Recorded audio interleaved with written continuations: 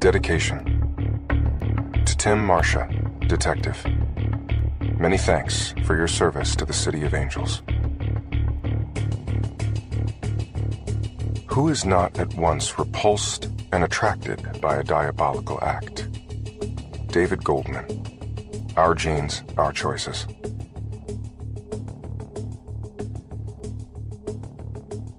Prologue. She liked his car. It was the first time she had been in an electric. All she could hear was the wind as they cut through the night. "Quiet," she said. Only 2 words, and she had slurred them. The third Cosmo had done something to her tongue. "It'll sneak up on you," the driver said. "That's for sure." He looked over at her and smiled, but she thought he was just checking on her because she had messed up her words. He then turned and nodded through the windshield. "We're here," he said. "Is there parking?" "You can park behind my car," she said. "I have 2 spaces in the garage, but they're like one behind the other. Totem, I think it's called." "Tandem?" "Oh, right. Tandem." She started to laugh at her mistake, a spiral laugh she couldn't get out of. The Cosmos again. And the drops from the green pharmacy she took before heading out in the Uber that night. The man lowered his window, and crisp evening air invaded the comfort of the car. "Can you remember the combo?" he asked. Tina pulled herself up in the seat so she could look around better and get her bearings. She recognized that they were already outside the garage gate at her apartment. That didn't seem right. She could not remember telling him where she lived. "The combo?" he asked again. The keypad was on the wall and within reach from the driver's window. She realized that she knew the combo that would open the gate, but she could not remember the name of the man she had chosen to take home. 46825. As he punched the numbers in, she tried not to laugh again. Some guys really hated that. They entered the garage, and she pointed to the spot where he could pull in behind her Mini. Soon, they were on the elevator, and she pushed the correct button and then leaned into him for support. He put his arm around her and held her up. "Do you have a nickname?" she asked. "What do you mean?" he asked. "Like, what do people call you? You know, for fun." He shook his head. "I guess they just call me by my name," he said. No help there. She dropped it. She could figure out his name later, but the truth was she probably wouldn't need it. There would be no later. There almost never was. The door opened on the 3rd floor, and she led him into the hallway. Her apartment was 2 doors down. The sex was good, but not extraordinary. The only thing unusual was that he didn't push back against her requirement of a condom. He had even brought his own. Kudos for that, but she still thought he was a one-timer. The search for that indescribable thing that would fill up the emptiness inside would go on. After he flushed the condom, he got back into bed with her. She was hoping for an excuse. Early start in the morning, wife waiting at home, anything. But he wanted to get back in bed and cuddle. He roughly moved in behind her and turned her so her back was against his chest. He had shaved himself, and she could feel the tiny spikes of returning hair pricking her back. You know... She got no further with the complaint. He pivoted his body, and now she was on her back, completely on top of him. His chest was like sandpaper. His arm came around from behind her, and he bent it at the elbow into a V. He then used his free hand to push her neck into the V. He tightened his arms, and she felt her air passages collapse. She could not yell for help. She had no air to make a sound. She struggled, but her legs were tangled in the sheets, and he was too strong. His hold on her neck was an iron vice. Darkness began shading the edges of her vision. He raised his head off the bed and brought his mouth to her ear. "People call me the Shrike," he whispered. Jack. Chapter 1. I had called the story The King of Con Artists. At least, that was my headline. I typed it up top, but was pretty sure it would get changed, because it would be overstepping my bounds as a reporter to turn in a story with a headline. The headlines and the decks below them were the purview of the editor, and I could already hear Myron Levin chiding. Does the editor rewrite your leads or call up the subjects of your pieces to ask additional questions? No, he doesn't. He stays in his lane, and that means you need to stay in yours. Since Myron was that editor, it would be hard to come back with any sort of defense. But I sent in the story with a suggested headline anyway because it was perfect. The story was about the dark netherworld of the debt collection business. $600 million a year of it siphoned off in scams. And the rule at fair warning was to bring every fraud down to a face, either the predators or the preys, the victims or the victimizers. And this time, it was the predator. Arthur Hathaway, the king of con artists, was the best of the best. At 62 years old, he had worked every con imaginable in a life of crime centered in Los Angeles, from selling fake gold bars to setting up phony disaster relief websites. Right now, he ran a racket convincing people they owed money that they didn't really owe, and getting them to pay it. And he was so good at it that junior swindlers were paying him for lessons on Mondays and Wednesdays at a defunct acting studio in Van Nuys. I had infiltrated as one of his students and learned all I could. Now, it was time to write the story and use Arthur to expose an industry that bilked millions each year from everybody from little old ladies with dwindling bank accounts to young professionals already deep in the red with college loans. They all fell victim and sent their money because Arthur Hathaway convinced them to send it. And now, he was teaching 11 future con men and one undercover reporter how to do it for $50 a head twice a week. The swindler school itself might be his greatest con of all. The guy was truly a king with a psychopath's complete lack of guilt. I also had reporting in the story on the victims whose bank accounts he had cleaned out and whose lives he had ruined. Myron had already placed the story as a co-project with the Los Angeles Times, and that guaranteed it would be seen and the Los Angeles Police Department would have to take notice. King Arthur's reign would soon be over, and his round table of junior con men would be rounded up as well. I read the story a final time and sent it to Myron, copying William Marchand, the attorney who reviewed all fair warning stories pro bono. We didn't put anything up on the website that was not legally bulletproof. Fair Warning was a 5-person operation if you counted the reporter in Washington, D.C., who worked out of her home. One wrong story spawning a winning lawsuit or forced settlement would put us out of business, and then I'd be what I had been at least twice before in my career, a reporter with no place to go. I got up from my cubby to tell Myron the story was finally in, but he was in his own cubicle talking on the phone, and I could tell as I approached that he was on a fundraising call. Myron was founder, editor, reporter, and chief fundraiser for Fair Warning. It was an internet news site with no paywall.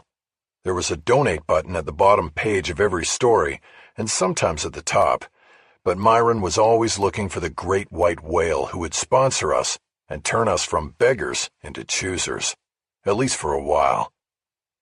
There really is no entity doing what we're doing, tough watchdog journalism for the consumer, Myron told each prospective donor.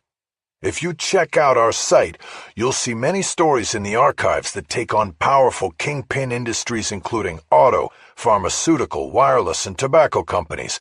And with the current administration's philosophy of deregulation and limiting oversight, there is nobody out there looking out for the little guy. Look, I get it. There are donations you could make that might give you a more visible bang for your buck. $25 a month keeps a kid fed and clothed in Appalachia. I get that. It makes you feel good. But you donate to Fair Warning, and what you are supporting is a team of reporters dedicated to... I heard the pitch several times a day, day in and day out. I also attended the Sunday salons where Myron and board members spoke to potential white-hat donors, and I mingled with them afterward, mentioning the stories I was working on. I had some extra cachet at these gatherings as the author of 2 best-selling books, though it was never mentioned that it had been more than 10 years since I had published anything. I knew the pitch was important and vital to my own paycheck, Not that I was getting anywhere close to a living wage for Los Angeles, but I had heard it so many times in my 4 years at Fair Warning that I could recite it in my sleep, backward. Myron stopped to listen to his potential investor and muted the phone before looking up at me. "You in?" he asked. "Just sent it," I said, "also to Bill." "Okay, I'll read it tonight and we can talk tomorrow if I have anything." "It's good to go. Even has a great headline on it. You just need to write the deck. You better be—" He took his phone off mute so he could respond to a question. I gave him a salute and headed toward the door, stopping by Emily Atwater's cubicle on my way out to say goodbye. She was the only other staffer in the office at the moment. "Cheers," she said in her crisp British accent. We worked out of an office in a typical two-story plaza in Studio City. The first level was all retail and food, while the second floor was walk-in businesses like car insurance, manicure, pedicure, yoga, and acupuncture. Except us.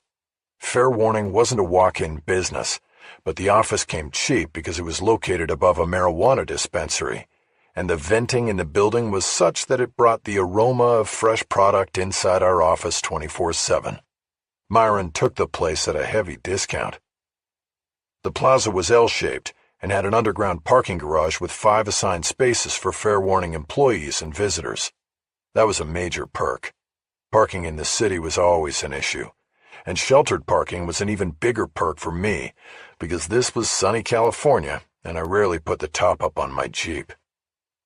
I had bought the Wrangler new with the advance on my last book, and the odometer served as a reminder of how long it had been since I was buying new cars and riding bestseller lists.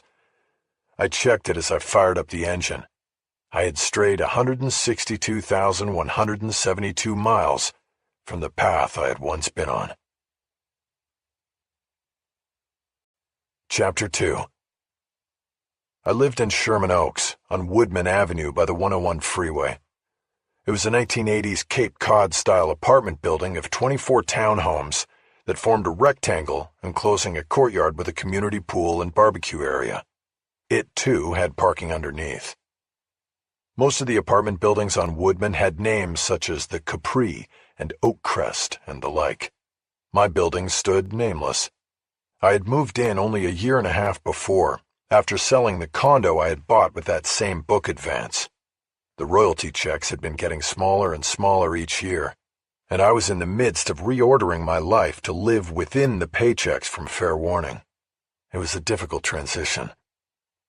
As I waited on the sloping driveway for the garage gate to lift, I noticed 2 men in suits standing at the call box at the pedestrian gate to the complex. One was white and middle 50s, and the other a couple decades younger and Asian. A little kick of wind opened the Asian man's jacket, and I got a glimpse of the badge on his belt. I drove down into the garage and kept my eyes on the rear view. They followed me down the slope and in. I pulled into my assigned space and killed the engine. By the time I grabbed my backpack and got out, they were behind the Jeep and waiting. "Jack McEvoy?" He had gotten the name right, but had pronounced it wrong. McEvoy. "Yes, McEvoy," I said, correcting him. McEvoy. "What's going on?" "I'm Detective Matson, LAPD," the older of the two said. "This is my partner, Detective Sakai. We need to ask you a few questions." Matson opened his jacket to show that he too had a badge, and the gun to go with it. "Okay," I said. "About what?" "Can we go up to your place?" Matson asked. "Something more private than a garage?" He gestured to the space around them, as if there were people listening from all quarters, but the garage was empty. "I guess so," I said. "Follow me. I usually take the stairs up, but if you guys want the elevator, it's down at that end." I pointed to the end of the garage. My Jeep was parked in the middle and right across from the stairs leading up to the center courtyard. "Stairs are good," Matson said. I headed that way and the detectives followed. The whole way to my apartment door, I was trying to think in terms of my work. What had I done that would draw the attention of the LAPD? While the reporters at Fair Warning had a lot of freedom to pursue stories, There was a general division of labor, and criminal scams and schemes were part of my turf, along with internet-related reporting.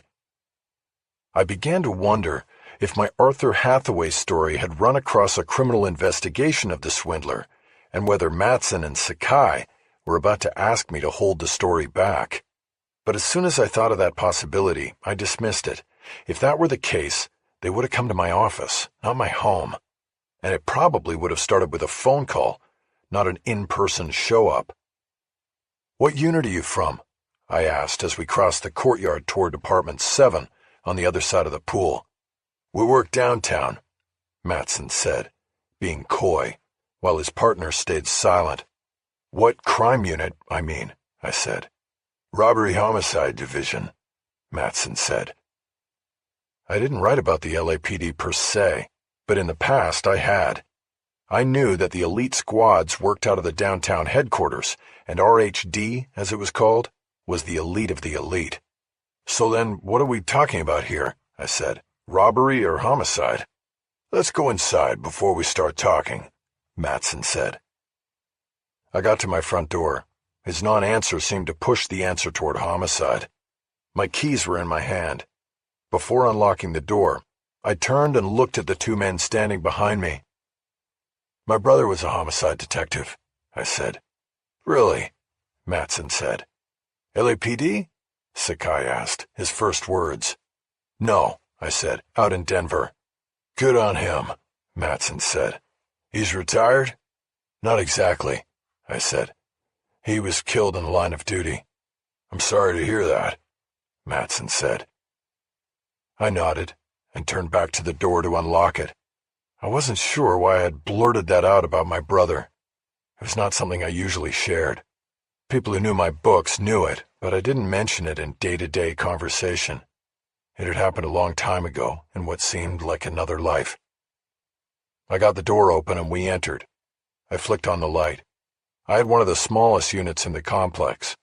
The bottom floor was open plan, with a living room flowing into a small dining area, and then the kitchen beyond it, separated only by a counter with a sink. Along the right wall was a set of stairs leading up to a loft, which was my bedroom. There was a full bath up there, and a half bath on the first floor beneath the stairs. Less than 1,000 square feet in total. The place was neat and orderly, but that was only because it was starkly furnished and featured little in the way of personal touches. I had turned the dining room table into a work area. A printer sat at the head of the table. Everything was set for me to go to work on my next book, and it had been that way since I moved in. "Nice place. You been here long?" Matson asked. "About a year and a half," I said. "Can I ask what this—" "Why don't you have a seat on the couch there?"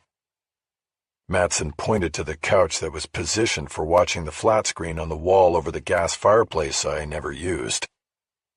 There were two other chairs across a coffee table, but like the couch they were threadbare and worn, having spent decades in my prior homes. The decline of my fortunes was reflected in my housing and transportation.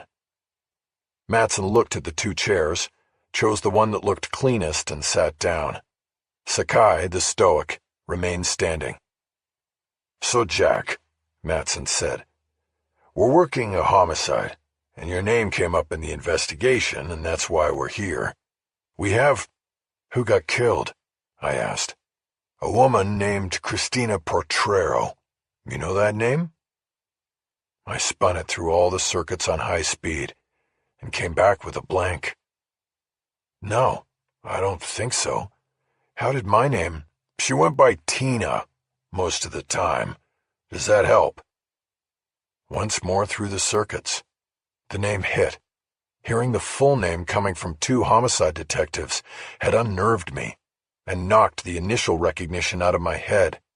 Oh, wait. Yeah. I knew a Tina. Tina Portrero.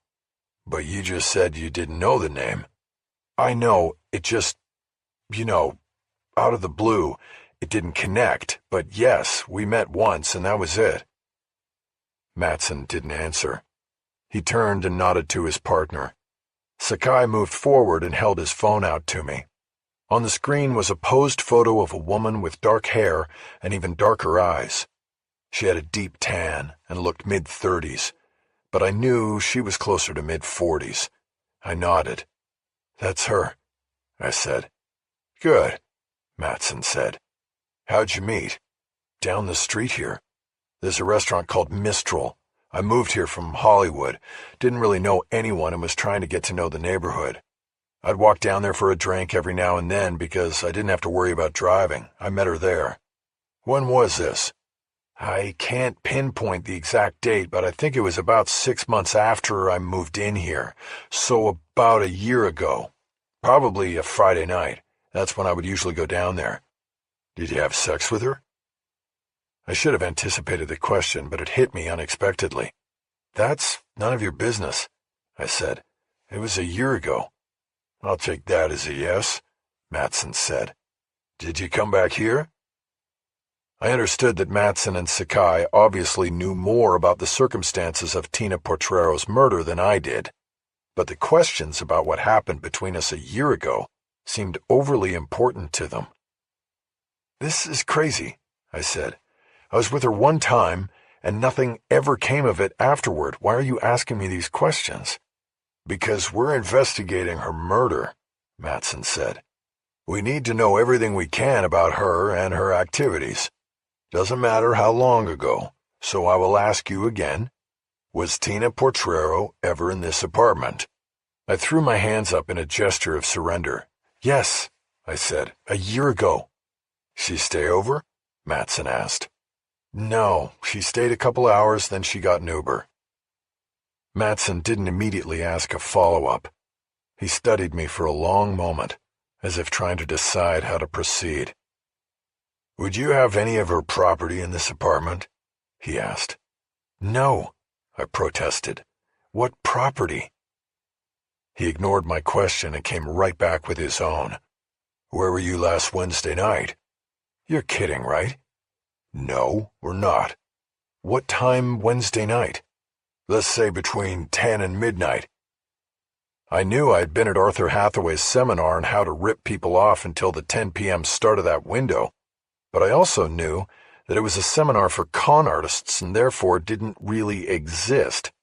If these detectives tried to check out that part of my alibi, they either would not be able to confirm the seminar even existed, or would not be able to find anyone to confirm I was there, because that would be acknowledging that they were there. No one would want to do this, especially after the story I just turned in was published. I was in my car from about 10 to 10:20, and then after that I was here. Alone. Yes. Look, this is crazy. I was with her one night a year ago, and then neither of us kept in contact. It was a no-go for both of us. Do you understand? You sure about that? Both of you? I'm sure. I never called her, she never called me, and I never saw her at Mistral again. How'd that make you feel? I laughed uneasily. How did what make me feel? Her not calling you back after. Did you hear what I said? I didn't call her and she didn't call me. It was mutual. It just wasn't going to go anywhere. Was she drunk that night? Drunk? No. We had a couple of drinks there. I paid the tab. What about back here? More drinks or right up to the loft? Matson pointed upstairs. No more drinks here, I said. And everything was consensual? Matson said. I stood up. I'd had enough. Look, I've answered your questions, I said, and you're wasting your time. We'll decide if we're wasting our time, Matson said. We're almost finished here, and I would appreciate it if you would sit back down, Mr. McEvoy. He pronounced my name wrong again, probably intentionally. I sat back down. I'm a journalist, okay? I said. I've covered crime. I've written books about murderers. I know what you're doing, trying to knock me off my game so I'll make some kind of admission. But it's not going to happen because I don't know anything about this. So could you please? We know who you are, Matson said. You think we would come out here without knowing who we're dealing with? You're the velvet coffin guy. And just for the record, I worked with Rodney Fletcher. He was a friend, and what happened to him was bullshit. There it was. the cause of the enmity that was dripping off Matson like sap off a tree. Velvet Coffin closed down 4 years ago, I said, mostly because of the Fletcher story, which was 100% accurate. There was no way of knowing he would do what he did. Anyway, I work someplace else now and write consumer protection stories. I'm not on the cop shop. Good for you. Can we get back to Tina Portrero? There is nothing to get back to. How old are you? You already know, I'm sure. And what's that got to do with anything? You seem kind of old for her, for Tina. She was an attractive woman and older than she looked or claimed to be. She told me she was 39 when I met her that night. But that's the point, right? She was older than she looked. You, a guy in your 50s, moving in on a lady you thought was in her 30s. Kinda creepy, you ask me. I felt my face turning red with embarrassment and indignation. For the record, I didn't move in on her, I said. She picked up her Cosmo and came down the bar to me. That's how it started. Good for you, Matson said sarcastically. Must have made your ego stand at attention. So let's get back to Wednesday. Where were you coming from during those 20 minutes you said you were in the car driving home that night? It was a work meeting, I said. With people that we could talk to and verify if we need to. If it comes to that. But you are good.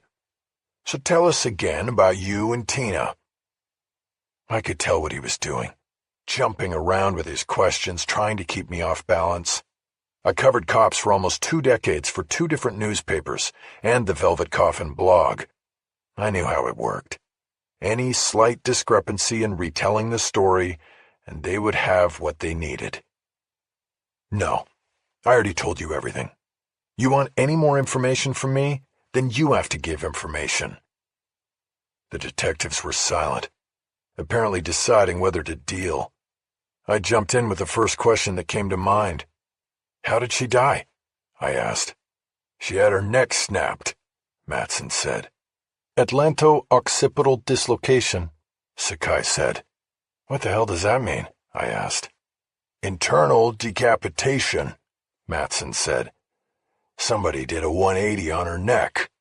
It was a bad way to go. I felt a deep pressure begin to grow in my chest.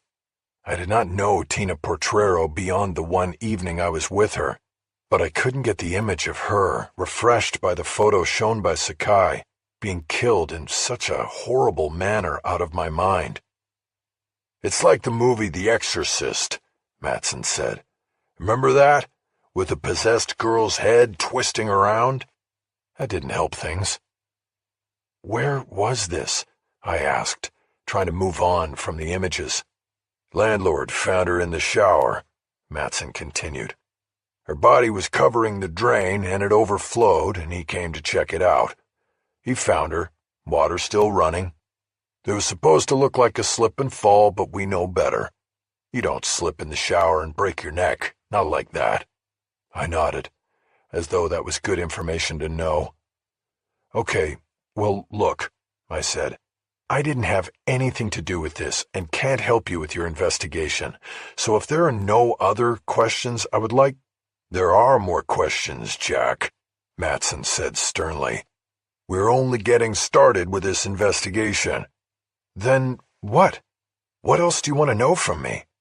Well, you being a reporter and all, do you know what digital stalking is?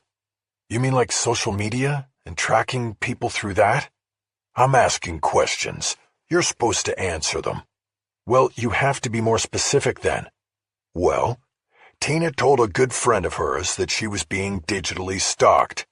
When her friend asked what that meant, Tina said a guy she met in a bar knew things about her he should not have known. She said it was like he knew all about her before he even started talking to her. I met her in a bar a year ago. This whole thing is... Wait a minute. How did you even know to come here to talk to me?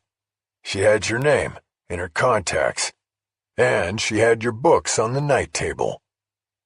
I couldn't remember whether I'd discussed my books with Tina the night I met her, but since we had ended up at my apartment, it was likely that I had. And on the basis of that, you come here like I'm a suspect? Calm down, Jack. You know how we work. We are conducting a thorough investigation, so let's get back to the stalking. For the record, was that you she was talking about with the stalking? No, it wasn't me. Good to hear. Now, last question for now. Would you be willing to voluntarily give us a saliva sample for DNA analysis? The question startled me. I hesitated. I jumped to thinking about the law and my rights, and totally skipped over the fact that I'd committed no crime, and therefore my DNA in any form, from semen to skin residue, could not be found at any crime scene from last Wednesday. Was she raped? I asked. Now you're accusing me of rape, too? Take it easy, Jack, Matson said. No sign of rape, but let's just say we got some DNA from the suspect. I realized that my DNA was my quickest way off their radar. Well, that wasn't me. So when do you want to take my saliva? How about right now? Matson looked at his partner. Sakai reached inside his suit coat and pulled out 2 6-inch test tubes with red rubber caps, each containing a long-ended cotton swab. I realized then that most likely the sole purpose of their visit was to get my DNA. They had the killer's DNA. They, too, knew that it would be the quickest way to determine whether I had any involvement in the murder. That was fine with me. They were going to be disappointed by the results. Let's do it, I said. Good, Matson said. And there is one other thing we could do that would help us with the investigation. I should have known. Open the door an inch and they push all the way through. What's that? I said impatiently. You mind taking your shirt off? Matson said, so we can check your arms and body. Why would... I stopped myself. I knew what he wanted. He wanted to see if I had scratch marks or other wounds from a fight. The DNA and evidence had probably come from Tina Portrero's fingernails. She had put up a fight and taken a piece of her killer. I started unbuttoning my shirt. Chapter 3. As soon as the detectives left, I pulled my laptop out of my backpack, went online, and searched the name Christina Portrero. I got 2 hits, both on the Los Angeles Times site. The first was just a mention on the newspaper's homicide blog, where every murder in the county was recorded. This report was early in the case and had few details, other than the fact that Portrero was found dead in her bed during a wellness check by police after she did not show up for work and did not respond to calls or messaging through social media. The report said foul play was suspected, but the cause of death had not yet been determined. I was a religious reader of the blog and realized I had read the story and scanned through it without recognizing the name Christina Portrero as the Tina Portrero I had met one night the year before. I wondered what I would have done if I had recognized her as the woman I had met. Would I have called the police to mention my experience, my knowledge that on at least one occasion she had gone to a bar by herself and had picked me for a one-night stand? The second hit in the Times was a fuller story that ran the same photo Detective Sakai had shown me. Dark hair, dark eyes, looking younger than she was. I had completely missed seeing this story because I would have recognized the photo. The story said Portrero worked as a personal assistant to a film producer named Shane Scherzer. I thought this was interesting because when we had met a year earlier, she was doing something else in the film business. She was a freelance reader who provided coverage of scripts and books for a variety of producers and agents in Hollywood. I remembered her explaining that she read material submitted to her clients for possible development as films and TV shows.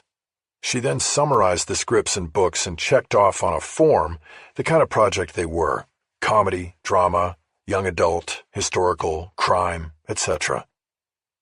She concluded each report with her personal take on the potential project, recommending a hard pass or further consideration by higher-ups in the client's company. I also remembered that she told me the job often required her to visit production companies located at the major studios in town, Paramount, Warner Brothers, Universal, and that it was very exciting, because on occasion she saw major movie stars walking out in the open between the offices, stages, and the commissary. The Times story included quotes from a woman named Lisa Hill, who was described as Portrero's best friend. She told the newspaper that Tina led an active social life and had recently straightened herself out after suffering from some addiction issues. Hill did not reveal what these issues were and probably wasn't even asked. It seemed to have little to do with who had killed Portrero by twisting her neck 180 degrees. Neither of the Times posts mentioned the exact cause of death. The second, fuller story said only that Portrero had suffered a broken neck. Maybe Times editors had decided not to put the fuller details into the story, or maybe they had not been told. The information on the crime in both posts was attributed to the generic "police said." Neither Detective Matson nor Detective Sakai was mentioned by name. It took me a couple attempts to spell atlanto-occipital dislocation correctly so that I could search it on Google. Several hits came up, most on medical sites that explained it was usually seen in traumatic vehicle accidents involving high-speed collisions. The Wikipedia citation summed it up best. Atlanto-occipital dislocation, AOD, orthopedic decapitation, or internal decapitation, describes ligamentous separation of the spinal column from the skull base. It is possible for a human to survive such an injury. However, only 30% of cases do not result in immediate death. Common etiology for such injuries is sudden and severe deceleration, leading to a whiplash-like mechanism. The word mechanism in that description began to haunt me. Someone strong, or with some kind of tool, had powerfully twisted Tina Portrero's neck. I now wondered if there had been any markings on her head or body that indicated a tool had been used. The Google search brought up a few citations of AOD as the cause of death in auto accidents, one in Atlanta and another in Dallas, the most recent in Seattle. All were deemed accident-related, and there was no reference to AOD being the cause of death in a murder case. I needed to do a deeper dive. When I was working for the Velvet Coffin, I had once drawn an assignment to write a story about a convention of coroners from around the world. They had all met in downtown Los Angeles, and my editor wanted a feature on what coroners talk about at these events. The editor who assigned me the piece wanted war stories, and the gallows humor exhibited by people who deal in death and dead bodies day in and day out. I wrote the story, and in reporting it, learned of a website primarily used by medical examiners as a resource for posing questions to other coroners when faced with unusual circumstances involving a death. The site was called causesofdeath.net, and it was password protected. But because it was available to coroners around the world, the password was mentioned in much of the literature handed out at the convention. I had visited the site a few times over the years since attending the convention, just to poke around and see what was of current interest on the discussion board, but I had never posted anything until now. I worded my post so that I was not falsely portraying myself as a medical examiner, but I wasn't exactly saying that I wasn't either. Hey all, we have a homicide case here at LA with atlanto-occipital dislocation, female victim, 44 YOA. Anybody seen AOD before in homicide? Looking for etiology, tool marks, derma marks, etc. Any help is welcome. Hope to see all at next IAME Con. Have not been since it was here in the City of Angels. Cheers, at MELA. The shorthand in my post suggested expertise. YOA for years of age, AOD the abbreviation for atlanto-occipital dislocation. The mention of the International Association of Medical Examiners convention was legit because I was there, but it would also help readers of the Post believe I was a working coroner. I knew it skirted ethical considerations, but I wasn't acting on this as a reporter. At least not yet. I was acting as an interested party. The cops had all but said I was a suspect. They had come and collected my DNA and studied my arms and upper torso. I needed information, and this was one means of getting it. I knew it was a shot in the dark, but it was one worth taking. I would check this site in a day or two to see if I had any responses. Next on my list was Lisa Hill. She was quoted in the Times story as a close friend of Potrero's. For her, I switched hats, from potential suspect to journalist. After the routine efforts to get a phone number for her turned up nothing, I reached out to her, or at least who I thought was her, with private messages to her Facebook page, which appeared dormant, and to her Instagram account as well. Hi, I'm a journalist working on something on the Tina Potrero case. I saw your name in the Times story. I'm sorry for your loss. I would like to talk to you. Are you willing to talk about your friend? I included my name and cell number on each message, but also knew that Hill could reach back to me through those social media outlets as well. Like the message on the IAME board, it would be a waiting game. Before shutting down my efforts, I checked back on causesofdeath.net to see if my fishing expedition had attracted any bites. It had not. I then went back into Google and started reading up on digital stalking, or cyberstalking as it was more commonly called. Most of what was out there didn't jibe with what Matson had described. Cyberstalking most often involved victims being harassed by someone they knew in at least a peripheral way. But Matson had specifically said that Tina Potrero had complained to a friend, most likely Lisa Hill, that she had randomly met a man in a bar who seemed to know things about her he shouldn't have known. With that in mind, I set out to learn all I could about Tina Potrero. I quickly realized I might already have an advantage over the mystery man who had set off alarms with her. When I went down the usual checklist of social media apps, I remembered that I was already her friend on Facebook and a follower on Instagram. We had exchanged these connections the night we met. Then afterward, when no second date grew out of the initial meeting, neither of us had bothered to unfriend or block the other. This, I had to admit, was vanity. Everybody likes to pad their numbers, not subtract from them. Tina's Facebook page had not been very active and appeared to be used primarily to keep in touch with family. I remembered when we had met that she said her family was from Chicago. There were several posts spread over the last year from people with her last name. These were routine messages and photos. There were also several cat and dog videos posted by her or to her. I moved on to Instagram and saw that Tina was far more active there, routinely posting photos of herself engaged in various activities with friends or alone. Many had captions that identified the locations and people in the shot.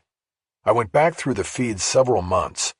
Tina had been to Maui once and Las Vegas twice during that time.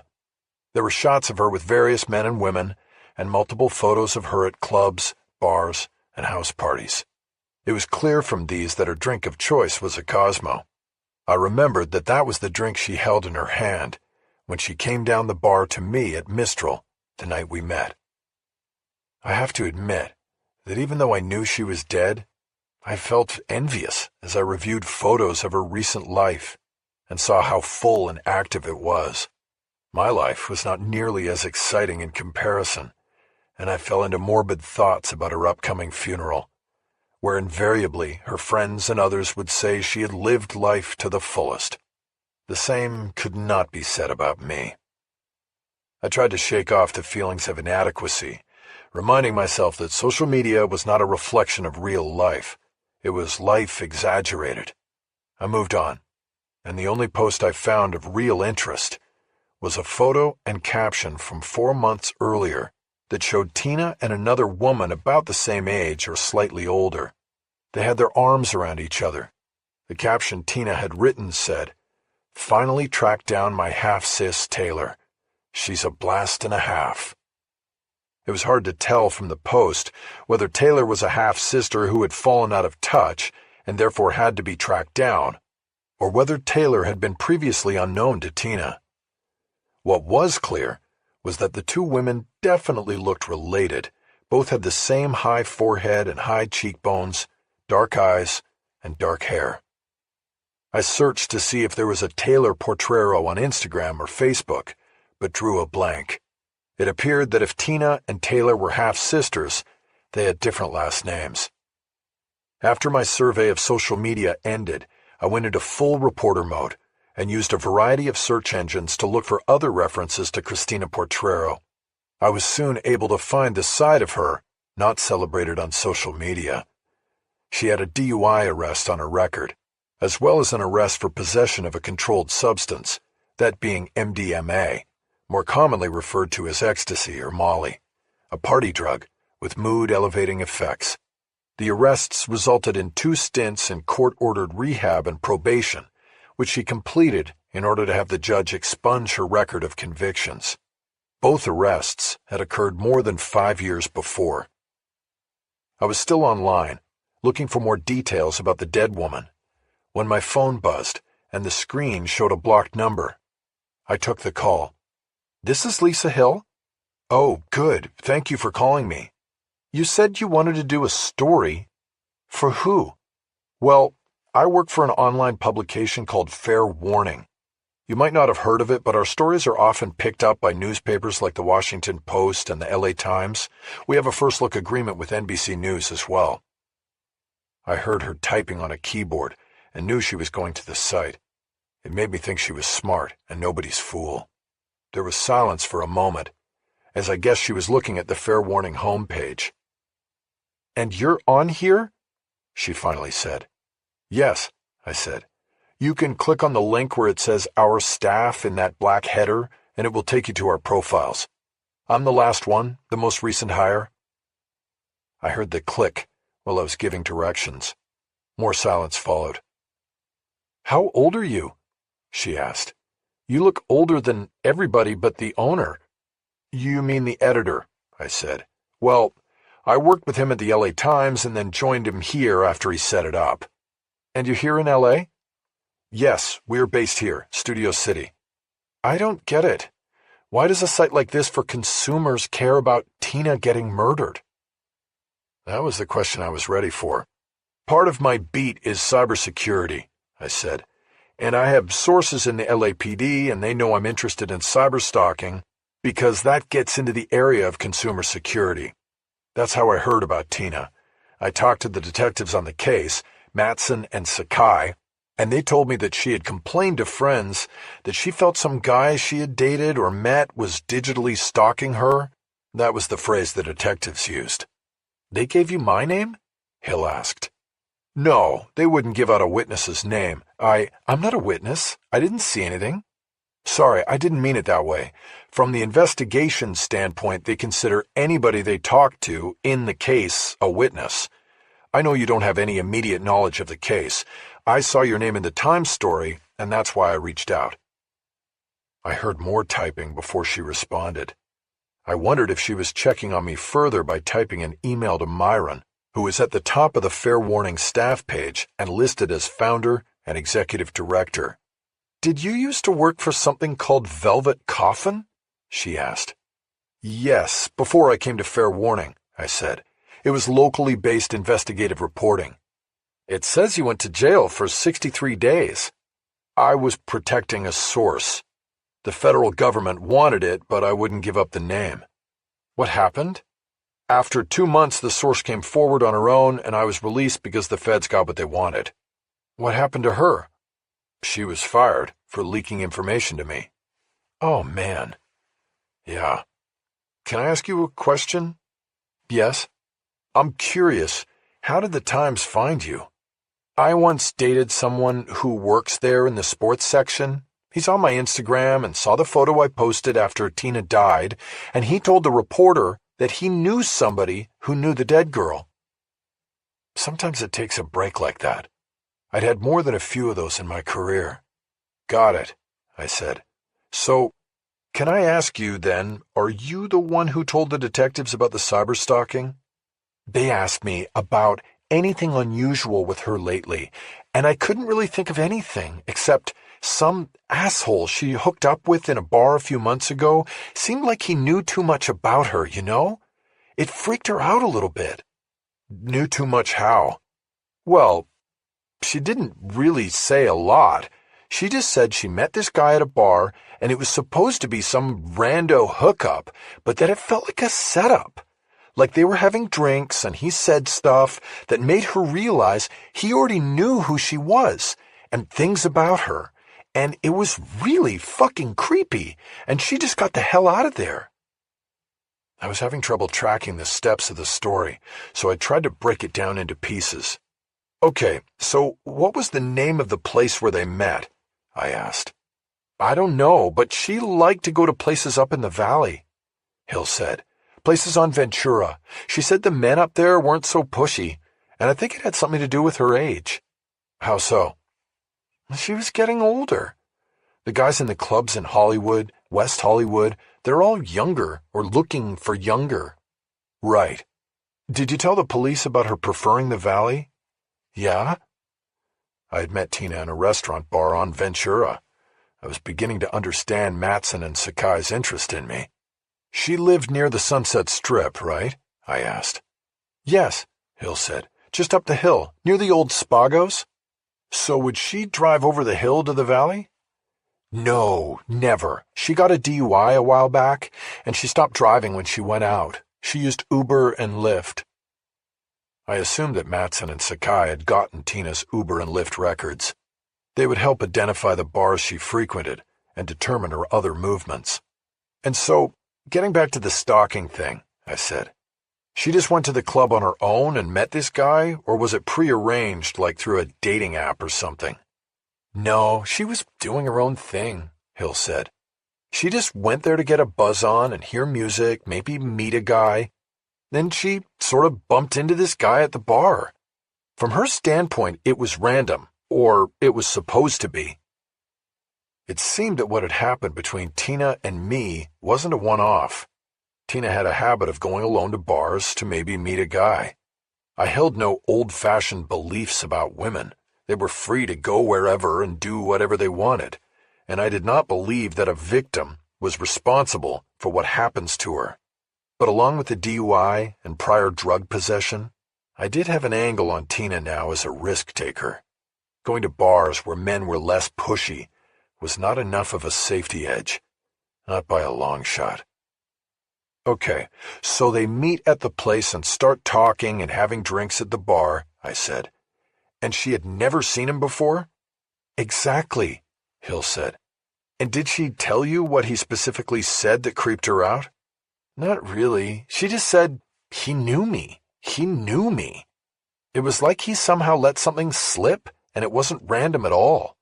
Did she say whether he was already there when she got to the club or came in after? She didn't say. Hold on, I have another call. She didn't wait for my response. She clicked over to the other call, and I waited, thinking about the incident in the club.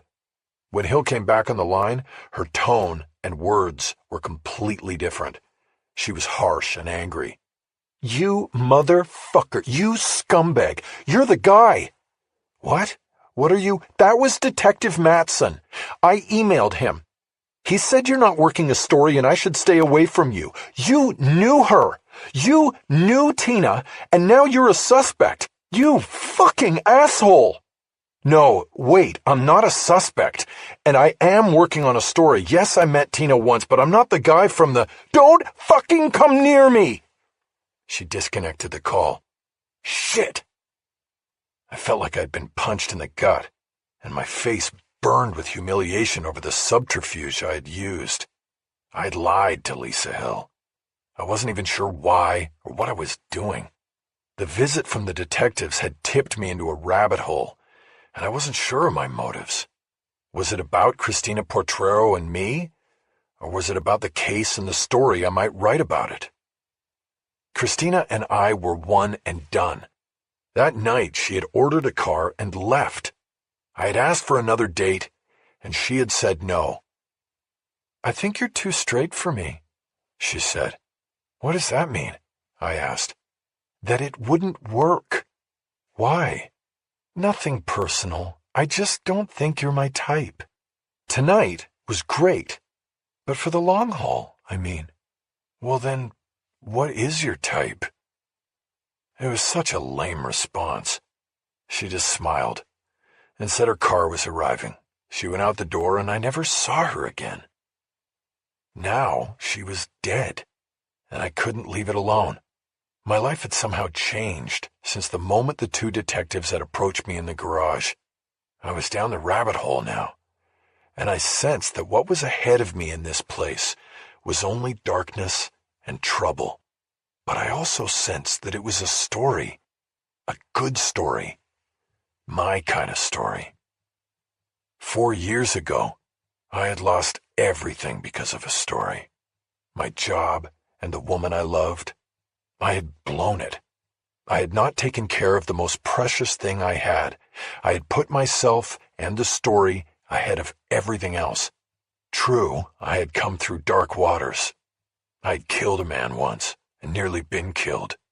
I had ended up in jail because of a commitment to my job and its principles, and because deep down I knew the woman would sacrifice herself to save me. And when it all fell apart, my self-imposed penance was to leave everything behind and turn myself in a different direction. For a long time before, I had said death was my beat. Now, with Christina Portrero, I knew it still was. Chapter 4. Myron was waiting for me when I came into the office the next morning. The newsroom where we worked followed an egalitarian open floor plan. Individual cubicles in a cluster. Everybody from editor-in-chief to most recent hire, me, had the same amount of workspace. Uplighting bounced off the ceiling tiles and came down gently on each of our spaces. Our desktop computers had silent touch keyboards. Some days, the place was as silent as a church on Monday. Unless somebody was working the phones, and even then they might move into the conference room at the back of the office, so as not to disturb anyone. It was nothing like the newsrooms I had worked in earlier in my career, where the cacophony of clacking keyboards alone could make you lose focus on what you were doing. The conference room, with the window looking out at the newsroom, was also used for walk-in interviews and employee conferences. That was where Myron took me, closing the door behind him after we entered. We took seats across an oval table from each other. Myron had a printout of what I assumed was my King of Con Artists story that he put down on the table. He was old school. He edited with a red pen on paper, then he had our office assistant, Tally Galvin, enter the changes digitally in the story. So, you didn't like my headline, I said. No, the headline has to be about what the story means to the consumer, not the personality, good or bad, tragic or inspirational, that you tell the story through, Myron said. But that's not what I want to talk about here.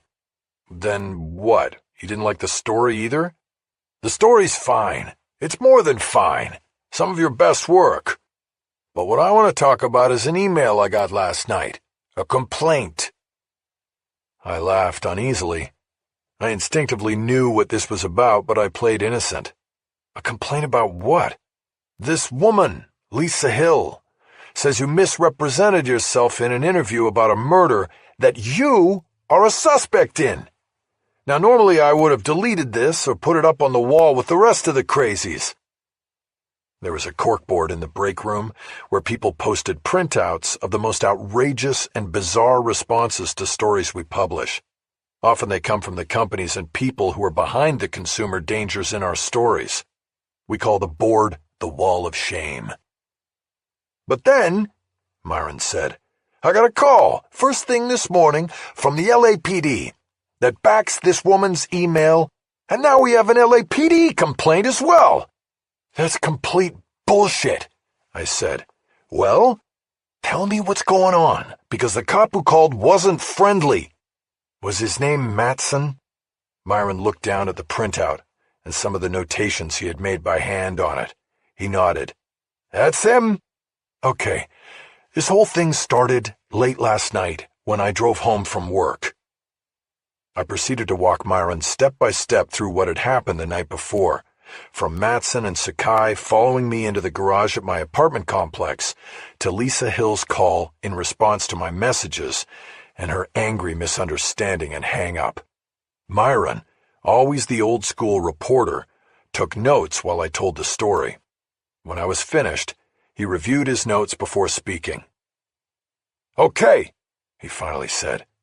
"But what I don't get is why you thought a story about a murder would be something we would put on fair warning, but don't you—" "Let me finish!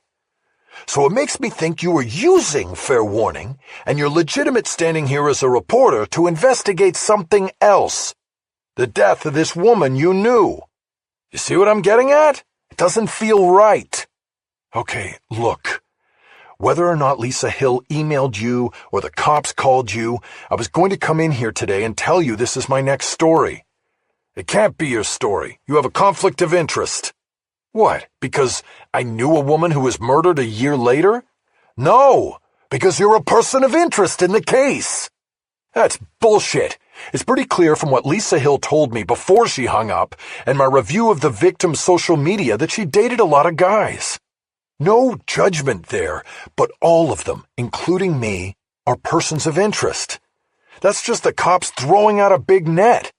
They have DNA from the crime scene because they took a sample from me and you conveniently left that out of your story just now. I didn't think it was important because it's not.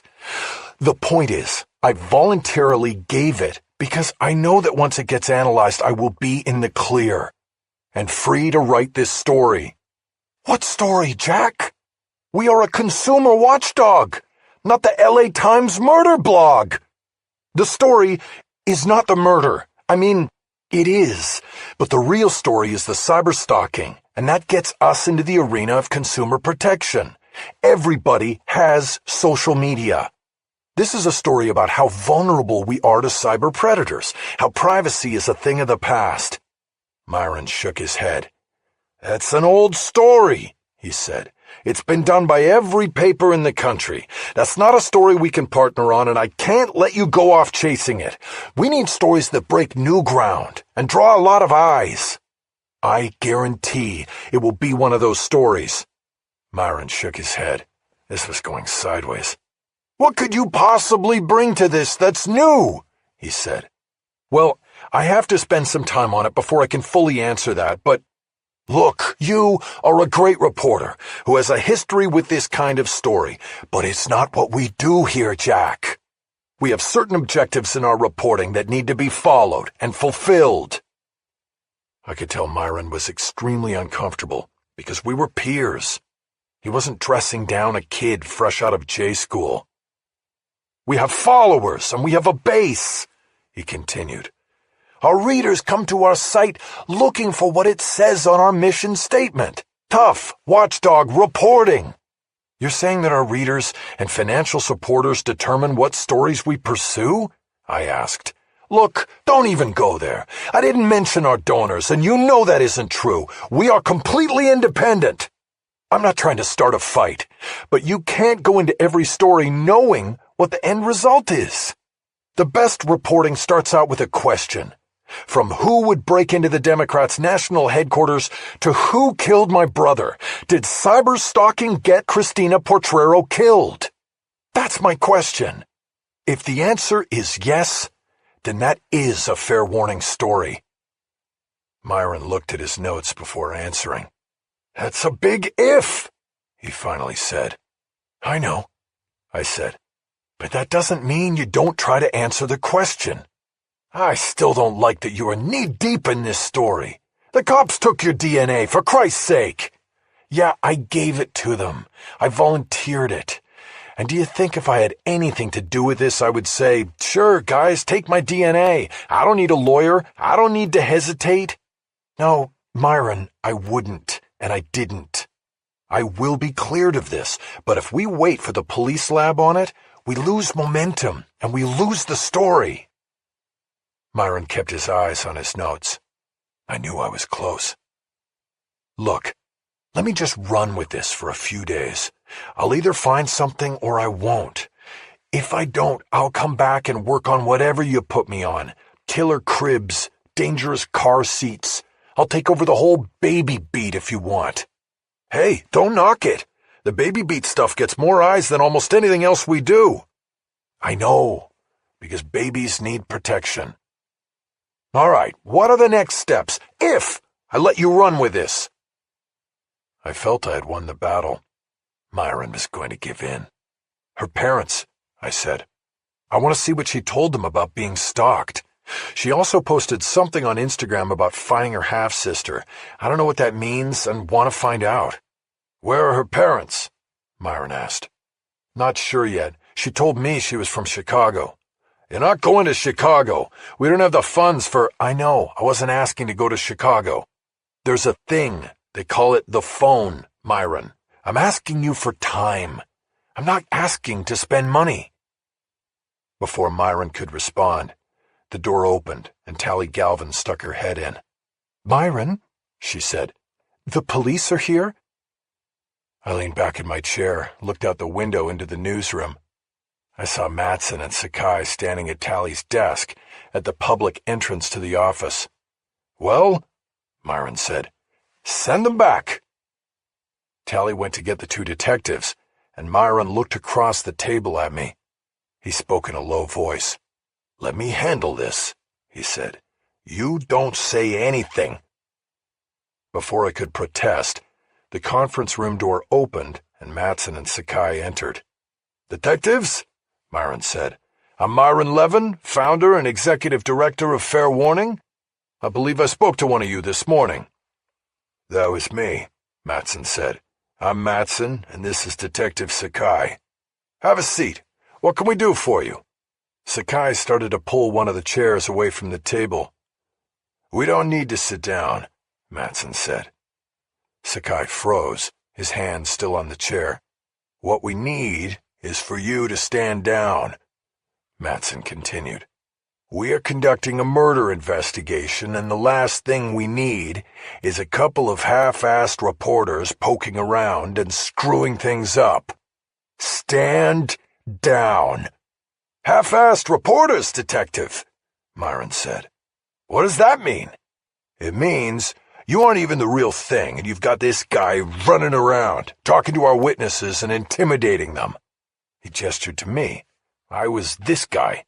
That's bullshit, I said. Myron put his hand out to cut me off. Detective, my reporter was pursuing a story. And as far as you thinking we are half-assed anything, you should know we are a fully recognized and legitimate member of the media and enjoy all the freedoms of the press. We are not going to be intimidated while pursuing a valid news story. I was amazed by Myron's calm demeanor and strong words.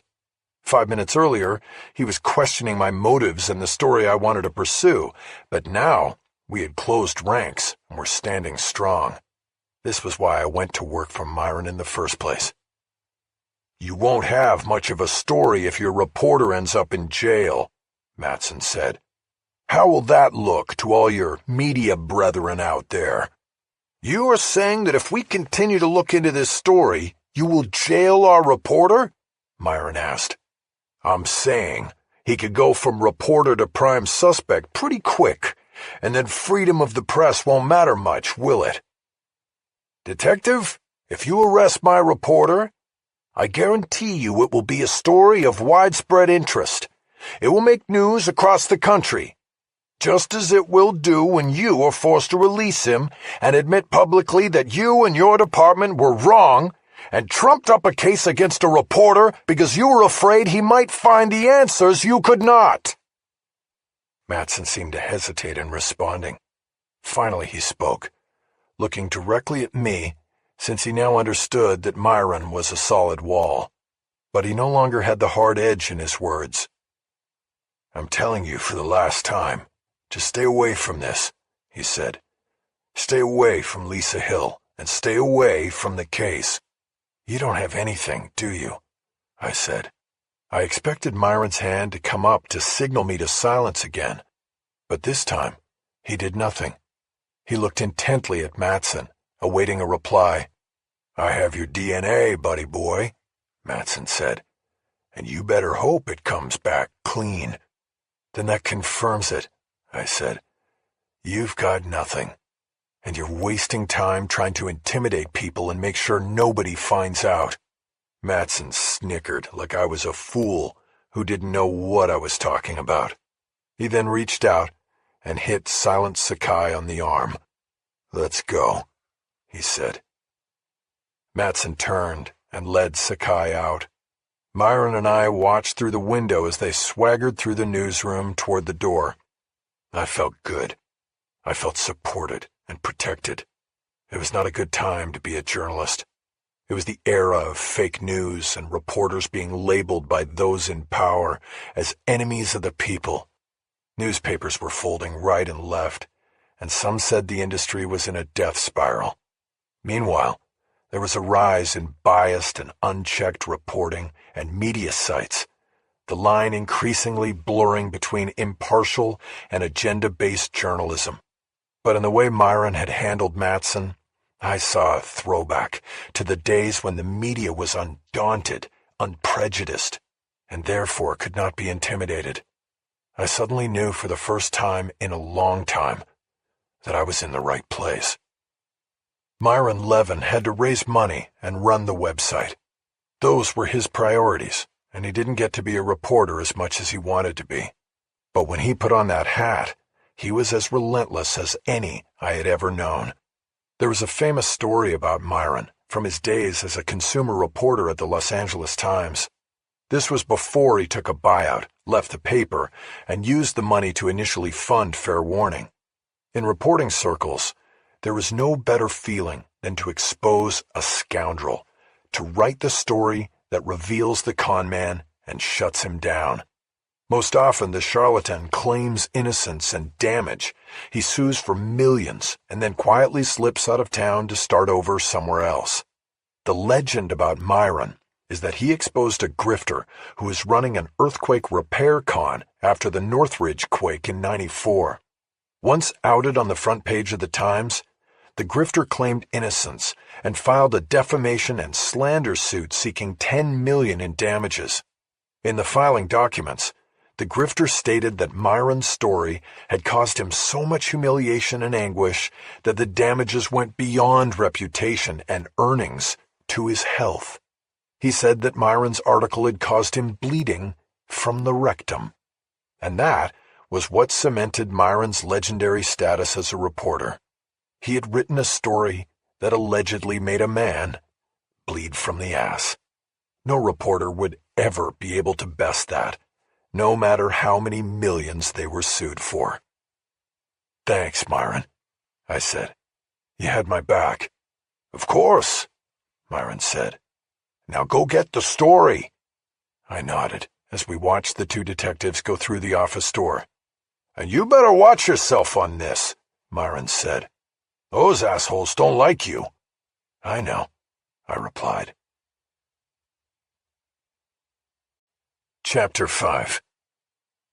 With my editor and publisher's approval, I was officially on the story.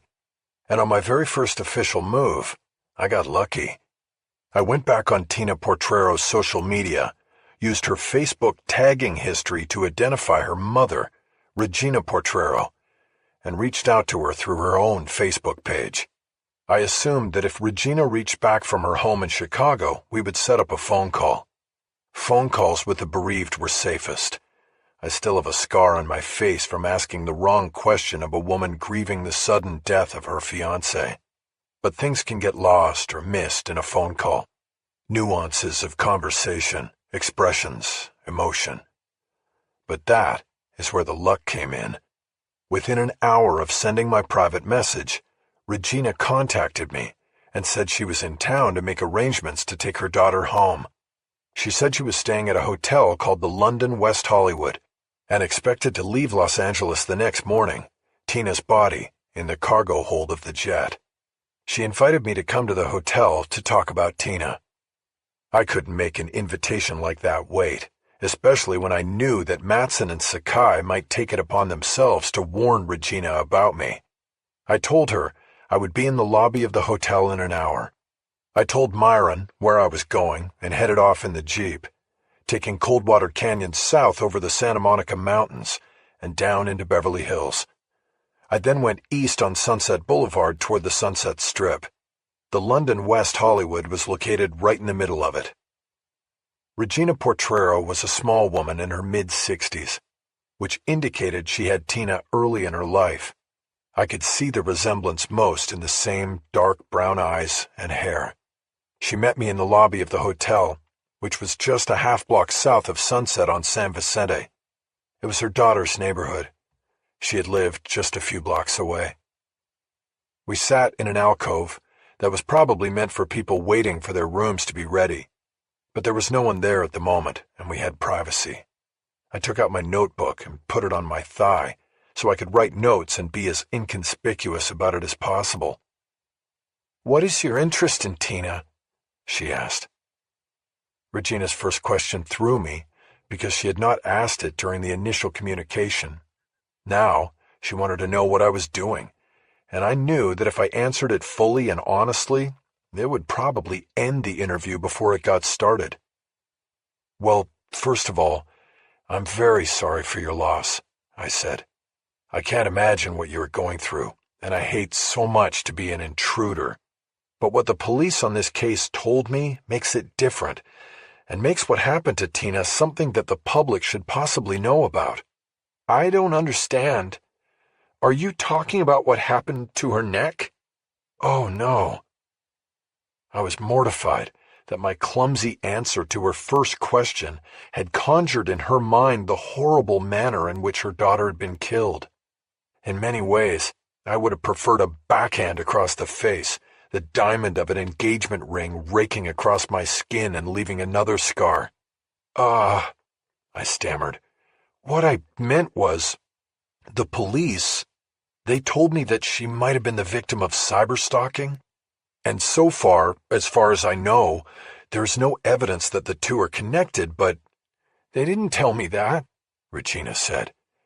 "They said they didn't have any leads." "Well, I don't want to speak for them, and maybe they don't want to tell you anything until they're sure, but I understand that she told friends, like Lisa Hill, that she felt she was being stalked. And to be honest, that is what is of interest to me. That is a consumer thing. It's about privacy. And if there is a problem, then that's what I'm going to write about. How was she stalked? This is all news to me." I knew I was in trouble here. I was telling her things she didn't know, so the first thing she was going to do after I left was call Matson about it. Then Matson would learn that I was still actively pursuing the case, and Regina would in turn learn that my reporter's interest in Tina and her death was compromised by my having known her briefly, but intimately. This meant that this was the one and only time I would get to talk to Tina's mother. She would be turned against me in the same way Lisa Hill had been. "I don't know exactly how she was stalked," I said. "That is only what the police said.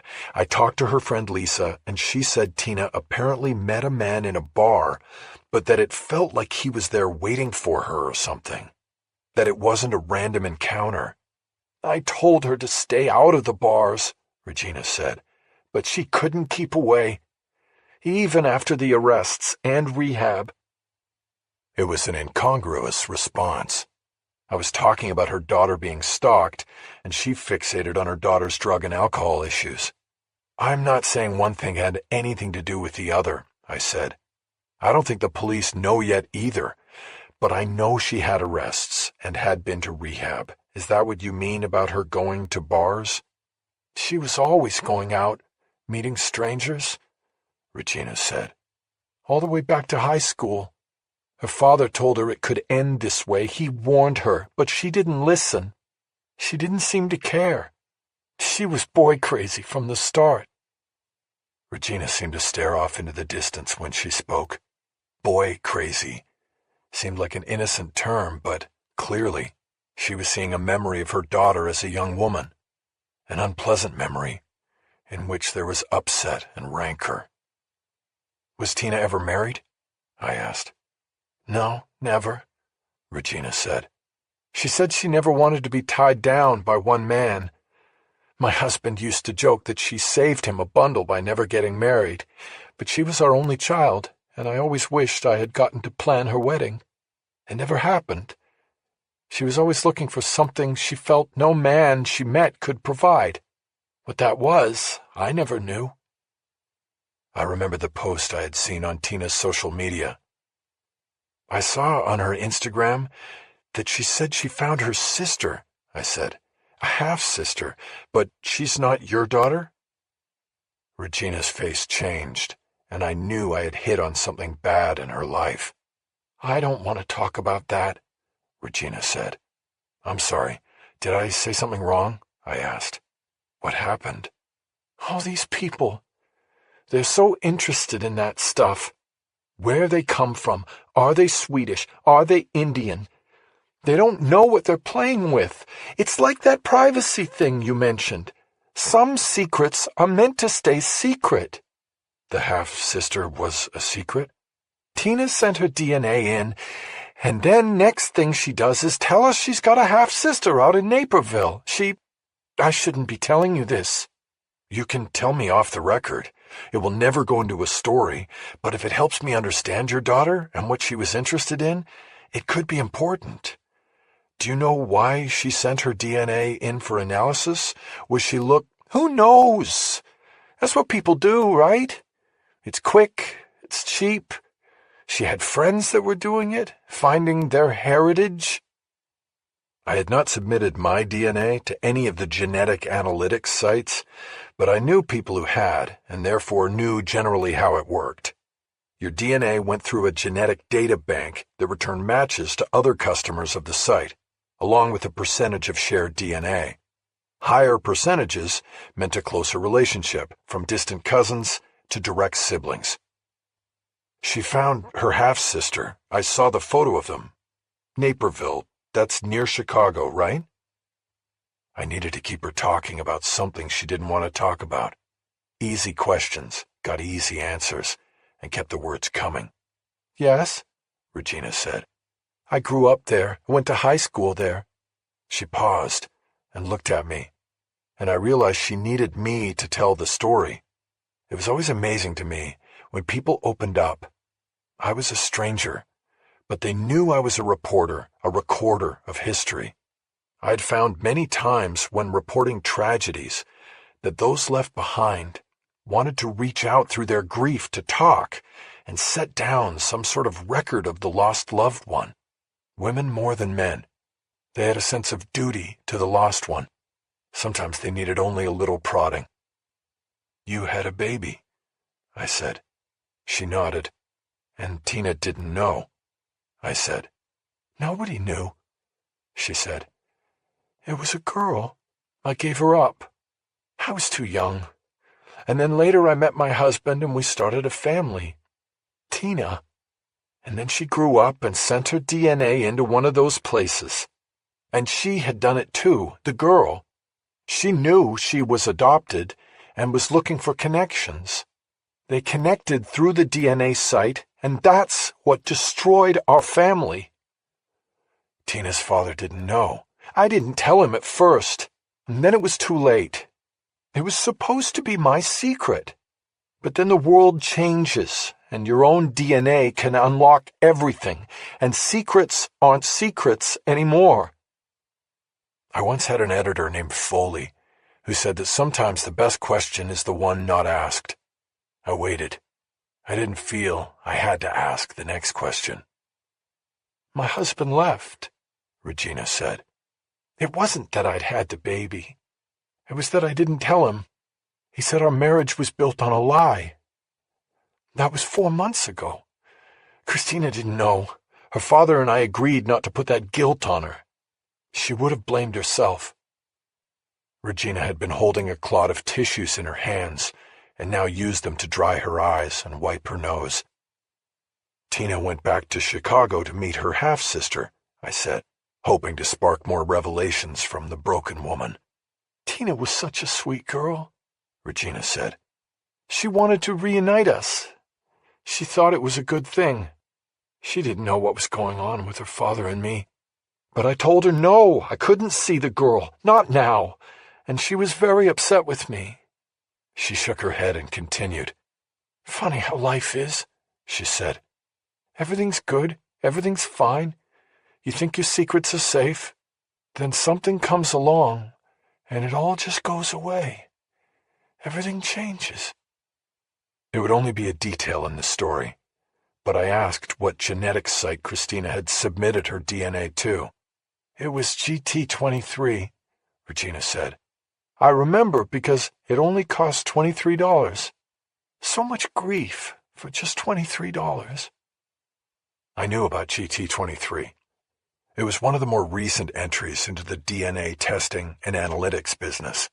The upstart company was attempting to take control of the billion-dollar industry by dramatically undercutting the pricing of the competition. It had an advertising campaign based on the promise of DNA analytics accessible to the masses. Its slogan was, DNA you can afford. The 23 in the name stood for the 23 pairs of chromosomes in the human cell, as well as the price of its basic kit. A full DNA and heredity report for $23. Regina started to cry full on then. Her knot of tissues was falling apart. I told her I would get her more and got up. I started looking for a restroom. Something told me that while the emergence of the half-sister in Tina's life was important, this was not the angle of the story that led to the cyberstalking. This was just one spoke in the wheel of Tina's life, although it was one that brought about profound changes to those close to her. But the stalking had to have come from another angle, and I was guessing that was her lifestyle. I found the restroom, pulled open a steel container holding a cardboard box of tissues, and took the whole thing back out to the lobby alcove. Regina was gone. I looked around, and she was nowhere to be seen. I checked the couch where she had been sitting. No purse, no wad of tissue. Sorry, I had to go to the bathroom. I turned around and it was her. She returned to the couch. She looked like she had washed her face. I put the box of tissues down next to her and returned to the chair I had been sitting in to her left. I'm sorry to make you go through all of this, I said. I didn't know when I asked the question that it would bring up this difficult stuff. No, it's okay, Regina said. It's kind of therapeutic in a way, to talk about it, get it out, you know? Maybe, I think so. I wanted to move in a different direction now. So, I asked, did Tina ever talk to you about any of the men she dated? No. She knew my feelings about that and her lifestyle, Regina said. Also, what could I say? I met my husband at a blues club in Southside Chicago. I was only 20 years old. Do you know if she did any online dating, that sort of thing? I would guess that she did, but I don't know about it. The police asked me the same thing, and I said that Tina didn't tell me about the specifics of her life here. I knew about the arrests and the rehab because she needed money, but that was all. The one thing I always told her was that I wished she'd come back home and be close. I told her that every time we talked. I nodded. I wrote the lines down. And now it's too late, she added. She started to cry again, and I wrote that last line down as well. I should have ended the interview there and not pushed the woman further, but I knew that once she interacted with Matson again, he would tell her to steer clear of me. It was now or never, and I had to roll with it. Have you been to her apartment? I asked. Not yet, she said. The police said it's still sealed because it was the crime scene. I was hoping to get a look inside Tina's home myself. Did they say when you could go in and get her things? Not yet. I'll have to come back for that, after the funeral maybe. Where exactly was her place? Do you know where the Tower Records used to be? Yes, across from the bookstore. She lived right above it, Sunset Place Apartments. Regina pulled fresh tissues out of the box and dabbed at her eyes. Cute place, she said. I nodded. She was beautiful and kind, Regina said. Why did someone have to kill her? She buried her face and her sobs into the tissues. I just watched her. She'd asked a question only a mother could ask, and only the killer could answer. But it was a good line, and I memorized it to write down later. For the moment, I just nodded sympathetically. Chapter 6. I got back to the office by lunchtime, and everyone was in their cubicles eating sandwiches from Art's Deli. Most days, we ordered in food, but no one had thought to text me for my order. That was okay, because at the moment I didn't need food. I was fueled by the momentum of the story. I was in that early stage where I knew I had something, but wasn't sure what it was or what the next step should be. I started by opening up a Word file on my laptop and typing up my handwritten notes from the interview with Regina Portrero. I was halfway through the process when I realized my problem. The next step was to go back to Lisa Hill to ask more questions about Tina and her stalker. But Lisa Hill thought I was not only a scumbag, but a suspect in her friend's murder. I put transcribing my notes aside and checked my phone to see if Hill had gotten around to blocking me on Instagram. She had not, but my guess was this was just an oversight, and she would do so as soon as she checked her followers and was reminded of my previous deception. I spent the next half hour composing a private message to her that I hoped would give me a second chance. Lisa, I apologize. I should have been up front with you. But the cops are wrong about me and they know it. They just don't want you talking to a reporter. It would be embarrassing if I got to the real suspect ahead of them. I liked Tina a lot. I wished she had wanted to meet me again. But that's it. Nothing else. I am going to find out who stalked her and may have hurt her. I need your help. Please call me again, so I can explain further and tell you what I know that the cops don't. Thank you. I put my phone number on the end of the message and sent it, hoping for the best, but knowing it was a long shot, and that I couldn't just wait for Lisa Hill to change her mind about me. I next checked the Causes of Death website, where I had posted my request for information on atlanto-occipital dislocation. And this was where my luck and the story changed dramatically. There were already 5 messages waiting for me. The first message had been posted at 7 a.m. LA time, but 10 a.m. Florida time, where the posting had come from the Broward County Medical Examiner's office. A pathologist named Frank Garcia cited an AOD case from the previous year that had been ruled a homicide. Have an open homicide, female, 32, came in last year as single car traffic fatal with COD orthopedic decapitation, AOD, but TA investigators said impact not enough. Scene was staged. TA injuries postmortem. Victim name Mallory Yates. I.O. Ray Gonzalez, FLPD. I could decipher most of the shorthand. COD was cause of death, and TA meant traffic accident, while I.O. meant investigating officer. And I thought FLPD meant Florida Police Department until I Googled it and came up with Fort Lauderdale Police Department, which was located within Broward County. I copied the message and transferred it to the story file I'd created on my computer. The next message was from Dallas, and it was similar to the first in that the victim was a woman of similar age, 34-year-old Jamie Flynn, who had died in what appeared to be a single-car accident, with AOD listed as cause of death. This was not classified as a homicide, but as a suspicious death because all of Flynn's toxicity reports came back clean, so there was no clear explanation as to why she drove off a road and down an embankment into a tree.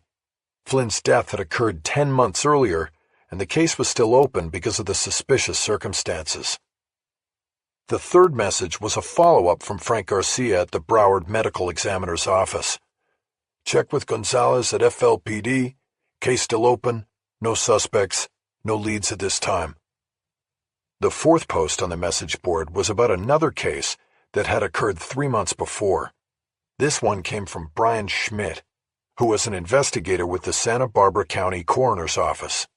Charlotte Taggart, 22, YOA, fell from cliff at Hendry's Beach, found DOA next morning. AOD and other injuries, accidental. BAT .09 and fall occurred 0300 in full darkness. I knew that BAT meant blood alcohol toxicity, and that the limit for driving in California was .08, indicating Taggart was at least slightly inebriated when she walked to the edge of a cliff in darkness and fell to her death. The fifth message was posted most recently. It was the shortest message, but it froze me. "Who is this?" It had been posted only 20 minutes earlier by Dr. Adira Larkspur, who I knew was the chief medical examiner of Los Angeles County. It meant I was in danger of discovery. When no one volunteered to identify themselves to their boss, Larkspur might check to see if her office did indeed have a recent AOD case, and this inquiry would undoubtedly lead her to Matson and Sakai, who would undoubtedly conclude that I had been the one to initially post on the message board. I tried to push thoughts of another visit from the detectives aside and to focus on the information I had in front of me. 3 cases of AOD in the last year and a half, with Tina Portrero making a 4th. The victims were women ranging in age from 22 to 44. So far, 2 of the cases had been ruled homicides, 1 was suspicious, and 1, the most recent before Portrero, was classified as an accident. I did not know enough about human physiology to be sure whether the fact that all 4 cases involved females was significant. Since men are generally larger and more muscled than women, it was possible that AOD happened more to women because their bodies were more fragile. Or it could be that they are stalked and become the targets of predators more often than men. I knew that I had to add more to the profiles of these 4 women if I were to make any informed judgment based on the information I had. I decided to work backward and start with the most recent case first. Using basic search engines, I found very little on Charlotte Taggart, other than a paid obituary that had run in the East Bay Times and an accompanying online memorial book where friends and family could sign their names and make comments about the deceased loved one. The obituary said Charlotte Taggart grew up in Berkeley, California, and attended UC Santa Barbara. She was in her senior year when she passed. She was interred at Sunset View Cemetery in Berkeley.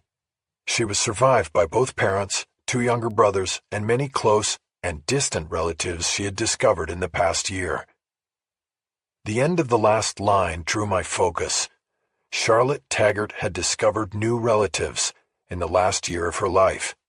That said to me that she most likely discovered these people through a heritage analysis company. My guess was she had submitted her DNA just as Christina Portrero had done. This connection didn't necessarily mean anything. Millions of people did what these 2 young women had. It was not uncommon at all, and at this stage it appeared to be a coincidence. I scanned the comments in the online memorial book and found it to be full of heartfelt but routine messages of love and loss, many written directly to Charlotte, as though she would be reading them from the great hereafter. After entering what I knew about Charlotte Taggart's life and death into the story file, I moved on to the Dallas case, where Jamie Flynn's death was labeled suspicious because there was no explanation for her driving down an embankment into a tree. This time, I found a short story about the death in the Fort Worth Star-Telegram. Jamie Flynn was from a prominent family that ran a well-known boot and saddlery business in Fort Worth. Flynn was a graduate assistant at Southern Methodist University in Dallas, while working on a doctorate in psychology. She lived on a horse ranch in Fort Worth owned by her parents and commuted because she liked to be close to her horses. It was her life's goal to open a counseling practice that incorporated riding as therapy. The story contained an interview with Flynn's father, who lamented that his daughter had battled depression and alcoholism before straightening her life out and returning to school. He seemed proud of the fact that she had not had a relapse and that her blood screens in the autopsy were clean.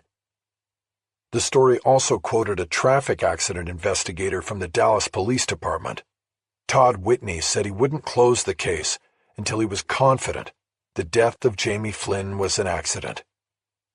"A young, healthy woman with a lot going for her doesn't just go off the road and down into a ravine and get her neck broken," he said.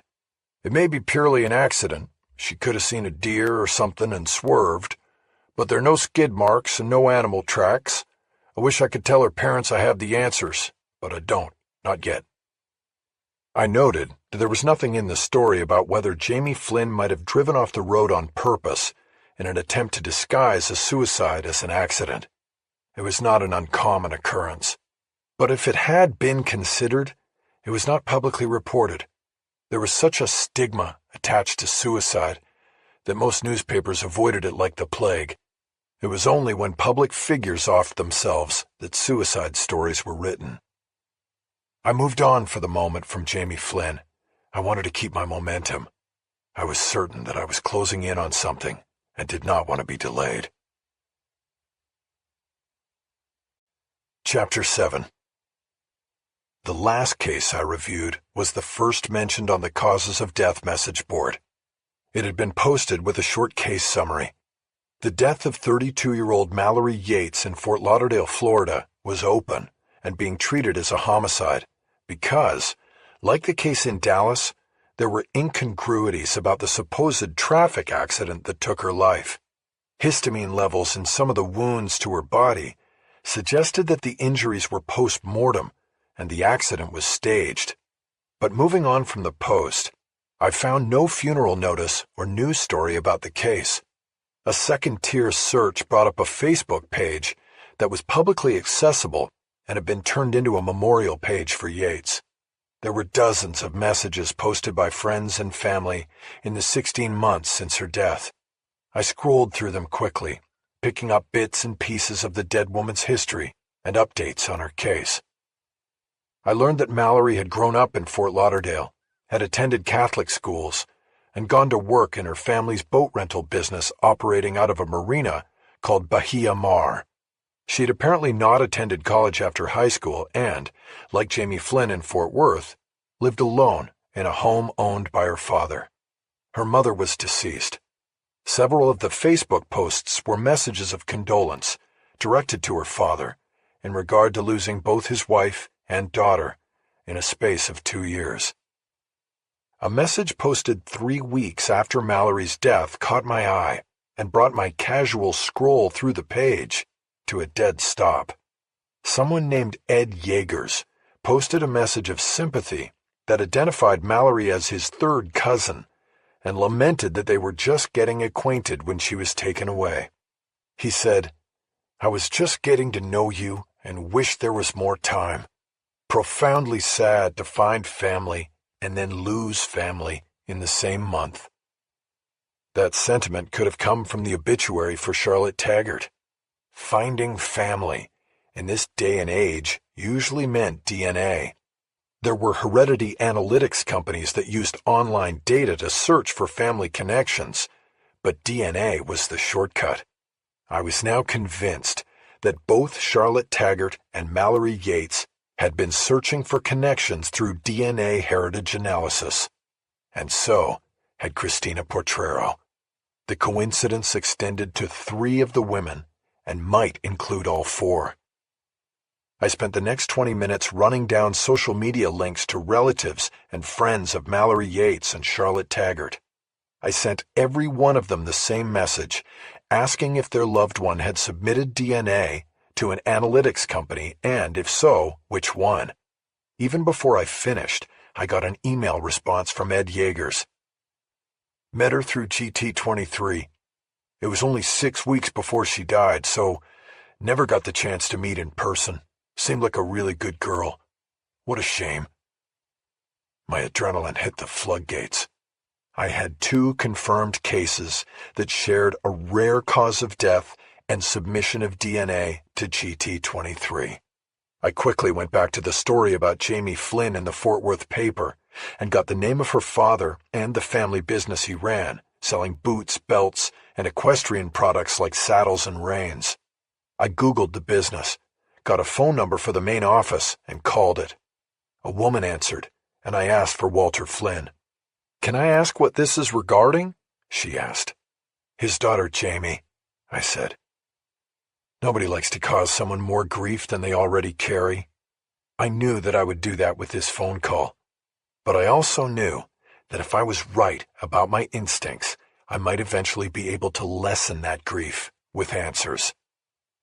A man picked up the call after a very brief hold. "Walt Flynn, what can I do for you?" He had a no-nonsense Texas drawl that I guessed went back generations. In my head, I pictured the Marlboro Man in a white Stetson sitting on a horse, his chiseled features set in a frown. I chose my words carefully, not wanting him to dismiss me or grow angry. "Mr. Flynn, I'm sorry to disturb you. I'm a reporter calling from Los Angeles, and I'm working on a story about several unexplained deaths of women." I waited. The bait had been thrown out. He would either bite or hang up on me. "And this is about my daughter?" he asked. "Yes, sir, it could be," I said. I didn't fill the silence that followed. I started to hear a background noise, like running water. "I'm listening," he said. "Sir, I don't want to cause you any more grief than you're already going through," I said. "I am so sorry about the loss of your daughter, but can I speak frankly to you? I'm still on the phone and off the record. Isn't that what I say to you? What I mean is, I don't want you to turn around and share this conversation with anyone apart from your wife. Is that okay?" "It's fine for now." "Okay, well, then I'll just lay it out for you, sir. I'm sorry, do we have a bad connection? I hear this back. It's raining. I stepped outside for privacy. I'll put it on mute while you talk." The line went silent. Okay, that's fine," I said. "So, I'm looking at 4 deaths of women aged 22 to 44 across the country in the last year and a half, where the cause of death was determined to be atlanto-occipital dislocation, AOD, as they call it. 2 of the deaths, one here and one in Florida, have been classified as homicides. One is listed as accidental, but I find it suspicious. And then the 4th, which is your daughter's case, is officially classified as suspicious." Flynn took it off mute, and I heard the rain before he spoke. "And you're saying these 4 are somehow linked?" I could hear the disbelief creeping into his voice. I was going to lose him pretty quickly if I didn't change that. "I'm not sure," I said. "I'm looking for commonalities in the cases and the women. You could help if I could ask you a few questions. That is why I'm calling." He didn't respond at first. I thought I heard the low rumble of thunder providing a baseline for the rain. Flynn finally replied. "Ask your questions." "Okay. Before her death, had Jamie submitted her DNA to a genetic analytics lab, whether for hereditary or health analysis?" Flynn had muted the call. There was only silence in reply. After a few moments, I wondered if he had disconnected the call. "Mr. Flynn?" The rain came back. "I'm here. The answer is she was just getting into that sort of stuff. But as far as I know, she had not gotten anything back. She said she wanted to incorporate it into her doctoral program somehow. She said that she was having everyone in one of her classes at the university do it. How does this connect to her death? I don't know yet. Do you happen to know what company your daughter submitted DNA to?" "Some of the kids in her class, they're scholarship kids. Money is tight. They went with the cheapest one. The one that charges $23 for the test. GT23. That's it. What does all this mean?" I almost didn't hear his question. I could hear my pulse pounding in my ears. I now had a third confirmation. What were the odds that these 3 women who suffered the same kind of death had all sent their DNA to GT23? "I don't really know what it means yet, Mr. Flynn," I said. I had to guard against Flynn getting as excited over the connection in the cases as I was. I didn't want him running to the Texas Rangers or the FBI with my story. "Do the authorities know about this?" he asked. "There's nothing to know about yet," I said quickly. "When and if I have a solid link between the cases, I'll go to them." "What about this DNA stuff you just asked me about? Is that the connection?" "I don't know. It's not confirmed yet. I don't have enough to take to the authorities. It's just one of a few things I'm looking at." I closed my eyes and listened to the rain. I knew it would come to this. Flynn's daughter was dead, and he had no answers, no explanations. I understand what you're feeling, Mr. Flynn, I said. But we need to wait until— How could you understand? He said. Do you have a daughter? Was she taken from you? A flashback memory hit me. A hand swinging at my face, me turning to deflect the blow, the diamond raking across my cheek. You're right, sir. I shouldn't have said that. I have no idea what kind of pain you carry. I just need a little bit more time to get further into this. I promise you, I will stay in touch and keep you informed. If I come up with something solid, you will be the first person I call. After that, we'll go to the police, the FBI, everybody. Can you do that? Can you give me that time? How long? I don't know. We can't go to the FBI or anybody if we don't have this nailed down. You don't yell fire unless there's a fire. You know what I mean? How long? A week, maybe. And you'll call me. I'll call you. That's a promise. We exchanged cell numbers, and he needed to hear my name again because he had missed it the first time. We then disconnected, with Flynn promising to sit tight until he heard from me at the end of a week. My phone rang as soon as I put it back in its cradle. It was a woman named Kinsey Russell. She had been one of the posters in Charlotte Taggart's online memorial book. I had found her on Instagram and sent her a private note. "What kind of story are you doing?" she asked. "To be honest, I'm not quite sure yet," I said. "I know that your friend Charlotte's death was listed as an accident, but there are 3 other similar deaths of women that are not. I'm writing about those 3 and just want to check out Charlotte's death to make sure something wasn't missed." "I think it was murder. I've said that from the beginning." "Why do you say that?" "Because she wouldn't have gone out to those cliffs at night. And definitely not alone.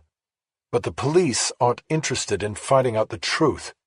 An accident looks better for them and the school than a murder." I had little knowledge of who Kinsey Russell was. She had written one of the messages directly to her dead friend. "How did you know Charlotte?" "From school. We had classes together." "So this was like a school party?" "Yes, kids from school." "So how do you jump from her disappearing at the party to it being a murder at the cliffs?" "Because I know she wouldn't have gone out there by herself. She wouldn't have gone out there at all. She was scared of heights. She always talked about all the bridges they have up there where she was from and being too scared to even drive over the Bay Bridge or the Golden Gate. She almost never went into San Francisco because of the bridges." I wasn't sure that was convincing enough to declare the death a murder. "Well, I'm going to look into it," I said. "I've already started. Can I ask you a few other questions?" "Sure," she said. "I'll help you any way I can because this isn't right. I know something happened out there." The obituary that ran in the paper up in Berkeley said she was survived by her family and several distant relatives she had discovered in the last year. Do you know what that meant, the part about distant relatives? Yes, she did the DNA thing. We both did, except she was really into it and was tracing her family back to Ireland and Sweden. You both did it. Which company did you use? It's called GT23. It's not as well known as the big ones, but it's cheaper. There it was. I was 4 for 4. 4 AOD deaths, 4 victims who had turned their DNA over to GT23. There had to be a connection. I asked Kinsey Russell a few follow-up questions, but didn't register their answers. I was moving on. I had momentum. I wanted to get off the phone and get to work. I finally thanked her for her help, said I would stay in touch, and ended the call. I looked up after putting the phone down and saw Myron Levin looking over the half wall of my cubicle. He was holding a mug of coffee with the Fair Warning logo on it. The A in warning was a red triangle with a lightning bolt through it. I was feeling the power of that bolt right now. "Did you hear all of that?" "Some of it. You have something?" "Yeah. I got something big, I think. Let's go to the conference room." He pointed his cup toward the room. "Not yet. I said. I need to make a few more calls. Maybe go see somebody, then I'll be ready to talk. You're going to like it. Okay, Myron said. Ready when you are. Chapter 8. I pulled up everything I could on GT23 and immersed myself in the business of DNA analytics.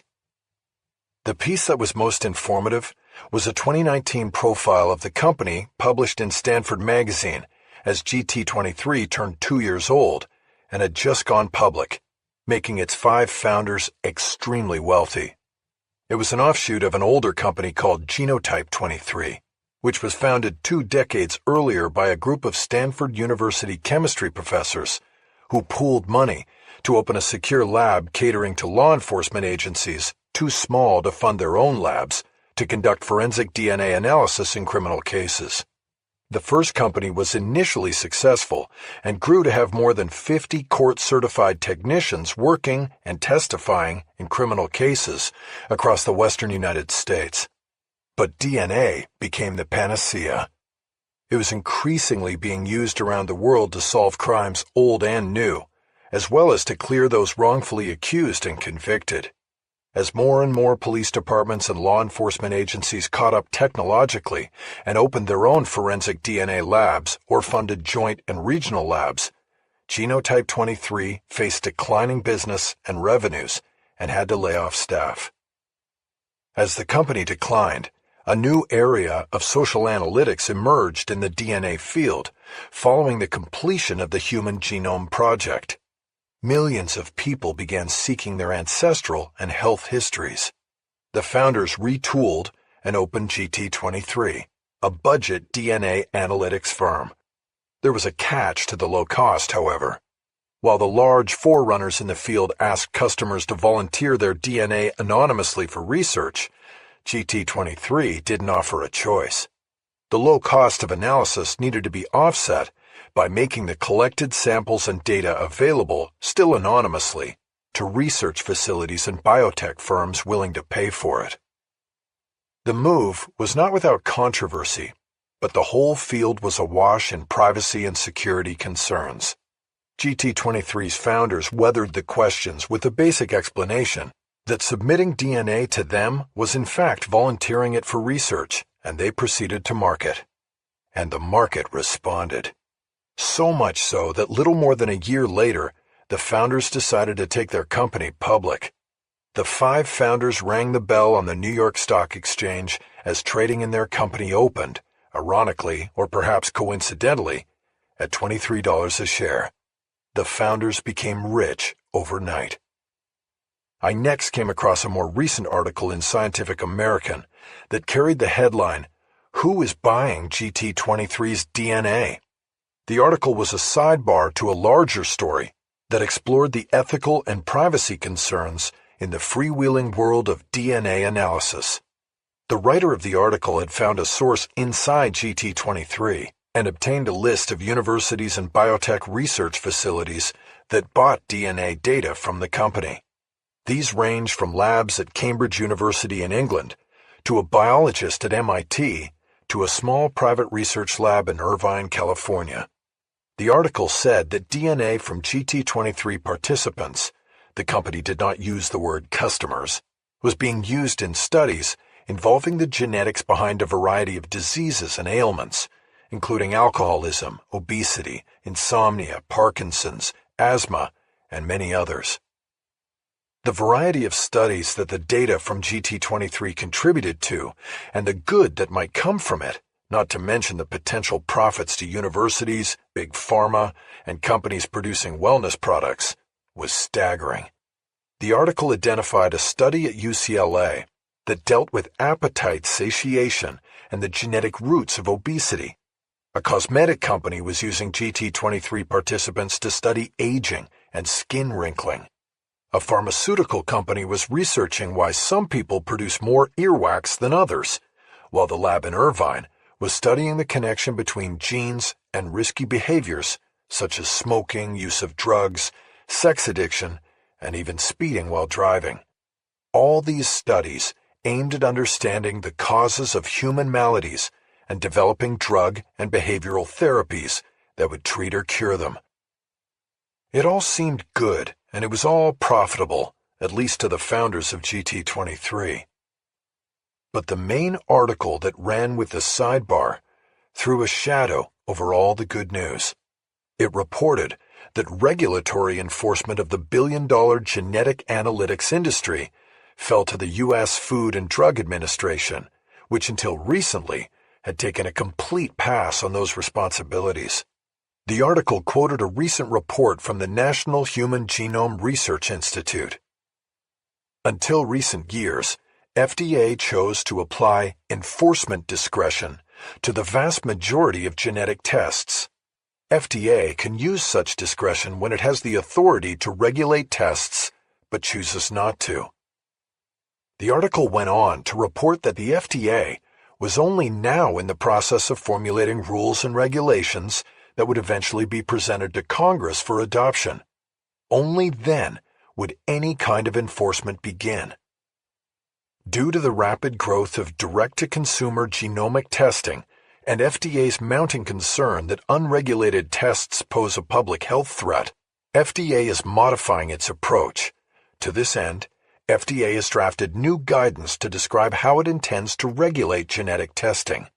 FDA guidance is different from laws and regulation in that it represents only FDA's current thinking on a topic and is not legally binding for FDA or the parties it regulates. I was stunned. The report concluded that there was virtually no government oversight and regulation in the burgeoning field of genetic analytics. The government was far behind the curve. I printed a copy of the story for Myron to read and then went to GT23's website to look for any acknowledgement that the services the company provided and the security it promised were not backed by government regulation. I found none.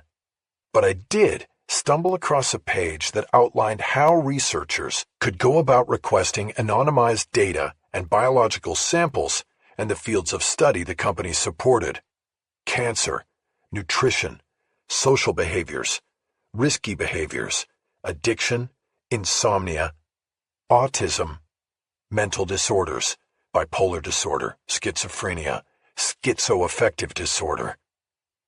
On the website, the recipients of data and biosamples were called collaborators.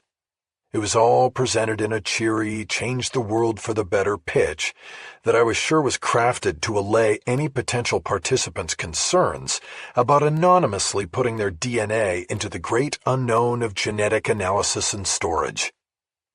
Another section of the website contained a 4-page privacy and informed consent statement that outlined the anonymity guaranteed with the submission of one's DNA in a GT23 home sampling kit. This was the boring fine print, but I read every word of it.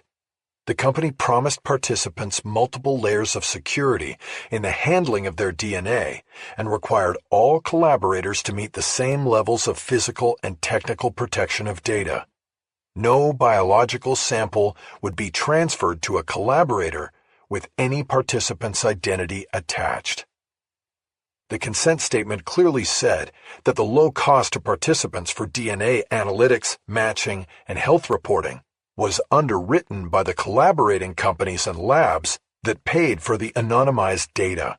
As such, the participant was agreeing to field requests from collaborators funneled through GT23 to maintain anonymity. The requests could range from additional information on personal habits to surveys in the specific field of study, or even additional DNA samples. It was then up to the participant to decide whether to respond. Direct participation with collaborators was not required. After 3 pages of outlining self-imposed security measures and promises, the last page contained the bottom line: we cannot guarantee that a breach will never happen. It was the lead sentence of the last paragraph, and was followed by a list of worst-case scenarios that were highly unlikely. These ran from collaborator security breaches to the theft or destruction of DNA samples while in transit to labs sponsored by collaborators. There was one line in the disclaimer paragraph I read over and over, trying to understand it. It may be possible, but unlikely, that a third party could identify you if they are able to combine your genetic data with other information available to them through other means. I copied this off the screen and put it at the top of a notes document. Below it, I typed, WTF.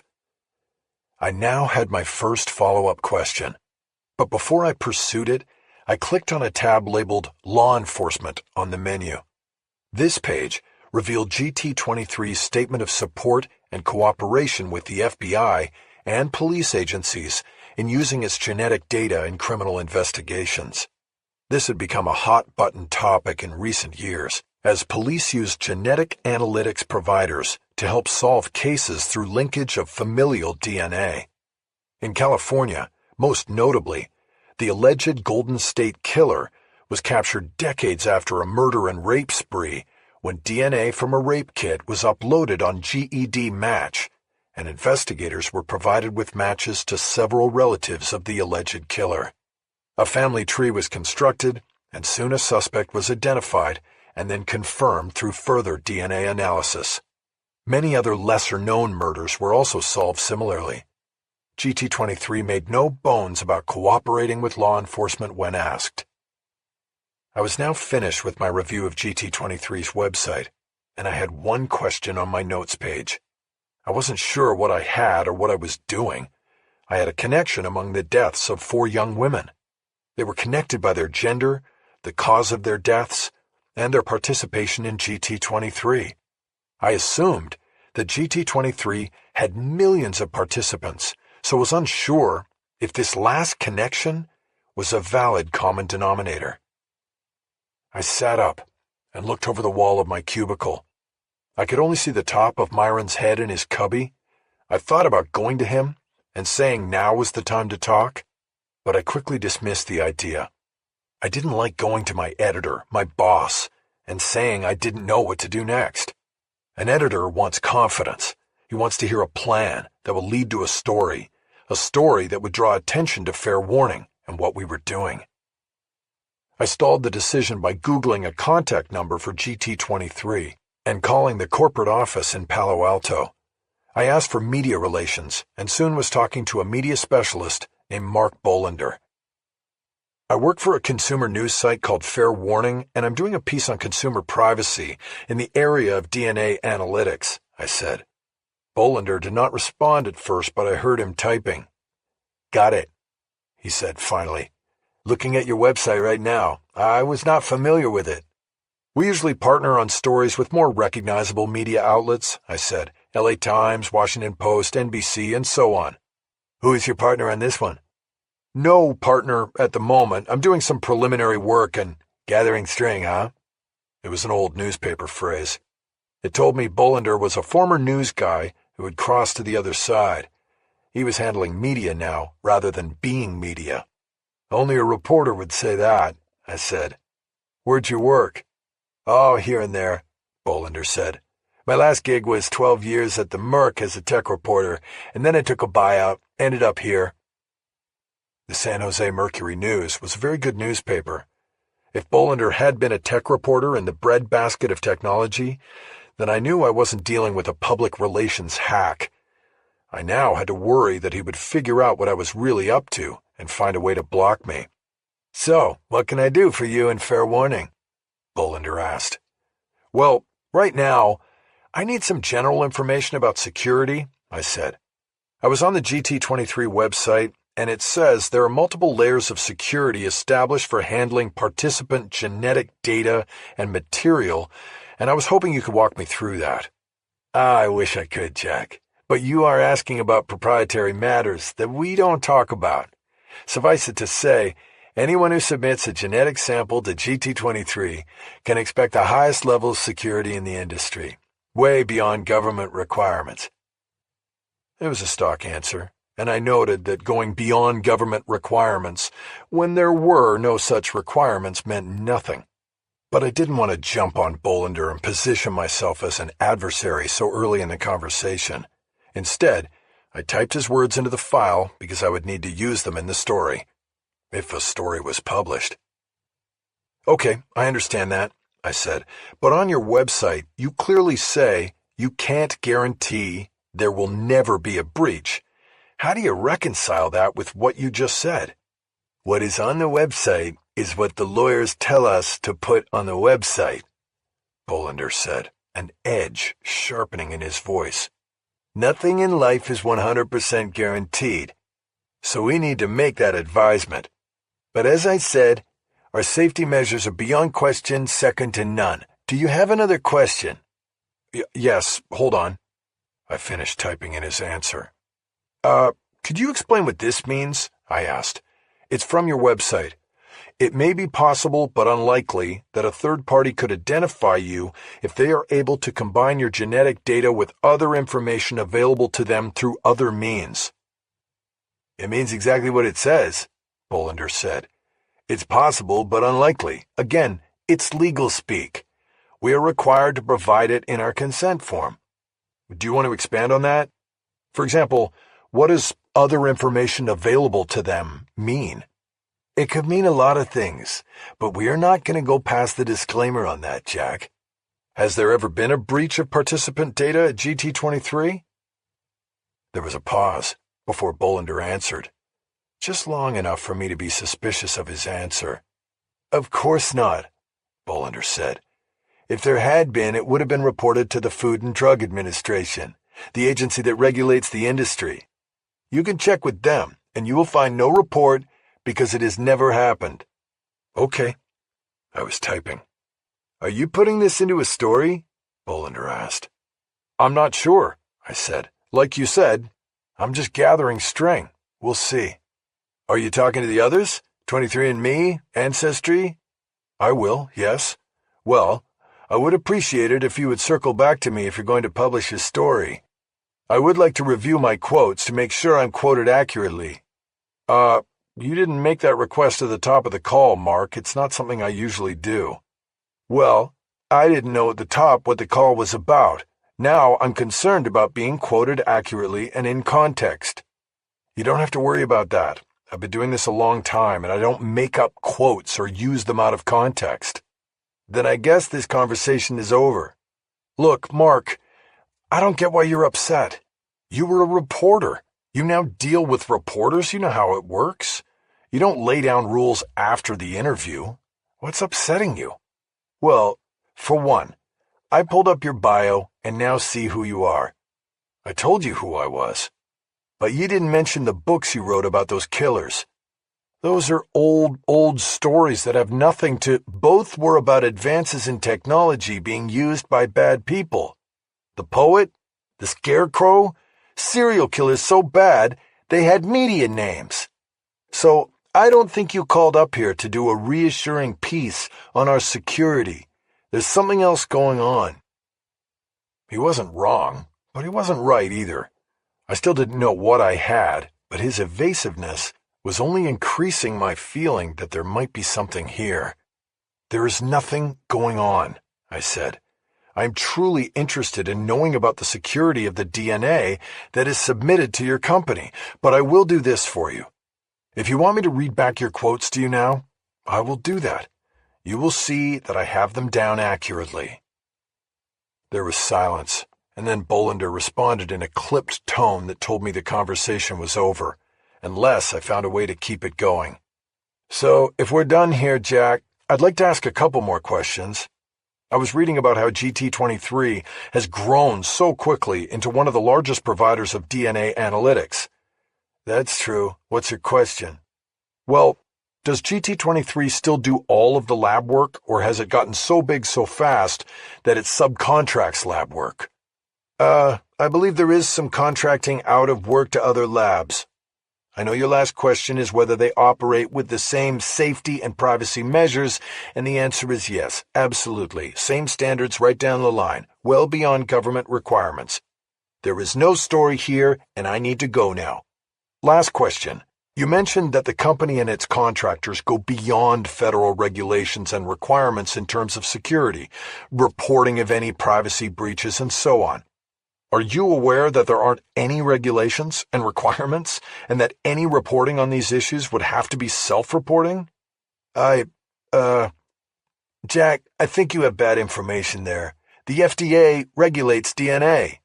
True, it falls under FDA purview, but the FDA has chosen, up until now at least, not to regulate.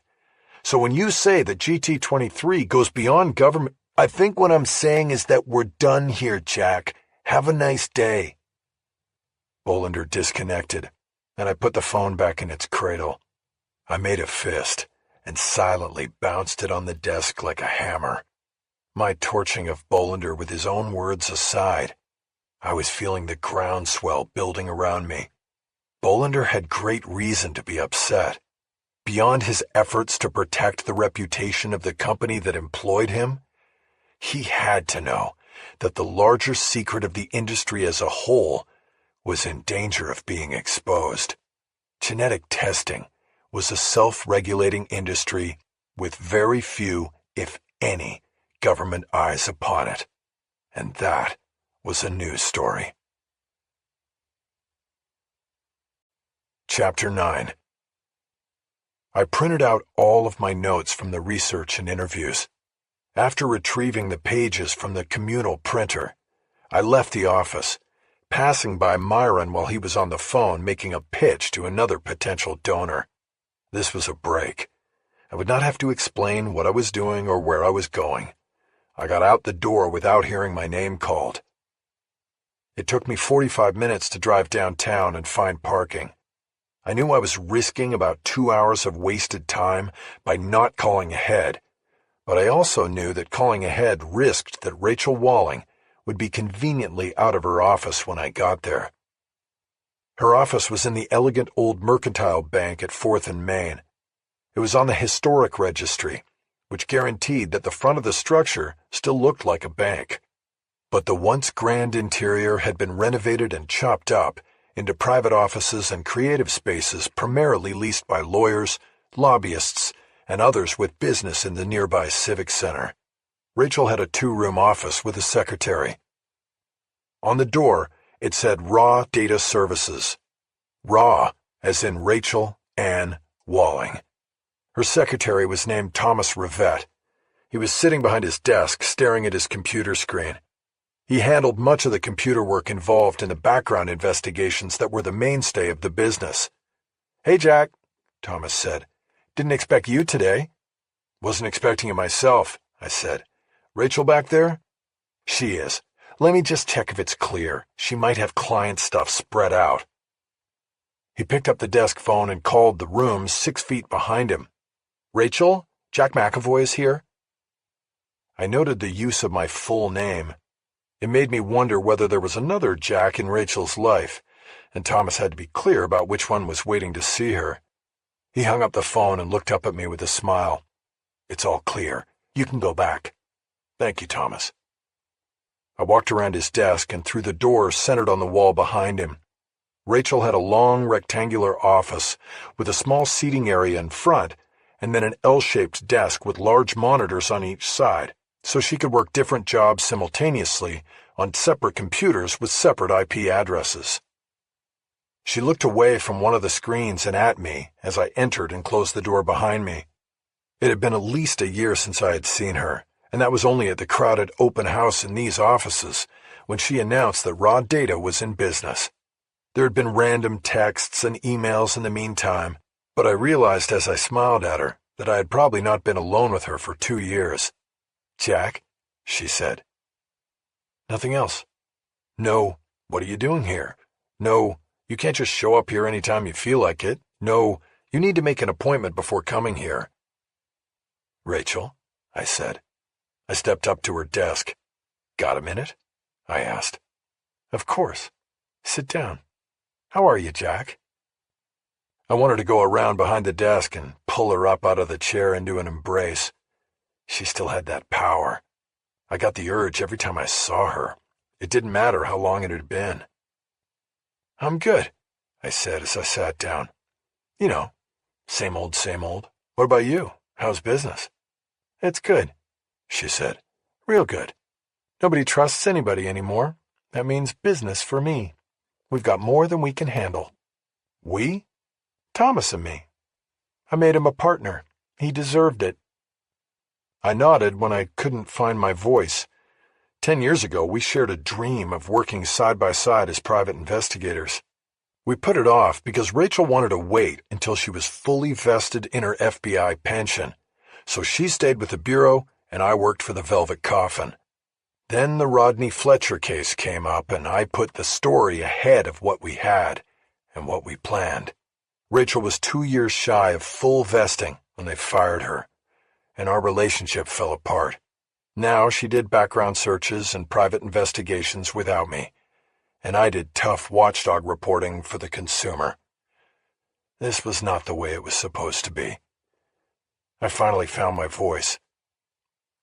You going to put his name on the door? I don't think so. We've already done the branding with raw data, and it works. So, what brings you here? Well, I was hoping maybe I could pick your brain and get some advice on a story I'm working on. Let's move over here. She gestured toward the seating area, and we shifted there, me sitting on the couch and Rachel taking the armchair across a coffee table from me. The wall behind her was hung with photos from her time with the Bureau. I knew it was a selling tool. So, she said when we were seated.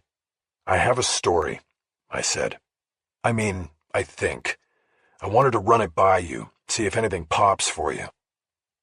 As quickly as I could, I told the story of Tina Portrero's murder, the connection to 3 other deaths of women across the country, and the rabbit hole it had led me down. I pulled the printouts from my back pocket and read her passages from the GT23 informed consent pages and some of the quotes from Bolander and Tina's mother. It feels like there's something there, I concluded, but I don't know what the next steps would be. First question, Rachel said. Is there any indication that the LAPD is going the same way with this? Do they know what you know? I don't know, but I doubt they've come up with 3 other cases. How did you find out about this in the first place? It doesn't feel like the new you. The consumer reporter. I had conveniently left out the part about the LAPD coming to me because I had spent a night with Tina Portrero the previous year. Now, there was no way around it. Well, I sort of knew Tina Portrero, briefly, so they came to me. You mean you're a suspect, Jack? No, more a person of interest. But that will get cleared up soon. I gave them my DNA, and it'll clear me. But then you have a big conflict of interest here. Your editor is letting you run with this? Same thing. Once the DNA clears me, there is no conflict. Yes, I knew Tina, but that does not preclude me from writing about the case. It's been done before. I wrote about my brother, and before that I knew an assistant city manager who got murdered. I wrote about that case. Yeah, but did you fuck her too? That was harsh, and it led me to realize that Rachel had a conflict of interest herself when it came to me. Though our decision to part 3 years before was mutual, I don't think either of us had gotten over the other, and possibly never would. No, I didn't fuck the assistant city manager, I said. She was just a source. I realized as soon as I said the last line that it had been a mistake. Rachel and I had had a secret relationship that blew up publicly when she revealed that she was my source on the series of stories exposing Rodney Fletcher's misdeeds. Sorry, I said quickly. I didn't mean, it's okay, Jack, Rachel said. Water under the bridge. I think you're right about this DNA stuff. There is something there, and I would pursue it. Yeah, but how? You said it's a self-regulating industry? Remember when it came out that Boeing was essentially self-regulating and self-reporting when they had those airliner crashes? You could be onto something just as big here. I don't care what it is, a government, a bureaucracy, a business. When there are no rules, then corruption sets in like rust. That's your angle. You have to find out if GT23 or any of them has ever been breached. If it has, then game over. Easier said than done.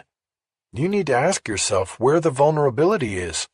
That part you read to me, We cannot guarantee that a breach will never happen. That's important. If they can't guarantee that, then they know something. Find the vulnerabilities. Don't expect the media flack to just give them to you. I understood what she was saying, but I was on the outside looking in.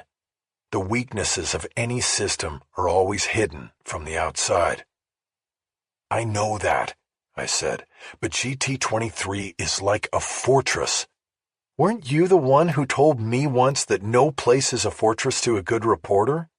There is always a way in. Former employees, current employees with grievances. Who have they fired? Who have they mistreated? Competitors, jealous colleagues? There's always a way in. Okay, I'll check all of that. The collaborators. That's another vulnerability. Look at what GT-23 is doing, Jack. They are handing off data. They're selling it. That is the point where they lose control of it. They don't control it physically anymore, and they don't control what's done with it. They do their due diligence on the research application and then trust that that is the research that is actually conducted. But do they ever double back and check that it is? That's the direction you have to take this. What did the mother say? What? The mother of the victim. You read me her quotes. She said Tina was never married, never wanted to be tied down to one man, was boy crazy from the start. What is all of that? It's a nice way of saying she was promiscuous. In current society, that is considered a behavioral problem in females, right? I was seeing all of her profiling instincts come into play. I may have had ulterior motives in coming to see Rachel Walling again, but now she was using her skills to give direction to my reporting, and it was beautiful. Right, I guess. It's the classic profile. A man pursues sex with multiple partners, no big deal. A woman? She's loose. She's a whore. Well, is it genetic? I nodded, remembering. Sex addiction. At least one of the GT-23 collaborators is studying risky behaviors and their genetic origin. I saw that in a story. There might be others. Rachel pointed at me. Bingo, she said. Sex addiction. Who is studying the genetic relation to sex addiction? Wow, I said. Man, I wish we had this stuff when I was working bureau cases, Rachel said. It would have been a huge part of both victimology and suspect profiling. She said it wistfully, remembering her past work for the bureau. I could tell that what I had brought to her excited her, but also served as a reminder about what she once had and once was. I almost felt bad about my motives for coming. This is all fantastic, Rachel, I said. Great stuff. You've given me a lot of angles to look at. All of which I think a seasoned reporter like you already knew, she said. I looked at her. So much for my motives. She had read me the way she used to read crime scenes and killers. What did you really come here for, Jack? She asked. I nodded. Well, that's just it, I said. You just read me like an open book, and that's what I came for. I thought maybe you'd want to take a shot at this. Maybe profile the killer, profile the victims. I have a lot of victimology, and on the killer, I've got times, locations, how he staged things. I've got a lot. She was shaking her head before I finished. I've got too much going on, she said. This week we're backgrounding candidates for the Mulholland Corridor Planning Board for the city, and I have the usual backlog from our steady clients. Well, I guess all that pays the bills, I said. Besides, I really don't want to go down that path. That was the past, Jack. But you were good at it, Rachel. I was.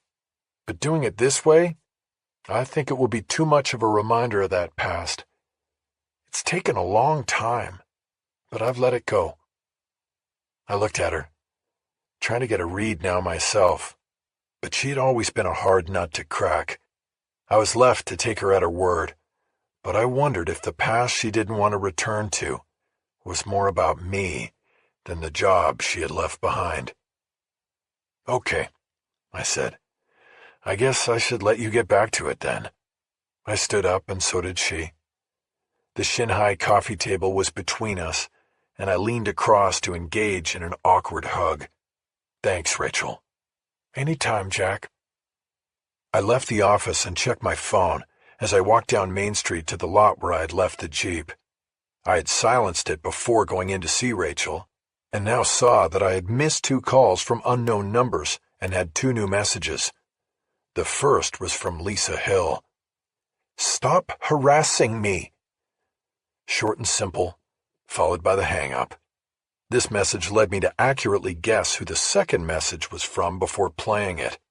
Detective Matson used a few more words than Hill. "McEvoy, if you want me to put together a harassment case against you, all you have to do is keep bothering Lisa Hill. Leave her alone." I erased both messages, my face burning with both indignation and humiliation. I was just doing my job, but it bothered me that neither Hill nor Matson viewed it that way. To them, I was some kind of intruder. It made me all the more determined to find out what had happened to Tina Portrero and the 3 other women. Rachel Walling said she didn't want to venture into the past, but I did. For the first time in a long time, I had a story that had my blood moving with an addictive momentum. It was good to have that feeling back. Chapter 10. Fair Warning did not have the budget for such niceties as the LexisNexis legal search engine, but William Marchand, the lawyer who was on the board of directors and reviewed all Fair Warning stories for legal pitfalls, did have the service, and offered it to our staff as just one of the many things he did for us gratis. His office, where he served most of his paying clients, was located on Victory Boulevard near the Van Nuys Civic Center, and the side-by-side courthouses where he most often appeared on their behalf. I made my first stop there after leaving downtown. Marchand was in court, but his legal assistant Sasha Nelson was there and allowed me to sit next to her at her computer while she conducted a LexisNexis search to see if GT23 or its parent company and founding partners had ever been the subject of a lawsuit. I came across one pending action against the company and another that had been filed and dismissed when a settlement had been reached. The pending case was a wrongful termination claim filed by someone named Jason Huang. The cause of action summary on the first page of the lawsuit stated that Huang was a regulatory affairs specialist who was fired when another employee claimed that he had fondled him during an encounter in the coffee room. Huang denied the accusation and claimed to have been fired without the due process of a full internal investigation. The lawsuit stated that the sexual harassment complaint was trumped up as a means of getting rid of Huang because he had demanded strict adherence to company protocols regarding DNA testing and research. The lawsuit also stated that the alleged victim of the unwanted sexual contact was promoted to Huang's position after he was fired, a clear indication that the termination was unlawful. What stood out to me in the filing was that Huang did not work directly for GT23 at the company's Palo Alto lab. He was technically an employee of Woodland Bio, an independent lab located in the Woodland Hills section of Los Angeles. Woodland Bio was described in the lawsuit as a GT23 subcontractor, a lab that handled some of the overflow demands of the mother company's genetic testing. Huang was suing the mother company because they had ultimate control over personnel decisions, and that was also where the money was. Huang was seeking $1.2 million in damages, saying his reputation had been ruined in the industry by the false accusation, and no other company would hire him. I asked Sasha to print out the lawsuit, which included a notifications page with the name and contact information for Huang's attorney, who is a partner in a downtown LA law firm. Sasha sensed my excitement. "Good stuff?" she asked. "Maybe," I said. "If the plaintiff or his lawyer will talk to me, it could lead to something." "Should we pull up the other case?" "Yes, sure." I was sitting on a roller chair next to Sasha's as she worked the keyboard. She was in her early 40s, had been with Marchand for a long time, and I knew from previous conversations that she was going to law school at night while working in the office by day. She was attractive in a bookish, determined sort of way. Pretty face and eyes hidden behind eyeglasses, never lipstick or any sign that she spent much time in front of a makeup mirror. She wore no rings or earrings, and had an unconscious habit of hooking her short auburn hair behind her ears as she stared at the computer screen. It turned out that there had been 6 Stanford men who had originally founded Genotype 23 to cater to the burgeoning law enforcement need for DNA lab work. But Jensen Fitzgerald had been bought out early by the 5 other partners. When years later GT23 was founded, he filed a lawsuit claiming that he was owed a piece of the GT23 action because of his standing as an original founder of the mother company. The initial response to the lawsuit said Fitzgerald had no claim to the riches generated by the new company because they were separate entities. But the LexisNexis file ended with a joint notice of dismissal, meaning the 2 parties had come to an agreement and the dispute was settled. The details of the settlement were kept confidential. I asked Sasha to print out the documents that were available, even though I did not see much in the way of follow-up on that case. I believed that the Huang case could be far more fruitful. After finding no other legal action regarding the company, I had Sasha enter the names of the 5 remaining founders one by one to see if there was ever a legal action personally filed by them or against them. She found only a divorce case involving one of the founders named Charles Breyer. His marriage of 24 years came to an end in a divorce petition filed 2 years earlier by his wife Anita, who made claims of intolerable cruelty and called her husband a serial philanderer. She settled the divorce for a lump sum payment of $2 million and the home they had shared in Palo Alto, which was valued at $3.2 million. Another happy, loving couple, Sasha said. Print it? Yeah, might as well print it, I said. You sound pretty cynical about it. Money, she said. It's the root of all troubles. Men get rich, they think they're king of the world, then they act like it. Is that from personal experience? I asked. No, but you see it a lot when you work in a law office. You mean with the cases? Yes, the cases. Definitely not the boss. She got up and went to the printer, where all the pages I had asked for were waiting. She tapped them together and then put a clip on the stack before handing it to me. I stood up and moved around from behind her desk. How is law school? I asked. All good, she said.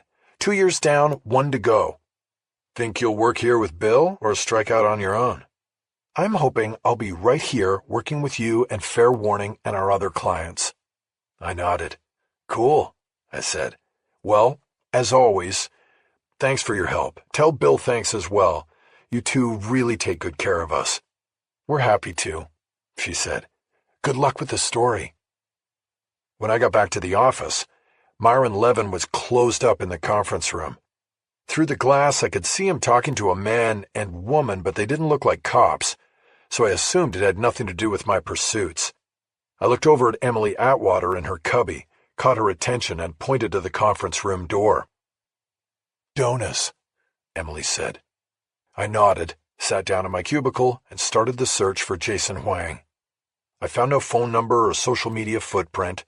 He wasn't on Facebook, Twitter, or Instagram. I got up and walked over to Emily. I knew she was on LinkedIn, the professional networking site, and I wasn't. I'm looking for a guy, I said. Can you do a quick check on LinkedIn? Let me finish this line, she said. She kept typing. I checked on Myron through the glass, and it looked like the woman was writing a check. Looks like we'll get paid this week, I said. Emily stopped typing and glanced at the conference room window. She's writing a check, I explained. 6 figures, I hope, Emily said. I knew Fair Warning's biggest financial support came from individuals and family foundations. Sometimes there were 1-to-1 matching grants from journalism foundations. Okay, what's the name?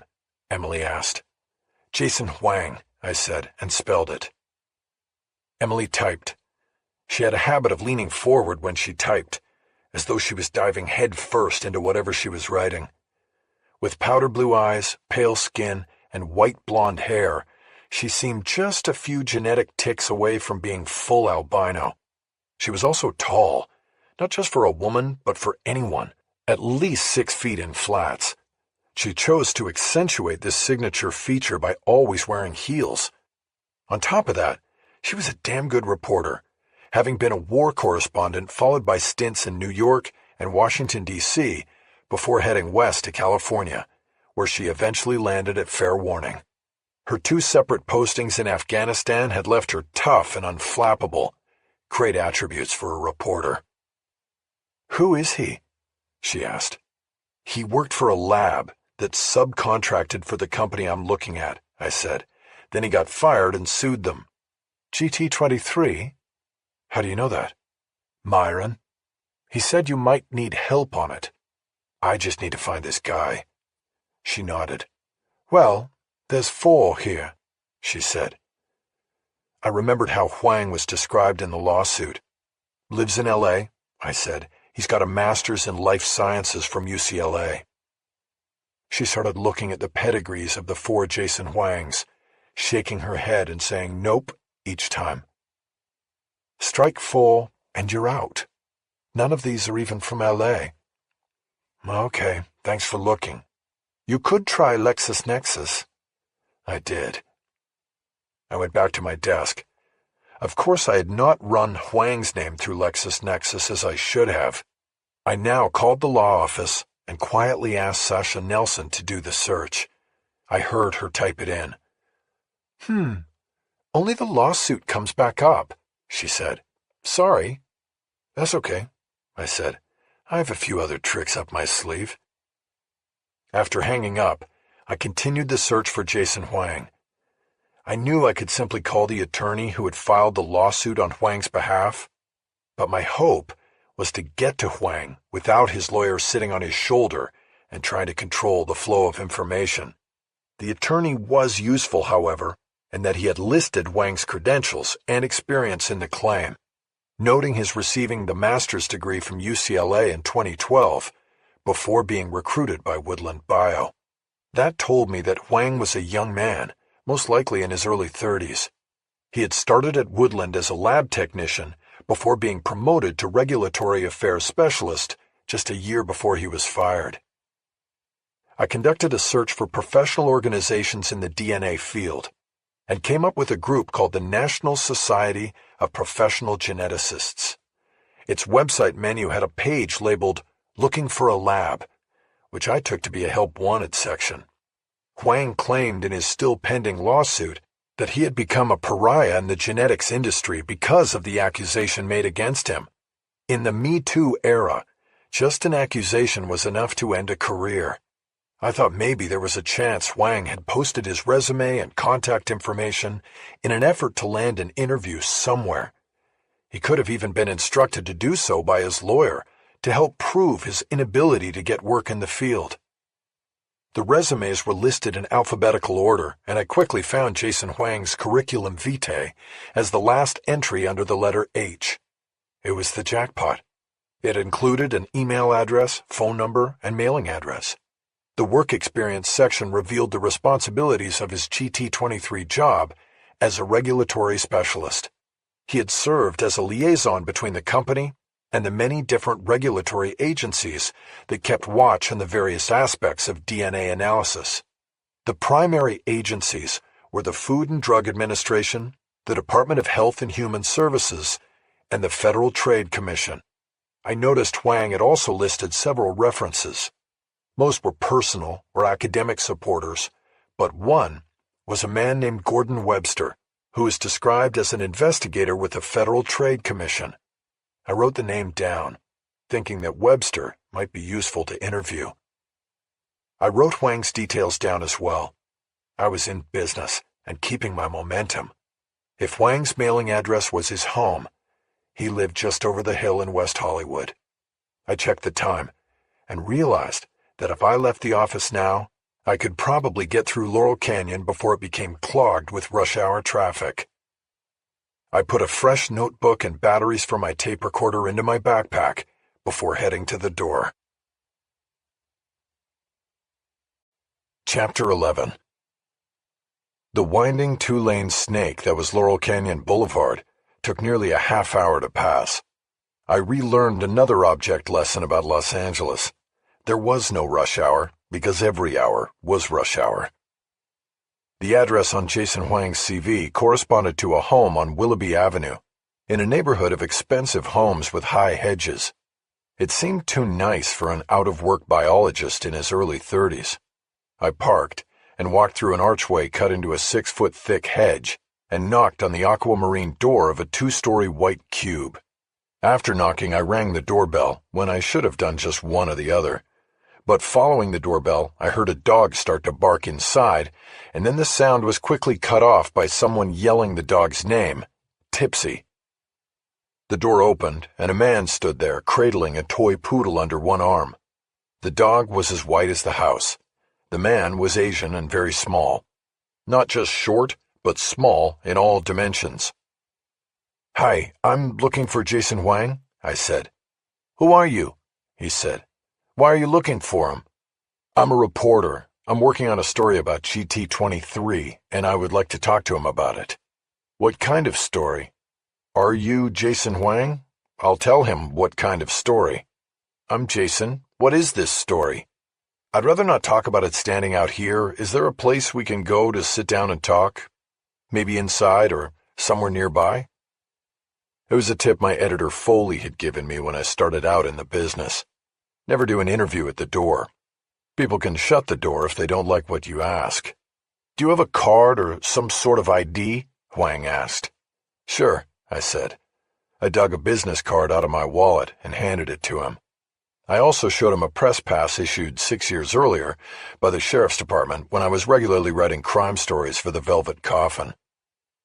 Huang studied both, but didn't mention that the press pass was dated 2013, or that the man in the photo looked a lot younger than me. "Okay," Huang said, handing me back the card.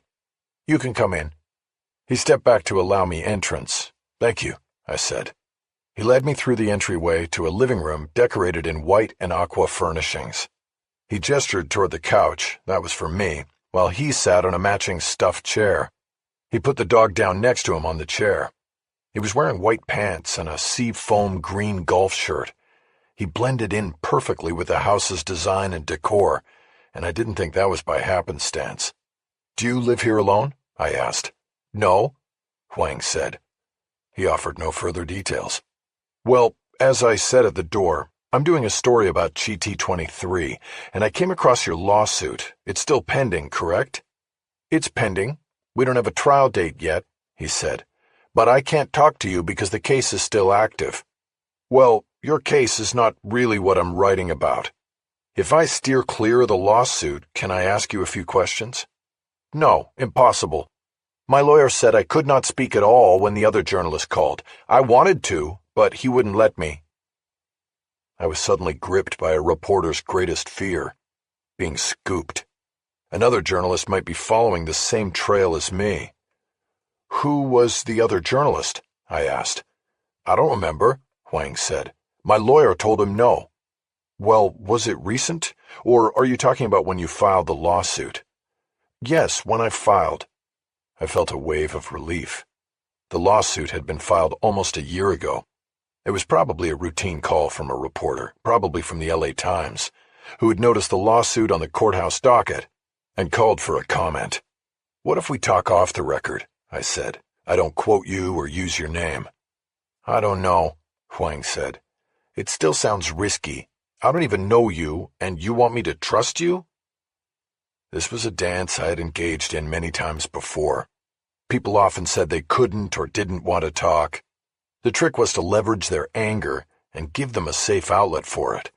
Then they would talk. "All I can say is that I would protect you from being identified," I said. "My own credibility is at stake. I burn a source, and no source will ever trust me. I went to jail once for 63 days because I wouldn't give up the name of a source." Huang looked horrified. Mentioning that experience often worked with people on the fence about talking to me. "What happened?" Huang asked. "The judge finally let me go," I said. "He knew I wasn't going to give up the name." All of that was true, but I left out the part about my source, Rachel Walling, coming forward and revealing herself. After that, there was no point in continuing the contempt order, and the judge released me. "The thing is, if I talk, they'll know it came from me," Huang said. "They'll read the story and say, 'Who else could it come from?' Well, your information would be for background only. I won't record. I don't even have to take notes. I'm just trying to understand how all of this works." Huang paused and then made a decision. "Ask your questions, and if I don't like them, I won't answer." Fair enough. I had not really thought about how I would explain myself should Huang agree to talk to me, on or off the record. Now, it was time. Like a good police detective, I didn't want to give the subject of my interview all my information. I didn't know him and didn't know who he might pass it on to. He was worried about trusting me, but I also had to worry about trusting him. "Let me start by explaining who I am and what I'm doing," I began. "I work for a news site called Fair Warning. It's consumer protection reporting, watching out for the little guy. And I've been assigned to look at the security of the personal information and biological material in the genetic analytics field." Huang immediately scoffed. "What security?" he said. I wanted to write the line down because I instinctively saw it as possibly the first quote in a story. It was provocative and would pull the reader in. But I couldn't. I had made a deal with Huang. "It sounds like you were not impressed by the security at GT23, I said. The question was deliberately open-ended. He could run with it if he wished. "Not the lab," Huang said. "I ran a tight lab. We adhere to all protocols, and I will prove that in court. It was what happened afterward." "Afterward?" I prompted.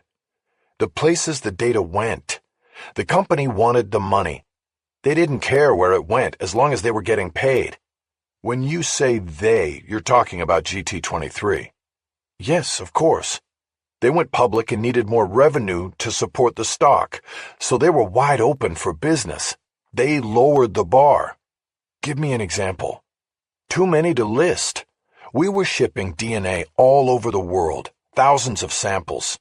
The company needed the money, and no one was turned away as long as it was a lab registered with the FDA, or the equivalent in other countries. So then they had to be legit. It wasn't like somebody drives up and says, 'I need DNA.' I'm not understanding your concern." "It's the Wild West right now.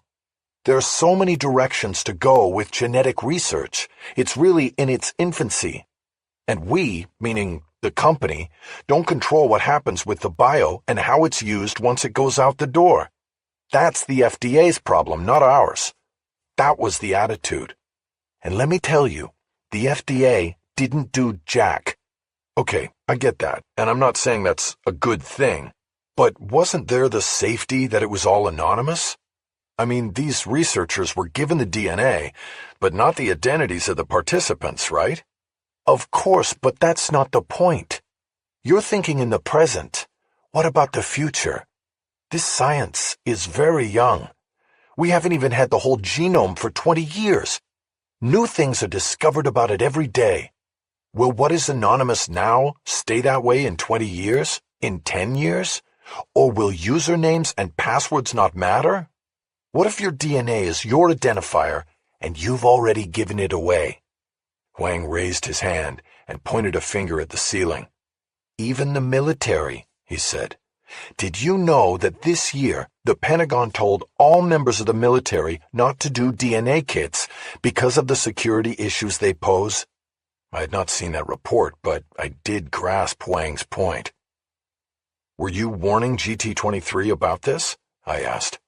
"Of course I was," Huang said. "Every day. I was the only one." I read the lawsuit.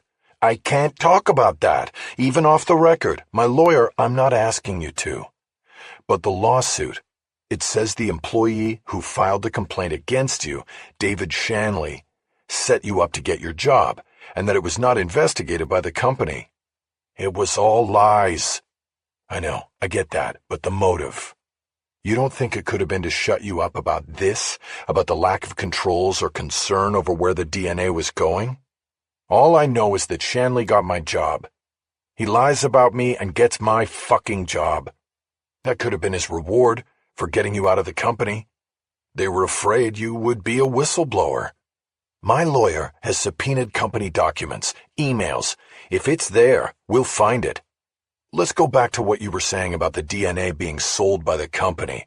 Can you remember any names of labs or biotechs that were sold samples? There were too many to remember. We put biopacks together almost every single day. Who is the biggest buyer of DNA? Do you remember? Not really. Why don't you tell me what it is you're looking for? I looked at him for a long moment. I was the seeker of facts and information. I was supposed to hold them close to the vest and not share them until it was time to put them into a story. But I felt that Huang knew more than he was saying, even if he didn't yet realize it. I felt that I needed to break my own rule and give in order to get.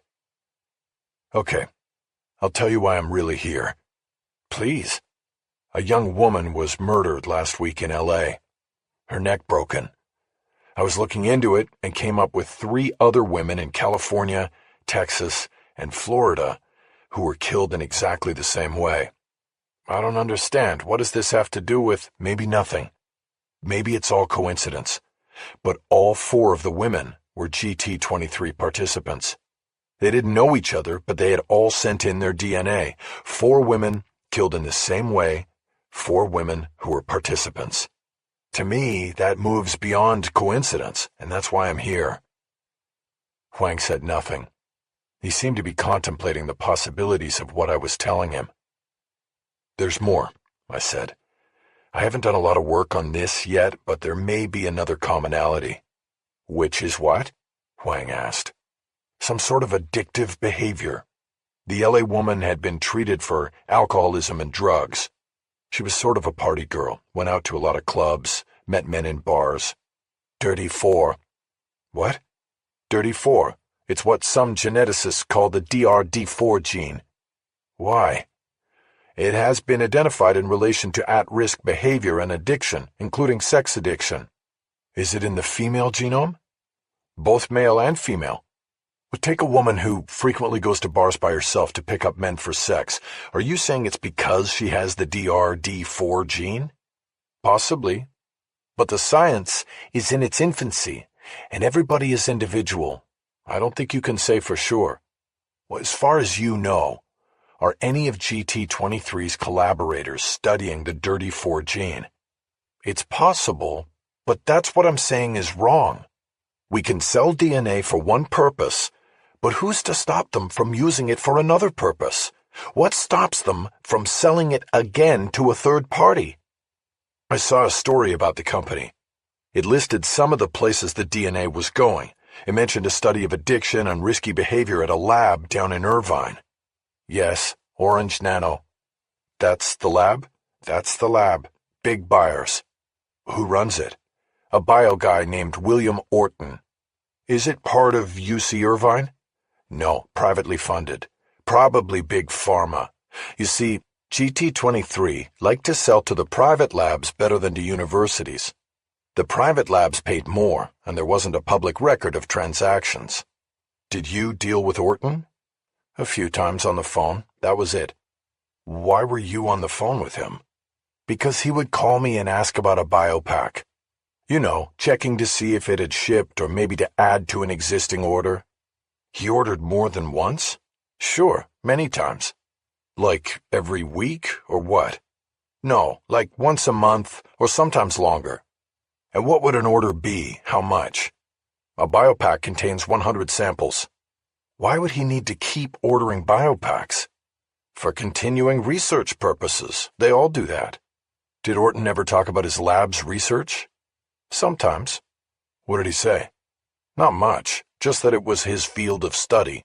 Addiction, in many forms. Alcohol, drugs, sex. He wanted to isolate those genes and develop therapies. But that's how I know about Dirty 4. From him. He used the phrase, dirty four? Yes. Had anybody else used it with you before? Not that I remember. Have you ever been down to Orange Nano? No, never. My only contact was by phone and email. I nodded.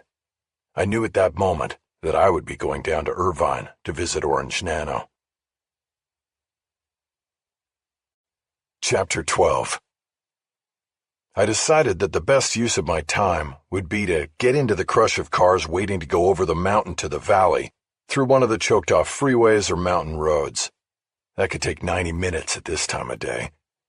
One of the things that made the City of Angels so beautiful also created one of its greatest hardships.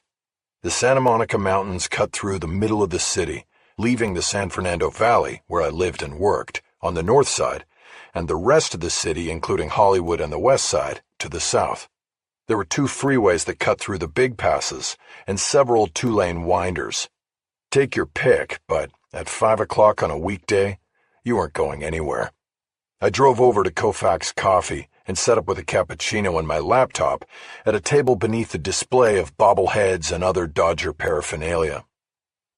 I first sent Myron Levin an email briefly summarizing my interview with Jason Huang and the leads I'd picked up regarding Orange Nano. Next, I opened a file and tried to recall everything Huang had told me, writing a detailed summary of the interview from memory. I was halfway through my second cappuccino when I took a call from Myron. "Where are you?" "Other side of the hill. I'm at a coffee shop on Fairfax, writing up notes and waiting out the traffic." "It's 6 now. When do you think you're coming back?" "I'm almost finished with my notes, then I'll wade into the traffic." "So, by 7, you think?" "Hopefully before." "Okay, I'll wait for you. I want to talk about this story." "Well, do you want to just talk now? Did you get my email? I just had a killer interview over here." "I got the email, but let's talk it out when you get here." "Okay, I'm going to try Nichols Canyon. Maybe I get lucky. I'll see you when I see you." After the call, I wondered why Myron wanted to talk face to face. My guess was that he might not be as convinced as I was that there was something here. He had not commented on my email, and it seemed as though I would need to sell him on the story all over again. Nichols Canyon was a charmed route. The traffic flowed smoothly through the hillside neighborhoods above Hollywood until the unavoidable bottleneck at Mulholland Drive. But once I got through, it was clear sailing again down into the valley. I walked into the office at 6:40 and considered it an accomplishment. Myron was in the conference room with Emily Atwater. I put my backpack down on my desk and gave him a wave through the window. Since I had gotten back earlier than expected, I figured he was probably in a story conference with her. But he waved me in and made no move to dismiss Emily when I entered. "Jack," he said, "I want to bring Emily in to help out with your story." I looked at him for a long moment before responding. He had done a smart thing. He had kept Emily in the room because that would make it harder for me to push back against his plan. Still, I couldn't just accept the encroachment without protest. "How come?" I asked. "I mean, I think I have it covered." "This Orange Nano angle you mentioned in your email looks promising," Myron said. "I don't know if you know Emily's pedigree, but she covered higher ed for the Orange County Register before coming to Fair Warning.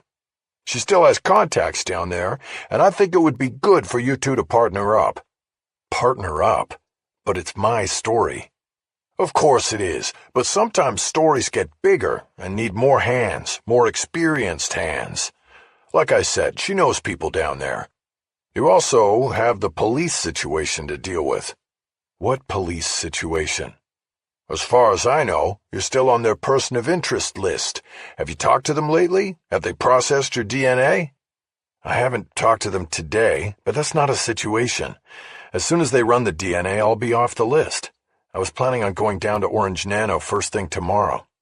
"That sounds good, but that's what I mean. I don't want you going there without preparation. Have you done any backgrounding on the lab or its people?" "Not yet, but I will. That's why I came back to the office to do some research." "Well, talk to Emily. She's already done some work, and maybe you two can come up with a plan of action." I didn't say anything. I just looked down at the table, I knew I wasn't going to change his mind, and maybe also knew, grudgingly, that he was right. 2 reporters were better than 1. Besides, having half the staff on the story would make Myron more invested in it. "Okay," Myron said. "Then I'll let you 2 get after it. Keep me in the loop." Myron got up and left the room, closing the door behind him. Before I could speak, Emily did. "Sorry, Jack," she said. "I didn't go asking to be a part of this. He pulled me in." "Don't worry," I said. "I'm not blaming you. I just thought I had things in hand, you know?" "Yes, but while we were waiting for you, I did do a preliminary workup on William Orton, the guy who runs Orange Nano. And I think there's something there. Orton left UC Irvine to start Orange Nano." So? You don't just leave a UC job when you're tenured and you have a full lab at your disposal and unlimited doctoral candidates at your beck and call. You can start an outside company or a lab, but the university is your anchor. You keep that affiliation because it works for you. It's easier to get grants, professional exposure, everything. So something happened. Right, something happened. And we're going to find out what it is. How? Well, I'm going to work UCI. I still have a few sources there. And you do what you said. You work Orange Nano. I don't want to step on your toes, but I think I can help here. Okay. Good then. This is how I think we should work it. Over the next hour, I shared everything I knew so far about the deaths of the 4 women and GT-23. Emily asked many questions, and together we made an action plan that had us attacking the story from 2 angles. I went from being reluctant to being glad she was on board. She was not as experienced as I was, but she was impressive, and I knew she had probably broken the most important stories Fair Warning had put out in the last couple of years. I left the office that night believing Myron had made a good move, putting us together. It was 8 o'clock when I got back to my Jeep and drove home. After parking in the garage, I walked to the front of the apartment building to check my mail. It had been a week since I checked the box, and this was primarily to empty it of all the junk mail I received. The building's management provided a trash can next to the bank of mailboxes, so junk mail could be quickly transferred to its final destination. I was going through my stack, dropping one piece after the other into the bin, when I heard steps coming from behind me, and then a voice I recognized. "Mr. McEvoy? Just who we were looking for." It was Mattson and Sakai. Mattson was back to saying my name wrong. He was carrying a folded document and held it out to me as he approached in the dimming light of the day. "What's this?" I asked. "This is a warrant," Mattson said. "All signed, sealed, and delivered by the city attorney's office. You're under arrest." "What? Arrest for what?" "That would be Section 148 of the California Penal Code. Obstructing a police officer in the discharge of his duty. That officer would be me, and the investigation of the murder of Christina Portrero. We told you to back off, McEvoy, but no, you kept harassing our witnesses and lying your ass off." "What are you talking about? I didn't obstruct you or anybody. I'm a reporter working a story, and no, you're a person of interest, and I told you to back off. You didn't, so now you're fucked. Put your hands up on that wall." "This is crazy. You're going to create a major embarrassment for your department. Do you know that? You ever heard of a thing called freedom of the press?" "Tell it to the judge. Now turn around and put your hands up there. I'm going to search you for weapons." "Jesus, Mattson, this makes no sense. Is it because you don't have jack shit on Portrero and you want a distraction?" Mattson said nothing. I did what I was told and moved to the wall, not wanting to add resisting arrest to the bogus charge of obstruction. Mattson quickly searched me and emptied my pockets, giving my phone, wallet, and keys to Sakai. I turned my head enough to check out Sakai, and he didn't look like a man who was fully on board with this move. "Detective Sakai, did you try to talk him out of this?" I asked. "This is a mistake, and you're going to go down with him when the shit hits the fan." "It would be best if you kept quiet," Sakai said. "I'm not going to keep quiet," I threw back at him. "The whole world is going to hear about this. This is bullshit." One by one, Matson pulled my hands off the wall and cuffed my wrists behind my back. He led me to their car, which was parked against the curb. As I was about to be placed in the back seat, I saw a neighbor from the building come up the sidewalk with her dog on a leash and stare silently at my humiliation while her dog yipped at me. I looked away. Then Matson put his hand on the top of my head and pushed me down into the back seat. Hammond. Chapter 13. Hammond was in the lab at his station, spreading nitrocellulose over a gel tray he had just retrieved from the cooker. He felt his watch vibrate against the inside of his wrist. He knew it was one of his flags. He had gotten an alert. But the process could not be interrupted. He continued his work, next blotting the gel tray with paper towels, making sure to keep uniform pressure on the gel across the entire tray. When he was finished blotting, he knew he could take a break from the work. He checked his watch and read the text. "Hey, Hammer, want to grab some beers?" This was a cover text, emanating from a cellular relay coded as Max. Of course, Max didn't exist, but anybody who happened to see the message pop up on his watch, even worn on the inside of his wrist, would not be suspicious, though the message came in at 3:14 a.m., and all the bars were closed. Hammond went to his lab table and pulled his laptop from his backpack. He checked the other stations in the lab and saw that nobody was watching him. Only 3 other technicians were working graveyard anyway, and there were empty stations separating all of them. It was a budgetary thing. The wait time on rape kits and some cold case homicides was still months, where it should be weeks, if not days. But the city's budget masters had cut back on the lab's 3rd shift. Hammond expected that soon he would be working days again. He opened the laptop and used his thumb to authenticate. He went to the surveillance software and pulled up the alert. He saw that one of the detectives he was monitoring had just made an arrest and put someone in jail. His filing the arrest report had triggered the alert. Hammond's partner, Roger Vogel, had hacked the internal LAPD network and set the whole alert system up. He had master skills. Hammond checked the other texts and then looked back at his screen. He called up the report filed by Detective David Matson. He had arrested a man named Jack McEvoy and booked him at the jail at LAPD's Van Nuys division. Hammond read the details of the arrest, then reached into the backpack for the phone he carried in an inside zippered pocket. The phone for emergency contact. He turned the phone on and waited for it to boot up. Meantime, he closed out the arrest report and went to the public access page for the city's jail system. He put in the name Jack McEvoy and was soon looking at the mugshot of the man.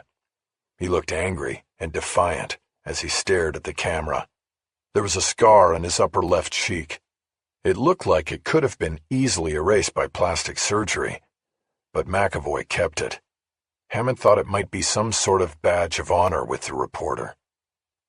The phone was ready. Hammond called the single number stored in its memory. Vogel answered with sleep in his voice. "This better be good. I think we have a problem." "What?" "Matson arrested somebody tonight." "That's not a problem. That's good." "No, not for the murder. It was a journalist. He was arrested for obstructing the investigation." "You woke me for that." "It means he may be on to this." "How could that be? The police aren't even—" "Call it a hunch. Whatever." Hammond looked at the mugshot again, angry and determined. McEvoy knew something. "I think we have to watch him," he said. "All right, whatever," Vogel said. "Text the details and I'll see what's out there. When did this happen?" "They booked him last night. I got flagged on the software you set up." "I'm glad it worked. You know, this could be a good thing for us." "How?" "I don't know yet. Couple of ways. Let me go to work on it. You want to meet in the morning? In daylight?" "Can't." You fucking vampire. Sleep later. No, I have court first thing, testifying today. What case? Maybe I'll come watch. A cold case? Guy killed a girl 30 years ago. He kept the knife, thought washing it off would be okay. Dumbass. Where? Up in the hills. Threw her off an overlook on Mulholland. I mean, where's the courtroom? Oh. Hammond realized he didn't know himself. Hold on. He dug into the backpack and pulled out the notice to appear. Downtown Criminal Courts, Department 108, Judge Riley. I have to be there at 9 to go on first. Well, maybe I'll see you there. Meantime, I'm on this reporter. Does he work at the Times? The arrest report didn't say.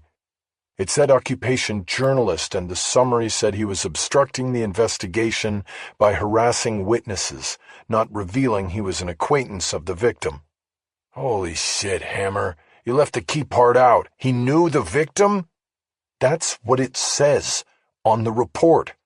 Okay, I'm on it. Maybe I'll see you in court. Okay. Vogel disconnected. Hammond turned off his phone and dropped it back into his backpack. He stood there, thinking about things. Hammer? He whipped around. Cassandra Nash was standing there, his supervisor. She had come out of her office without him noticing. Yes? What's up? Where are you with that batch? It looks like you're just standing there. No, I was just taking a second. I'm blotting and was just giving it a minute, then I'll start hybridization. Good. So you'll get that done before end of shift? Of course, absolutely. And you've got court in the morning, right? Yes, all set on that too. Good. Then I'll leave you to it. You hear anything about the next deployment? As far as I know, we're still on third shift. I'll let you know what I know when I know it.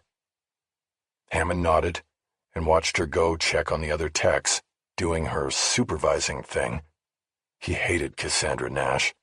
Not because she was his boss. It was because she was aloof and fake. She spent her money in designer handbags and shoes. She talked about fancy restaurants she and her douchebag husband went to for chef tastings. In his mind, Hammond had conflated her name to Cash because he believed she was wholly motivated by money and possessions the way all women were. Fuck them, he thought, as he watched Nash talk to one of the other technicians. He went back to the gel he was prepping. Chapter 14. At 9 a.m., Hammond sat on a marble bench in the hallway of the 9th floor of the Criminal Courts building. He had been told to wait there until it was time for him to testify. On the bench next to him were his notes and charts regarding the case, and a cup of black coffee from the snack bar near the elevator alcove.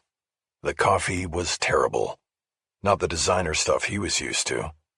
He needed it because he was dragging after a full 8 hours on the graveyard shift. But he was having a hard time stomaching the harsh brew, and feared it would give him stomach issues that might haunt him on the witness stand. He stopped drinking it. At 9:20, Detective Kleber finally stepped halfway out of the courtroom and waved Hammond over. Kleber was the lead detective on the case. Sorry, they had to argue a motion before bringing the jury in, he explained. But now we're ready. Me too, Hammond said. He had testified many times before, and it was now a routine. All except for his satisfaction in knowing that he was the Hammer. His testimony always sealed the deal, and from the witness stand, he had the best angle on the moment, the second when even the defendant was convinced by Hammond's testimony, and the hope went out of his eyes. He stood in front of the witness stand, raised his hand, and took the oath to tell the truth. He spelled his first and last names, Marshall Hammond, and then stepped up and took the witness seat that was between Judge Vincent Riley and the jury. He looked at the jurors and smiled, ready for the first question. The prosecutor was named Gaines Walsh. He handled many of the LAPD's cold cases, and so Hammond had testified on direct examination from him many times before. He practically knew the questions before they were asked, but acted as though each one was a new one to consider. Hammond was a slightly built man, never played sports while growing up, with a professorial goatee whose reddish whiskers contrasted with his dark brown hair. His skin was paper white after nearly a year on the midnight shift. Vogel's teasing on the phone call had been on point. He looked like a vampire caught in daylight. "Mr. Hammond, can you tell the jury what you do for a living?" Walsh asked. "I'm a DNA technician," Hammond said. "I work in the Los Angeles Police Department's bioforensic lab located at Cal State LA. How long have you had that position?" 21 months with the LAPD. Before that, I worked for 8 years in the bioforensics lab for the Orange County Sheriff's Department. Can you tell the ladies and gentlemen of the jury what your duties are in the LAPD lab? My responsibilities include processing forensic cases that require DNA analysis, generating reports based on the conclusions of that analysis, and then testifying about those conclusions in court. Can you tell us a little bit about your background education in the field of DNA and genetics? Yes, I have a Bachelor of Arts degree in biochemistry from the University of Southern California and a Master's in Life Sciences with a specialty in genetics from the University of California at Irvine. Walsh fake smiled, as he did at this point in every trial. "Life Sciences," he said. "Is that what we older folks used to call plain old biology?" Hammond fake smiled back, as he did at every trial. "Yes, it is," he said. "Can you describe what DNA is and what it does in layman's terms?" Walsh asked. "I can try," Hammond said. DNA is short for deoxyribonucleic acid. It is a molecule composed of 2 strands that twist around each other, forming a double helix that carries the genetic code of a living thing. By code, I really mean instructions for the development of that organism. In human beings, DNA contains all our hereditary information and therefore determines everything about us, from the color of our eyes to the function of our brains. 99% of the DNA in all human beings is identical. That last 1% and the myriad combinations within it is what makes each of us completely unique. Hammond gave the answer like a high school biology teacher. He spoke slowly and recited the information with a tone of awe. Walsh then moved on and led him quickly through the basics of his assignment to the case. This part was so routine, Hammond was able to go on autopilot and glance a few times at the defendant. It was the first time he had seen him in person. Robert Earl Dykes, a 59-year-old plumber, had long been suspected of killing his ex-fiancée, Wilma Fournette, in 1990, stabbing her to death, then throwing her body down a hillside off Mulholland Drive. Now he was finally brought to justice. He sat at the defense table in an ill-fitting suit his lawyer had given him. He had a yellow legal pad in front of him, in case he came up with a genius question to pass to the lawyer next to him. But Hammond could see it was blank. There would be no question from him, or his lawyer, that could undo the damage Hammond would inflict. He was the hammer, and it was about to come down. "Is this the knife that you tested for blood and DNA?" Walsh asked. He was holding up a clear evidence bag containing an opened switchblade. "Yes, it is," Hammond said. "Can you tell us how it came to you?" "Yes. It had been sealed in evidence from the case since the original 1990 investigation. Detective Kleber reopened the case and brought it to me." "Why you?" "I should have said he brought it to the DNA unit and it was assigned to me on rotation." "What did you do with it?" "I opened the package and examined the knife visually for blood and then under magnification. The knife appeared to be clean, but I could see that there was a spring-loaded mechanism in the handle, so I asked for a knife expert from the toolmark unit to come to the lab to disassemble the weapon." "Who was that?" "Gerald Lattice." "And he opened the knife for you?" He took it apart, and then I examined the spring mechanism under a lab magnifier. I saw what I believed to be a minute amount of dried blood on the coil of the spring. I then began a DNA extraction protocol. Walsh walked Hammond through the science. This was the boring technical part, where the danger was that the jurors' thoughts could wander off. Walsh wanted them keenly interested in the DNA findings and asked quick, short questions that required quick, short answers. The provenance of the knife would have already been testified to by Kleber. The knife was confiscated from Dykes when he was originally questioned in the investigation. The original detectives had it examined for blood by a lab using archaic methods and materials that were told it was clean. When Kleber decided to reopen the case at the urging of the victim's sister, he took another look at the knife and brought it to the DNA lab. Finally, Walsh arrived at the point where Hammond provided his findings that the DNA extracted from the minute amount of blood on the spring of the switchblade mechanism matched the DNA of the victim, Wilma Fournette. The DNA profile developed from the material on the knife does match the profile from the victim's blood obtained during the autopsy, Hammond said. How close is the match? Walsh asked. It is a unique match, a perfect match. Can you tell the jurors if there is a statistic associated with that perfect match?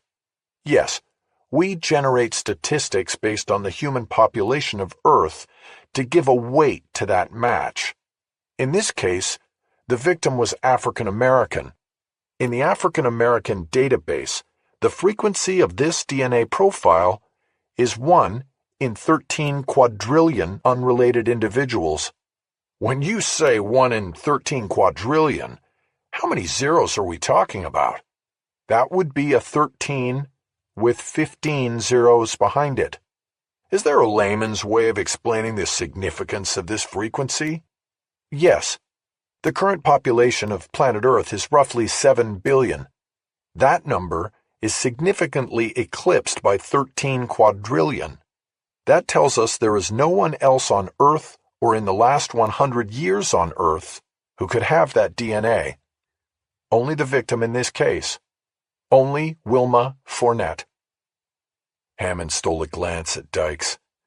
The killer sat unmoving, his eyes downcast and focused on the blank yellow page in front of him. It was the moment. The hammer had come down, and Dykes knew that it was over. Hammond was pleased with the part he had played in the legal play. He was the star witness. But it also pained him to see another man go down for what Hammond did not consider to be much of a crime. He had no doubt that Dykes had done what he had to do, and his wife had gotten what she had coming. He still had to sit for cross-examination, but he knew as well as the defense attorney that he was bulletproof. The science didn't lie. The science was the hammer. He looked out into the rows of the gallery and saw a woman weeping. It was the sister who had urged Kleber to reopen the case after nearly 3 decades. Hammond was her hero now, her Superman. With an S on his chest for science, he had taken down the villain. It was too bad that her tears didn't touch him. He felt no sympathy for her, or her long-held pain. Hammond believed women deserved all the pain they got. Then, 2 rows behind the weeping woman, Hammond saw Vogel. He had slipped into the court unnoticed. Now Hammond was reminded of the greater villain who was out there, the Shrike, and that everything Hammond and Vogel had worked for was at risk. Chapter 15. Vogel was waiting in the hallway after Hammond finished answering the weak cross-examination from the defense attorney and was finally dismissed as a witness. Vogel was the same age, but not the same demeanor. Hammond was the scientist, the white hat, and Vogel was the hacker, the black hat. Vogel was a guy who only had blue jeans and t-shirts in his closet, and that hadn't changed since they were college roommates. "Way to go, Hammer," Vogel said. "That guy's going down." "Not so loud," Hammond cautioned. "What are you doing here?" "I wanted to see you kick ass in there." "Bullshit." "Okay, come with me." "Where?" "We're not even going to leave the building." Hammond followed Vogel down the hall to the elevator alcove. Vogel pushed the down button and turned to Hammond. "He's here," Vogel said. "Who's here?" Hammond asked. "The guy, the reporter." "McEvoy? What do you mean he's here?" "He's getting arraigned. Hopefully we didn't miss it." They took the elevator down to the 3rd floor and entered the large and busy arraignment court where Judge Adam Crower was presiding. They took seats on one of the crowded benches of the gallery. Hammond had never seen this part of the system in which he played a part. There were several lawyers standing and sitting while waiting for the names of their clients to be called. There was a wood and glass corral where defendants were brought in 8 at a time to confer through narrow windows with their lawyers, or with the judge when their case was called. It looked like organized chaos, a place you would not want to be unless you had no choice or were paid to be there. "What are we doing?" Hammond whispered. "We're going to see if McEvoy has been arraigned," Vogel whispered back. "How will we know?" "Just watch the people they're bringing out. Maybe we'll see him." "Okay, but what's the point? I don't get why we're looking for this guy." "Because we might need him." "How?" "As you know, Detective Mattson filed his reports on the case in the department's online case archives. I took a look. You're right. The reporter knew Portrero, the victim. The detectives interviewed him, and he voluntarily gave his DNA to prove he's not the guy." "So?" Hammond asked. "So? That DNA is somewhere in your lab, and you know what to do." "What are you talking about?" Hammond realized he had said it too loud. People on the benches in front of them turned to look back. What Vogel was suggesting was beyond anything they had even thought of before. "First of all," he whispered, "if it's not assigned to me, I can't get near it. Different procedures than Orange County. Second, we both know he isn't the Shrike. I would never frame an innocent man." "Come on. Isn't it just like what you did in Orange County?" Vogel whispered back. "What? That was completely different. I kept someone from going to jail for what should not even be a crime. I didn't send him there, and this is a murder we're talking about here. It was a crime in the eyes of the law. Have you ever heard the saying that it's better that 100 guilty men escape than one innocent suffer? Benjamin fucking Franklin." "Whatever. All I'm saying is, we could use this guy to buy us time. Time to find the Shrike." "And then do what? Say, never mind, I cooked the DNA? That might work for you, but not me. We need to shut it all down, everything, now."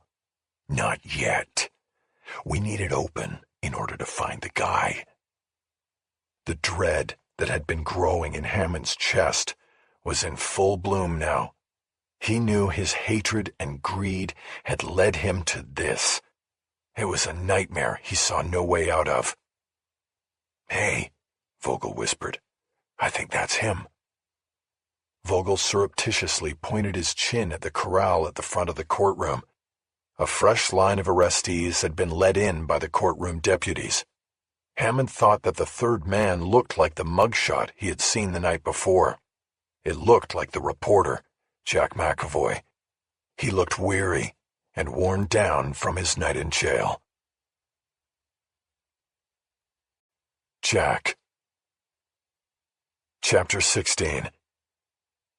The courtroom was the crowded port of entry to the criminal justice system, a place where those swept up in the maw of the legal machinery stood before a judge for the first time for a reading of the charges against them.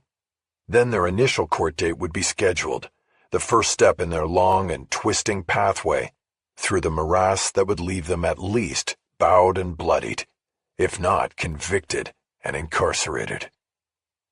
I saw Bill Marchand rise from a seat in the row running along the front rail of the courtroom and start making his way toward me. It had been a night without sleep, and every muscle in my body seemed to hurt from the hours I had spent clenched like a fist and fearful in the communal holding tank. I had been in jail before and knew that danger could come from any quarter. It was a place where men felt betrayed by their lives and the world, and that made them desperate and dangerous, ready to attack anybody and anything that appeared vulnerable. When Marchand got to the slot through which we would be able to talk, I opened with the 5 most urgent words in the world to me. "Get me out of here." The lawyer nodded. "That's the plan," he said. "I already talked to the prosecutor and explained to her the hornet's nest her detectives have kicked over, and she's going to null pros this one. We'll get you out of here in a couple hours tops." "The DA's just going to drop the charge?" I asked. "Actually, it's the city attorney because it's a misdemeanor charge, but they've got nothing to support it. You were doing your job, with full First Amendment protections. Myron's here and ready to go to war. I told the prosecutor, you arraign this reporter on that charge, and that man over there will hold a press conference outside the courthouse within the hour. And it won't be the kind of press her office wants. Where's Myron now?" I scanned the crowded rows of the gallery. I didn't see Myron, but motion caught my eye, and I thought I saw someone duck behind another person, as though bending down to pick something up. When the man came back up, he looked at me, and then shifted behind the person sitting in front of him. He was balding and wore glasses. It wasn't Myron. "He's around somewhere," Marchand said. At that moment, I heard my name as Judge Crower called my case. Marchand turned to the bench and identified himself as counsel for the defense. A woman stood up at the crowded prosecution table and identified herself as Deputy City Attorney Jocelyn Rose. "Your Honor, we move to drop the charge against the defendant at this time," she said. "You're sure?" Crower asked. "Yes, Your Honor." "Very well. Case dismissed. Mr. McEvoy, you're free to go." Only I wasn't. I wasn't free to go until after a 2-hour wait to be bussed back to the county jail, where my property was returned and I was processed out. The morning was gone. I had missed both breakfast and lunch at the jail, and I had no transportation home. But when I stepped through the jail exit, I found Myron Levin waiting for me. "Sorry, Myron. How long were you waiting?" "It's okay. I have my phone. You all right?" "I am now." "You hungry? Or you want to go home?" "Both, but I'm starving." "Let's go eat." "Thanks for coming for me, Myron." To get to the food quicker, we went just over to Chinatown and ordered po' boy sandwiches at Little Jewel. We grabbed a table and waited for them to be made. "So, what are you going to do?" I asked. "About what?" Myron asked. "The LAPD's flagrant violation of the First Amendment. Mattson can't get away with this shit. You should hold a press conference anyway. I bet the Times will be all over this. The New York Times, I'm talking about." "It's not that simple." "It's very simple. I was on a story, Mattson didn't like it, so he falsely arrests me. It's not only First Amendment, it's the Fourth as well. They had no probable cause to detain me. I was doing my job." "I know all of that, but the charges were dropped and you're back on the story. No harm, no foul." "What? I spent a night in jail, where I was backed into a corner with my eyes open all night." "But nothing happened. You're okay." "No, I'm not okay, Myron. You try it sometime." "Look, I'm sorry for what happened, but I think we should roll with it, not inflame things any further, and get back on the story. Speaking of which, I got a text from Emily. She says she got some good stuff from UC Irvine." I looked across the table at Myron for a long moment, trying to read him. "Don't deflect the conversation," I said. "What is it really? The donors?" "No, Jack. I told you before, the donors have nothing to do with this," Myron said. I would no sooner let donors dictate what we do and what we cover than I would let big tobacco or the auto industry dictate to us. Then why are we sitting on our hands on this? That guy Mattson needs to be raked over the coals. Okay, if you want to know the truth, I think if we make a stink about this, it could come back on us. Why would that happen? Because of you. And me. You are a person of interest in this case until we know otherwise, and I'm the editor who didn't yank you off it when I should have. If we go to war, that's all going to come out, and it's not going to look that great, Jack. I leaned back and shook my head in impotent protest. I knew he was right. Maybe Mattson had known he could do what he did because we were compromised. Shit, I said. Myron's name was called because he had paid for lunch. He got up and got our sandwiches. When he returned, I was too hungry to keep talking about the issue. I had to eat. I mowed through half of my po' boy before saying another word. By then, without the edge of hunger in my anger, my desire for a constitutional battle with the LAPD had waned. It's just that I feel like this is where we've come to, I said. Fake news, enemy of the people, the president canceling subscriptions to the Washington Post and New York Times. The LAPD thinks nothing of just throwing a reporter in jail. At what point do we take a stand? Well, this would not be the time, Myron said. If we're going to take that stand, then we have to do it when we are 100% clean, so there are no comebacks from the police or the politicians who love seeing journalists thrown in jail. I shook my head and dropped the argument. I couldn't win, and the truth was, I wanted to get back to the story more than I wanted to take on the LAPD. All right, fuck it, I said. What did Emily say she has? She didn't, Myron said. She just said she got good stuff and was heading back up to the office. I figure that after we finish here, we'll go back to the valley and meet with her. Can you drop me in my apartment first? My car's there, and I want to take a shower before I do anything else. You got it. My phone, wallet, and keys had been confiscated during the booking process. When they had been returned upon my departure, I stuffed them back into my pockets in a hurry because I wanted to get out of that place as soon as I could. It became clear that I should have looked more carefully at the keychain when Myron dropped me off in front of my building on Woodman. The key to the front gate was on the ring, as well as the key to the Jeep, a storage locker in the garage, and a bike lock. But the key to my apartment was missing. It was only after I rousted the live-in property manager from a post-lunch nap and borrowed the management copy of the key that I got into the apartment. Once in, I found a copy of a search warrant receipt on the kitchen counter. While I was in a jail cell the night before, Mattson and Sakai were searching my apartment. They had most likely used my trumped-up obstruction case as part of the probable cause for the search. I realized that was probably their goal all along. They knew the case would get kicked, but they used it with a judge to get into my home. My anger quickly returned, and again I took their action as a direct assault on my rights. I pulled my phone and called the LAPD's Robbery Homicide Division and asked for Mattson. I was transferred. Detective Mattson, how can I help you? Mattson, you better hope I don't solve this before you, because I will make you look like the piece of shit you are. McEvoy? I heard they turned you loose. Why are you so mad? Because I know what you did. You booked me so you could search my place, because you are so far up your ass on this case you wanted to see what I had. Looking at the search warrant receipt, I saw that they did not list a single item being taken. I want my key back, I said, and whatever you took from here. We didn't take anything, Mattson said, and I have your key right here. You are welcome to come by any time and pick it up. I suddenly froze. I wasn't sure where my laptop was. Had Mattson taken it? I quickly reviewed the evening before and realized I had left my backpack in the Jeep when I decided to go up to the front curb to check my mailbox.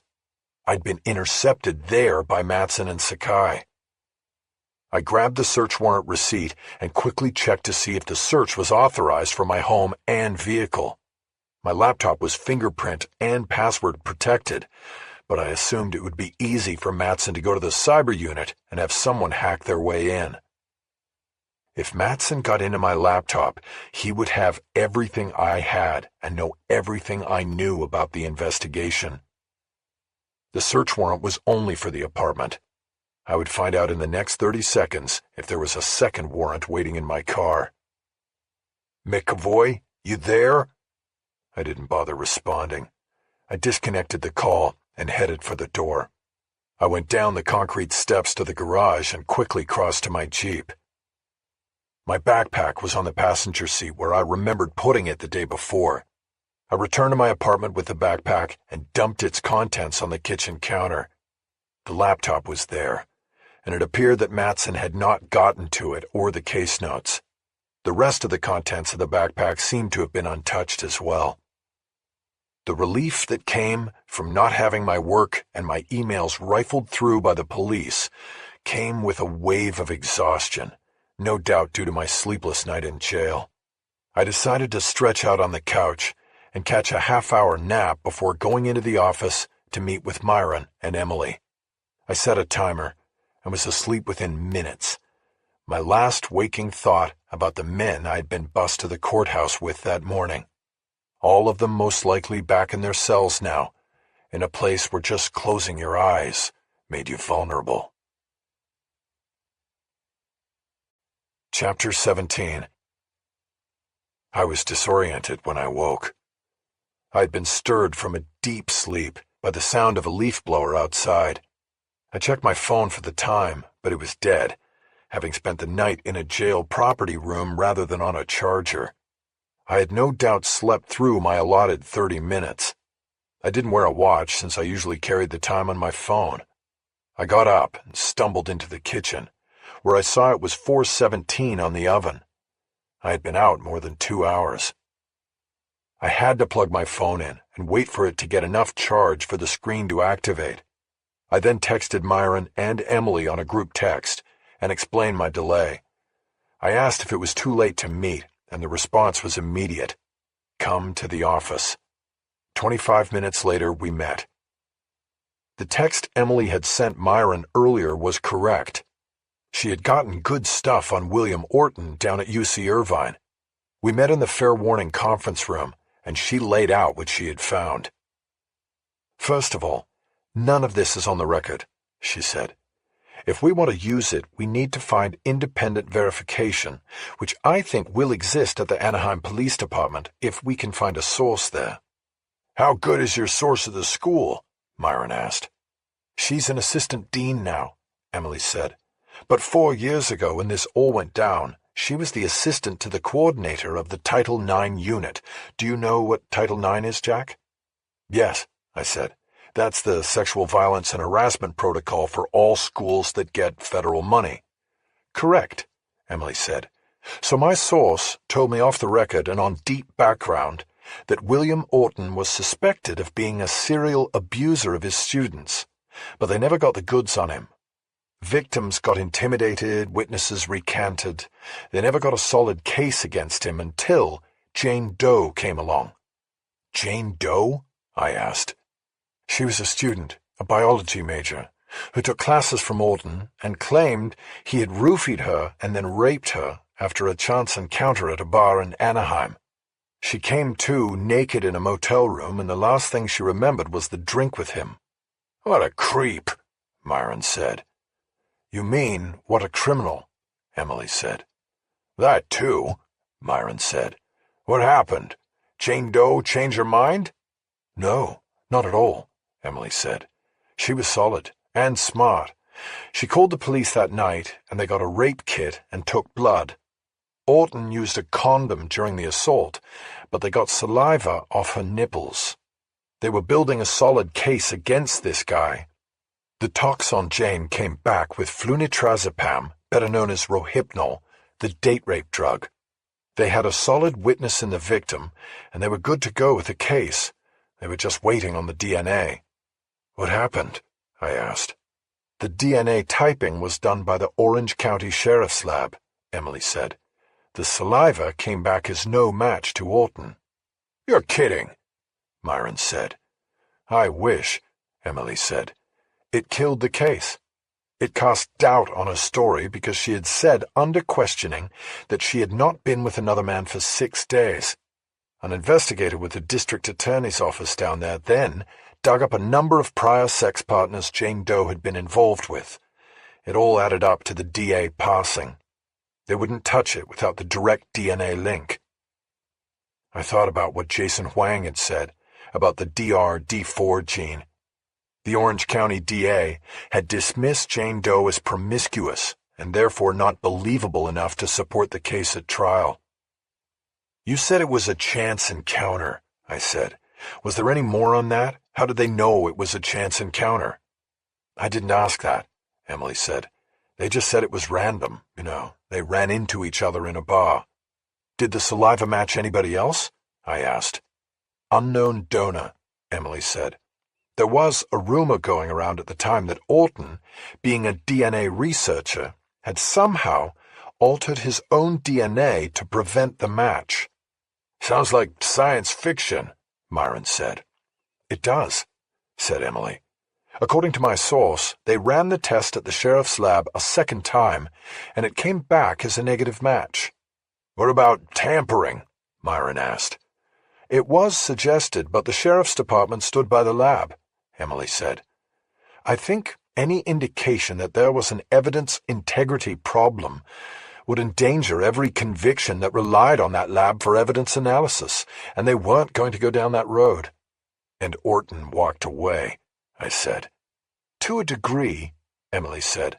There was no criminal case, but there was enough smoke because of Jane Doe's unwavering story, even in the face of the DNA, for the school to go after Orton under the employee conduct policies. Their mandate wasn't criminal. They needed to protect other students at the school, so they quietly negotiated his exit. He kept his pension, and a cloak of silence was dropped over the whole thing. And what happened to Jane Doe? I asked. That I don't know, Emily said. I asked my source, whom she dealt with at Anaheim PD, and she could only remember that the detective who handled it had a perfect name for a detective. Dig. First or last? I asked. She said first, Emily said. She described him as Latino, so I'm assuming the first name is Digoberto, or a variation of that. It shouldn't be too hard to figure out. I nodded. So, Myron said, Orton gets shown the door at UC Irvine and just sets up shop in a private lab down the road. He got off easy. He did, Emily said. But, like my source told me, their big concern was getting him out of the school. What about that rumor about changing his DNA? I asked. Is that even possible? I did a little bit of research while waiting for you to show up, Emily said. Gene editing technologies are advancing every day, but they are not at the point, and certainly not 4 years ago when this happened, where you can change your entire code. What happened with the Jane Doe case is a mystery. According to my source, Jane Doe had a lawyer ready to sue Orton and the school. His office conducted its own testing on the sample and got the same result. No lawsuit was ever filed. All three of us were silent for a moment before Myron spoke. So what's next? He asked. It was my story, and I wanted to be protective of it, but I had to acknowledge that Emily Atwater had moved it along in a big way. Well, one thing we have to remember is that William Orton is a shady figure, but what Jack is pursuing does not touch him. Yet, Emily said. It bears further reporting, but let's look at where we are. The 4 victims we know about were GT23 participants. It is possible, but not yet proved, that their DNA could have been sold to Orton's lab for his research purposes. Now add in that Orton appears to be a sexual predator, and it all gets more interesting. But we have nothing concrete that connects one with the other. Exactly, Myron said. I'm wondering how far we go with this without a stronger connection. Myron looked at me, which I took as a good sign. It was still my story, and he wanted to hear from me. I think it's part of throwing out the net, I said. We have to see what comes up. I think the thing to do is try to get inside Orange Nano and talk to Orton. Maybe get a feel for him from a direct contact. I'm not sure how to do that, though. I don't think we should call up and say, we're looking into the murders of 4 women. We need another way in. I was thinking about that, Emily said. Again, waiting for Jack today, I was looking around for anything I could find on Orton, and I found one listing for him in an annual report for the Rexford Corporation. He's a member of the board. What's Rexford do? I asked. Primarily, it's hair products for men, Emily said, with an emphasis on alopecia, hair loss. It is on the rise in both genders, and within 5 years is expected to be a $4 billion industry. Orton's trying to cure it, I said. My guess too, Emily said. If he can discover or create the genetic therapy that cures it, or even slows it down, then just think what that would be worth. He's on the Rexford board because the company is funding his research, and that could be our way in. We say we're looking into hair loss?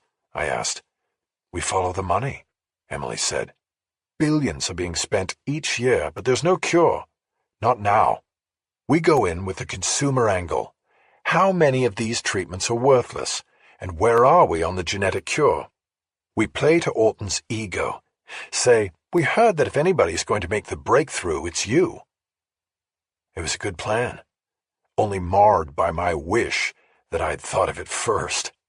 I said nothing, and Myron looked at me. What do you think, Jack? He asked. Well, this alopecia research is new to me, I said. Jason Huang told me that Orton was studying addiction and risky behaviors. Going bald is not connected with either, as far as I know. That's how these researchers work, Emily said. They get a ride on a big pharma ticket to do research in one arena, and it funds their other research, the stuff that really holds their interest. Rexford is paying for the research they want, but funding the research Orton wants. I nodded. Then I think it's a good idea, I said. That's our way in. Maybe we go through Rexford first, get their corporate PR people to set it up, make it harder for Orton to say no, especially if he's got something hinky going on down there. That's a good idea, Emily said. I'll call first thing in the morning, I said. Try to get it set. Tell them there will be 2 of you on the interview, Myron said. What do you mean? I asked. I want you both to go down there, Myron said. I think I can handle it, I said. I'm sure you can, Myron said.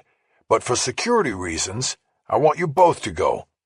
Emily, take the Canon, and you can take photos. I'm not a photographer, Emily protested. Just take the camera, Myron said. What about Anaheim PD? Emily asked. You want us to tag team that too? I was going to go down there tomorrow, I said. I'll find Detective Dig. Emily said nothing. I was expecting a protest, with her claiming it was her lead, but she didn't make one. Okay, fine. You go, Jack, Myron said. But listen, I don't want this to be a competition. Work together. I'm devoting half our staff to this. We can't waste time. Find out if there is something there, and if not, get out and move on to the next story. Got it, Emily said. Okay, I said. The meeting broke up after that, and we returned to our respective workstations. The first thing I did was call the Anaheim Police Department and try to get a line on Dig. This turned out to be easy. I asked for the Detective Bureau and asked the woman who answered, "Can I speak to Dig?" "I'm sorry, Detective Ruiz is gone for the day. Can I take a message?" "No, that's okay. Will he be working tomorrow?" "He is, but he's signed out to court all day. Do you want to leave a message?" "No, I guess I'll see him at the courthouse. That's the rape case?" This was an educated guess based on Ruiz working the Jane Doe Orton case. "Yes, Isaiah Gamble. Who can I tell him called?" That's okay. I'll see him there tomorrow. Thank you. After disconnecting, I pulled up the Orange County District Attorney's Office website and plugged the name Isaiah Gamble into the search window. This led me to an extract on the case, abduction and forcible rape, and the courtroom it was assigned to in the courthouse in Santa Ana. I'd be good to go in the morning. I was writing the information down in a notebook when I was interrupted by a text from Rachel Walling. "You want to get a drink tonight?" It came out of the blue. I drop in on her unannounced for the first time in more than a year, and the next day she wants to have a drink. I didn't wait long to reply. "Sure. Where? What time?" I waited, but there was no immediate reply. I started packing up for the day, shoving into my backpack everything I might need in Orange County the next day. I was about to get up and leave when I got the return message from Rachel. "I'm in the valley. I could meet now or later. How about that place you met Christina? I want to see it." I stared at my phone's screen. I knew that she meant Mistral. That seemed a bit weird, but maybe there was going to be more to the meeting than a drink. Maybe Rachel had changed her mind about my proposal to her. I texted back with the name and address and told her I was on my way. I went by Emily Atwater's cubicle on my way out. She looked up from her screen. "I located Dig," I said. "His last name is Ruiz. He's going to be in court tomorrow on another case." "That's perfect," Emily said. "You should be able to get to him there." "Yeah, that's what I thought. And also, I wanted to say sorry if it seems like I'm being a dick." "No, you aren't. It was your story. I get it." I nodded. "Thanks for understanding," I said. "So if you want to go down with me to find Ruiz, that would be fine. It was your lead." "No, I'm fine to stay up here, actually," she said. "I was thinking that while you do that, I'll see what I can come up with through the feds. I'll start with the FDA. "They're not doing anything on this," I said.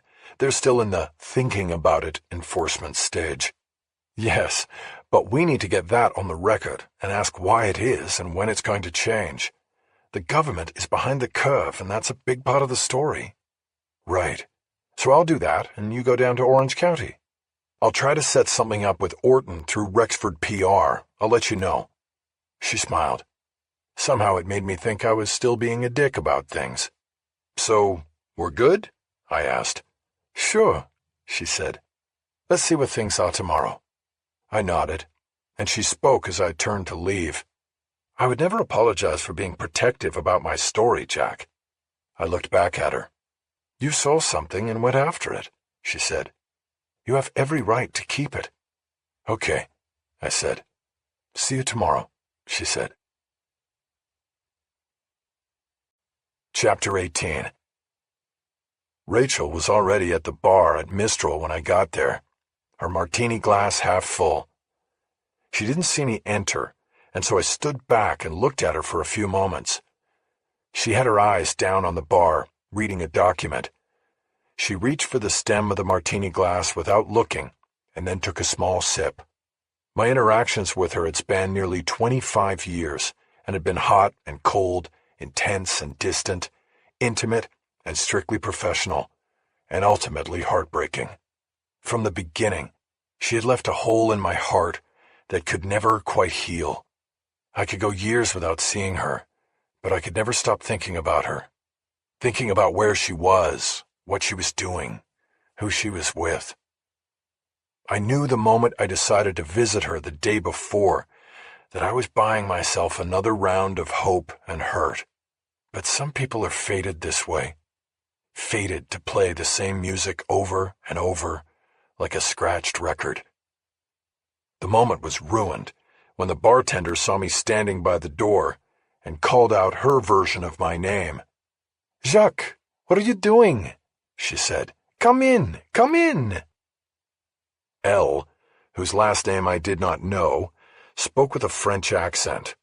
She knew me as a regular, though she put a French twist on my name. Still, it was close enough that it caused Rachel to look up and see me, and my moment of reverie and hope ended. I walked to the bar and sat next to Rachel. "Hey, been here long?" I asked. "No, just ahead of you," Rachel said. Elle came down the bar to take my order. "The usual, Jacques?" she asked. "Sure," I said. Elle went back down the bar to where the bottle of Kettle One was and started preparing my drink. "The usual, Jacques?" Rachel whispered mockingly. "You know that accent is fake, right?" "She's an actress," I said. "The place is French. Only in L.A.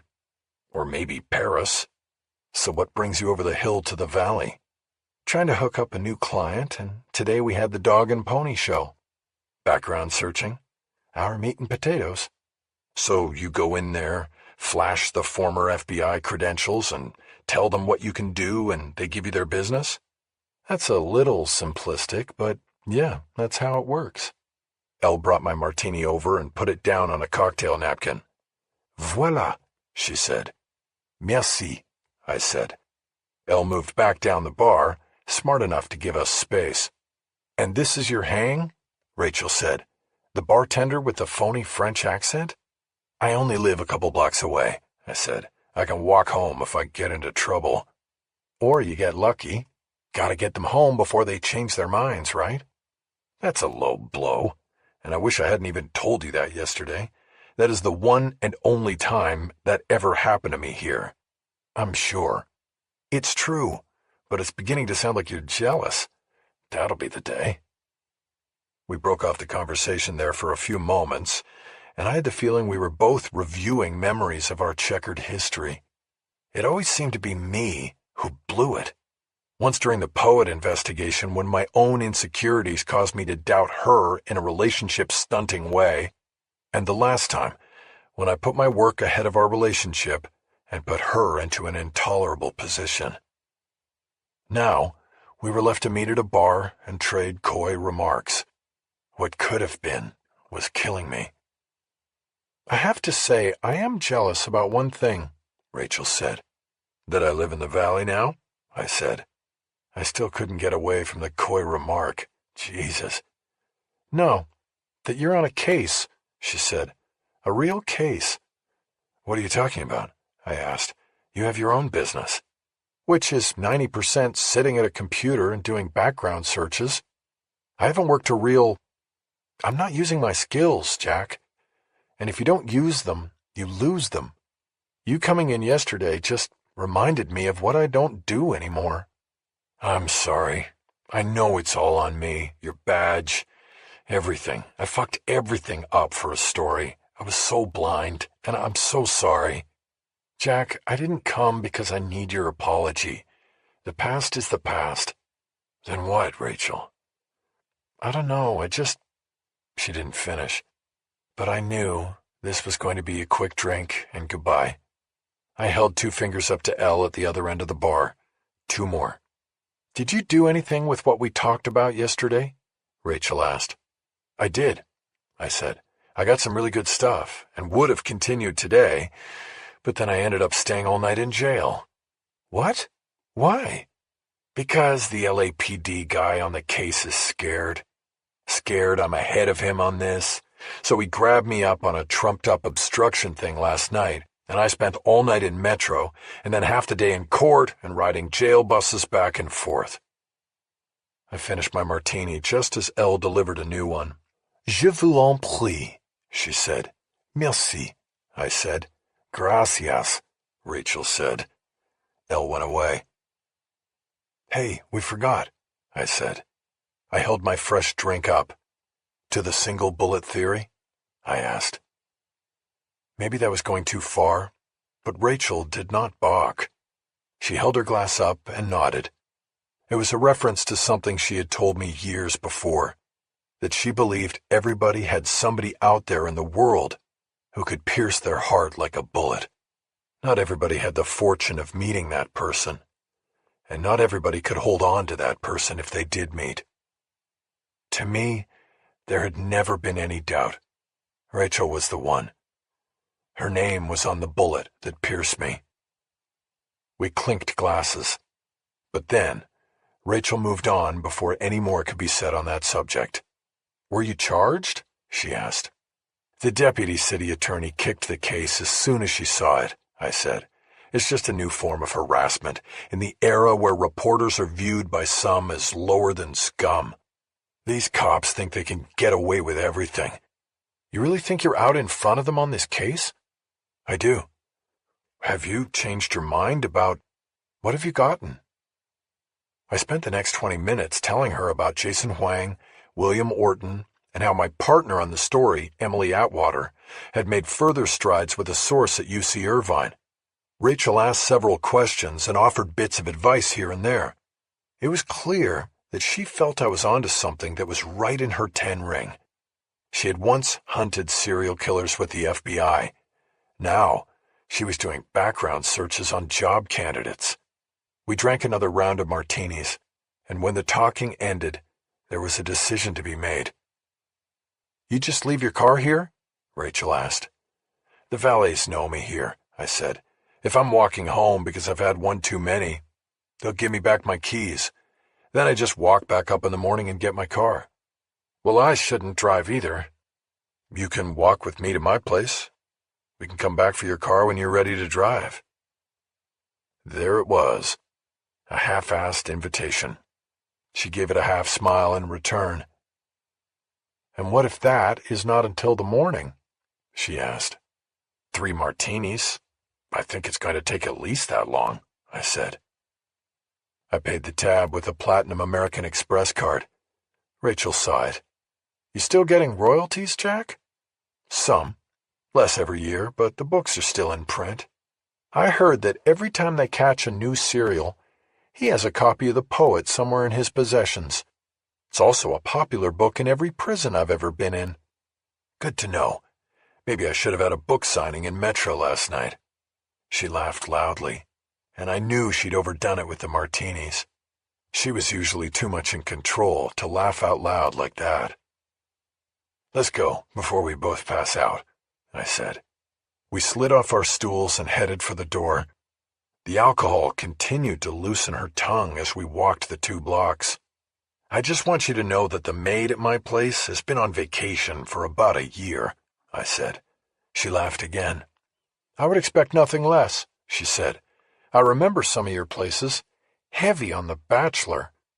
Yeah, well, I guess some things never change, I said. I want in, she said. I took a few unsteady steps without responding.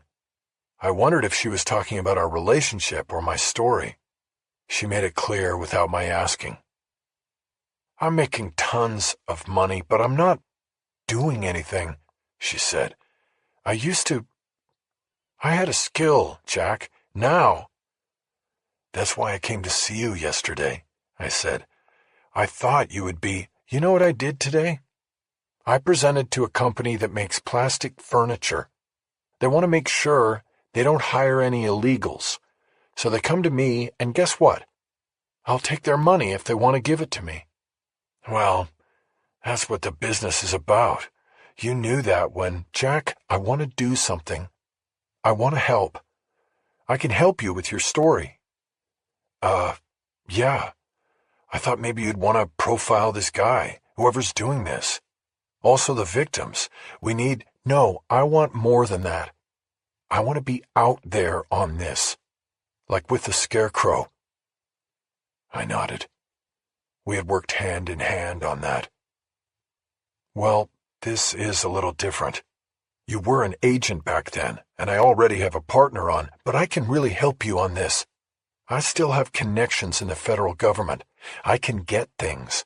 Find out things you can't. What things? I don't know yet.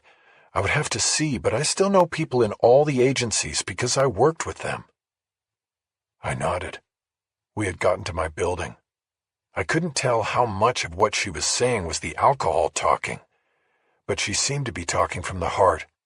I fumbled with the keys to open the gate. Let's go in and sit down, I said. We'll talk more about it. I don't want to talk anymore tonight, Jack, she said. Chapter 19. I had never been to the courthouse in Santa Ana, nor had I ever driven from the San Fernando Valley down to Orange County on a weekday morning.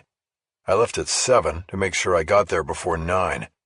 That was after I walked up the street twice to Mistral to retrieve my Jeep and then Rachel's BMW. I parked hers in front of the building, in the same spot Matson and Sakai had used to arrest me. I then returned her key to the table next to the bed where she slept. I wrote a note asking her to call me when she woke up and left it with 2 Advils on the bed table. Rachel might find waking to an empty apartment upsetting, but I wanted to get to Detective Digoberto Ruiz before the trial started. Best laid plans. After tie-ups on both the 101 and 5 freeways, I rolled into the parking garage at the Criminal Courts building in Santa Ana at 9:20. Proceedings in the trial of Isaiah Gamble were already underway. I slipped into the back row of the gallery and watched. I was in luck. It took me only a few minutes to realize that Detective Ruiz was the man on the witness stand giving testimony. The gallery of the courtroom was empty, except for me and a woman in the front row on the prosecution side of the room. The case apparently had drawn no attention from the local populace or media. The prosecutor was a woman who stood at a lectern between the prosecution and defense tables. The jury was to her left, 12 jurors and 2 alternates, still alert and paying attention in the first hour of the day. The defendant, Isaiah Gamble, sat at a table next to another woman.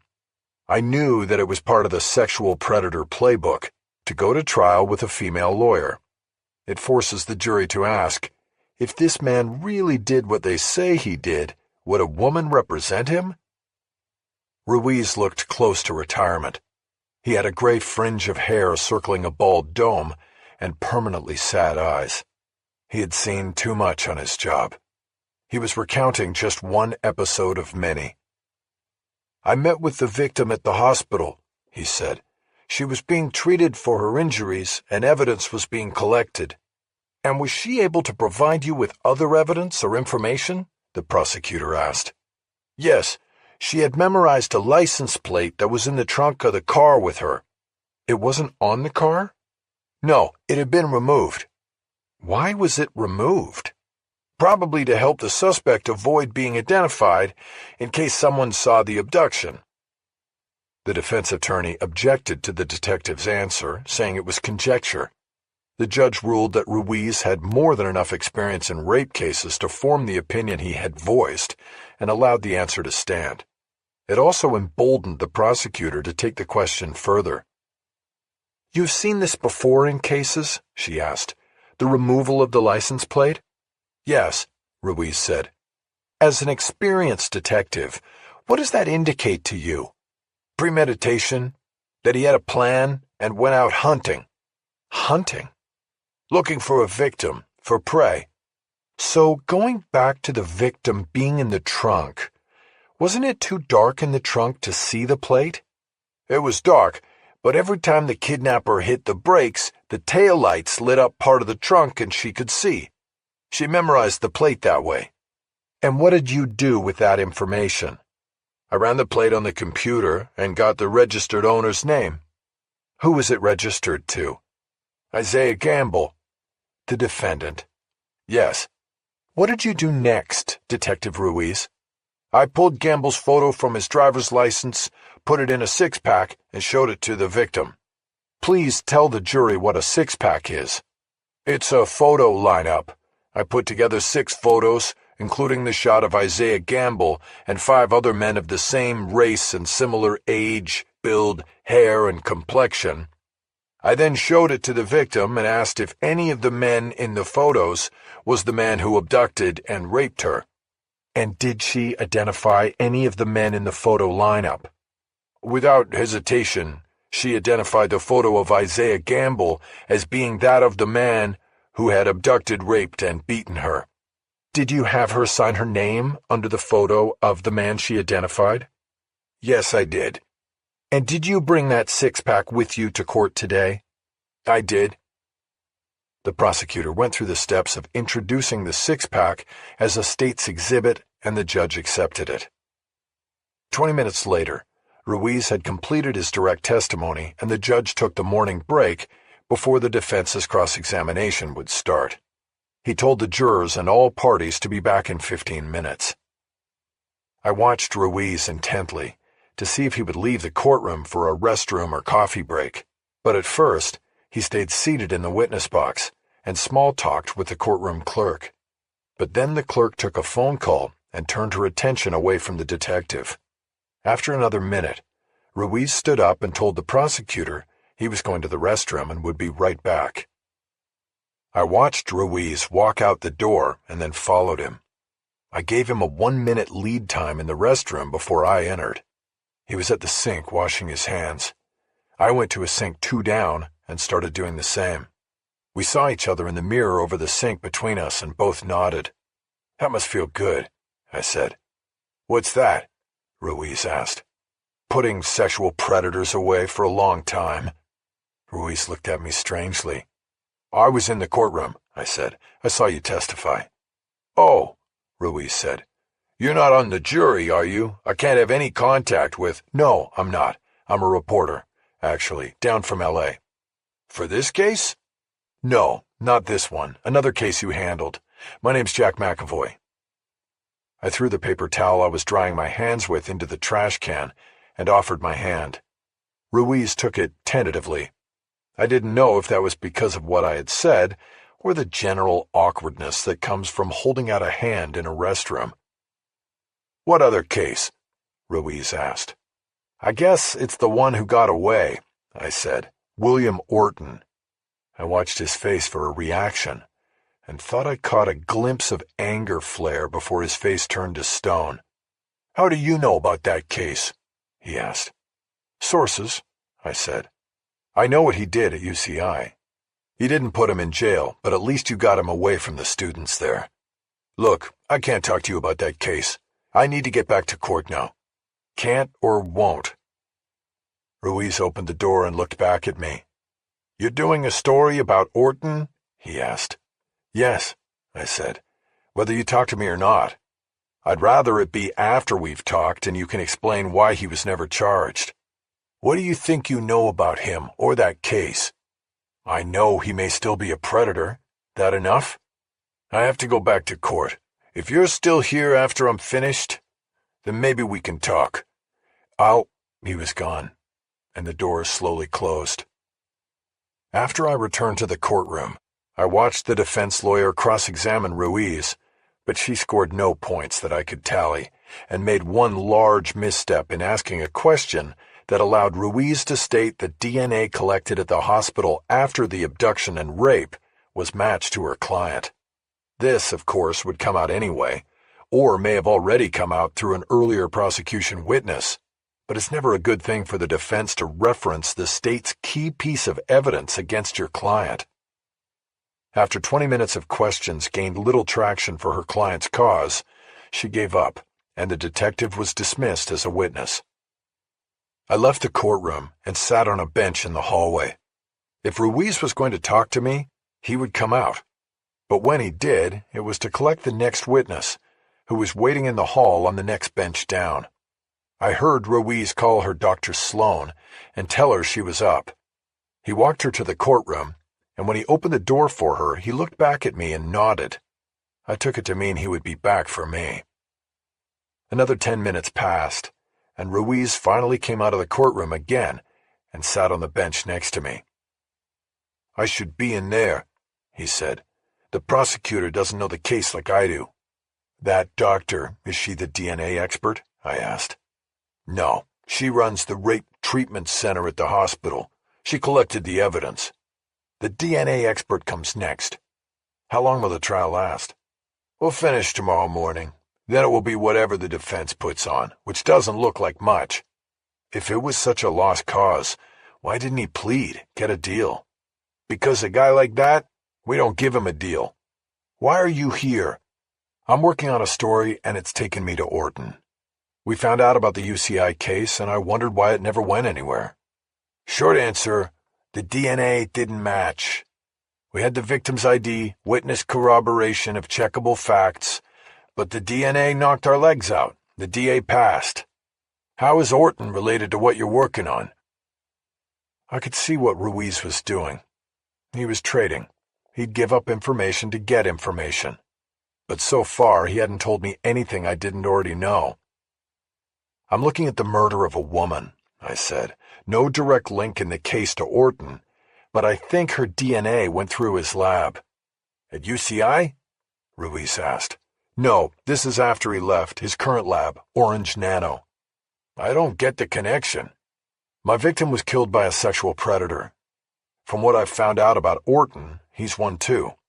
I can't make that statement. We never charged him with a crime. But you wanted to. It was the DA who wouldn't go forward. With good reason. DNA works both ways. It convicts and it clears. I pulled out my notebook to write down that line. It freaked Ruiz out. You can't use anything from me. I don't want to be sued by him. There was no case. The DNA cleared him. But you had the victim's story. Doesn't matter. The DNA threw a wrench into things. Made the case untenable. We didn't proceed. End of story. Do you work for the Times up there? I work for a website that partners with the Times on occasion. How surprised were you when the DNA came back and it wasn't a match to William Orton? Off the record? Very. On the record? No comment. I put my notebook down on the bench so he would not perceive it as a threat. Any theories on the DNA and where it came from? I asked. Nope, Ruiz said. I just know it killed the case. It didn't matter how credible our victim seemed. DNA from another man on her body killed the case. What about the possibility of tampering? I don't see where. I took the sample from Orton with a court order. I delivered it to the lab. You accusing me of something? Not at all, just asking. There's also the second sample Orton's was compared to. Was there any kind of internal investigation of that? Not beyond doing the test over and getting the same results. You're talking about a very sensitive subject. You know what the criminal defense lawyers in this courthouse would do with something like that? We'd get buried with appeals of every conviction that ever came out of that lab. I nodded. It was a case of looking into the matter, but not looking too hard. How did the victim take it when you told her? I asked. She was more surprised than me, I'll tell you that, Ruiz said. She insisted then, and still does, that there was no other man, just Orton. Did you ever talk to him, interview him, I mean? Maybe when you took his swab? Not really. We started to get into it, but then he lawyered up and that was it. You know, you were right about this one. What you said. What did I say? About him being the one who got away. The motherfucker's a rapist, I know it. And the DNA doesn't change that. That's off the record, too. Ruiz stood up. I need to go back in, he said. 2 more quick questions, I said. He gestured for me to go ahead. I stood up. Jane Doe's lawyer, who was that? Hervé Gaspar. I recommended him to her. What is Jane Doe's real name? You should be able to get that from your source at the school. Okay, then what about the lab report on the DNA? Where can I get that? You can't. All that got destroyed when the case wasn't filed. The lab report, the records. His arrest was expunged after his lawyer got a court order. Shit. You're telling me. Ruiz turned toward the courtroom door and took a few steps, but then stopped and came back to me. Do you have a card or something? In case. Sure. I opened a zipper on my backpack, dug out a business card, and handed it to him. Call any time, I said, and good luck with this one. Thanks, he said, but with this one, we don't need luck. He's going down. I watched him go back into the courtroom to take care of business. Chapter 20. When I turned my phone on after leaving the courthouse, I had a message from Randall Sachs, head of public relations for the Rexford Corporation. With the 2-hour time difference in Indianapolis working in my favor, I had called him on my drive down. It was early my time, but he was well into his day, and I told him I needed to get into Orange Nano and interview William Orton. I made it clear that if he turned down my request, I would wonder what they were hiding at Rexford, a publicly traded company, when I could not speak to a board member and top researcher. I told him that I would be in the vicinity of Orange Nano later in the day and would love to make the visit then. The message was that my photographer and I had a 2 o'clock interview with Orton that came with a hard stop at 3. I immediately called Sachs back to confirm, and he gave me the lowdown on who I should ask for on arrival, and reminded me that the interview would last no more than an hour. He implied that Orton was against the interview, but he, Sachs, had been able to make him see the light. "We are a transparent company," Sachs assured me. I thanked him, disconnected, and immediately called Emily Atwater. "How fast can you get down here?" I asked. "We have a 2 o'clock with Orton." "I'll leave right now, and should make it in time for us to work out a script," she said. "Okay, good. Don't forget the camera.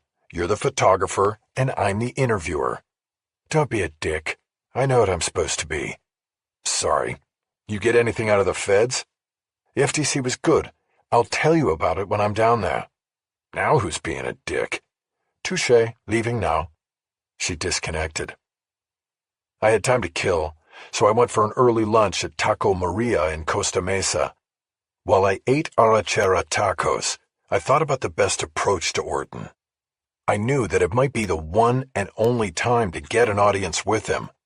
Would Emily and I maintain the cover of the story we had told Rexford PR we were doing, or would we confront him? Based on what I had heard from Detective Ruiz, I was pretty sure that Orton would not bend if confronted. It was likely that a direct approach would only get us shown to the door. Still, it might be useful to see how he would react and possibly defend himself against the accusations leveled against him while he was a professor at UCI, or what he would say if we asked if the DNA from 4 dead women at the center of our story had ended up in the lab at Orange Nano. The tacos were excellent, and I finished with 90 minutes to go before the appointment with Orton. As I was walking through the parking lot, my phone buzzed. It was Rachel. "Did you just get up?" I said. "No, I'm at work, thank you," she said. "Well, I thought you'd call sooner. Did you see my note?" "Yes, I saw it. I just wanted to get to work and start my day. Are you down in Orange County?" "Yeah, I'm here. I talked to the detective who handled the Orton case." "What did he say?" "Not much, but I think he wanted to talk. He asked for my card, and that usually doesn't happen, so we'll see." "Now what?" "I meet Orton at 2. His corporate sponsor set it up." "I wish I was there. I could give you a good read on him." "Well, the other reporter is coming down. 3 would be a crowd, and I'm not sure how I would explain who—" "I was just saying, Jack. I know it's not my story or case." "Oh, well, you could always give me a second-hand read tonight." "Mistral?" "Or I could come over the hill to you." "No, I like Mistral." "I'll be there, after work." "Good, I'll see you then." I got in my car and just sat there for a long moment thinking. Though the feelings and senses of the night before had been fogged by alcohol, they were nonetheless wonderful to me.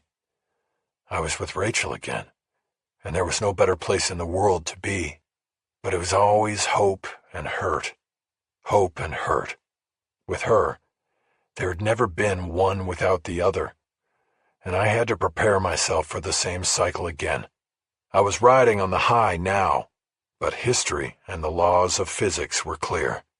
What goes up always comes down. I put the address of the lab into my GPS app and drove by Orange Nano a few times before pulling over on MacArthur Boulevard and using the cell to look up and call the offices of Hervé Gaspar, the lawyer who had represented Jane Doe.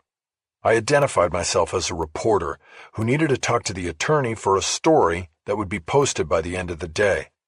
Most lawyers wanted their names in the media. It was free advertising. As expected, I was transferred to his cell phone and could tell I had caught him in a restaurant, eating. "This is Hervé Gaspar. What can I do for you?" "My name's Jack McEvoy. I'm a reporter for Fair Warning up in L.A. "What the hell is a Fair Warning?" "Good question. It's a consumer protection news site. We watch out for the little guy." "Never heard of it." "That's okay. There are many who have, especially the charlatans we expose on a regular basis." "What's it got to do with me?"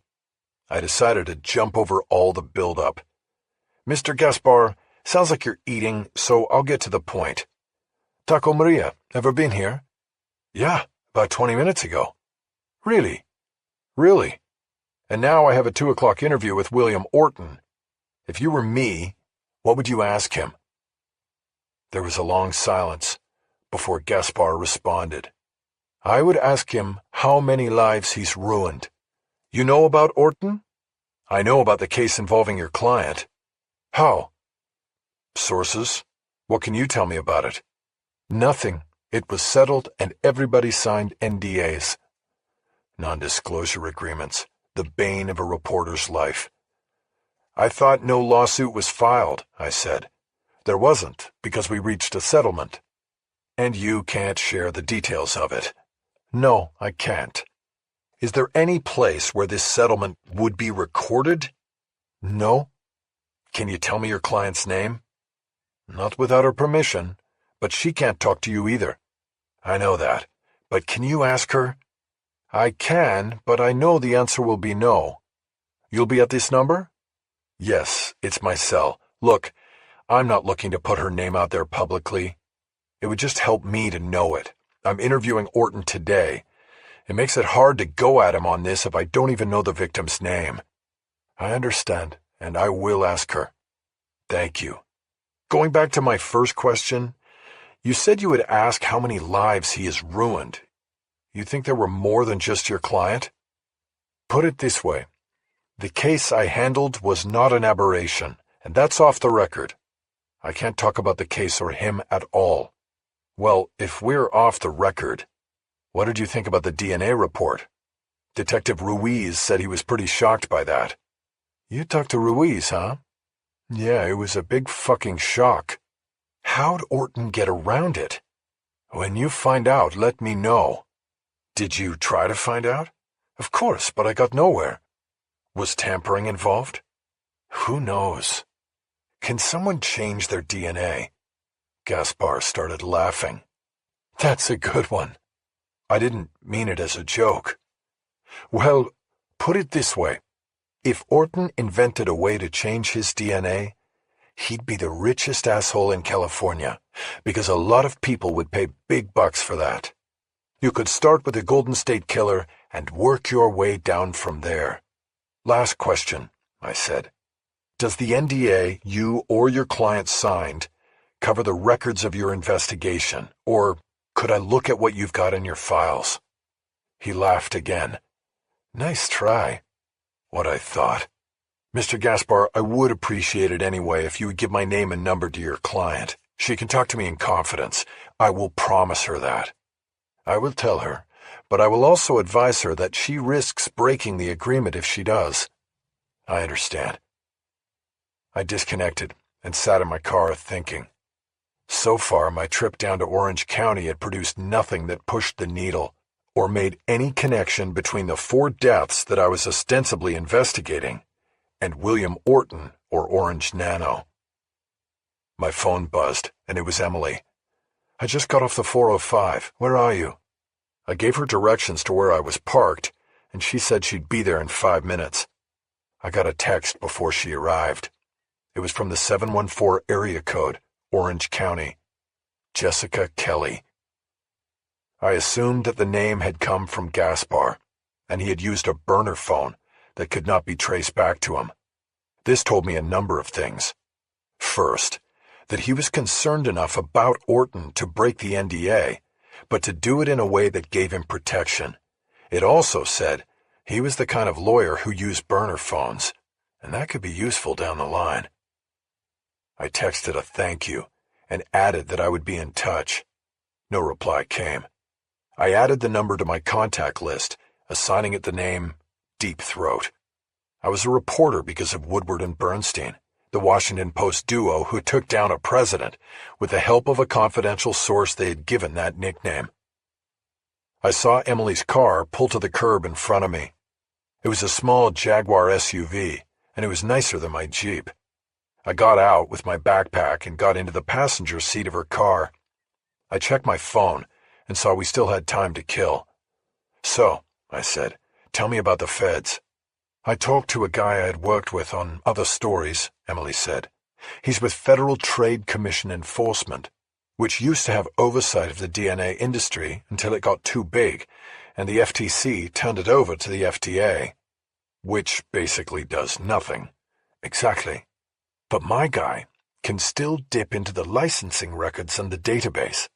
And basically, these DNA labs have to be licensed. But as you know, there's no oversight or enforcement after that. However, the FDA does have to accept complaints, and my guy told me there was a flag on Orton.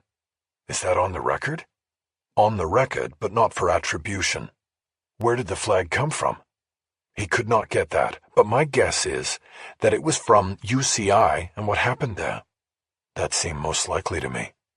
All right, I said. Anything else? One other thing, Emily said. Orange Nano's license has an amendment allowing it to share anonymized data with other licensed research facilities. So the data it gets from GT23 can pass through the lab and Orange Nano and go somewhere else. Is any approval required of such transactions? Not at this time. It's apparently going to be part of the rules and regs the FDA is taking its sweet time with. We need to find out who they give DNA to, I said. We can ask Orton when we see him, but I kind of doubt that will go anywhere. We'll see soon enough. What about Jason Huang, disgruntled ex-employee of the mothership? Maybe he knows something and will share. Maybe. But he would be a transaction removed. He sent DNA to Orange Nano. He would have no control and probably no knowledge of where it went afterward. What about your FTC guy? I'll try him, but the FTC washed its hands of the DNA industry when the FDA took over. Whatever he can get will be at least 2 years old or more. Well, it's worth a shot. I'll call him later. What did you get from the cop on the UCI case? She asked. I talked to him in court, and then I called the lawyer who represented the UCI victim, Jane Doe. Actually, it's Jessica Kelly. Who gave you that? I think Gaspar, the lawyer. I explained the text I had gotten. Good stuff, Emily said. If she's still around, we can find her. She signed an NDA, so that may be a dead end, but having the name will help us with Orton, if the case comes up. Oh, I think it's going to come up. Are we ready? We are. Chapter 21. Orange Nano was in a clean industrial park off MacArthur and not far from UCI. It was a single-level precast concrete building with no windows and no sign out front identifying it. The front door led to a small reception area where we found Edna Fortunato, the woman I'd been told by Rexford PR would get us to William Orton. She escorted us into an office where 2 men sat waiting, one directly behind a large desk and the other to his left side. The office was basic, a desk cluttered with files and paperwork, diplomas framed on one wall, shelves of medical research books on another, and finally, a 6-foot-tall sculpture in a corner that was an abstract double helix made of polished brass.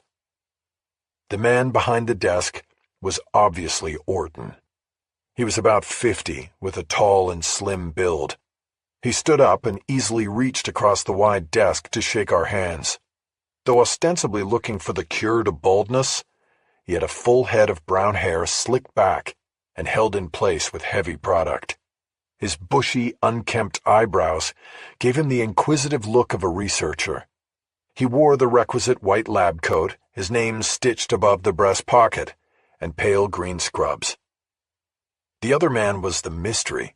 Dressed in a crisp suit, he remained seated. Orton quickly solved the mystery. "I am Dr. Orton," he said, "and this is my attorney, Giles Barnett." "Are we interrupting something you two need to finish?" I asked. "No. I asked Giles to join us," Orton said. "Why is that?" I asked. "This is just a general interview." There was a nervousness about Orton that I had seen before in people unaccustomed to dealing directly with the media. and he had the added burden of worrying about his secret discharge from UCI. It seemed that he had brought his lawyer to make sure the interview didn't stray into an area Emily and I surely intended to take it. "I need to tell you at the outset that I don't want this intrusion," Orton said. "I rely on Rexford Corporation to sponsor my work, and so I cooperate with their demands. This is one of them. But as I say, I don't like it, and I am more comfortable with my attorney present." I looked over at Emily. It was clear our planning for the interview had been for naught. The scheme to slowly lead Orton down a path toward a discussion of his past troubles would now clearly be stopped by Giles Barnett. The attorney had a tight collar and the thick body of an offensive lineman. In my glance at Emily, I tried to get a read on whether she thought we should abandon ship or press on. She spoke before I could make a determination. "Could we start in the lab?" she said to Orton. "We wanted some photos of you in your element. We could get that out of the way and then do the interview." She was proceeding with the plan. Get photos first, because the interview was going to lead to a confrontation. It's hard to get photos after you've been ordered to leave the premises. "You can't go into the lab," Orton said. "There are contamination concerns and a strict protocol. There are, however, viewing windows in the hallway. You can take your photos from there." "That'll work," Emily said. "Which lab?" Orton said. You tell us," I said. "What labs are there?" "We have an extraction lab," he said. "We have a PCR lab, and we have an analysis lab." "PCR?" I asked. "Polymerase chain reaction," Orton said. "It is where samples are amplified. We can make millions of copies of a single DNA molecule in a matter of hours." "I like that," Emily said. "Maybe some shots with you involved in that process." "Very well," Orton said. He stood up and signaled us through the door into a hallway that led to the far reaches of the building. Emily hung back so that Orton was several feet ahead of us, his lab coat flowing behind him like a cape. She took photos as we walked. I walked next to Barnett and asked him for a card. He reached behind the pocket square in the breast pocket of his suit coat and handed me an embossed business card. I glanced at it before putting it in my pocket. "I know what you're going to ask," Barnett said. "Why does he need a criminal defense attorney? The only answer is that it's only one of my specialties. I handle all Dr. Orton's legal work. That's why I'm here." "Got it," I said. We turned down a 40-foot hallway with several large windows running along both sides. Orton stopped at the first set of windows. "Over here to my left is PCR," he said. "To the right is the STR analysis lab." "STR?" I asked. "Short tandem repeat analysis is the evaluation of specific loci," he said. "This is where we hunt, where we look for the commonalities in identity, behavior, hereditary attributes." "Like balding?" I asked. "That is certainly one of them," Orton said, "and one of our main points of study." He pointed through the window at a device that looked like a countertop dishwasher, with a rack containing dozens of test tubes. Emily snapped another photo. "Where does the DNA for your studies come from?" I asked. "We buy it, of course," Orton said. "From who?" I asked. "You must need a lot." "Our primary source is a company called GT23. I'm sure you've heard of it." Nodding, I pulled a notebook out of my back pocket and wrote down his direct quote. While I was doing so, Emily continued her role as photographer. "Dr. Orton, I know we can't go into the lab," she said, "but could you go in and sort of interact with what you see in there so I can take a few shots?" Orton looked to Barnett for approval, and the attorney nodded. "I can do that," Orton said. "And I don't see anybody in the labs," Emily added. "Don't you have staff that helps with your research?" "Of course I do," Orton said, an irritated tone in his voice. "They preferred not to be photographed, so they have the hour off." 40 minutes now. Barnett added helpfully. Orton used a key to unlock the STR lab door. He stepped into a man-trap where an exhaust fan roared to life and then died. He used the key to open the next door and enter the lab. Emily walked up to the glass and tracked Orton through the lens of her camera. Barnett took the moment to move next to me. "What are you doing here?" he asked. "Excuse me?" I responded. "I want to know what is behind this charade. I'm doing a story. It's about DNA and how it gets used and protected and who's out there on the frontier of the science." "That's bullshit. What are you really here for?" "Look, I didn't come here to talk to you. If Dr. Orton wants to accuse me of something, let him do it. Call him out here and we'll all talk about it. Not until I know—" Before he could finish, he was interrupted by the roar of the fan in the man-trap. We both turned to see Orton stepping out. Concern was written on his face, as he had either heard the confrontation or seen the pointed discussion through the lab's window. "Is there a problem?" he asked. "Yes," I said before Barnett could respond. "Your lawyer doesn't want me to interview you. Not until I know what the interview is really about," Barnett said. All at once, I knew the plan for a subtle lead-up was out the window. It was now or never. "I want to know about Jessica Kelly," I said. "I want to know how you fixed the DNA." Orton stared hard at me. "Who gave you that name?" Barnett demanded. "A source I won't give up," I said. "I want you both out of here," Orton said. "Right now!" Emily turned the camera on Orton and me and started firing off shots. "No pictures!" Barnett yelled. "Put that away, right now!" His voice was so tight with anger that I thought he might lunge at Emily. I slid into the space between them and tried to salvage an unrecoverable situation. Over Barnett's shoulder, I saw Orton pointing toward the door we had come through from the office. "Get out of here!" he said, his voice rising with each word. "Get out!" I knew my questions were not going to be answered by Orton or his lawyer, but I wanted them on the record. "How'd you do it?" I asked. "Whose DNA was it?" Orton didn't answer. He kept his hand raised and pointing toward the door. Barnett started pushing me that way. "What's really going on here?" I yelled. "Tell me about Dirty Four, Dr. Orton!" Barnett shoved me harder then, and I hit the door with my back, but I saw that the impact of my words hit Orton harder. Dirty Four had registered with him, and for a moment I saw the facade of anger slip. Behind it was trepidation, dread, fear. There was something there.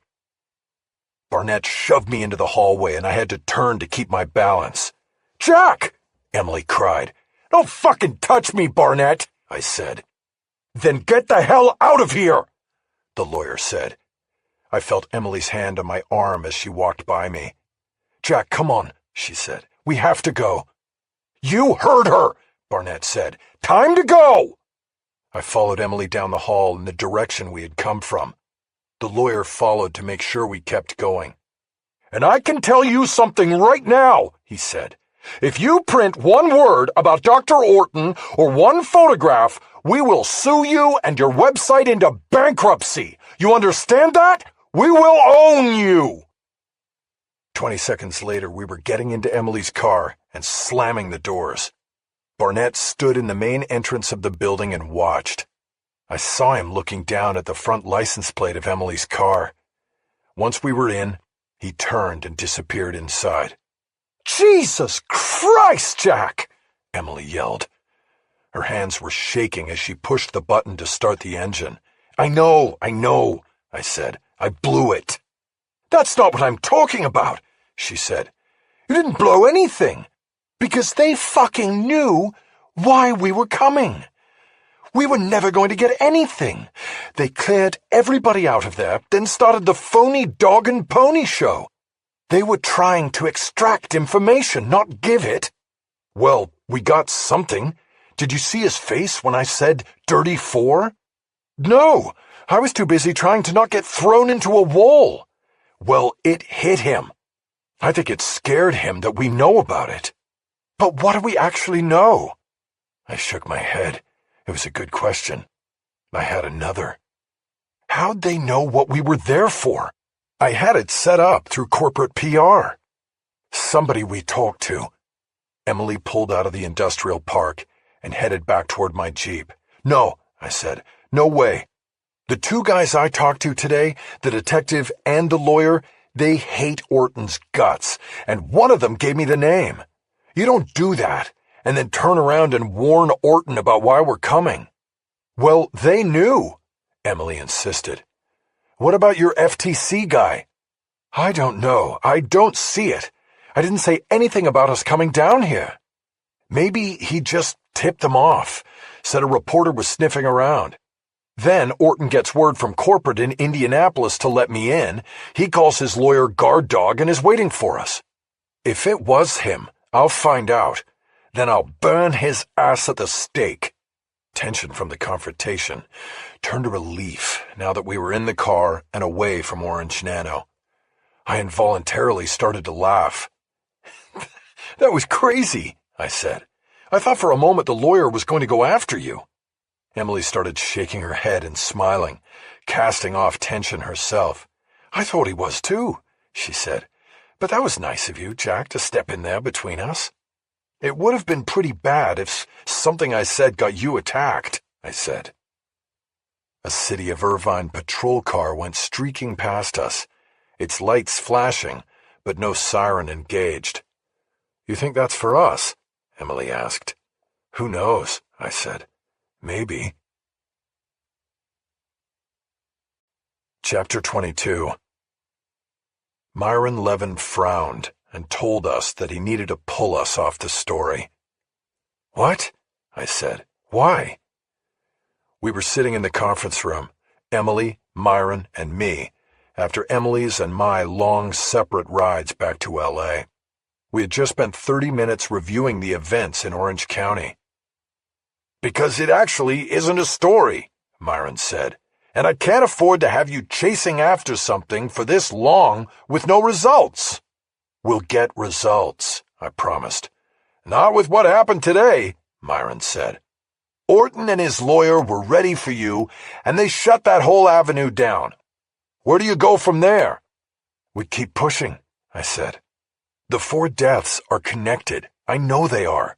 You should have seen Orton's face when I said Dirty Four. There is something there. We just need a little more time to pull it all together. Look, Myron said. I know there's smoke, and where there is smoke, there's fire. But right now, we can't see through the smoke, and we're hitting dead ends. I let you two run with this, but I need you back on your beats producing stories.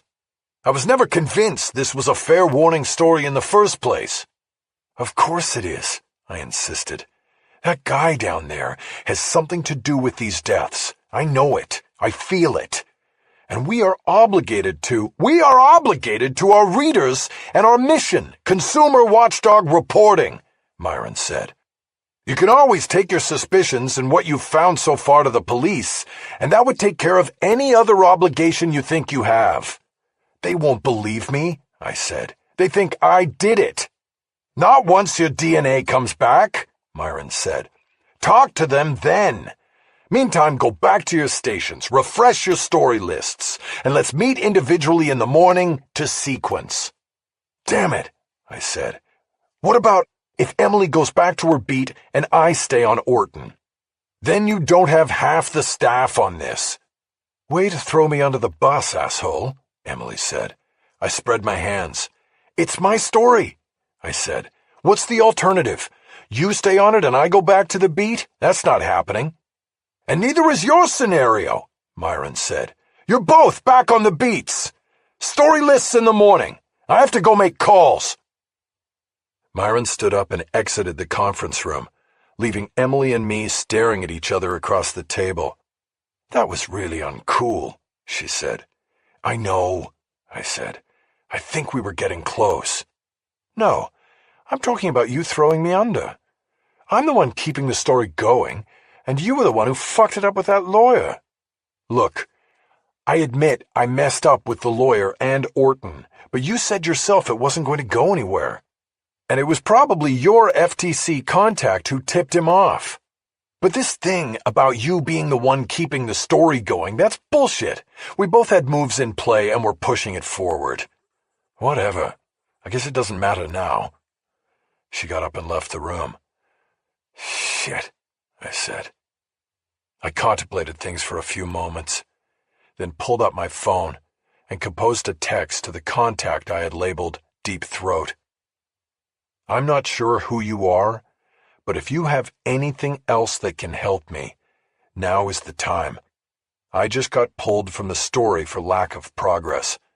Orton was a bust. He was waiting and ready. In fact, there is no story. I need your help. I know some bad shit is going down out there, and Orton is the key. Please respond. I read it twice, and wondered if it sounded like I was whining. Finally, I cut the last 2 words and sent it.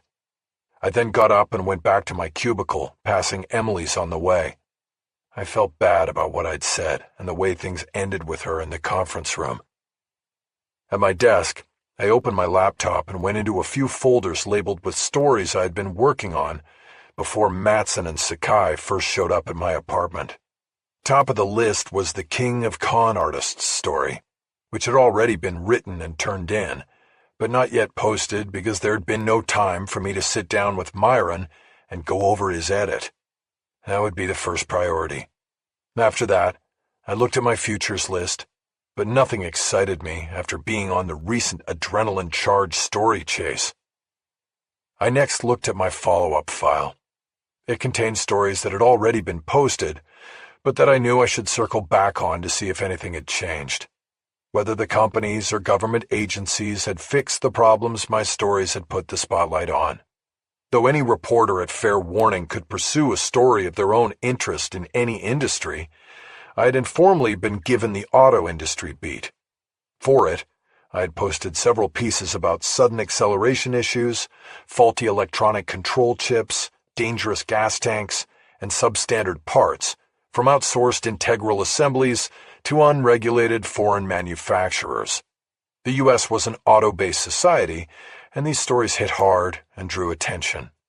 They ran in several newspapers, and I'd put on a jacket and tie to appear on the Today Show, as well as CNN, Fox, and several local news channels including L.A., Detroit, and Boston, with fair warning getting credit all the way.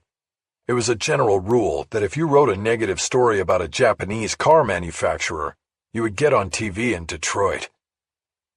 I knew that I could now piggyback on any one of these stories and probably get a solid nothing has changed piece.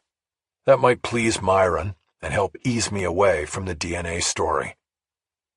I had a physical file in a desk drawer with all the documentation and contact information I had accumulated while originally reporting the auto industry stories. I now pulled it and slid it into my backpack so I could refresh my thoughts while taking my morning coffee. But I was done for the day. I couldn't simply transition from the unfinished story of Christina Portrero and William Orton to something wholly different and uninspiring. I needed time, and now I was going to take it. But I was still bothered by how things had just gone with Emily. I zipped up the backpack and got up and moved down the aisle to her cubicle. "Hey," I said. "Hey what?" she replied curtly. "I made the wrong move in there. I shouldn't have thrown you under the bus, okay? If anything happens, we're both on it together. I just sent a text to my Deep Throat source and told him the story is on fumes and he needs to come through. We'll see. I probably sounded like a whiny asshole. Probably." But she looked up and smiled at me after saying it. I smiled back. "Well, thanks for being so agreeable about my deficiencies. Anytime. So," she turned her screen so I could see it. "Look what I just got." On her screen was what looked like a document with a Federal Trade Commission seal on it. "What is it?" I asked. "Well, I sent my FTC guy an email directly asking if he tipped off Orton," she said. "I exaggerated and said that if he did, he almost got me killed. And he denied it. He even called me to deny it. And then he sent me this as some kind of gesture of good faith. It's the last list Orange Nano turned over to the FTC of labs it redistributed DNA to. It's almost 3 years old, but these might be worth checking out. I mean, if we were still on the story." Because it was a photo of a document, the writing was small and difficult to read from my angle. "Well, anything jump out right away?" I asked.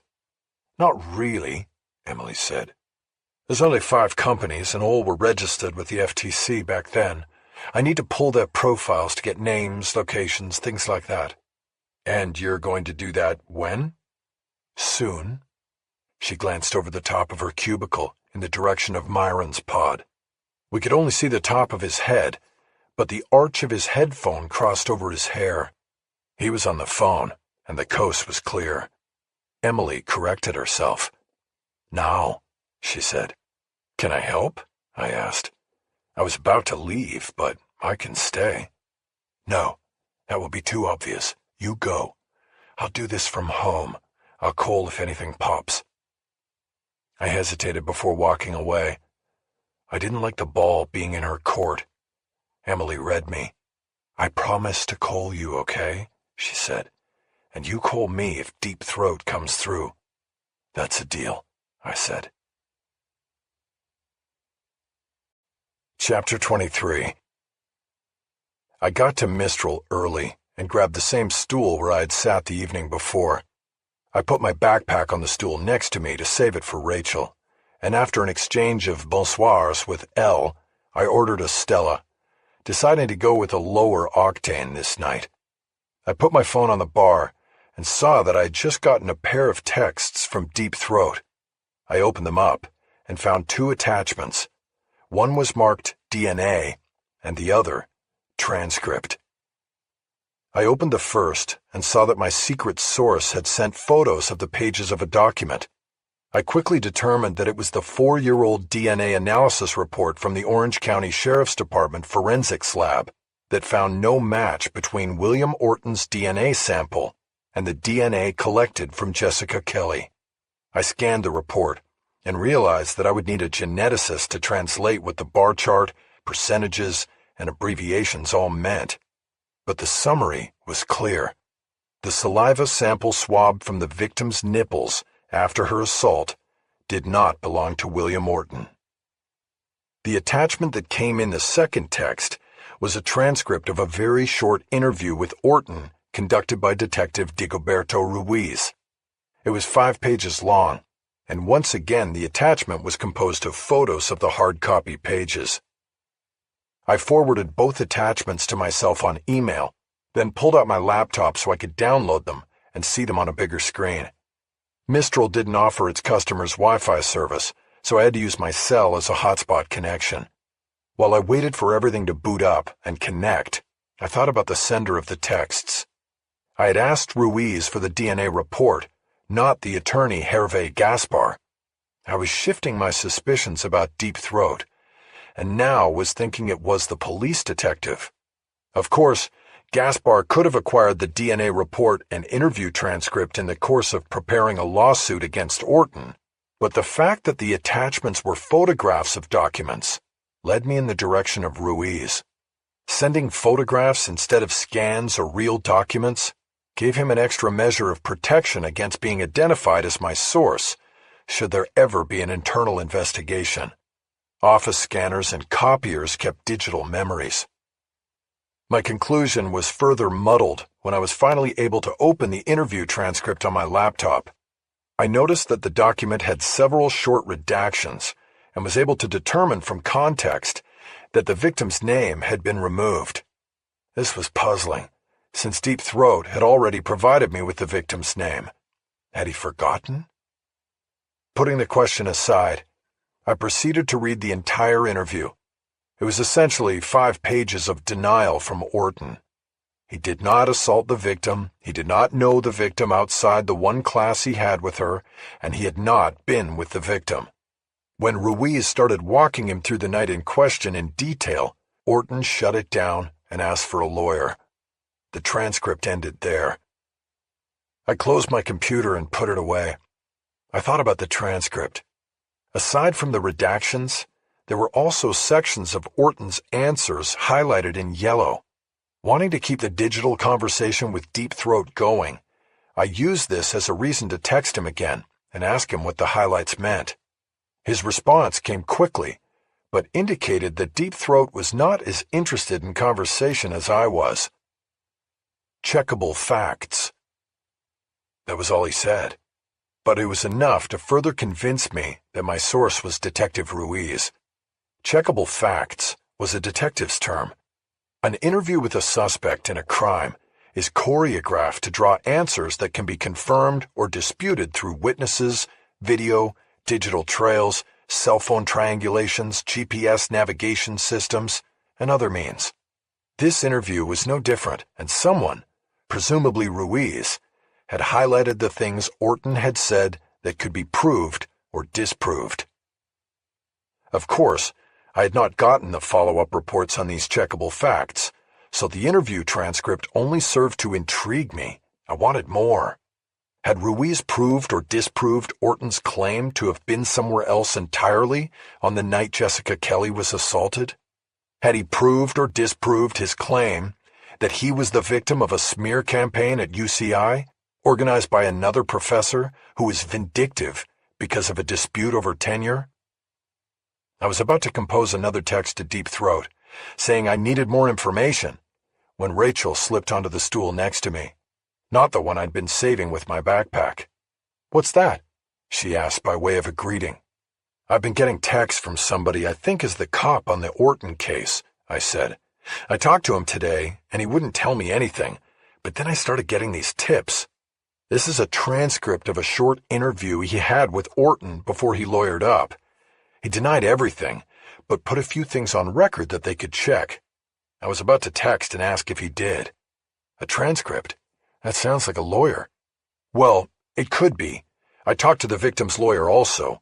He said he and his client couldn't talk because of an NDA, but I think it's the cop. He also sent the DNA analysis report that cleared Orton.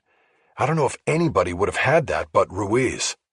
The prosecutor who dropped the case probably had it, and he or she could have given it to the victim's lawyer. True. Maybe I should just ask Deep Throat point blank who he is." Deep Throat. Cute. I looked away from my phone to Rachel. "By the way, hello," I said. "Hello," she replied. Starting the meeting with a discussion about my source had eclipsed the fact that we had spent the night together, and would again this night if intentions didn't change. I leaned over and kissed her on the cheek. She accepted the kiss and gave no indication of any tremor in the force. "So, were you up here again, or did you have to trek over the mountain?" I asked. "I was here, just closing the deal from yesterday. I timed it to meet you." "Congratulations. Or not?" "I know I was whining yesterday. I was getting drunk. And it wasn't the only thing I said that was wrong." There was a tremor. "Really?" I said. "Like what else?" Rachel was saved from answering immediately by the approach of Elle, the faux French bartender. "Bonsoir," she said. "Would you like a drink?" "Kettle one martini straight up," she said. "S'il vous plaît?" "Bien sûr, coming up." Elle moved down the bar to make the cocktail. "That accent is terrible," Rachel said. "You said that yesterday," I said. "Going with the hair of the dog, huh?" "Why not? I signed a new client today. I can celebrate." "So, what else did you say wrong yesterday?" "Oh, nothing. Never mind." "No, I want to know." "I didn't mean to say that. Don't read anything into it." The night before, this woman had whispered 4 words to me in the dark of the bedroom that rocked my world. "I still love you." And I had returned them without hesitation. Now I had to wonder if she was trying to walk them back. Elle approached and put Rachel's drink down on a napkin. The martini glass was filled to the brim, and she had placed it too far from Rachel on the bar top for her to lean in and sip the level down before trying to lift it. Anything but a rock-steady hand would spill it when it moved. I knew then that Elle had heard what Rachel had said about her accent, and this was bartender payback. Elle retreated, throwing a wink at me that Rachel didn't see. A man took a stool in the middle of the bar, and Elle approached him with her bad accent. My cell screen lit as a call came in. I saw it was Emily Atwater. "I'd better take this," I said. "Sure," Rachel said. "Your girlfriend?" "My colleague." "Take it." In one steady motion, Rachel lifted her glass, brought it across the bar top to her lips, and sipped. I never saw a drop spill. "I'm going outside so I can hear." "I'll be here." I grabbed the phone off the bar and connected. "Emily, hold on." I took a notebook out of my backpack, then walked through the bar and out the front door, where the music wouldn't intrude on the call. "Okay," I said. "You get something?" "Maybe," she said. "Tell me." "So, first, you remember that what the FTC has is all over 2 years old, from before the FDA takeover." "Right. So, prior to the switch to the FDA, there is a record of Orange Nano selling DNA code and biological samples to 5 other labs. 3 look like one-time transactions, and the other 2 were repeat customers, so I think we can assume that business continues." "Okay. Who were the 2 repeat customers?" "First, I think we should keep clear lines. Orange Nano conducted these transactions, not Orton in particular. Yes, it's his lab, but he has employees, and they made these transactions. His name is not on a single document I looked at." "Okay. So did you see anything suspicious?" "Suspicious? Not really. More like curious. The 2 repeat customers are nearby, Los Angeles and Ventura. The others were a little farther flung." "Which ones are you curious about?" "The LA lab." I heard papers rustling. "There were 3 things that popped for me on this one," Emily said. "First of all, I Google mapped it, and it's not a commercial address. It's a residence. In Glendale, actually. I think the guy has a lab in his garage or something." "Okay, that's a little weird," I said. "What else?" "The business is registered with the FTC as Dodger DNA Services, and I think the owner is a DNA tech with the LAPD's forensics lab. I Googled him and his name came up in an LA Times story from last year about a murder trial where he testified about matching DNA taken from a gun to the defendant." "So what's his side business?" "Well, the mission statement with the FTC says—" More paper rustling. I waited. "Here it is," Emily said. "Testing applications of DNA in criminal forensics." That's it. "Okay. That's not that suspicious," I said. "It's his life work. He's probably trying to invent an instrument or something that will make his job easier and make him $1 million. "Maybe, until you get to my third point of curiosity." "Which is?" "He only bought female DNA from Orange Nano." "Okay. Yeah. What's this guy's name?" "Marshall Hammond." Let me write that down.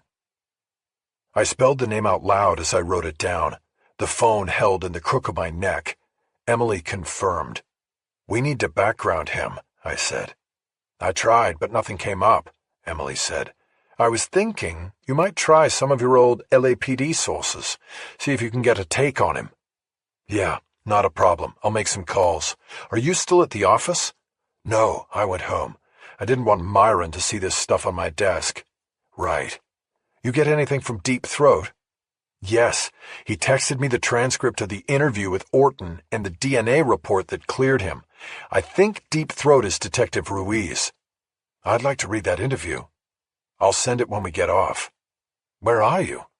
"Meeting a friend for a drink." "Okay, see you tomorrow." "Let's take one more run at Myron with all of this stuff. See if we can get a couple more days." "I'm there." "Okay, See you then. I went back into the bar and saw that Rachel had finished her drink. I slipped back onto the stool. Ready for another? I asked. No. I'm going to keep my wits about me tonight. Finish yours, and let's go to your place. Yeah? What about dinner? We can order in. The Shrike. Chapter 24. He waited until it was dark. He loved the silence of the Tesla. The car was like him.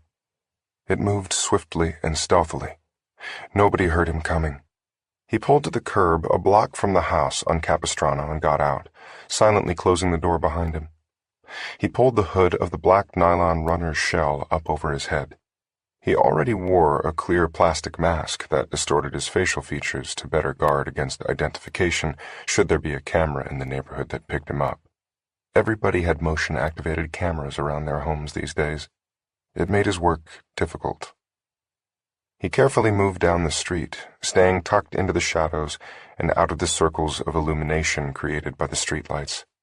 He had a small black duffel bag he kept tight against his body and under his arm. He finally reached the side yard of the target house and slipped into its backyard through an unlocked gate. The house was dark, but the oval-shaped pool was lighted, most likely on a timer, and cast a shimmering glow into the house through a row of sliding glass doors. There were no curtains. He checked each of the sliders and found them locked. He then used a small pry bar from the duffel on the bottom of the center door to raise it up and out of its track. He carefully lifted it out and onto the concrete patio surface. This created a slight popping sound.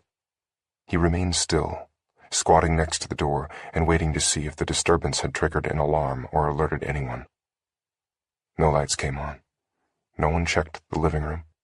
He got up and slid the door open along the rough concrete surface, then entered the house. No one was home. A room-by-room search of the house determined that there were 3 bedrooms where no one was sleeping.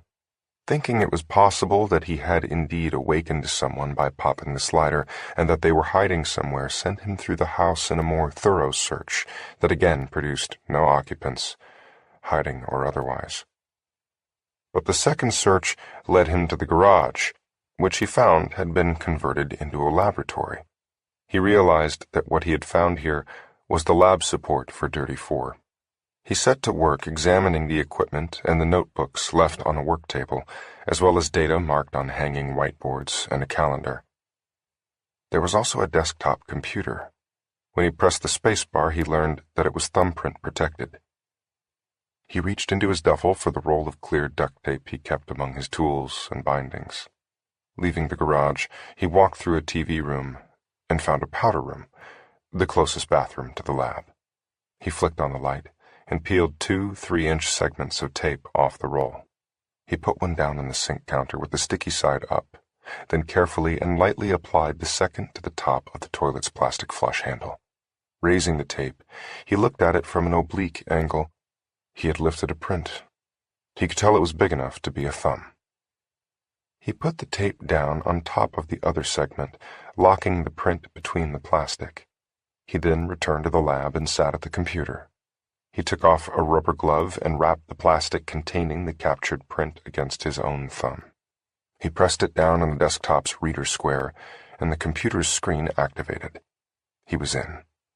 He put his glove on and began moving through the files on the desktop. He had no idea where the homeowner was, but there was plenty on the computer for him to look through and attempt to understand.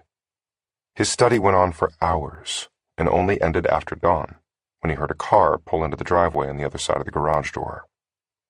He was alerted but did not bother to hide. He quickly prepared for the homeowner, then turned off the lights in the lab and waited. Soon, he heard footsteps in the house, and then the rattle of a set of keys being dropped on a table or counter. He noted this sound, thinking that he might need those keys and the car that was parked outside. He hated to part with the Tesla, but he might not be able to risk returning to it through the neighborhood in daylight. He had not planned to be in the house past dawn, and now the quick escape might be the best escape. The overhead lights in the lab came on. and a man took 5 steps into the room before stopping short when he noticed the intruder sitting at the lab table. "Who the fuck are you?" he said. "What do you want?" The seated man pointed at him. "You're the one who calls himself the Hammer, aren't you?" he asked. "Listen to me," Hammond said. "I work for the LAPD, and I don't know how you got in here, but you need to get the fuck out right now." Hammond pulled a cell phone from his pocket. "I'm calling the police," he said.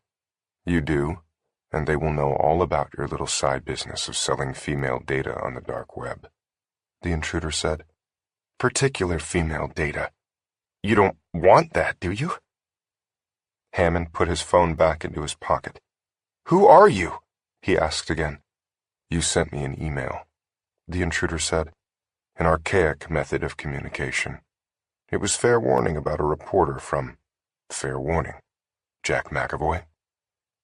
Hammond's face had started to turn pale as he understood his situation. "You're the Shrike," he said. "Yes, and we need to talk," the intruder said.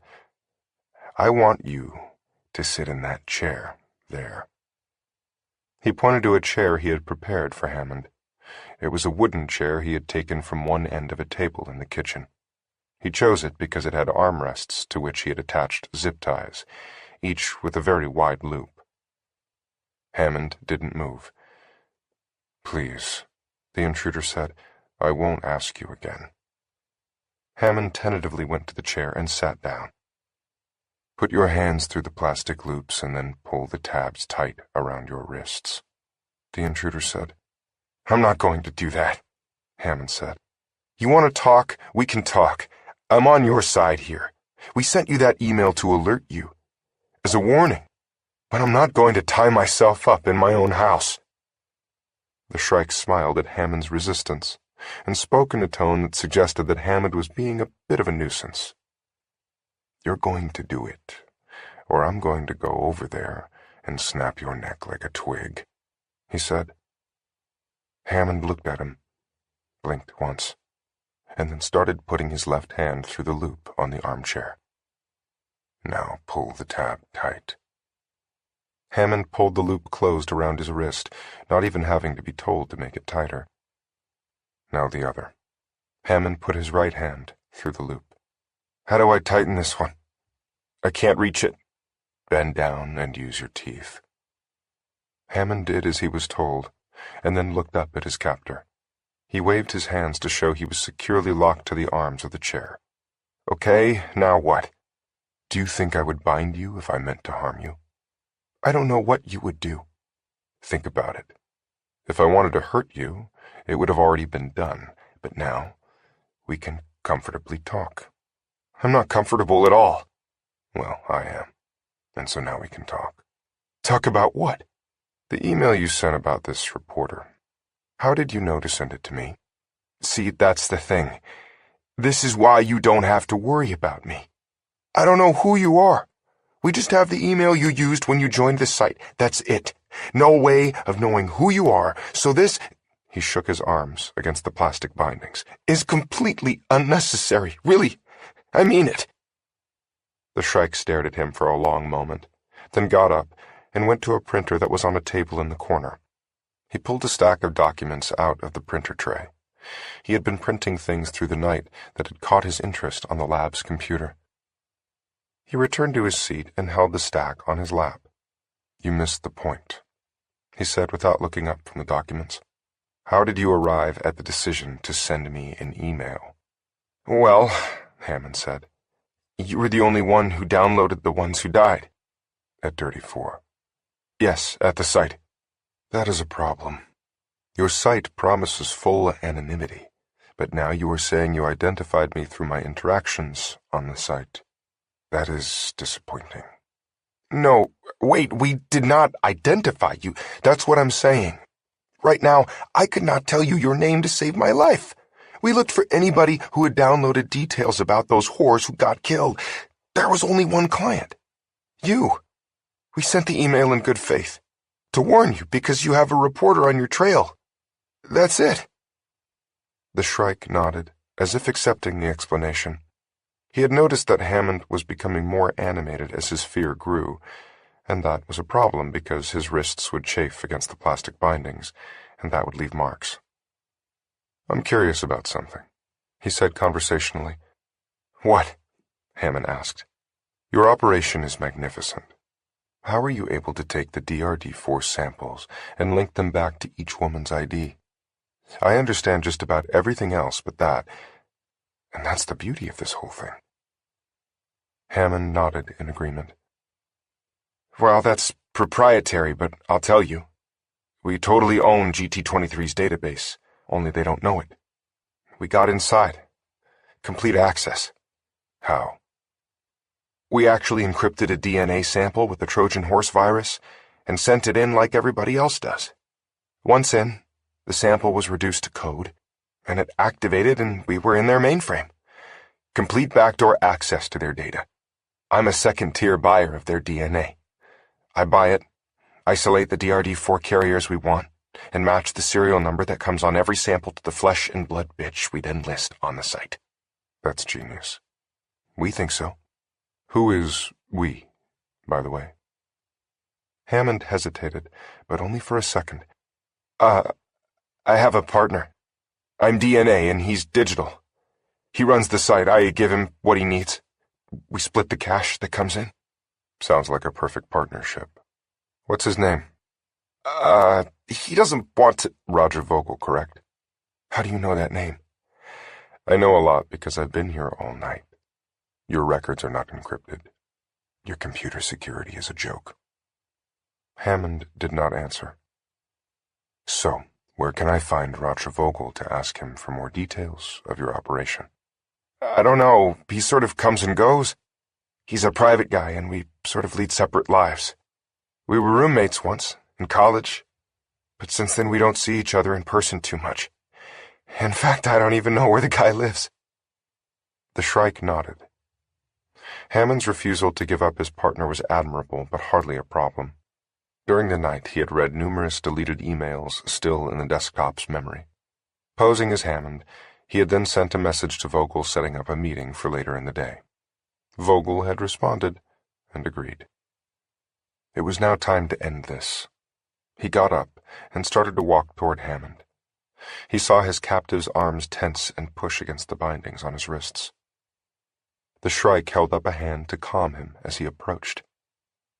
"Just relax," he said. "Nothing to worry about.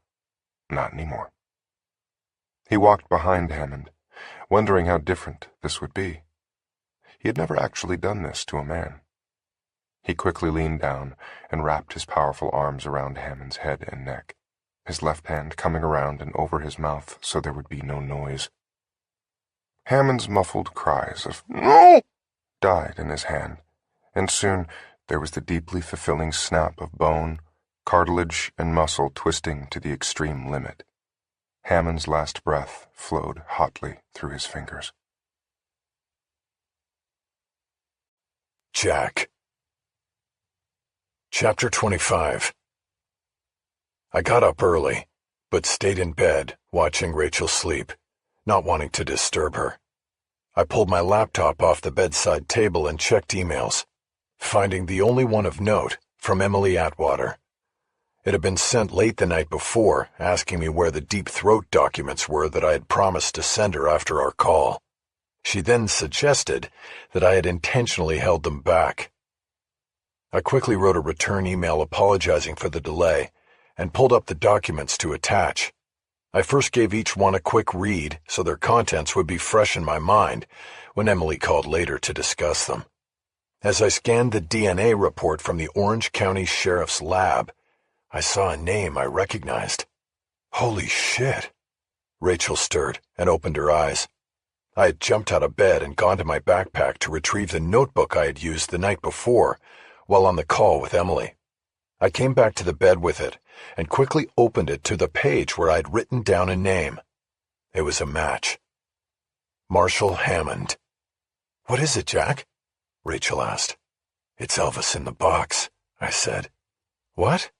"Old newspaper phrase. It means the thing, the nuts, the photo everybody wants. Only this is not a photo. It's a name. You're not making sense. Look at this. I turned the laptop screen so she could see it. This is the DNA report from the Orange County Sheriff's Office that cleared Orton in the rape case down there. Remember Deep Throat sent it to me? Now look down here, where it says the name of the DNA tech who compared Orton's DNA to the sample taken off the victim. Okay. M. Hammond. What does it mean? Marshall Hammond now works up here for LAPD's crime lab and lives in Glendale.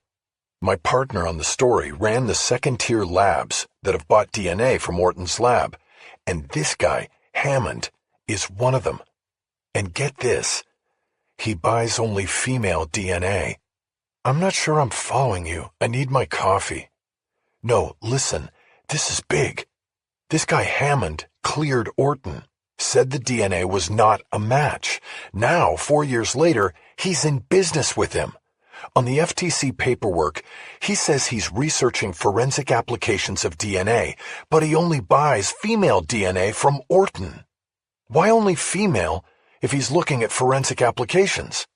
You see, Emily and I were already zeroed in on this guy, and now I found out he was Orton's ticket to freedom. That is no coincidence. I got up from the bed again and started getting dressed. What are you going to do? Rachel asked. I'm going to go to this house and his so-called lab and check it out, I said. You shouldn't do that alone, Jack. I won't. I'll call Emily. No, take me. I want to go. I looked at her. I can help you get a read on this guy if he's there. I knew that she could, but bringing her directly into the story would not go over well with Emily Atwater or Myron Levin. Come on, Jack, Rachel said. We've done this before. I nodded. Then get dressed, I said. Let's catch this guy before he goes to work. We can grab coffee after. Chapter 26. 40 minutes later, we were on the street Hammond had listed with the FTC as the location of his lab. It was a residential street, as Emily Atwater had determined on Google Maps. Let's do a drive-by first, I said. Get the lay of the land a little bit. We cruised by a nondescript 2-story house with a 2-car garage and a BMW SUV parked in the driveway. A little odd that the BMW is not in the garage, Rachel said. At least it means somebody's probably home, I said. Wait, Jack. I think the front door was open. Maybe he's about to leave. Turning around. I used a neighbor's driveway to make the maneuver, and then drove back to Hammond's house. I pulled into the driveway behind the BMW. It was a reporter's trick. It would make it hard for Hammond to jump into his car and get away when I hit him with the hard questions. We got out, and I saw Rachel put her hand on the BMW's front hood as she passed by it. Still warm, she said. We approached the front door, which had been partially hidden from the street by a small front porch with leafy potted plants standing sentinel on either side of the entry portal. Rachel's observation was quickly confirmed. The door stood a foot open. The entry room beyond it was dark. On the frame of the door was a lighted button for a doorbell. I stepped up and pushed it, and a loud solitary gong echoed through the house. We waited, but no one came. Rachel pulled a sleeve down over her hand and gently pushed the door open further. She then crossed behind me as she changed her angle of view into the house. There was a small entry area with a wall directly in front of us and arched entries to hallways to the left and right. Hello?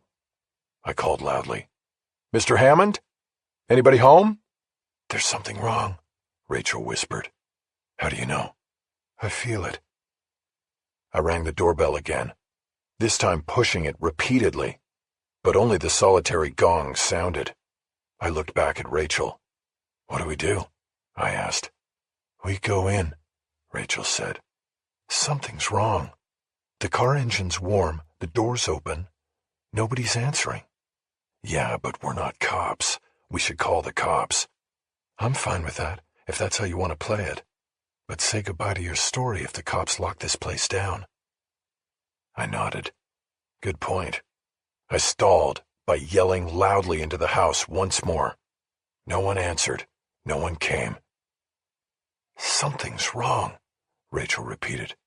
"We need to check it out. Maybe somebody needs help." This last part was said for my benefit, giving me the excuse I could use later if things went sideways once we entered. "Okay," I said. "Lead the way." She moved past me before I was finished speaking. "Put your hands in your pockets," she said. "What?" I asked. "No prints." "Got it." I followed her into the hallway to the right. It led to a living room that was furnished in contemporary styles, with a Warhol print of a Volkswagen Beetle over a fireplace protected by a freestanding glass panel. There was a thick book called The Broad Collection on the table, between the maroon couch and two matching chairs. There was no sign of disturbance or anything wrong. It looked like a room that never got used. "Are we in the right house?" Rachel asked. "Yeah, I checked the address," I said. "Why?" "The LAPD must pay its DNA techs a lot better than I thought. Plus, buying DNA from Orange Nano can't be cheap." Next, we moved through a modern kitchen with an island counter that divided the space from a large TV room that looked out onto a pool. Nothing seemed amiss. Held by a magnet to the refrigerator was a color photo printed on cheap copy paper that depicted a naked woman with a ball gag in her mouth. "Nice fridge art," I said. "We need to check upstairs," Rachel said. We found the stairs by retracing our steps and going down the other hallway. Upstairs, there were 3 bedrooms, but only one that appeared to be in use. The bed was unmade, and there were dirty clothes in a pile next to it. A quick sweep of these rooms produced no people and no sign of trouble. We went back down the stairs. There were 2 closed doors at this end of the hallway. Rachel opened these with her sleeve-covered hand. The first was to a laundry room. Nothing there. The second was to the garage. And that's where we found Hammond's lab. And where we found Hammond, hanging from a noose fashioned from an orange industrial power cord. "Shit," I said. "Don't touch anything," Rachel said. "Hands in pockets. I got that." "Good." But I pulled one of my hands out of its pocket with my cell phone. I pulled up the keyboard and tapped in 911. "What are you doing?" Rachel asked. "Calling it in," I said. "No, not yet." "What do you mean? We need to call the police." "Just hold your horses for a minute. Let's see what we've got here." "We've got a dead guy hanging from the crossbeam." I know. She offered nothing else as she moved in closer to the body. There was a wooden chair kicked over on its side below the body, which I assumed was that of Marshall Hammond. The body was suspended completely motionless in front of Rachel. "Record this," she said. I moved from the phone app on my cell to the camera app and started a recording. "Recording," I said. "Go." She circled completely around the body once before speaking. "I'm assuming the car out front is his," she said. "So we are to assume that he went somewhere, came home, and then just came in here and threw that extension cord over the beam. The garage had an open ceiling, where there was some cross-planking for storage up above. The center support beam had been used as Hammond's gallows. The body was suspended about 2 feet above the concrete floor of the garage lab. Rachel continued to slowly move around it, without touching it. "No damage to the fingernails," she said. "Why would there be?" I asked. "Second thoughts. Often people change their mind at the last second and claw at the noose. They break their fingernails." "Got it. I think I knew that. But there is slight chafing on both wrists. I think he was bound, either at the time of death or shortly before." She looked around and saw a cardboard dispenser that held rubber gloves, most likely used by Hammond during DNA processing. She put on one glove and then used that hand to right the chair that had been knocked over during the hanging. She stepped up onto it so she could get a closer view of the noose and the dead man's neck. She studied it for a long moment before telling me to put on gloves from the dispenser. Why? Because I want you to steady the chair. Why? Just do it, Jack.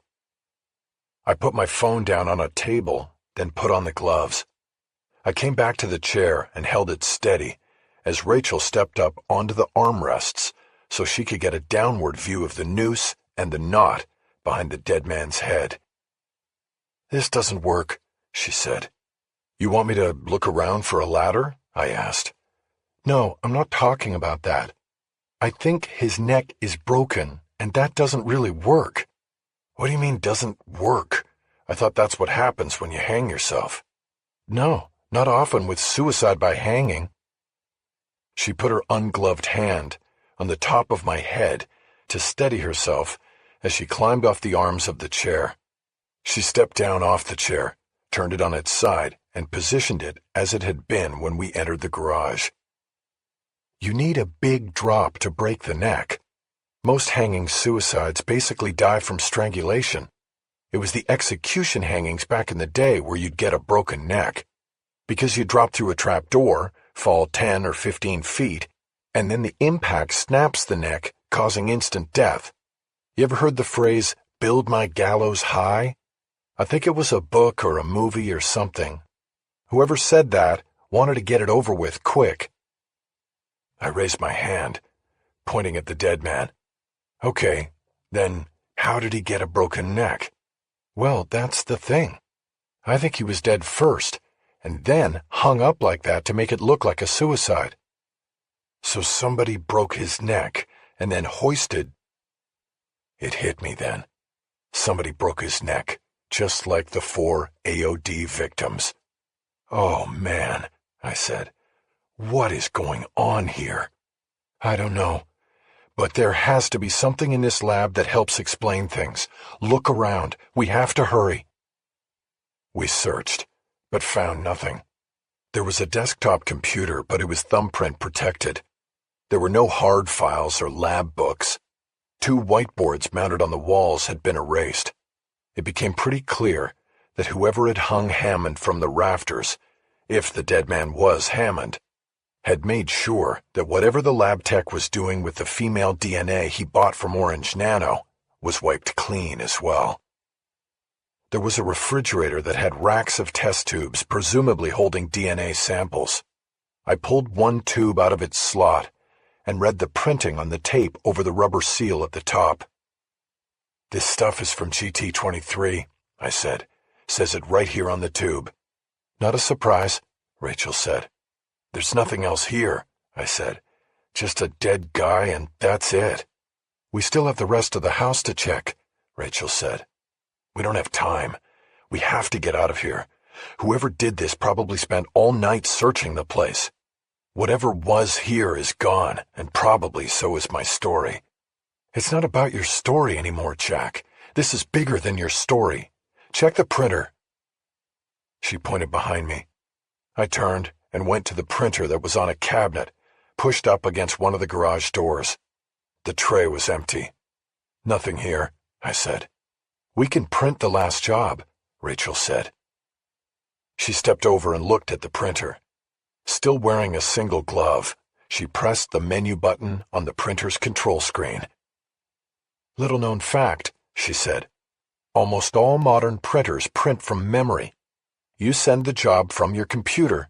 It goes into printer buffer memory, and then it starts to print. It means the last job is in memory until a new job comes in." She clicked on the Device Options tab and chose the Print Memory option. The machine immediately started humming and was soon printing pages. We both stood there watching. The last job was a big one. Many pages were sliding into the tray. "The question is, who printed this?" Rachel said. "This guy or his killer?" Finally, the printing stopped. There were at least 50 pages in the tray. I made no move to grab the stack. "What's wrong?" Rachel asked. "Take the printouts." No, I need you to take them, I said. What are you talking about? I'm a reporter. I can't just come into some dead guy's house and take printouts from his computer. But you can. You don't have to live by the same standards I do. Either way, it's a criminal act, and that trumps your journalistic ethics. Maybe.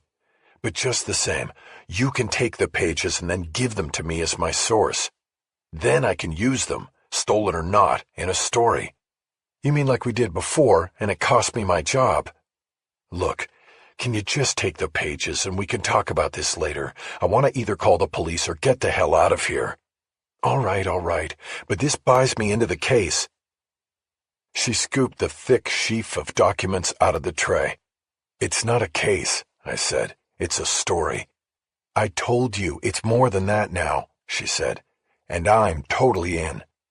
Fine. Split or call it in. Your car's been sitting out there at least a half hour. It was most likely seen by a neighbor, and if not, there are probably cameras on every house. Too risky. I say we secure the documents and call it in. And we tell them everything? We don't know everything. This is going to be Burbank PD, not LA, so they won't connect the dots to the other murders, not at first. I think you run your original cover story about researching DNA data protections and say you followed the bouncing ball to this guy and this lab, and here you are. And what about you? I'm your girlfriend, and I just came along for the ride. Really? My girlfriend? We can discuss that later, too. We need to find a place to hide the printouts. If they're good, they'll search your car. You're kidding. I would, if it was my call. Yeah, but you're better than everybody. I have so many files and other junk in the back of my Jeep. They won't know what it is if they look. Suit yourself. She handed me the stack of documents. Then, as your source, she said, I am officially giving these to you. I took the stack. Thank you, source, I said. But that means they're mine, and I want them back, she said. Chapter 27. After camouflaging the printouts in the paperwork debris that monopolized the back seat of my Jeep, I dialed 911 on my cell and reported finding the body to the Burbank police. 10 minutes later, a patrol car arrived, followed by a rescue ambulance. I left Rachel in the Jeep and got out. After showing my driver's license and press pass to an officer named Kenyon, I assured him that the RA and its EMTs were not necessary. They respond on all death calls, Kenyon said, just in case. Did you go inside the house? Yes, I told the dispatcher that, I said. The door was open and something seemed wrong. I called out, rang the doorbell, nobody answered. So I went in, looked around, continued to call out Hammond's name, and eventually found the body. Who is Hammond? Marshall Hammond. He lives here, or lived here. You have to ID the body, of course, but I'm pretty sure that's him. What about the woman in the Jeep? Did she go in? Yes. We're going to have to talk to her. I know, she knows. We'll let the detectives handle that. What detectives? They also roll on all death cases. How long you think I'll have to wait? They'll be here any minute. Let's run down your story. Why were you here? I gave him the clean version. I was working on a story on the security of DNA samples submitted to genetic analysis companies, and it led me to want to talk to Marshall Hammond, because he ran a private lab and also had a foot in law enforcement. This was not a lie. It just wasn't a full explanation. Kenyon wrote down some notes while I spoke. I glanced back at the Jeep casually to see if Rachel could see me talking to him. Rachel had her eyes down, like she was reading something. An unmarked police car arrived on scene, and 2 men in suits emerged. The detectives. They spoke briefly to each other, and then one headed toward the front door of the house, while the other came to me. He was mid-40s, white, with a military bearing. He introduced himself as Detective Simpson, no first name. He told Kenyon that he would take it from here, and to file his paperwork on the call before EOW, which I was pretty sure meant end of watch. He waited for Kenyon to walk away before addressing me. Jack McEvoy. Why do I know that name? He asked. Not sure, I said. I haven't done much in Burbank before. It'll come to me. Why don't we start with you telling me what brought you here today, to discover this body inside the house? I just told Officer Kenyon all that. I know, and now you have to tell me. I gave him the exact same story, but Simpson stopped the narrative often to ask detailed questions about what I did and what I saw. I believed I handled it well, but there was a reason he was a detective and Kenyon was a patrol officer. Simpson knew what to ask, and soon I found myself lying to the police. Not a good thing for a reporter, or anybody for that matter. Did you take anything from the house? He asked. No, why would I do that? I said. You tell me. This story you say you're working on, were you looking at any sort of impropriety involving Marshall Hammond? I don't think I have to reveal all the details of the story, but I want to cooperate, so I'll tell you the answer is no. I knew very little about Hammond, other than that he was a second-tier buyer of DNA samples and data, and that made him of interest to me. I gestured toward the house. I mean, the guy ran a DNA lab out of his garage, I said. That was pretty curious to me. Simpson did what all good detectives do. He asked his questions in a non-linear fashion, so the conversation was disjointed and seemed to be all over the place. But in reality, he was trying to keep me from relaxing. He wanted to see if I might slip up or contradict myself in my answers. What about your side piece? He asked. Side piece? I said. The woman in your car, what's she doing here? Well, she's a private detective who helps me with my work sometimes. She's also sort of my girlfriend. Sort of? Well, I'm not sure about things, but it doesn't have anything. What did you take from the house? I told you. Nothing. We found the body, and then I called the police. That's it. We found the body. So your girlfriend went in with you from the start? Yes, I said that. No, you indicated you called her in after finding the body. If I did that, I was wrong. We went in together. Okay, why don't you stay right here and I'll go talk to her? Fine, go ahead. Mind if I look around in your vehicle? No, go ahead if you have to. So you are giving me permission to search your vehicle? You said look around. That's fine. If searching means impounding it, then no, I need my car to get around. Why would we want to impound it? I don't know. There's nothing in there. You're really making me regret calling you guys. You do the right thing and you get this. What is this? The 3rd degree. I didn't do anything wrong here. You haven't even been in the house and you're acting like I did something wrong. Just stay here while I go talk to your, sort of, girlfriend. See, that's what I mean. Your tone is bullshit. Sir, when we are finished here, I'll explain how you can make a complaint to the department about my tone. I don't want to make a complaint. I just want to finish here so I can go back to work. He left me there, and I stood on the street watching him interview Rachel, who had stepped out of the Jeep. They were too far away for me to hear the exchange and confirm that she was telling him the same story I had. But my pulse kicked up a notch when I saw she was holding the stack of printouts from Hammond's lab in her hand while talking to Simpson. At one point, she even gestured toward the house with the stack, and I had to wonder if she was telling the detective where she had found the paperwork. But the conversation between Simpson and Rachel ended when the other detective came out the front door of the house and signaled for his partner over for a huddle. Simpson broke away from Rachel and spoke to his partner in hushed tones. I nonchalantly walked over to Rachel. What the hell, Rachel? You just going to give that stuff to them? No, but I could tell you were going to give him permission to search the car. I have certain protections for my clients, so I was prepared to say it was work material I had with me and not part of any search they might conduct. Luckily, he never asked. I was not convinced it was the best way to protect the cache of paperwork from the lab. We need to get out of here, I said. Well, we're going to find out right now if we can, she said. I turned and saw Simpson walking toward us. I was ready for him to say that the case was now a murder investigation, that my vehicle would be impounded, and that Rachel and I would be taken to the station for further questioning. But he didn't. "Okay, folks, we appreciate the cooperation," Simpson said. "We have your contact information, and we'll be in touch should we need anything else." "So we can go?" I asked. "You can go," Simpson said. "What about the body?" Rachel asked. "Is it suicide?" "It looks that way, yes," Simpson said. "My partner confirmed it. We appreciate your calling it in." "All right then," I said. I turned to head to the Jeep. Rachel did as well. "I remember who you are now," Simpson said.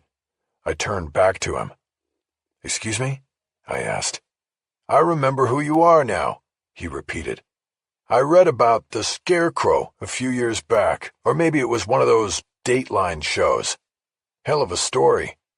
"Thanks," I said. Rachel and I got into the Jeep and drove away. "That guy didn't believe a word I said to him," I said. "Well, he may get a second shot at you," Rachel said. "What do you mean?" "First, his partner is an idiot for signing off on that as suicide, but the coroner will probably set them straight and it may change to a murder case. They'll come back to us then." That added a layer of dread to the moment. I looked down and saw that Rachel had the printouts on her lap. I remembered glancing back at her in the Jeep while I was being interviewed and seeing her eyes down. She had been reading. "Anything good in there?" I asked. "I think so," Rachel said. "I think the picture is getting clear, but I need to keep reading. Let's go get that coffee you promised me." Chapter 28. I sat in the conference room with Myron Levin and Emily Atwater. Through the window to the newsroom, I could see Rachel sitting at my pod and waiting to be called in. She had asked to use my computer, so I knew she was still digging, even as I was attempting to keep her involved in the story. I thought it best that I explained things to Myron and Emily before Rachel came into the meeting.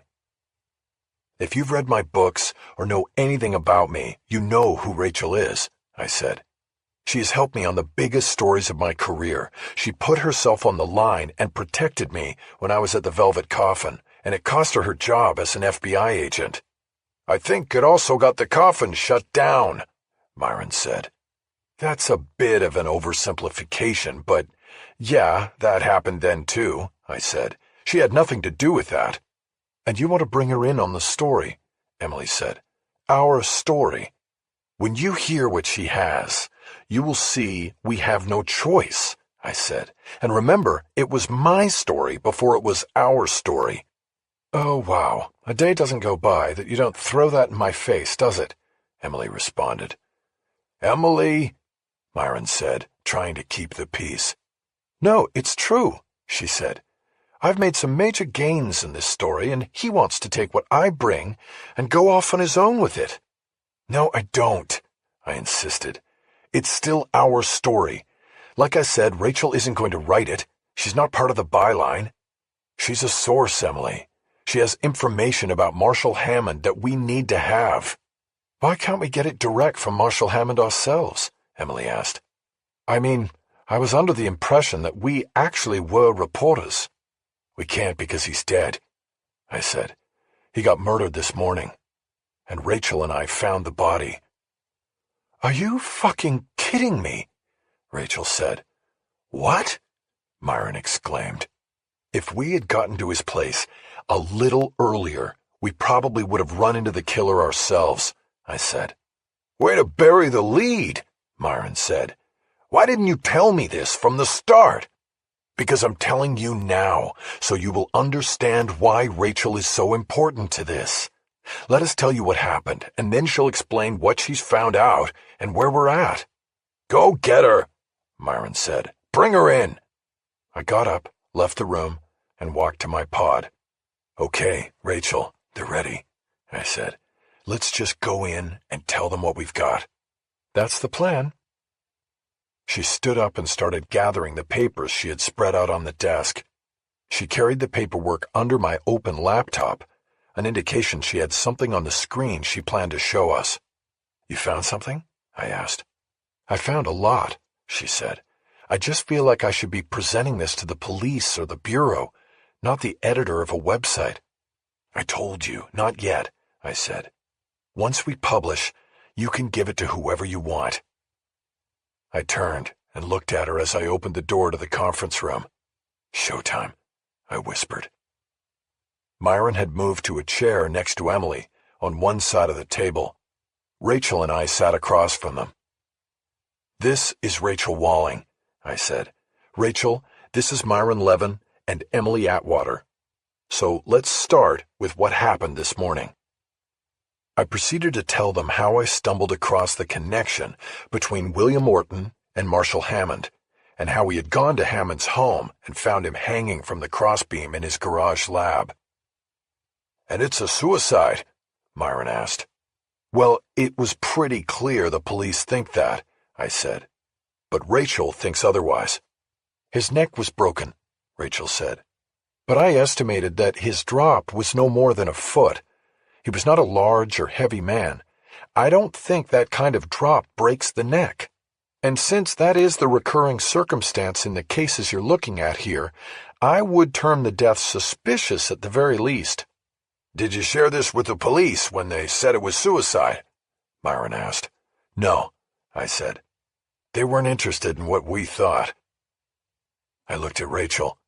I wanted to move on from the details of the death. She got the message. "His broken neck is not the only reason to be suspicious," she said. "What else is there?" Myron asked. "Documents recovered from the lab reveal—" "Recovered? What exactly does that mean?" "I believe the killer spent time in Hammond's lab either before or after he killed him. He hacked the desktop that contained records of much of the lab's work. He printed out the records, but the printer memory kept the last 53 pages he printed. I printed those pages, and that's what I've been studying. We now have a good amount of documentation from the lab." "You stole it?" "I took it. If that was stealing, then I would argue that I stole it from the killer. He was the one who printed it." "Yeah, but you don't know for sure that's what happened. You can't do that." I knew going into the meeting that this would be the place where ethical questions clashed with potentially the best and most important story of my career. "Myron, you need to know what we've been able to learn from the printout," I said. "No, I don't," Myron said. "I can't let my reporter steal documents, no matter how important they are to the story." "Your reporter didn't steal them," I said. "I got them from a source. Her." I pointed to Rachel. "That doesn't work," Myron said. "It worked for the New York Times when they published the Pentagon Papers," I said. "They were stolen documents given to the Times by a source." "That was the Pentagon Papers," Myron said. "We're talking about a totally different kind of story." "Not if you ask me," I said. I knew it was a weak rejoinder. I gave it another shot. "Look, we have a duty to report on this," I said. "The documents reveal that there is a killer out there using DNA to identify and acquire victims. Unsuspecting women who thought their DNA and identities were safe. This has never been seen before, and the public needs to know." That created a moment of silence, until Emily bailed me out. "I agree," she said. "The transfer of documents is clean. She's a source, and we need to go public with what she knows, even if she came into possession of the documents in an unsavory way." I looked at her and nodded, even though unsavory is not the word I would have used. "I'm not agreeing to anything yet," Myron said. "But let's hear or see what you've got." I turned and nodded to Rachel. "I haven't even gotten through everything in the printouts," Rachel said, "but there is a lot there. First off, Hammond was a very angry man. In fact, he was an incel. Does everybody know what that is?" "Involuntary celibate," Emily said. "Women haters. Real creeps." Rachel nodded. "He was part of a network, and that anger and that hate led him to create this," Rachel said. She turned my laptop so it was facing Emily and Myron. She reached around the screen so she could manipulate the keyboard. On the screen was a red login page. Dirty 4. The page had fields for entering a username and password. Based on what I read in the pages, I was able to figure out Hammond's keywords, Rachel said. His online name was The Hammer. That was easy. And for the password, I started feeding keywords from an online incel glossary into the login. His password was Lubitz. You bitch? Emily asked. No, Lubitz, Rachel said. It's the name of a hero in the incel movement. A German airline pilot who intentionally crashed a plane he said was full of sluts and slayers. Slayers? Myron said. What incels call normal men who have normal sex lives. They hate them almost as much as they hate women. Anyway, there's a whole vocabulary within the incel movement, most of it misogynistic, and it's traded in online forums like Dirty 4. Rachel typed in Hammond's username and password and entered the site. We're in the dark web here, she said, and this is an invitation-only site that identifies women with a specific genetic pattern called DRD4 or Dirty 4. What is it? Myron said. What does it determine? It is a genetic sequence generally believed to be associated with addictive and risky behaviors, Rachel said, sex addiction being among them. Hammond was buying only female DNA from Orange Nano, Emily said. He must have been identifying women with DR4 in his lab. Women who had sent their DNA into GT23, never realizing it would be sold down the line to someone like him. Exactly, Rachel said. But wasn't it anonymous? Myron asked. It was supposed to be, Rachel said. But once samples were identified as having the DRD4 sequence, he had some means of reversing the anonymity. He was able to identify the women and put their identities, details, and locations on the Dirty 4 website. Some of the profiles have cell numbers, home addresses, photos, everything. He sold them to his customers, who could search for women by location. If you were one of the creeps in Dallas, then you search for women in Dallas. And then what? Myron asked. They go out and find these women? Exactly, I said. Christina Portrero complained to her friend that she met some creepy guy in a bar and he knew things about her he shouldn't have known. She thought she was being digitally stalked. Dirty 4 gave its members an edge, Rachel said. The women identified through DNA analysis by Hammond had the genetic makeup believed to be linked to promiscuity, as well as drug use, alcohol abuse, and other risky behaviors. Easy marks, Emily said. He was telling his customers exactly who they were and where to find them. And one of those customers is a killer. Exactly, Rachel said. And we think that same customer is the one who killed Hammond, I added. It appears from the printouts that Hammond had a partner in this, Rachel said. And they somehow became aware that women listed on the Dirty 4 site were dying, were being killed. I think they looked at their subscriber base and figured out that there was at least one who had bought and downloaded the details of all the dead women. All of this is conjecture at the moment, but I think they warned him or told him to stop. And that's what got Hammond killed? Myron asked. Possibly, Rachel said. Who is the customer? Myron asked. The Shrike, Rachel said. What? Myron asked. It's the dark web, Rachel said. People use alternate names, IDs. If you are going to download names off a site like this, you don't give your real name and you don't pay with a credit card. You use an alias and you trade in cryptocurrency. The customer they identified as having downloaded the names of all 4 of the dead women went by the alias the Shrike. Any idea what it means? Myron asked. It's a bird, Emily said. My father was a birder. I remember him talking about shrikes. Rachel nodded. I looked it up, she said. It silently stalks and attacks from behind, gripping its victim's neck in its beak and viciously snapping it. It is considered one of nature's most formidable predators. All the women had broken necks, Myron said. And this guy Hammond. And there's something else, Rachel said. We think he may have hacked Hammond's computer or made him open it before he was murdered. He then started printing.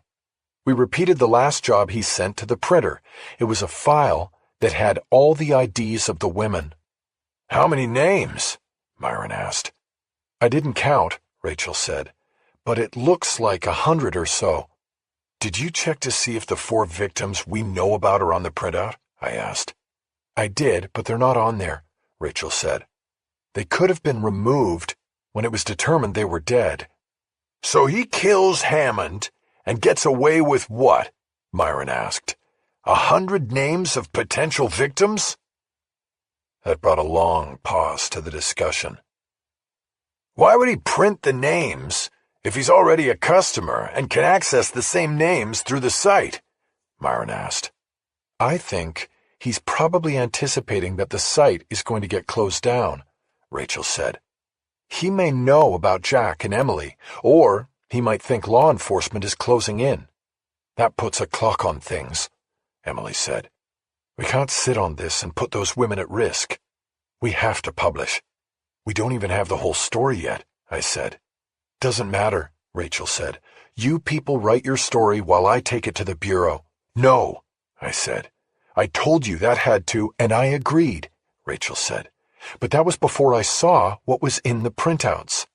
I have to go to the bureau, and the bureau has to go to the police. This killer has all the names. They have to be protected. We can't wait. She's right, Myron said. It works, Jack, Emily said. We can say the FBI is investigating, give the story immediate credibility. The FBI gets us past go. I realized all 3 of them were right, and that I had just come off rather badly, putting the story ahead of the safety of dozens of women. I saw the disappointment in both Rachel's and Emily's eyes. Okay, I said, but 2 things. We make it clear to the Bureau, the cops, any agency involved, that they can do what they need to do, but no press conferences or announcements until after we publish. How long will that be? Rachel asked. I looked at Myron and said the first number that popped into my head. 48 hours, I said. Rachel thought about it and nodded. I can try to make that work, she said. Realistically, it will probably take them that long to confirm what we give them. Myron, you good with that? I asked. Emily? They both nodded their approval, and I looked at Rachel. We're good, I said. The Shrike. Chapter 29. He waited on the food court level at a table against the railing. It gave him a view directly down onto the second-level stores on the north side of the mall. There was a circular banquette designed as a spot for husbands to sit while waiting for their wives to shop. He did not know what Vogel looked like. Hammond's partner had managed to keep his images and locations off the web. Kudos for that. But the hacker was of a type. The man who called himself the Shrike hoped to be able to identify him among the weekday shoppers in the mall. The Shrike had picked the spot, putting out the mall location with the excuse that he, as Hammond, already planned to be there. It wasn't the best location for what he intended, but he didn't want to raise any suspicions in Vogel. The priority was to get him to come. He had a full tray of takeout food in front of him as camouflage. On the chair across the table from him was a shopping bag containing 2 gift-wrapped boxes that were empty. He was making a high-risk move, and blending in was key. He didn't touch any of the food, because after he ordered it, he thought it all smelled disgusting. He also thought it might draw attention to him if someone noticed he was wearing gloves, so he kept his hands down in his lap. He checked below, and saw that a woman was now seated on the banquette. She was watching one of the children in the nearby kitty corner playground. No sign of anyone who might be Vogel. "Can I clear anything here?" He turned to see a table cleaner standing at his side. "No, thank you," he said. "I'm still working on it." He waited until the cleaner walked away before checking down below. Now the woman was gone, and a man had taken her place. He looked like he was in his early 30s. He had on jeans and a lightweight sweater. He seemed to be checking his surroundings in a casual but purposeful way. He wore sunglasses inside, and that was the final giveaway. It was Vogel. He was a bit early, but that was okay. It meant he might grow tired of waiting sooner and would leave when he believed the rendezvous was not happening. That was when the Shrike would follow him out. Jack. Chapter 30. On any story reported by a team, there always comes the awkward decision of who writes it and who feeds the facts to the writer. Writing together never works. You can't sit side by side at the computer. The one who writes generally controls the tone of the story and the way the information is delivered, and usually gets the lead byline too. This was my story, and it was my call. But I was smart enough to know that Emily Atwater was the better writer, and I was the better digger. She had a way with words that I did not. I would be the first to admit that the 2 books I had published were heavily edited to the point of being reorganized and rewritten. All kudos to my editors, but the royalty checks still went to me. Emily was a lean writer, a follower of the less is more school. Short sentences gave her stories momentum, and I was not blind to this. I also knew that putting her name first in the byline would not reflect badly on me. It would look like we had equal billing, because it would be in alphabetical order, Atwater and McEvoy. I told her she could write the story. She was at first floored, and then thankful.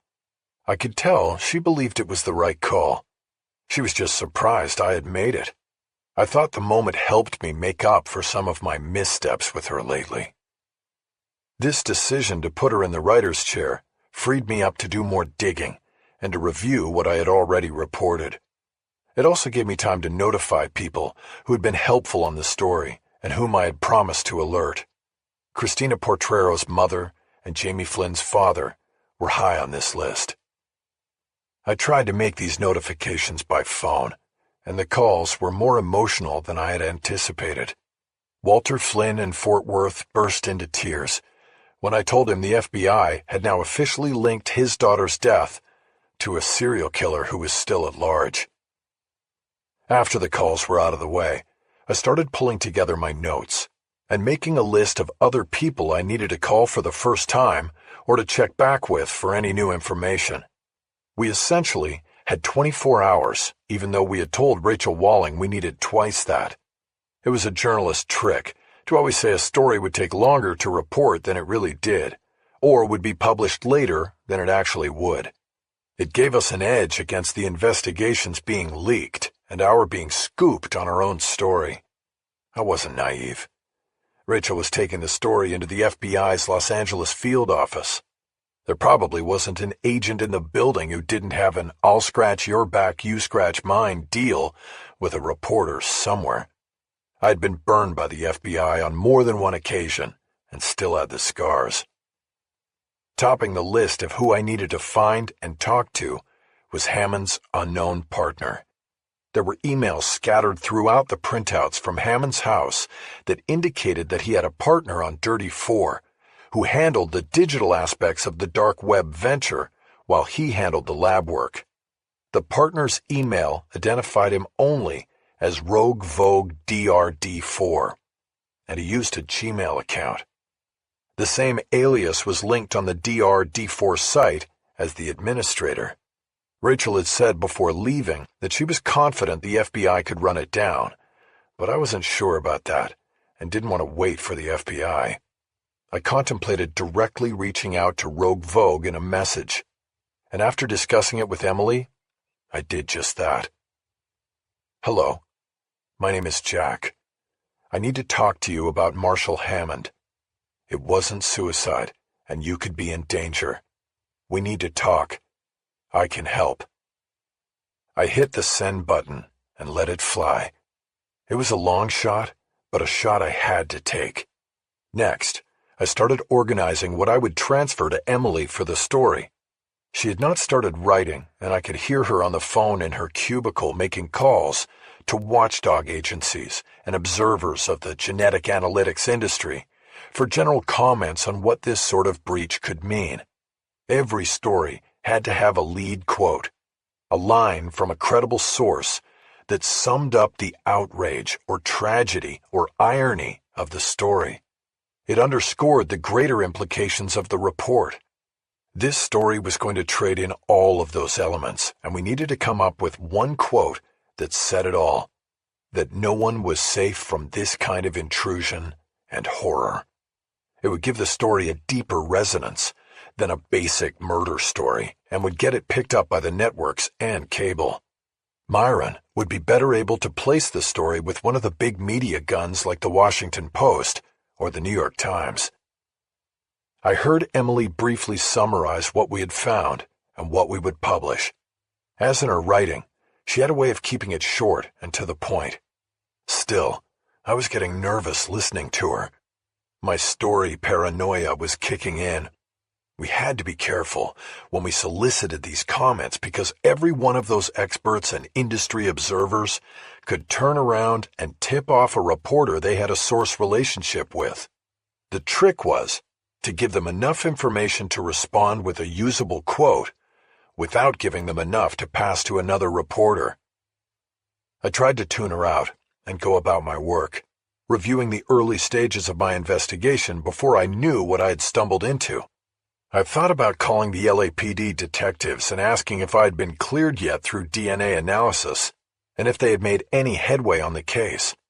But I concluded that would be a waste of time, as I was persona non grata with Matson and Sakai. Next, I thought about causesofdeath.net, and realized I had not checked the website since I saw the initial flurry of responses to my query. It had been a great starting point for me in connecting the cases linked, I believed, to the Shrike, and now I checked for more. I went to the message chain I had started with the inquiry about atlanto-occipital dislocation and saw that 3 messages had been posted since I last checked. The first was a follow-up by Dr. Adira Larkspur to her first post, in which the chief medical examiner had asked the original poster, me, to identify himself. This is a reminder that this forum is open to medical examiners and coroner's investigators only. The warning did not stop 2 others from posting. A day earlier, a medical examiner in Tucson, Arizona, reported that they had an AOD case with a female victim that was attributed to a motorcycle accident. The case was 6 months old, and no other details were offered. I copied the posting and shot it over to Emily in an email, alerting her that we might have a 5th case to look into. Her response came quickly. That can be a follow-up. Right now, we have to go with what we have confirmed and get the story out. I didn't respond. The latest message on the forum chain had drawn my full attention. It had been posted only 20 minutes earlier. Wow, we just caught 2 of these in the same day. A hanging in Burbank and a fall in Northridge. Coincidence? I don't think so. GTO. I was stunned by the message and read it several times before taking another breath. Obviously, the hanging in Burbank had to be Hammond, and I noted that GTO had not called it a suicide. I had no doubt that Rachel's take on Hammond's death had been on the money. Maybe the coroner's office was onto it as well. The second death was what had my full attention. A fatal fall in Northridge. Calling a death a fatal fall did not rule out the possibility of murder. I needed to get more details. Northridge was a valley neighborhood. I called the LAPD's Valley Bureau, identified myself as a journalist, and asked for the lieutenant. I wasn't connected for nearly 5 minutes, but refused to hang up, being better at waiting games than most of the people who didn't want to talk to me. Finally, I was connected. Lieutenant Harper, how can I help you? Lieutenant, this is Jack McEvoy. I work at a consumer watchdog website called Fair Warning, and How can I help you? Okay, well, I'm looking for information on the fatal fall up in Northridge today. Like I said, we're a consumer watchdog, and we pay attention to workplace injuries and accidents, etc. I was hoping you could tell me what happened. A guy fell off the roof of a parking structure. That's it. What parking structure? Where? He was in the mall up there, and when he left, he went to his car and then jumped or fell off the roof of the garage. We're not sure which yet. Did you identify the victim yet? Yes, but we're not putting that out. We haven't found next of kin. You'll have to get the name from the coroner. Okay, what about age? He was 31, I think my guys told me. The same age as Hammond, I noted. There wasn't a note or anything? Not that we've found. I need to... Just a couple last questions, Lieutenant. Were there any cameras that showed the fall and could shed light on what happened? We do a camera canvas on these sorts of things, and we haven't found anything yet. Who is the investigator assigned to this? That would be Lefferts. He's lead. Thank you, LT. You got it. A 5-minute wait for less than a minute of information. I next went to the website of the county medical examiner's office and pulled down the staff menu. I was trying to find out who GTO might be. None of the medical examiners fit the bill, but when I looked at the list of coroner's investigators, I zeroed in on Gonzalo Ortiz. My guess was that his middle name began with T. Sometimes a phone was the best way to get what you need, like when you were trying to penetrate the LAPD. But for the coroner's office, I wanted to go in person. I wanted a face-to-face with GTO, because I sensed from the message on the causes of death board that he might be a guy who would talk. Maybe it was a long shot, but I wanted to take it. I shut down my computer and walked over to Emily's pod. She was typing up notes from one of her calls. I think I found Hammond's partner. She immediately stopped typing and looked up at me. Who is he? I don't know. I didn't get a name yet. Then where is he? The coroner's office. He fell off a parking garage a couple hours ago, broke his neck. I'm going to go down there to see the investigator, see if he'll talk. You mean broke his neck like we're seeing here? She pointed to her screen, meaning the whole case. I nodded. There's a coroner's investigator who I think has put 2 and 2 together. He posted to me on the message board less than an hour ago. I want to go see if he'll talk. The LAPD won't tell me shit. But doesn't he think you're a coroner after the way you first posted? I don't know. The head medical examiner sort of outed me, but he still posted. Well, don't dawdle. We have a lot to do. Dawdle? Not my style. I'll call you after I get there. Chapter 31. It was my first time to the coroner's office in at least 4 years. It had been a regular stop for me when I covered crime for the Times and later the Coffin. But at fair warning, death had not been my beat until now. The Death Complex, as I termed it, was on Mission Road near the County USC Medical Center in Boyle Heights. The 2 medical centers, one for the dead, the other for the living, were attached by a long tunnel that once facilitated the movement of bodies from one side to the other. The original office sat close to the street, a forbidding brick structure that was nearly 100 years old and now was mostly used as a souvenir shop and for meeting rooms. They did big business selling toe tags, coroner's blankets, and other morbid items to the tourist trade. Behind the old structure was the new modern structure with clean lines and soothing beige tones. There was a glass-doored entrance that I used to get to the reception desk. I asked for Investigator Gonzalo Ortiz. The receptionist asked what my visit was in reference to. The police told me to talk to the coroner's office to get information about a death, I said. It happened today, up in the valley. It was a carefully crafted answer that did not contain a falsehood, but didn't exactly tell the whole truth. I hoped that the answer, plus my somber demeanor, would lead her to believe I was there as next of kin to someone awaiting autopsy. I didn't want her calling back to the investigations department and announcing that a reporter was in the lobby.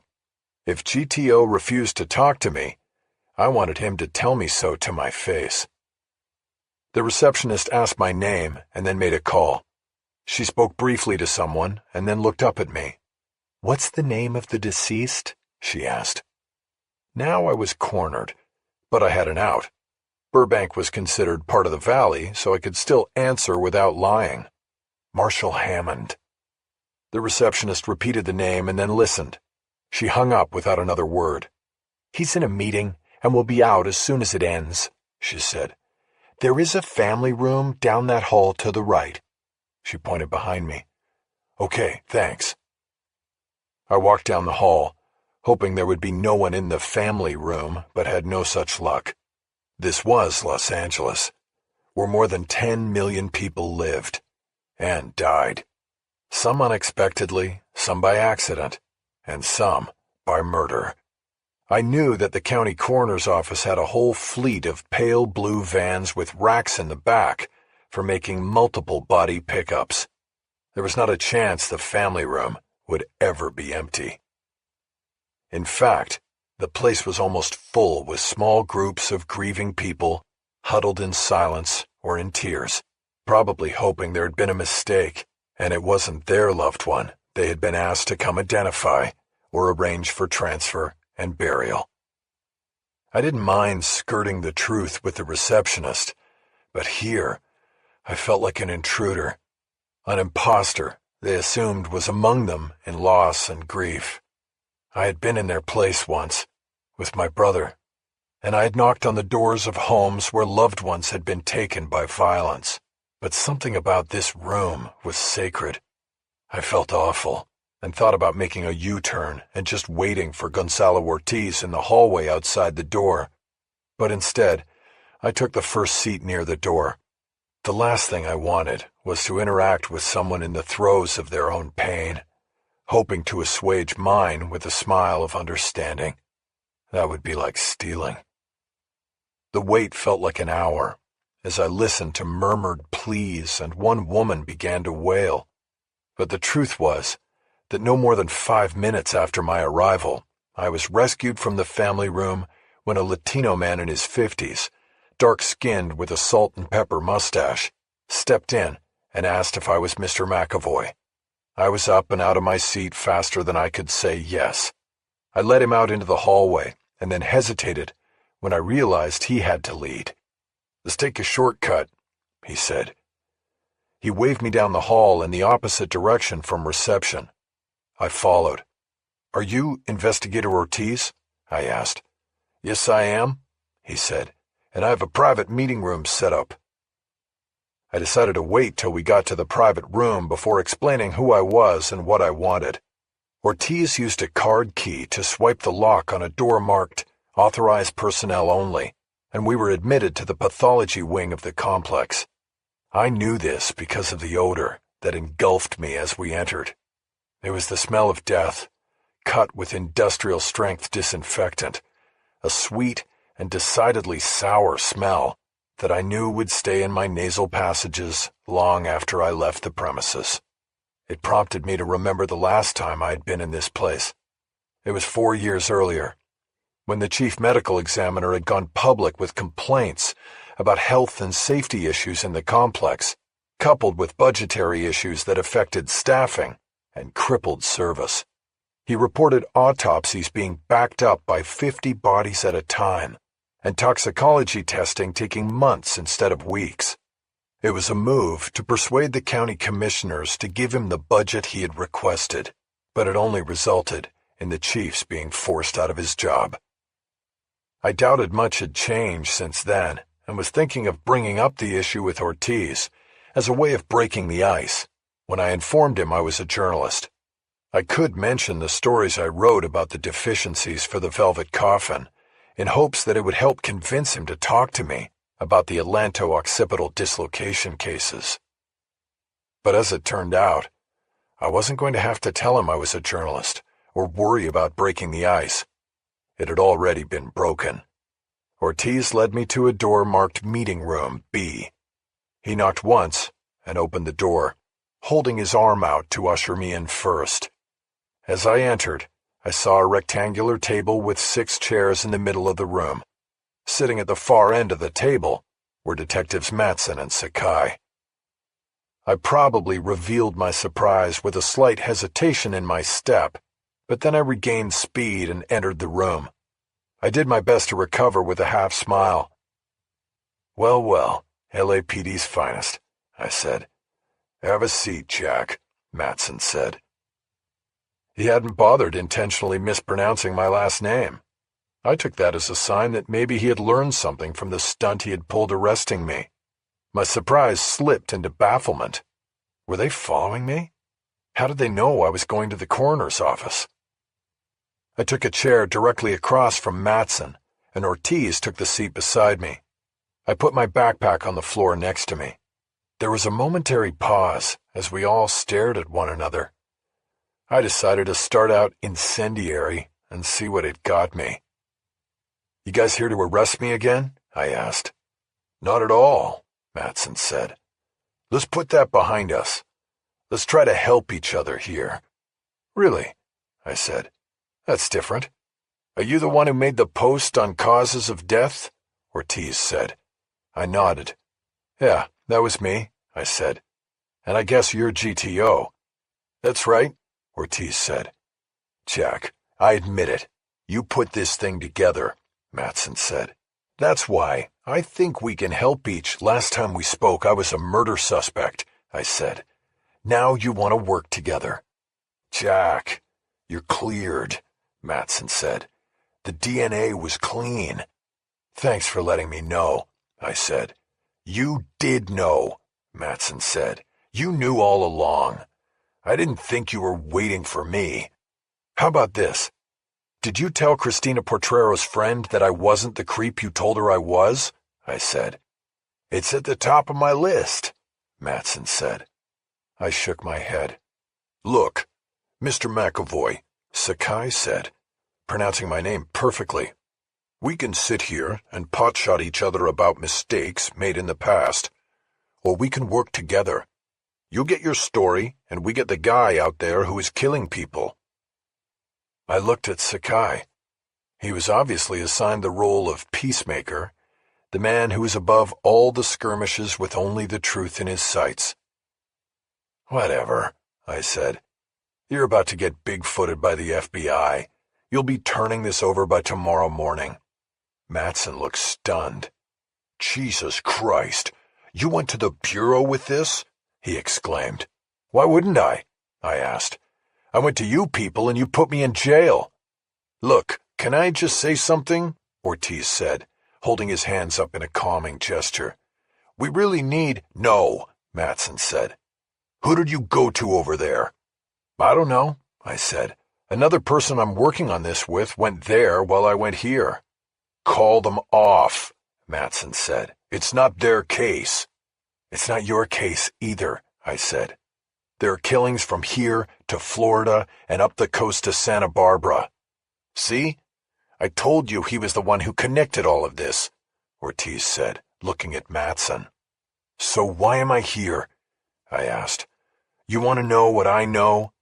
Then it's got to be an even trade, and it's got to be ironclad exclusive, or I am out of here. I'll take my chances with the FBI." Nobody said anything. After a few seconds, I started to get up. "Okay then," I said. "Just hold your horses," Mattson said. "Sit down and let's cool down. Let's not forget that there's a sick fuck out there killing people." "Yeah, let's not," I said. Mattson turned slightly to check with his partner. Some sort of non-verbal message was communicated. Then he looked back at me. "All right, we trade," he said. "Info for info, intel for intel." "Fine," I said. "You first." Mattson spread his hands. "What do you want to know?" he said. "How'd you get here?" I asked. "Were you following me?" "I invited them," Ortiz said. "I saw the post." "Coincidence, Jack," Mattson said. "We were here, meeting with Gonzo, when you showed up. Tell me why." I said. Simple, Mattson said. Gonzo started looking around after your post and started connecting cases, same as you. He knew Sakai and me had Portrero, so when 2 of these AOD cases came up in one day, he called us and said they might all be connected. Here we are. I realized that I was light years ahead of them on the investigation. I could share some of what I knew and blow their minds, and still keep some details for myself and my story. I also had the printouts from Hammond's lab that I had to be careful about revealing. Your turn, Mattson said. Not yet, I said. You haven't told me anything I don't already know. Then what do you want? Mattson said. The guy who fell off the parking garage today, who is he? I asked. Gonzo? Mattson prompted. Guy's name is Sandford Tolan, Ortiz said. 31 years old, lived in North Hollywood and worked at a liquor store. That was not what I was expecting. A liquor store? I asked. Where? Up in Sunland off Sherman Way, Ortiz said. How does that fit with Hammond? I asked. As far as we can tell, it doesn't, Mattson said. So you're saying it's a coincidence? I asked. The 2 deaths are unrelated? No, we're not saying that, Mattson countered. Not yet. We're just getting into this thing. He looked at Ortiz as if throwing the ball to him. Autopsy has not been scheduled yet, Ortiz said. But the preliminary notes from the field indicate he was already dead when he fell. How can they tell that? I asked. We have witnesses, Ortiz said. He didn't yell, and he didn't attempt to break his fall, which we would have seen in the injuries. Plus, you don't see AOD in falls like this. A broken neck is common, but not AOD. There's no twisting of the neck in a fall like that. You said he worked in a liquor store, I said. You mean, like, behind the counter? Correct, Ortiz said. What else do you know? I pressed. We know he had a criminal record, Ortiz said. Ortiz looked at Mattson as if for permission. The whole deal's off if you hold back on me, I said. Mattson nodded. He was a pedophile, Ortiz said. Did 4 years in Corcoran for raping his stepson. Again, the information didn't fit. I was expecting an internet cipher, some sort of expert who handled the dark web part of Dirty 4. A woman-hating incel. Pedophile was not part of the profile that was emerging. Okay, Mattson said. Now it's your turn to give. Tell us something we don't know, Jack. I nodded, and to buy some time, I reached down to my backpack, unzipped it, and pulled out the notebook in which I had written the facts of the story. I flipped through the pages for show, and then looked up at Mattson. The man you're looking for calls himself the Shrike, I said. Chapter 32. I sat in my Jeep in the parking lot of the coroner's office and made calls. I didn't want to be driving during these conversations. I also wanted to watch for Mattson and Sakai. They had stayed behind with Ortiz after our meeting, and I was curious to see how long it would be before they left. I didn't know what I would get from that, but I wanted to know anyway. The first call was to Emily Atwater to check on her status. I've started writing, she reported. So far, so good. We've got a lot, so I'm playing with the balance. What to move up, what to move down. As you know, Myron doesn't like sidebars. So it's got to be one story and follow-ups in the days after. What about you? I was wrong about the second case being Hammond's partner, I said. They think the Shrike might have made a mistake and killed the wrong guy, so we have to keep looking for him. They? Yeah, the police were here, Mattson and Sakai. With the help of a smart coroner's investigator, they've put the cases together. Shit. Well, I made a deal with them, traded information on the basis of exclusivity. Can we trust them? Not at all. I don't trust them, and I don't trust the FBI not to leak. So I held back. I gave them Dirty 4, but didn't mention GT23 or Orange Nano or Hammond's connection to the Orton case. I think they have a lot of catching up to do before we have to worry about their leaking. I saw a man and a woman leaving the coroner's office, arms wrapped around each other, heads down.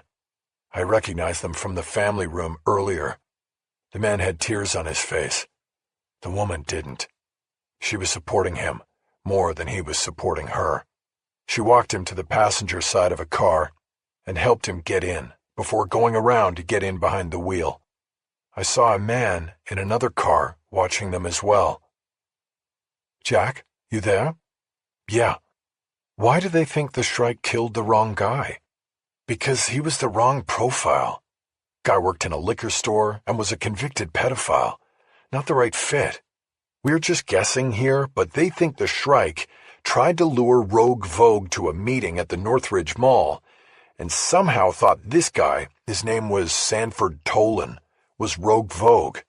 Tolan was there by himself, probably sitting around watching children in the mall. The Shrike followed him out to his car, broke his neck, and threw him over the edge. That's horrible. Do you think the Shrike knows he made a mistake? You mean like he realized this is not the right guy, but killed him anyway? Maybe, hard to say. The whole idea of setting up the meeting is a guess. What about the FBI? Have you heard from Rachel? My next call. I wanted to check in with you first. All right, then I'm going to get back to it. Let me know what you know. You got it. Before calling Rachel, I pulled up my email account to check for new messages.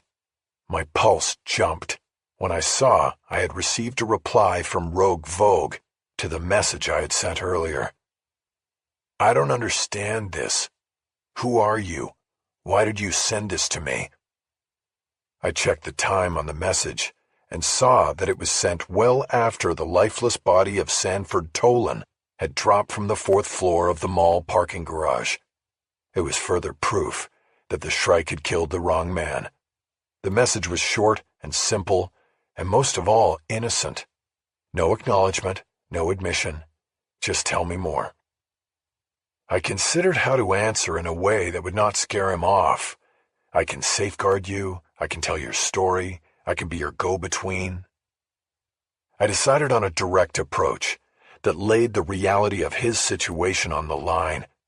Looking up every few seconds or so to check for the detectives, I composed an email that I hoped would lead Rogue Vogue to trust me with his story and safety. I am a writer. I have written books about killers like The Poet and The Scarecrow. I am writing now about the Shrike. You are in danger. He killed Hammond, and he killed a man he thought was you. I can help you. I can get you to safety, and I can tell your story. I know you and Hammond had nothing to do with the Shrike. You never planned on that. I'm including my number here. Call me, and we can help each other. I read it twice and typed my cell number at the bottom before sending it. My hope was that Rogue Vogue would read and react to it right away. I checked the parking lot and the front of the coroner's office once more, but saw no sign of the LAPD detectives. I realized that they might have parked over at USC Medical Center and taken the tunnel through to the coroner's office. I may have missed them, but I decided to call Rachel while maintaining my vigil. She answered in a whisper. Jack, are you okay? I'm fine. I was just checking in. Did you meet with anybody yet? Yes, we're in the middle of it. I just stepped out to take the call. And? Well, they're working on it. They're looking for other cases and trying to run down Hammond's partner. I should have something on that soon. There might be a case in Tucson, but more importantly at the moment, there was another killing today here in LA. I thought it was Hammond's partner, but it's not. It looks like it's a mistake. Like the Shrike thought it was Hammond's partner. How did you find that out? I filled her in on how a check of the causes of death website led me to the coroner's office. I told her that the Bureau now had competition in the form of the LAPD, connecting the same cases the Fair Warning team had. I suggested that maybe the FBI should join forces with the LAPD, rather than have each agency run parallel investigations. "I'll suggest it, but don't hold your breath," Rachel said. "That never worked well when I was here, and I doubt attitudes have changed much." "Well, it won't look great when the story comes out and it says they're running different investigations," I said. "Jack, that's another thing." "What is?" "They don't want you to publish yet." "Jesus, I knew it would come to that." "You can tell them to forget it. It's our story. We brought it to them as a courtesy. We're going with it." "They feel, and I agree, that it would be better if this guy doesn't know they're coming. You go with the story, he'll probably drop from sight, and then we'll never get him." "We? You're back with them now?" "You know what I mean. As soon as this guy knows we're onto him, he'll disappear and change his pattern. And if we don't publish and warn the public about this guy, he just goes on killing until maybe he is caught. I know that's the argument, but he killed 2 people today alone. And this was him covering his tracks. He must already know that something is up, that people are onto him. But not the FBI, Jack. Look, I'll talk to Myron and Emily about it, but I will vote to publish. The world needs to know this guy is out there, and what he's doing, and how these victims are identified and stalked. And you have to make sure you don't get scooped. Look, I'm not denying that. I'm a reporter, and this is my story, and yes, I want to be sure I'm first out with it. But now, with both the FBI and LAPD aware of it, it's only a matter of time before some asshole leaks it to some reporter he's trying to leverage. That alone makes me want to publish, but the more important reason is to alert the public to the very dangerous thing going on out there. Okay, Jack, I'll tell them. How long can I say they have before it goes out? I looked through the windshield and saw Matson and Sakai walking along the sidewalk that fronted the parking lot. I put my phone on speaker so I could use it to take a photo of them. Myron liked to put photos into the body of long stories as visual breaks. As long as they were somehow connected to the story, that was all that mattered. The detectives went down either side of an unmarked car and got in. "A day," I said. "We'll try to get it out by tomorrow night. Can't you push it back at least 24 hours, Jack? There is not much they can do by tomorrow night. What if he kills somebody on that extra day? You want that on you, Rachel? I don't." I got the call waiting buzz in my ear and looked at my phone's screen. An unknown caller was reaching out to me. "Rachel, I've got a call I have to take," I said quickly. "It might be him." "Who?" Rachel said. "Rogue Vogue. I'll call you back. Jack." I disconnected and accepted the other call. "This is Jack McEvoy." Nothing. Just an open line. I watched Matson and Sakai drive out of the parking lot and turn right on Mission Road. "Hello, this is Jack." "You sent me a message?" The voice came through a digital modulator that turned it into the voice of a robot. "Yes, I did. You're in danger. I would like to help you." "How can you help me?" I quietly unzipped my backpack and took out a notebook and pen so I could write his words down.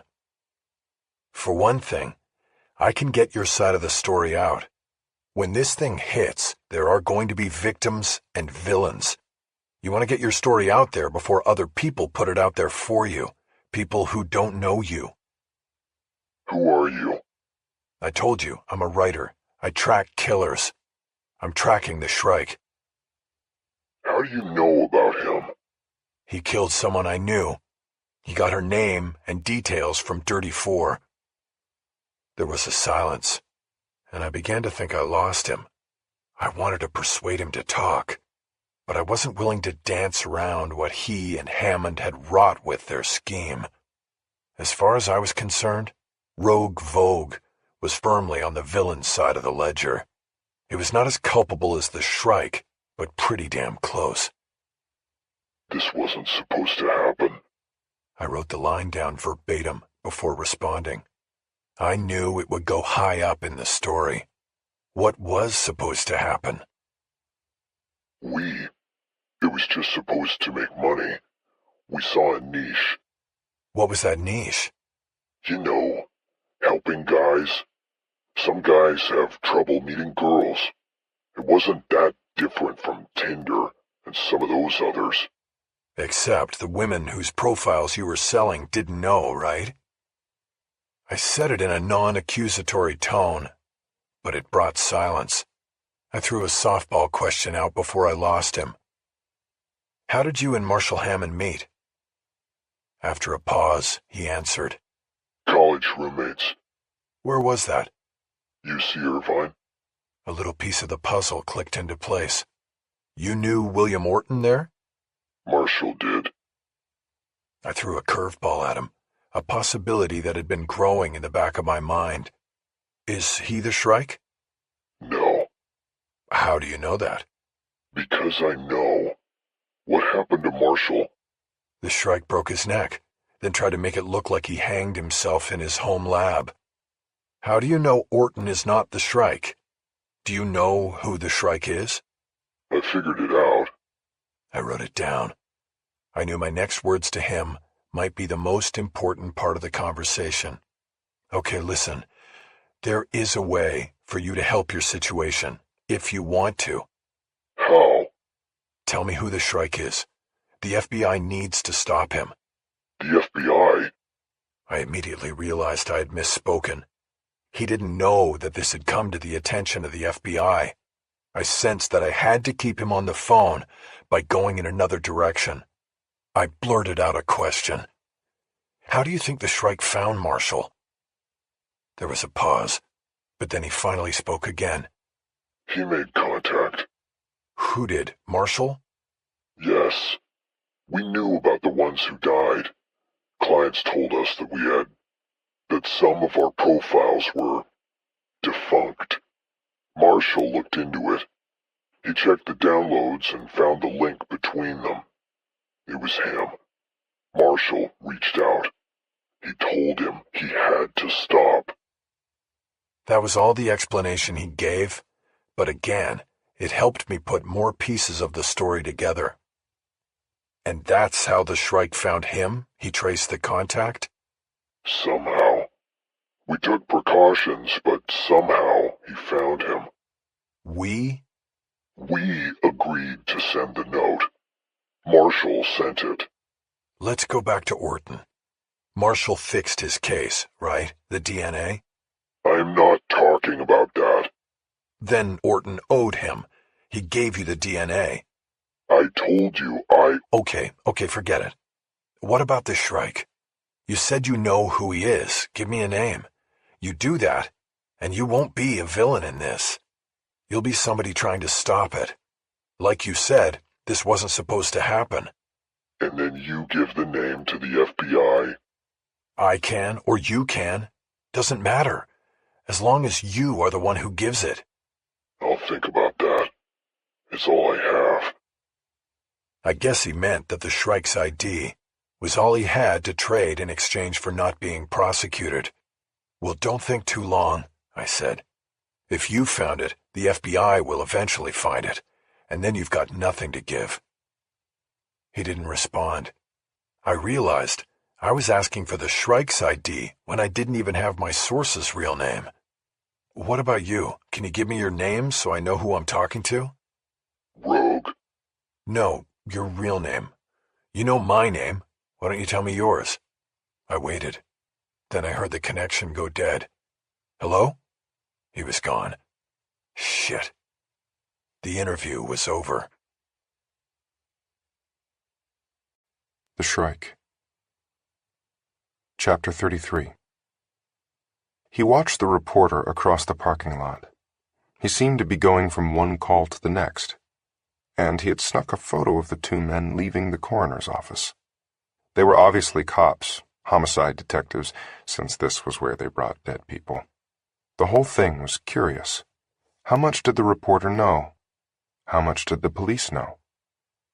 He had followed him from the office, making the identification off the photo on the Fair Warning website. The reporter had been in a hurry then, running through yellow lights and driving in the carpool lane on the freeway, even though he was clearly alone.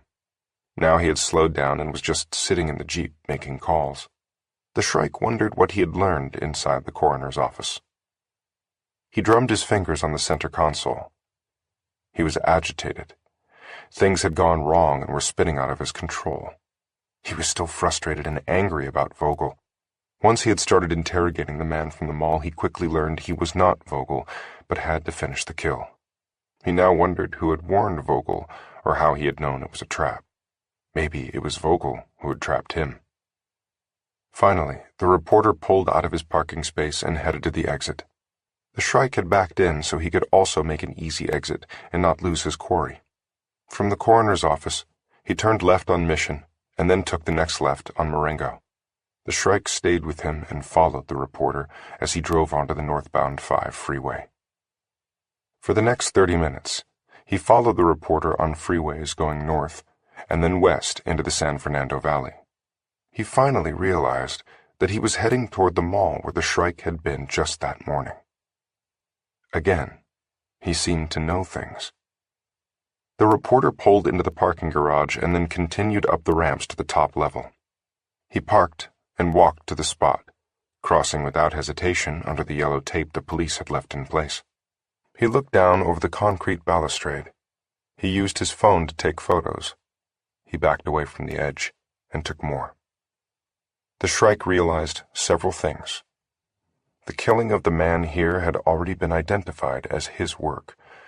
The reporter knew about it, indicating he had sources inside the police department and medical examiner's office. The questions that remained were about Vogel. What did he know, and who had he shared it with? Was he talking to the police, or was he talking to the reporter? Final conclusion. Eliminating the reporter now would be a mistake when he might be the best chance of getting to Vogel. The Shrike changed his plans, deciding to let the reporter live. For now. Jack. Chapter 34. I got back to the office in the late afternoon and started feeding the new quotes and information from Rogue Vogue to Emily. She'd already put together a 1,500-word story, which was generally considered the line at fair warning, where reader exhaustion starts to set in. But the new stuff was vital. Rogue Vogue was one of the 2 men who created Dirty Four and had set a killer down the path of death and destruction. "I'm just going to have to tighten up other parts," she said. "We can also keep some of the minor stuff for the follow stories," I said. "I'm sure there will be many." We were sitting together in her pod. "True," she said. "But if we have good stuff now, there's no reason not to try to get it in. You think Myron's gonna throw a flag because we only have his online name?" "Probably. Are we 100% sure he's the guy?" I thought about it for a moment and nodded. He responded to the email I sent to the address that clearly belonged to Hammond's partner, and he expressed enough knowledge about the site and what was happening to verify who he was. So we don't have his name, but it's him for sure. Emily didn't nod in agreement or say anything. This told me she was still uncomfortable with putting her name on a story that contained information she wasn't completely sure of. "All right," I said. "I was hoping to avoid having to do this, but I will call Rachel and see if the Bureau has made any headway in identifying the guy." "Why are you avoiding calling her?" Emily asked. I realized I had just talked myself into a jam. I would have to reveal to Emily the rift that had opened between Rachel and me. "She has taken the Bureau's side on something," I said. "What is it?" Emily asked. "We need her, Jack. She's our in with the Bureau. Once this breaks, we will really need that. The issue is that the FBI don't want us to publish because it will alert this guy that they're onto him. They're afraid he'll disappear. My side of it is that we are called fair warning for a reason, and we have to warn the public about this guy. He has killed 2 people today alone, and he has at least half the list of women identified by Dirty Four." Emily nodded. "I agree with you," she said. "We have to go now." Should we run it by Myron before he leaves? Let me see if I can get Rachel on the line first, I said. Then we'll be completely up to date with what we've got. So, what happened between you two back in the day? I screwed up, and she paid for it, is what happened.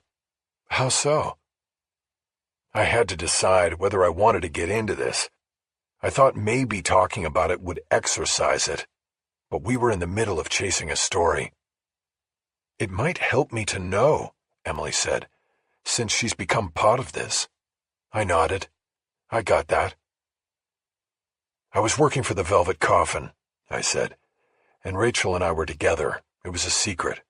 We kept our separate places, but that was for show. And I was working on this story about an LAPD cop I heard the feds were looking at for corruption. I had a source who said the guy had been indicted by a federal grand jury, but then nothing happened. It got quashed because the target had dirt on the sitting U.S. attorney. You asked Rachel for help, Emily asked. I did. She got me the grand jury transcripts and we published. The U.S. attorney sued, and the chief judge got mad, and I got pulled into court. I wouldn't name my source, and the judge put me in jail for contempt. Meantime, the cop this was all about offs himself and leaves a note saying he was an innocent man bullied by the media, meaning me. That didn't win me any sympathy, and after 2 months, I was still in lockup. Rachel came forward. She did. She admitted she was the source. I was freed, and she lost her job. End of story. And end of us. Wow, that's rough. She used to chase serial killers and terrorists. Now, she mostly runs background checks for corporations. And it's all on me. It wasn't like you forced her to do it. Doesn't matter. I knew what could happen if I took the transcripts. I took them anyway. Emily was silent after that. And so was I. I got up, rolled my chair back to my pod, and called Rachel's cell. She answered right away. I could tell she was in a moving car. Jack. Hey. Where are you? At the office, working on this story. You left the bureau? Yes, I was about to call you. Going home? No, not yet. What's up? I was wondering if you and your FBI friends got anywhere with identifying Rogue. Not really. They're still working on it. I suddenly grew suspicious. Rachel, you're not moving in on him right now, are you? No, not at all. I would tell you that, Jack. Then what's going on? I haven't heard from you all afternoon, and now you're going somewhere but not telling me where. I told you. I was just about to call. Thanks for trusting me. I'm sorry, but you know me. I get suspicious about what I don't know. What were you going to call about? I told you that they're trying to determine if there were other victims, right? All you had were cases people mentioned on that coroner's website. The Bureau is doing a deeper dive on that. Okay, that's good. Are they finding anything? Yes. There are more cases, more women with broken necks. But they aren't going to share with you if you publish the story before they're ready. They're going to come to you tomorrow and try to make a trade. You hold back, and they'll give you more cases. Shit. How many are we talking about? At least 3 other deceased victims, including the Tucson case you mentioned today. Now I paused. What did that mean? Are you saying there are non-deceased victims? Well, there may be one. That's where I'm going now. They identified an assault where a woman's neck was broken in similar fashion to the others, but she didn't die. She's a quadriplegic. Oh, God, where is she? It's a Pasadena case.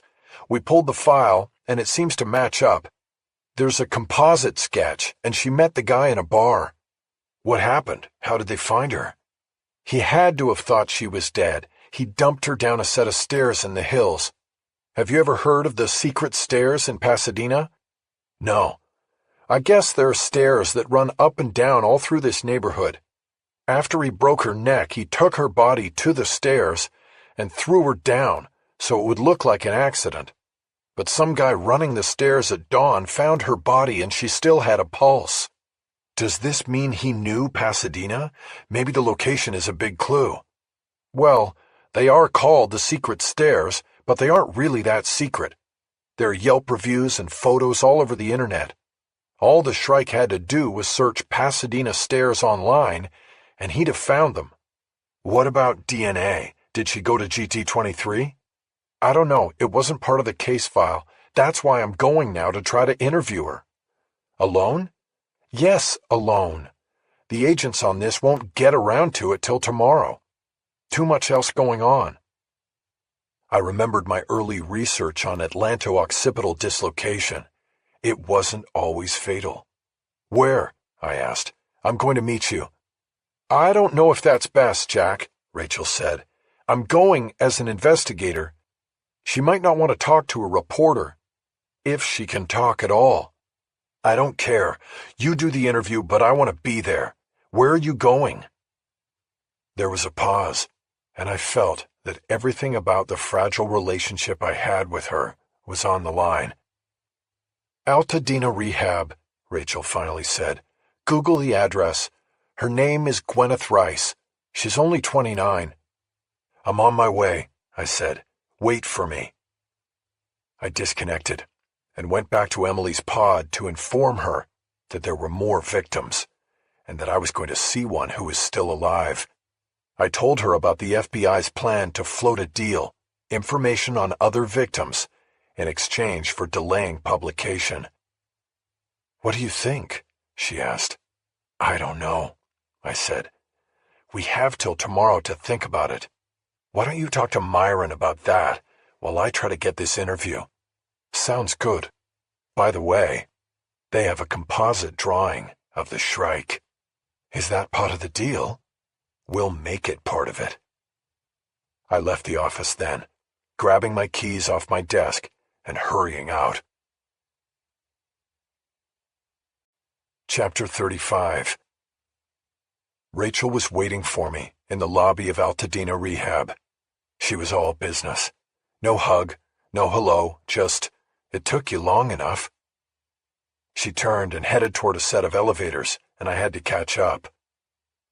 Her father agreed to meet me, she said, after we entered an elevator and she hit the 3 button. He's with her now. Brace yourself. For what? I asked. This is not going to be a good scene. Happened 4 months ago, and the victim, Gwyneth, is not doing well physically or mentally. She's on a ventilator. Okay. And let me handle the introductions. They don't know about you yet. Don't be obvious. About what? That you're there for a story. Maybe it would be better if I took notes. I could just record it. There is nothing to record. She can't speak. I nodded. The elevator moved slowly. There were only 4 levels. I'm here for more than the story, I said, to set the record straight. Really? Rachel said. When we talked earlier today, it felt like that's all you cared about. The elevator door opened, and she exited before I could defend myself on that. We walked down a hallway, and Rachel gently knocked on the door to room 309. We waited, and a man opened the door and emerged into the hallway. He looked to be about 60 years old, with a worn expression on his face. He pulled the door closed behind him. Mr. Rice? Rachel asked. Yes, that's me, he said. You're Rachel? Yes, we spoke on the phone. Thank you for allowing me to visit. As I said, I am FBI retired, but still, you look too young to be retired. Well, I still keep my hand in and work with the Bureau on occasion, like with this case. And I wanted to introduce you to Jack McEvoy. He works for Fair Warning and is the journalist who first connected all the cases and brought the investigation to the Bureau. I put my hand out, and Mr. Rice and I shook. Good to meet you, Jack, Rice said. I wish somebody like you was there 4 months ago and could have warned Gwynnie about this guy. Anyway, come on in. I told her she was having company, and finally something is being done. I have to warn you, this is going to go slow.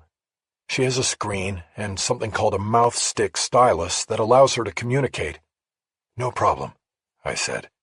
It's kind of amazing, Rice said.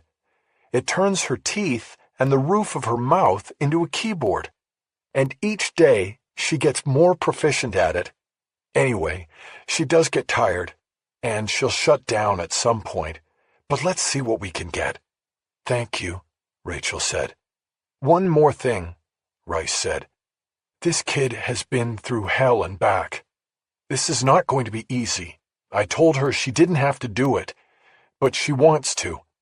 She wants to get this evil man, and she's hoping you can do it. But at the same time, she's fragile. Go easy, is what I'm saying, okay? We understand, Rachel said. Of course, I added. With that, Rice opened the door, and we went back inside the room. I looked at Rachel and nodded her in first as we followed. The room was dimly lit by a soft spotlight over a hospital bed with railings. Gwyneth Rice was raised at a 45-degree angle on the bed and flanked by equipment and tubes that monitored her, breathed for her, fed her, and took her bodily wastes away. Her head was held steady by a framework that looked like scaffolding and appeared to be screwed into her skull in at least 2 points. Altogether, it was a horrible tableau, and my first instinct was to look away.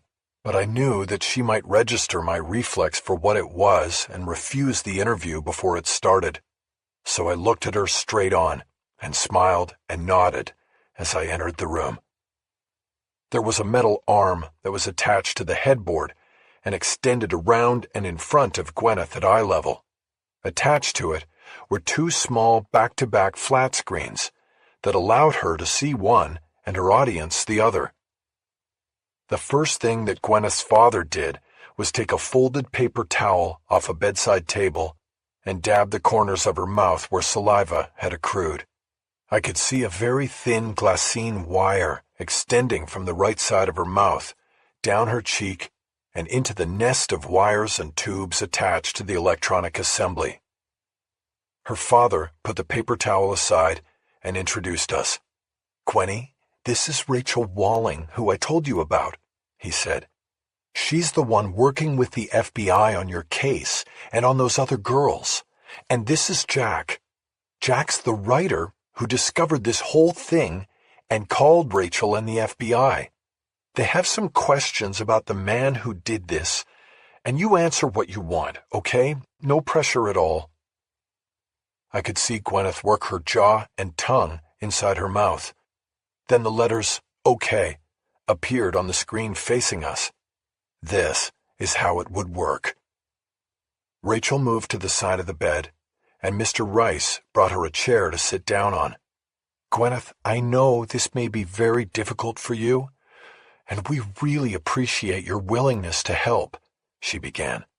"I think it's best if the questions just come from me, and you just try to answer them as best you can.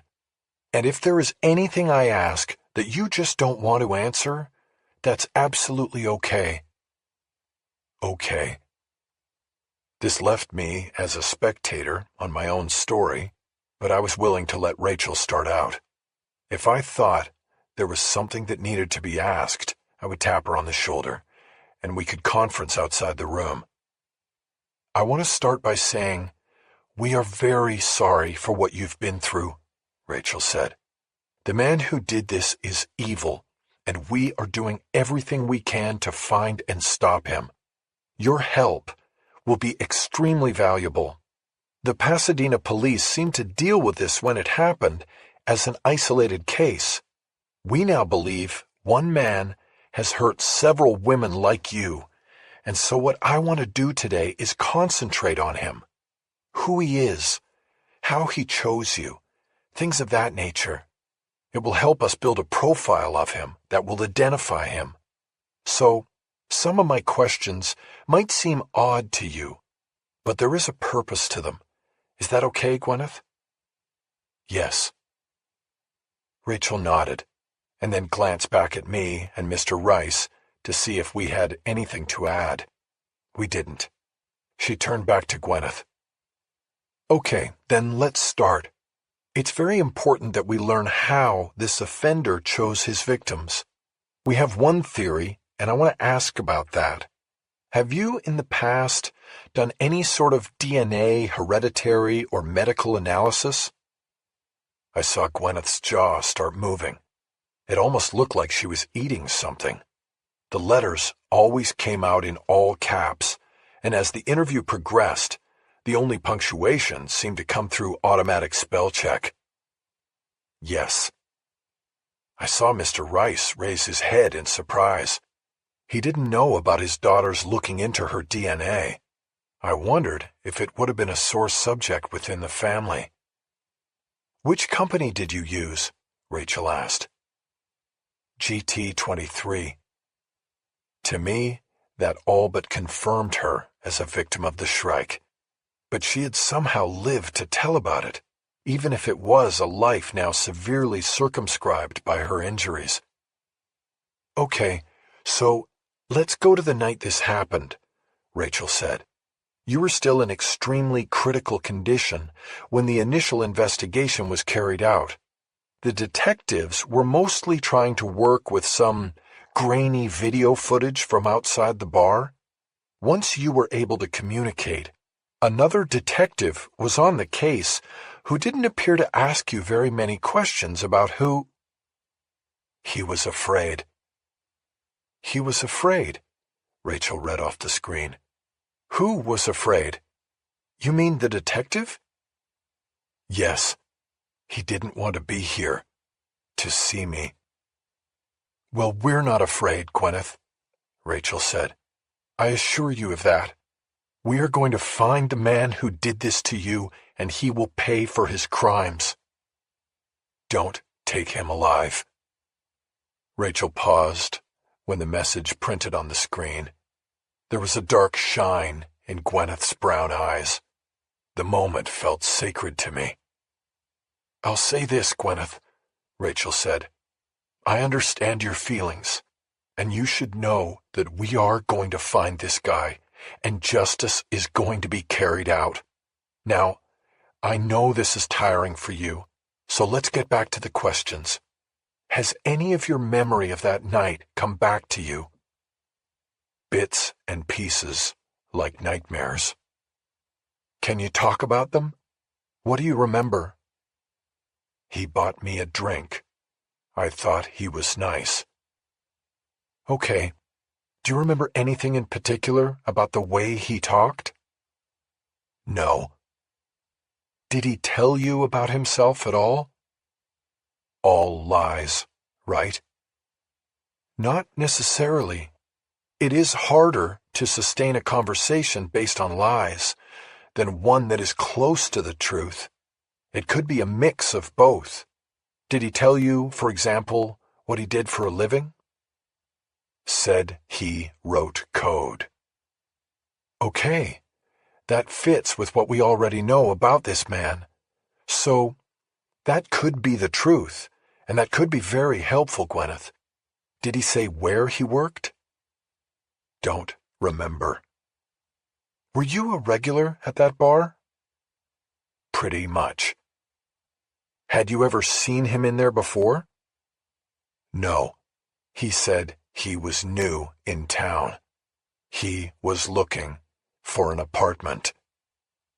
I admired how Rachel was conducting the interview. Her voice was soothing, and she was establishing rapport. I read it in Gwyneth's eyes. She wanted to please Rachel by giving her information she didn't have. I felt no need to jump in with a question. I felt confident Rachel would get to all the relevant questions, as long as Gwyneth didn't tire. It went on like this for another 15 minutes, with Rachel drawing out little details of the behavior and character of the man who had hurt Gwyneth so badly. And then Rachel looked back over her shoulder at Gwyneth's father. Mr. Rice, I'm going to ask Gwyneth some personal questions now, she said. I think it might be better if you and Jack went out into the hall for a few minutes. What kind of questions? Rice asked. I don't want her upset. Don't worry, I won't let that happen. I just think she will be better able to answer if it's just between us girls, so to speak. Rice looked down at his daughter. You okay, honey? He asked. I'm fine, Dad. You can go. And then, I want to do this. I didn't like getting the boot myself, but saw the logic in it. Rachel would get more doing the questioning one-on-one. I moved toward the door, and Rice followed me. In the hallway, I asked if there was a cafeteria, but he said there was just a coffee vending machine in an alcove down the hall. We went that way, and I treated us each to a terrible cup of coffee. We stood there sipping the liquid levels down in our cups before attempting to walk back down the hall. I decided to do what Rachel was doing, work a subject one-on-one. This must be unbelievably hard for you, seeing your daughter like that, I said. I couldn't even begin to tell you, Rice said. It's a nightmare. But I'm there for her. Whatever she needs, and whatever will help catch the bastard who did this to her. I nodded. Do you have work? I asked. Or is this... I was an engineer at Lockheed, Rice said. I retired early so I could just be here for her. She's all that matters to me. Is her mother in the picture? My wife passed 6 years ago. We adopted Gwynnie from an orphanage in Kentucky. I think her doing that DNA stuff was her attempt to find her birth mother and family. If you're saying that had something to do with this, then... Jesus Christ! It's an angle we're looking at. I started walking back down the hallway. We talked no further until we got back to the door of 309. Are there any treatments out there that might help your daughter's situation? I asked. I'm on the internet every morning searching, Rice said. I've contacted doctors, researchers, the Miami Project to Cure Paralysis, you name it. If it's out there, we'll find it. The main thing right now is to get her off the respirator and breathing and talking on her own. And that's not as far-fetched as you might think. This kid, somehow, stayed alive. He thought she was dead and just dumped her down the stairs. But she was alive, and whatever it was that kept her going and kept her breathing, that's still there. I could only nod. I was completely out of my element here. I'm an engineer, Rice said. I've always looked at problems like an engineer. Identify the problem, fix it. But with this, identifying the door to the room opened, and Rachel stepped out. She looked at Rice. She's getting tired, and we're almost finished, she said. But I want to show her something that I held to the end because it might upset her. What is it? Rice asked. It's a composite drawing of the suspect that was put together with the help of people who were in the bar that night and saw your daughter with him. I need her to tell us if it's accurate to her memory. Rice paused for a moment as he thought about his daughter's possible reaction to the drawing. Then he nodded. I'll be here for her, he said. Let's show it to her. I realized that I had not seen the composite myself. As we re-entered the room, I saw that Gwyneth's eyes were closed and thought she might be asleep. But as I got nearer, I realized that her eyes were closed because she was crying. Oh, Gwynnie, it's okay, Rice said. It's going to be okay. He picked up the folded paper towel again and blotted the tears on his daughter's cheeks. It was such a wrenching moment. I felt as though a scream were building in my chest. At that moment, the Shrike changed from the abstract subject of a story to a flesh-and-blood villain I wanted to find.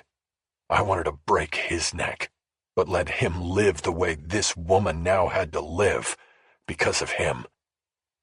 Gwyneth, I need to ask you one last thing, Rachel said. To look at a picture, a composite sketch put together with the help of the people in the bar with you that night. I want you to tell me if it looks like the man who did this to you." She paused. Nothing appeared on the screen. "Is that okay, Gwyneth?" Another pause. Then, "Show me." Rachel took her phone from her back pocket and opened the photo app. She pulled up the composite and held the phone a foot from Gwyneth's face. Gwyneth's eyes darted back and forth as she studied the photo of the drawing. Then her jaw started working. Yes, him. "The man in this composite looks like mid-30s to me," Rachel said. "Is that what you remember?" Yes. Tears began to fall again down Gwyneth Rice's face. Her father moved in with the paper towel. Rachel stood up to back away, putting her phone back in her pocket. "It's okay, Gwynnie. It's okay now," Rice consoled. "Everything's going to be all right, baby." Rachel looked at me and then back to the bed. In that moment, I saw the distress in her eyes and knew this was not any clinical interview for her either. "Thank you, Gwyneth," she said. "You have been a wonderful help. We are going to get this man, and I will come back to tell you." After Rice stepped out of the way, Rachel moved back next to the bed and looked down at Gwyneth. They had bonded. Rachel reached a hand to Gwyneth's face and lightly touched her cheek. "I promise you," she said, "we will get him." Gwyneth's jaw went to work, and she repeated the same message she had sent at the beginning of the conversation. Don't take him alive. Chapter 36. We didn't talk until we were out of the building and walking toward the parking lot. It was dark out now. I had seen Rachel's blue BMW when I had pulled in and parked next to it. We stopped behind our cars. "That was intense," Rachel said. "Yeah," I said. "How was the dad out in the hallway?" "Oh, I never know what to say in that sort of situation. I had to do that, Jack. Get him out of the room. I wanted her to speak freely because it's important we know the details. We can assume that what happened to her happened to the other victims who we can't talk to. Gwyneth provides the template." "And what is the template?" "Well, for one thing, there was no rape. She invited him back to her apartment, ostensibly to show him the place for comparison, since he was supposedly looking for a place to live. They had consensual sex. He used a condom, but not to completion. He couldn't keep an erection. He pulled out, and that's when the nightmare began. He forced her up from the bed to stand naked in front of the bathroom mirror. He made her look at herself as he twisted her neck in a forearm lock. Oh, shit. He was naked too, and she felt his erection come back against her back as he thought he was killing her. Fucker gets off on the act of killing them. All serials do. But the fact that there was no rape is important. It lends itself to why he is targeting women with the DRD4 gene. He thinks it gives him an edge in getting his victims into bed. There seems to be a psychological play in that. He doesn't want to be a rapist, doesn't like what that says about him. But killing women is okay, just not raping them first? It's weird, but not unique. Have you heard of Sam Little? Yeah, the FBI's top serial. Caught here in LA, and good for as many as 90 murders of women across the country.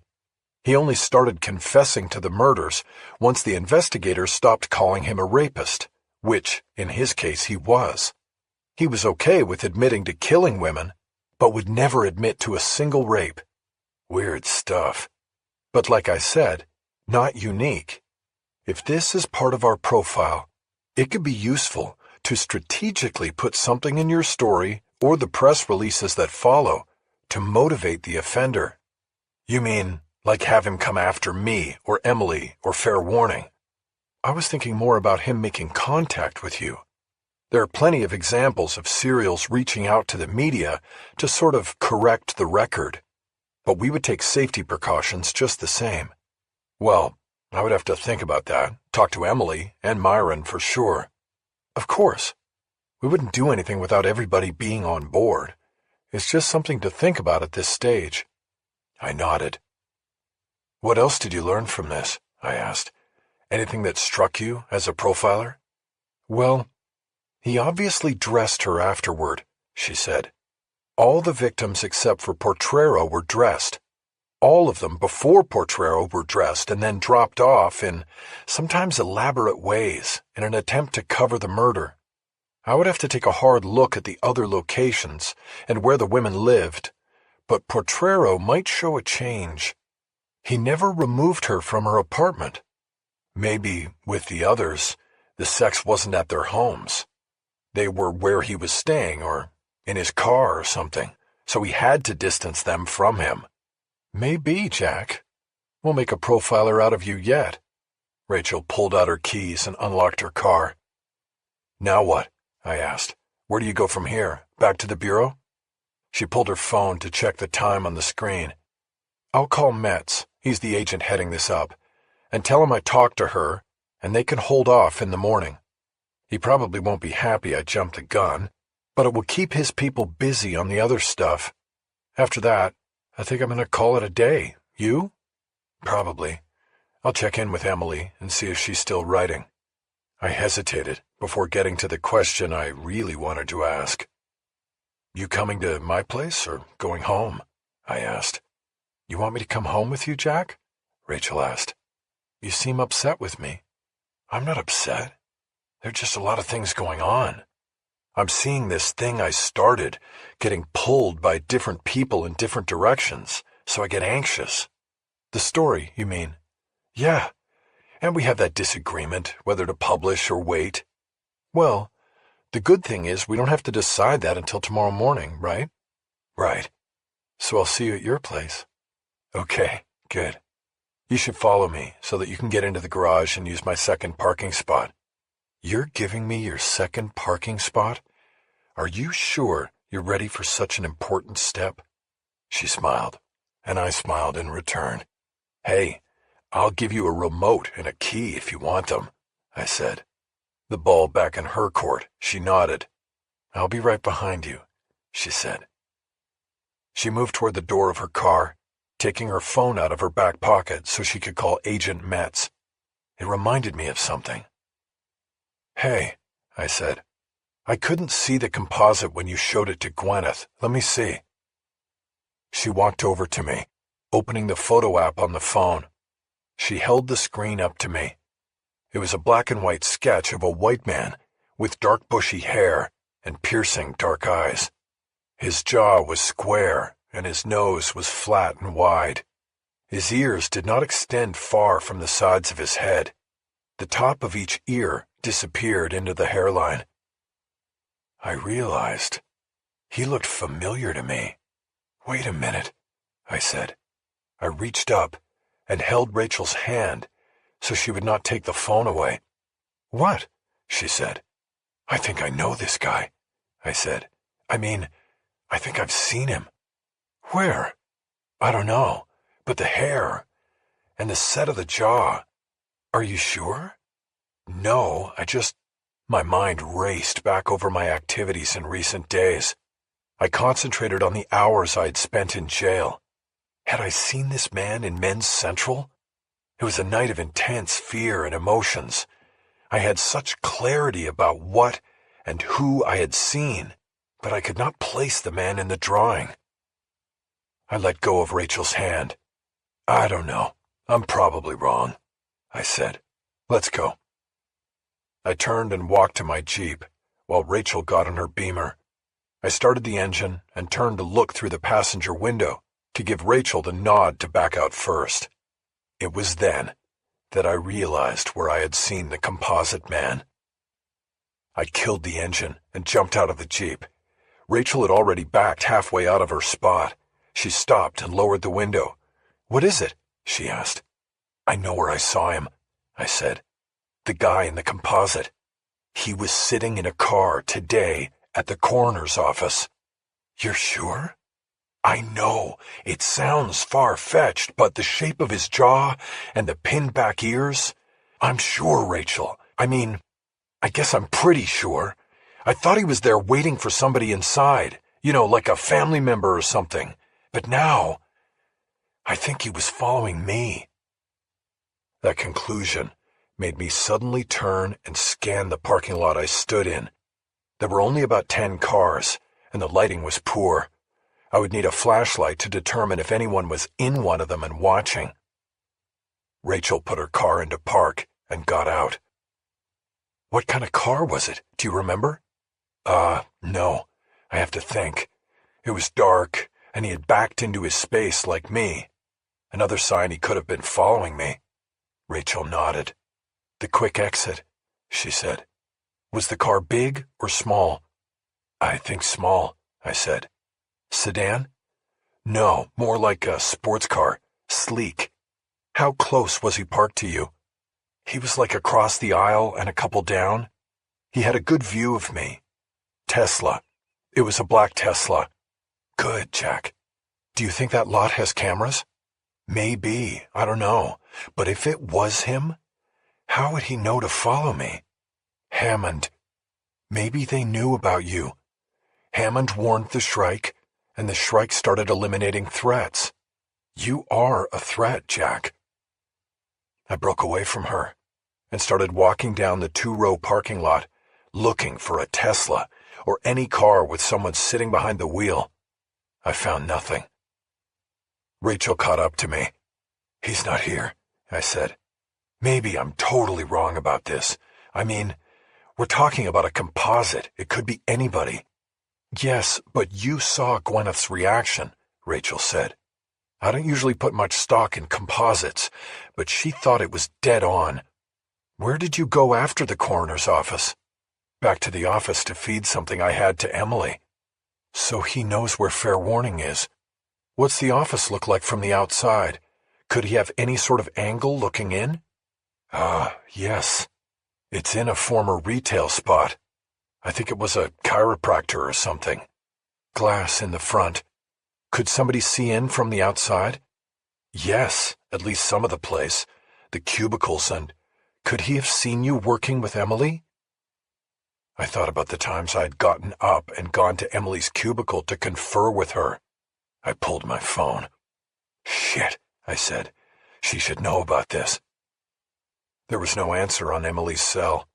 I next called her desk line, though I assumed she would not still be at the office.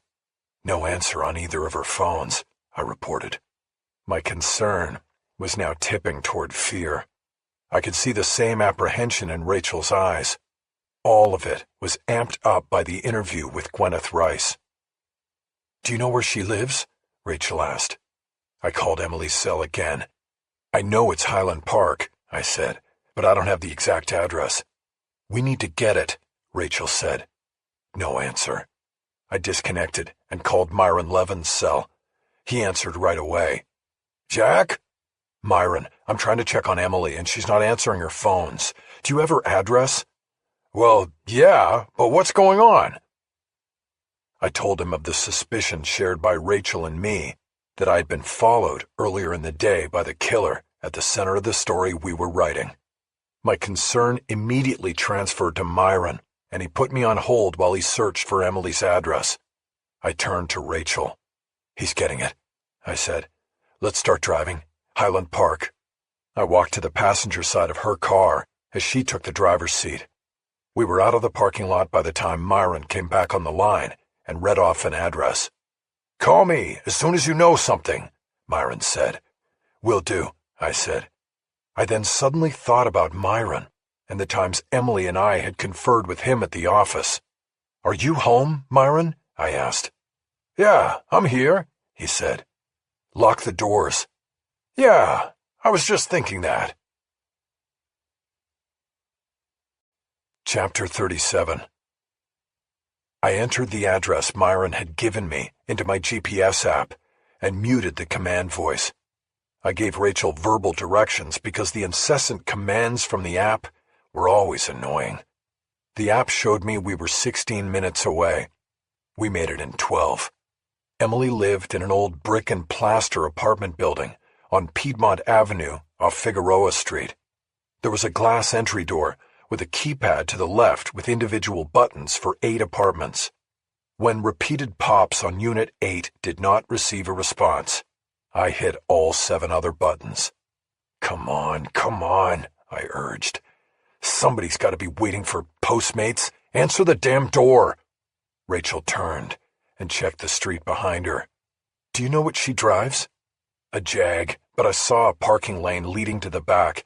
She probably has a space back there. Maybe I should go. The electronic lock snapped open, and we went in. I never looked at which unit had responded and finally opened the door, but I knew if we had gained entrance so easily, then the Shrike could have as well. Unit 8 was on the 2nd floor at the end of the hallway. No one answered my heavy knocking and calling out of Emily's name. I tried the door, but it was locked. I stepped back in frustration, a dread growing in me. What do we do? I asked. Call her again, Rachel said. Maybe we hear the phone through the door. I walked down the hall 20 feet and called. When I heard the phone start ringing on my end, I nodded to Rachel. She leaned an ear toward the door jamb of apartment 8, her eyes still on me. The call went to message, and I disconnected. Rachel shook her head. She had heard nothing. I walked back to Rachel and the door. Should we call the cops? I asked. Tell them we need a wellness check, or call the landlord? Looks like it's an off-site management here, Rachel said. I saw a number on an apartment for rent sign out front. I'll go get it and call. See if that leads to the back lot and if her car is here. She pointed to an exit door at the end of the hallway. Don't get locked out, I said. I won't, she said. I watched her go, and then disappeared down the stairs. I walked down to the exit door, wondering if an alarm would sound. I hesitated for a moment, then pushed the bar, and the door swung open. No alarm sounded. Stepping out onto an exterior landing, I saw that the stairway led down to the building's small rear parking lot. There was a mop in a bucket on the landing, and a can half full of cigarette butts. Someone in the building smoked, but not in their unit. I stepped farther out to look over the railing to see what was on the bottom landing. There were some empty plant pots and garden tools. The door closed behind me. I whipped around. On the outside of the door there was a steel handle. I grabbed it and tried to turn it. I was locked out. Shit. I knocked on the door, but knew it was too soon to expect Rachel to be back at Unit 8. I went down the stairs to the parking lot and looked around for Emily's car. It was a silver Jaguar SUV, but I didn't see one. I then followed the access drive to the front. As I walked down the drive, I looked up at the 2nd floor windows of the building to see if there were any lights on in the windows of the apartment I judged was Emily's. They were all dark. When I got to the front of the building, there was no sign of Rachel. I pulled my phone and called her, but was distracted by motion in the street. I saw a car moving behind the parked cars lining Piedmont. I got only a quick glimpse of it as it passed an opening for the next driveway down. Jack, where are you? Rachel had answered. I'm out front, and I just saw a car drive away. It was silent. A Tesla? I don't know. Maybe. Okay, I'm not waiting for this guy. What guy? The landlord. I heard a loud bang and a splintering of wood, followed by a muffled bang. I knew she had just kicked in the door of Unit 8. I moved to the front door of the building, but could see it was closed. Rachel, I can't get in. I'm going around. I can buzz you in, she said. Go to the front door. I ran up the steps to the front door. The lock was buzzing when I got there and I was in. I went up the interior stairs to the 2nd floor and then down to apartment 8. Rachel was standing in the apartment's entranceway. Is she? She's not here. I noticed that a piece of the door's wood trim was lying on the floor of the threshold. But as I fully entered the apartment, That was the only sign of disarray. I had never been there before, but I saw a place that was neat and orderly. There was no sign of any sort of struggle having occurred in the living areas. A short hallway to the right led to the open door of a bathroom, and a second door to the left that I assumed was the bedroom. I walked that way, feeling odd about invading Emily's privacy. "It's empty," Rachel said. I checked anyway, standing on the threshold of the bedroom and leaning in. I hit a switch on the interior wall, and 2 lamps on either side of a queen bed went on. Like the rest of the apartment, the room was neat. The bed was made, and the coverlet was smoothed and had not even been sat on. I next checked the bathroom and slapped back a plastic shower curtain to reveal an empty bathtub. "Jack, I told you, she's not here," Rachel said. "Come out here and tell me about the car." I stepped back into the living room. "It drove up Piedmont," I said. "If I hadn't seen it, I would have missed it. It was a dark color and silent." "Was it the Tesla you saw at the corners?" she asked. "I don't know. I didn't get a good look." "Okay, think now. Could you tell if it had just pulled away from the curb or was passing by?" I took a moment and ran it through my mind again. The car was already moving down the street when it had drawn my attention. "I couldn't tell," I said. "I didn't see it until it was already moving down the street." "Okay, I've never been in a Tesla," Rachel said. "Is there a trunk?" "They're like hatchbacks, I think." I realized she was asking whether Emily could be in the trunk of the car I saw driving away. "Shit. We need to go after it," I said. "It's long gone, Jack," Rachel said. "We need to—" "What the fuck is this?" We both turned to the front door of the apartment.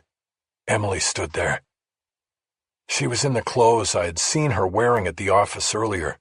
She carried her backpack with the Fair Warning logo on it. "You're okay," I blurted out. "Why wouldn't I be?" she said. "You broke down my door? We thought the Shrike had been here," I said. "What?" Emily said. "Why haven't you answered your phone?" Rachel asked. "Because it's dead," Emily said. "I was on it all day." "Where were you?" I asked. "I called the office." "The Greyhound," she said. I knew she hated to drive because she grew up driving on the other side of the road and feared making the transition. But I was confused and must have looked like it. Greyhound was for long-distance travel. "It's a pub over on Fig," Emily said. "My local." "What the hell is going on?" "I don't know," I said. "I think I was followed today, and by the Shrike, I suddenly didn't feel as sure about things." "I don't know," I said. "Maybe. There was a guy in a Tesla I saw at the coroner's office, and How would he know to follow you?" Emily asked. "Or me, for that matter." "Probably Hammond," I said. "He either told him, or there was something in the computer or the documents taken from Hammond's lab." I saw fear enter Emily's eyes. "What do we do?" she said meekly. "Look, I think we should calm down a little bit here," Rachel said. "Let's not get paranoid. We still don't know for sure that either Jack or you were being followed. And if Jack was followed, why would he jump from Jack to you?" "Maybe because I'm a woman?" Emily said. I was about to respond. Rachel might be right. All of this was because I thought I had matched a composite drawing to a face I had seen behind the wheel of a car in a parking lot from at least 80 feet away. It was a stretch. "Okay," I said. "Why don't we—" I stopped short when a man appeared in the doorway. He had a full beard and a ring of keys in his hand. "Mr. Williams?" Rachel asked. The man stared down at the piece of door framing on the floor, then checked the strike plate hanging by a single loose screw on the jamb. "I thought you were going to wait for me," he said. "I'm sorry," Rachel said. "We thought there was an emergency. would you be able to secure the door tonight? Williams turned and saw that when the door had been kicked open, it had swung against the side wall of Emily's entryway. The knob had put a fist-sized dent in the wall. "I can try," he said. "I'm not staying here if I can't lock the door," Emily said. "No way. Not if he knows where I live." "We don't know that for sure," I said. "We saw a car driving away, but—" "Look, why don't we let Mr. Williams try to fix it, and we go somewhere else to talk about this," Rachel said. "I got more from the FBI today. I think you'll want to know it." I looked at Rachel. "Well, when were you going to tell me?" I asked. "We got sidetracked when we were leaving Gwyneth Rice," Rachel said. She pointed to the door that Williams was still examining, as though that explained her delay. "By the way, how was Gwyneth Rice?" Emily asked. "Good stuff, but so fucking sad," I said. "He's messed her up for life." Halfway through my answer, I was afflicted with reporter's guilt. I knew that Gwyneth Rice would become the face of the story, a victim who would likely never recover, whose life path had been violently and permanently altered by the Shrike. We would use her to draw readers in, never mind that her heartbreaking injuries would last well beyond the life of the story. "You have to ship me notes," Emily said. "As soon as I can," I said. "So, what are we doing?" Rachel asked. "We could go back to the Greyhound," Emily said. "It was pretty quiet in there when I left." "Let's go," Rachel said. We moved toward the door, and Williams turned sideways so we could fit by. He looked at me. "You kicked in the door?" he asked. That would be me," Rachel said. Williams did a quick up and down appraisal of Rachel as she went by him. "Strong lady," he said. "When I need to be," she said. Chapter 38. The Greyhound was less than 2 minutes away, and Rachel drove all three of us. I sat in the back seat, looking out the rear window for a possible tail the whole way. If the Shrike was following, I saw no sign of him, and my thoughts returned to the question of whether I was being vigilant or paranoid. I kept thinking about the man in the Tesla. Had I simply wanted him to look like the face on the composite? Or did he really look like the face on the composite? I had never been to England, but the inside of the Greyhound looked like an English pub to me, and I saw why Emily had adopted it as her local. It was all dark woods and cozy booths. A bar ran the entire length of the establishment, front to back, and there was no table service. Rachel and I ordered kettle martinis, and Emily asked them to pull the tap on a Deschutes IPA. I waited at the bar for the drinks, while the women grabbed a booth in the back corner. I took 2 trips to deliver the drinks so as not to spill the martinis, and then settled into the U-shaped booth with Emily across from me and Rachel to my right. I took a full sip of my martini before saying a word. I needed it after the ebb and flow of adrenaline the evening had so far produced. "So," I said, looking at Rachel, "what have you got?" Rachel took a steady-handed draw of her martini, put the glass down, and then composed herself. "I spent most of the day at the FO in Westwood with the ASAC," she said.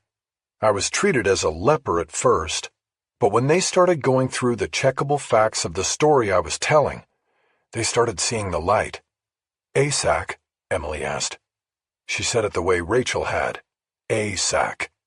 "Assistant Special Agent in charge of the LA field office," Rachel said. "You said his name is Metz?" I asked. "Matt Metz," Rachel said. "Anyway, I already told you that they've linked at least 3 other cases by cause of death, and then Gwyneth Rice, the only known survivor. Were you able to get the new names?" I asked. "No. That's what they're holding back to trade with you for pushing the story back," Rachel said. "I didn't get them." "That's not going to happen," I insisted. "We're going to publish tomorrow. Putting out the warning about this guy is more important than any other consideration." You sure that the scoop is not the most important thing to you, Jack? Rachel shot back. Look, we've been over this, I said. It's not our job to help the FBI catch this guy. Our job is to inform the public. Well, you might change your mind when you hear what else I got, Rachel said. Then tell us, Emily said. Okay, I was dealing with this guy Metz, who I knew from when I was an agent, Rachel said. Once they legitimized what I brought them, they started putting together a war room and attacking this from all angles. They found the other cases, and one team was working on that. There's also a case in Santa Fe, where they're going to do an exhumation of the body tomorrow because they think AOD might have been missed at autopsy. How could they miss a broken neck? I asked. Condition of the body, Rachel said. I didn't get the exact details, but it was left out in the mountains and animals got to it. AOD may not have been seen for what it was. Anyway, another team was looking at Hammond and the Dirty Four angle, trying to pull all of that together. Rachel broke off there to take another sip of her martini. And? Emily prompted. Through the site, they ID'd Hammond's partner, Rachel said. At least they think they did. I leaned in over the table. This was getting good. Who is he? I asked. His name is Roger Vogel, Rachel said. Get it? Roger Vogel becomes Rogue Vogue in the digital universe? Got it, I said. How did they find him? I think his fingerprints, digital, that is, are all over the site, she said. They brought in a cipher team, and I don't think it was that hard. I didn't get all the details, but they were able to trace him to a stationary IP address. That was his mistake. He did some maintenance of the site from an unmasked computer, got lazy, and now they know who he is. So, what is the location? I said. Where is he? Cedar Sinai, Rachel said. It looks like the guy works in administration. That's the location of the computer he used. At first I felt a jolt of excitement at the prospect of confronting Vogel before the FBI grabbed him. But then, the reality hit me. Cedar Sinai Medical Center was a massive, high-security complex that covered 5 entire blocks in Beverly Hills. It might be impossible to get to him. Are they picking him up? I asked. Not yet, Rachel said. They're thinking that having him loose might work to their advantage. As bait for the Shrike, Emily said. Exactly, Rachel said. It's clear he wanted to take Vogel out and made a mistake with the guy up in Northridge, so he may try again. So, I said, thinking out loud, if the Bureau is watching this guy, there is nothing to stop us from going in there and confronting him. Have they traced him to his home or other locations? No, Rachel said. Thanks to you giving Vogel the warning about the Shrike, he's taking all precautions. They had a loose tail on him and lost him after he left work. That's not good, Emily said. But here's the thing, Rachel said. He's a smoker. He is taking precautions, but he still has to go outside to smoke. I saw surveillance photos of him at a smoker's bench outside the building. There was a street sign in the background. It said George Burns Road. That goes right through the middle of the complex. I looked across the table at Emily. We both knew exactly what we were going to do. We're going to be there tomorrow, I said. We'll get him when he comes out to smoke. Emily turned to Rachel. Would you recognize this guy off the surveillance photo you saw? She asked. If you saw him at the bench, I mean. I think so, Rachel said. Yes. Okay, I said. Then we'll need you to be there too. If I do that, it will burn me with the Bureau, Rachel said. I'll be like you two, on the outside looking in. Okay, we'll have to figure out a plan for that, I said. I grabbed my glass and finished off my drink. We had the rough outlines of a plan, and I was good to go. Chapter 39. The Cedars-Sinai Medical Center was a cluster of tall glass buildings and parking garages crowded together on a 5-block parcel, but still segregated by the grid of city streets passing through those blocks.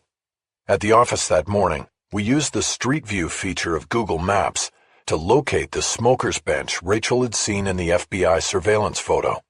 It was at the corner of Alden Drive and George Burns Road, an intersection almost dead center in the medical complex. It was apparently centrally located to serve patients, visitors, and employees from all buildings in the complex. It consisted of 2 benches facing each other across a fountain in a landscaped strip that ran alongside an 8-story parking garage. There were pedestal ashtrays at the ends of each of the benches.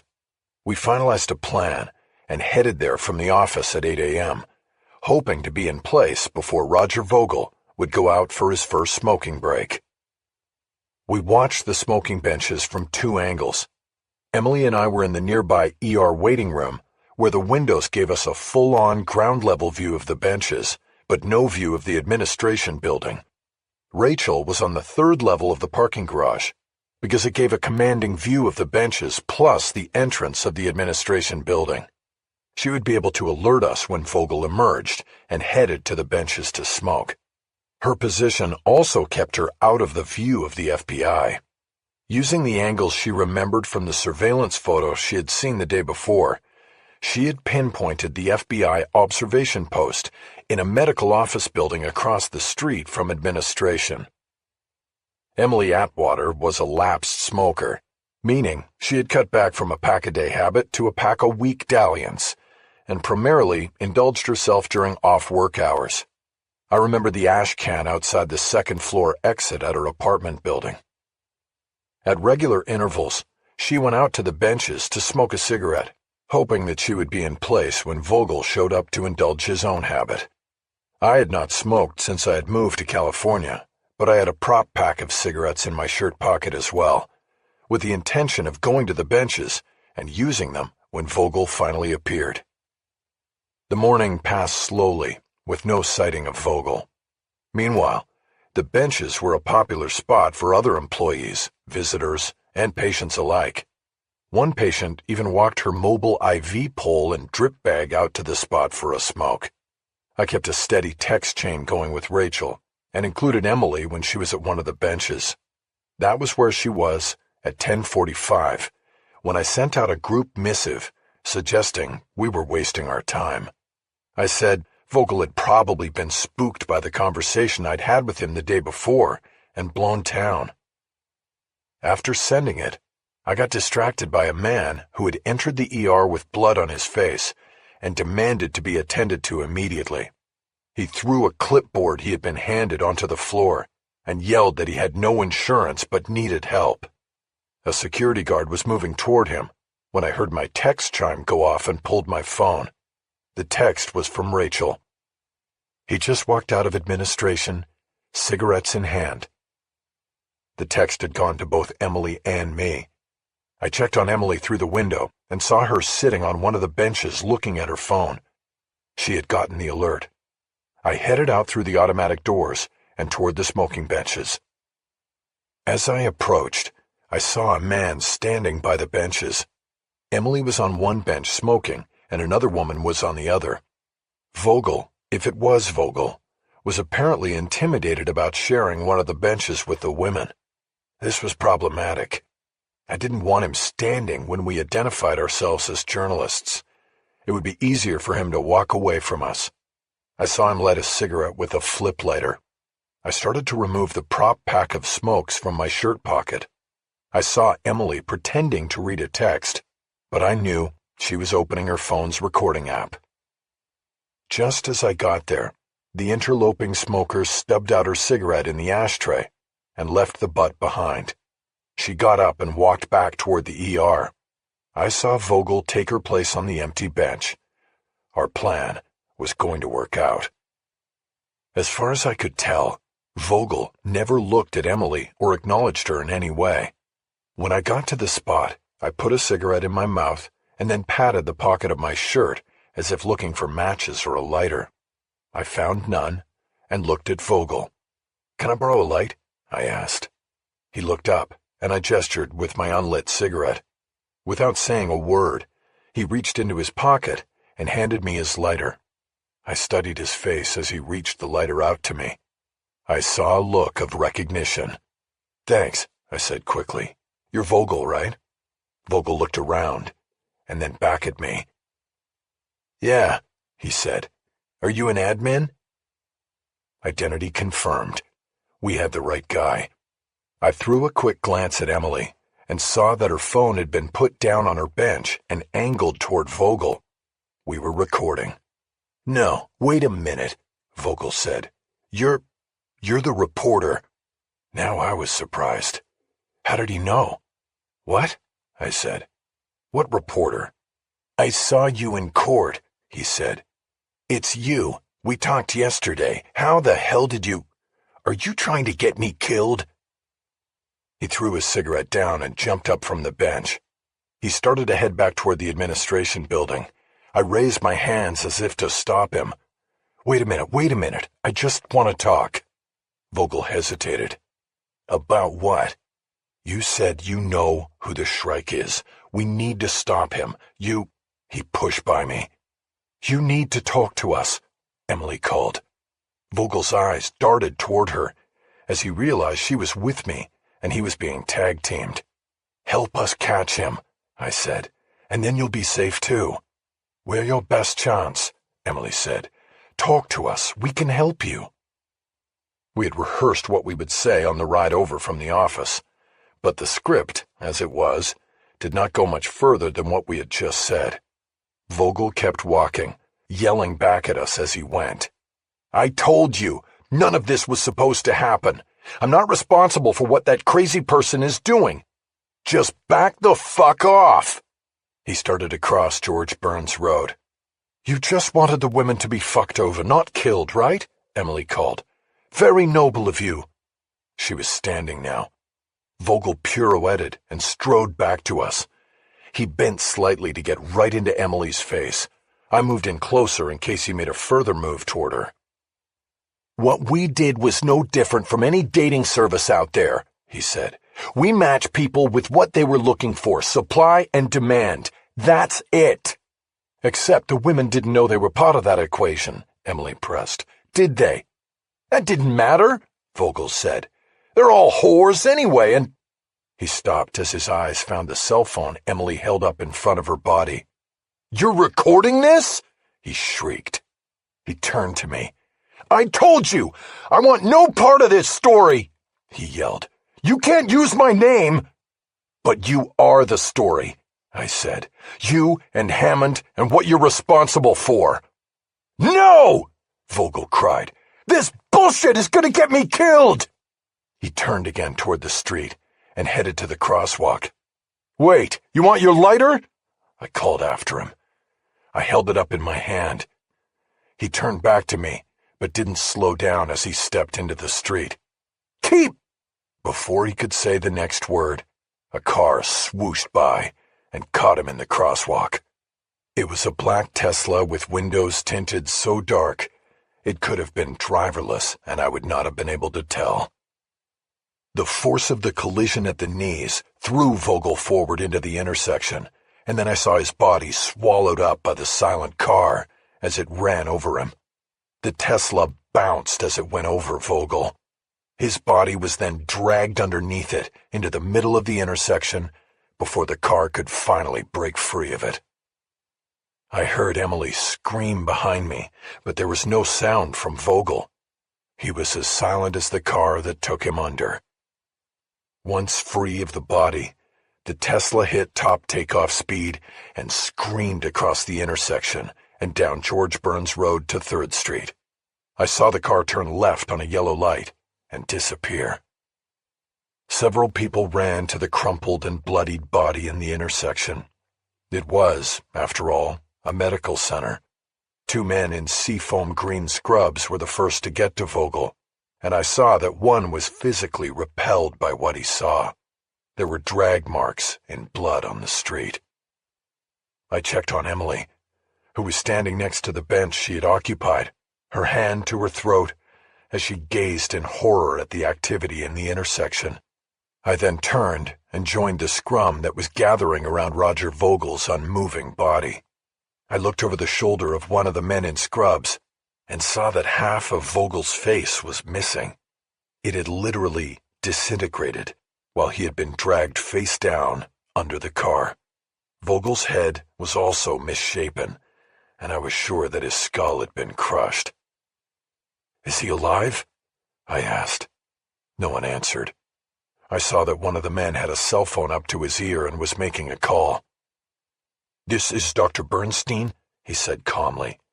"I need a rescue ambulance to the intersection right outside ER Alden and George Burns. Somebody got hit by a car out here. We have major head and neck trauma. We'll need a backboard to move him, and we need it now." I became aware of the sound of sirens nearby, but still outside the medical complex. I hoped that those were FBI sirens, and they were descending on the Shrike, running him to ground in his silent killing machine. My cell phone buzzed, and it was Rachel. "Jack, is he dead?" I turned and looked up at the garage. I saw her standing at the third-floor balustrade, cell phone to her ear. "They're saying he's still alive." What the fuck happened? It was a Tesla.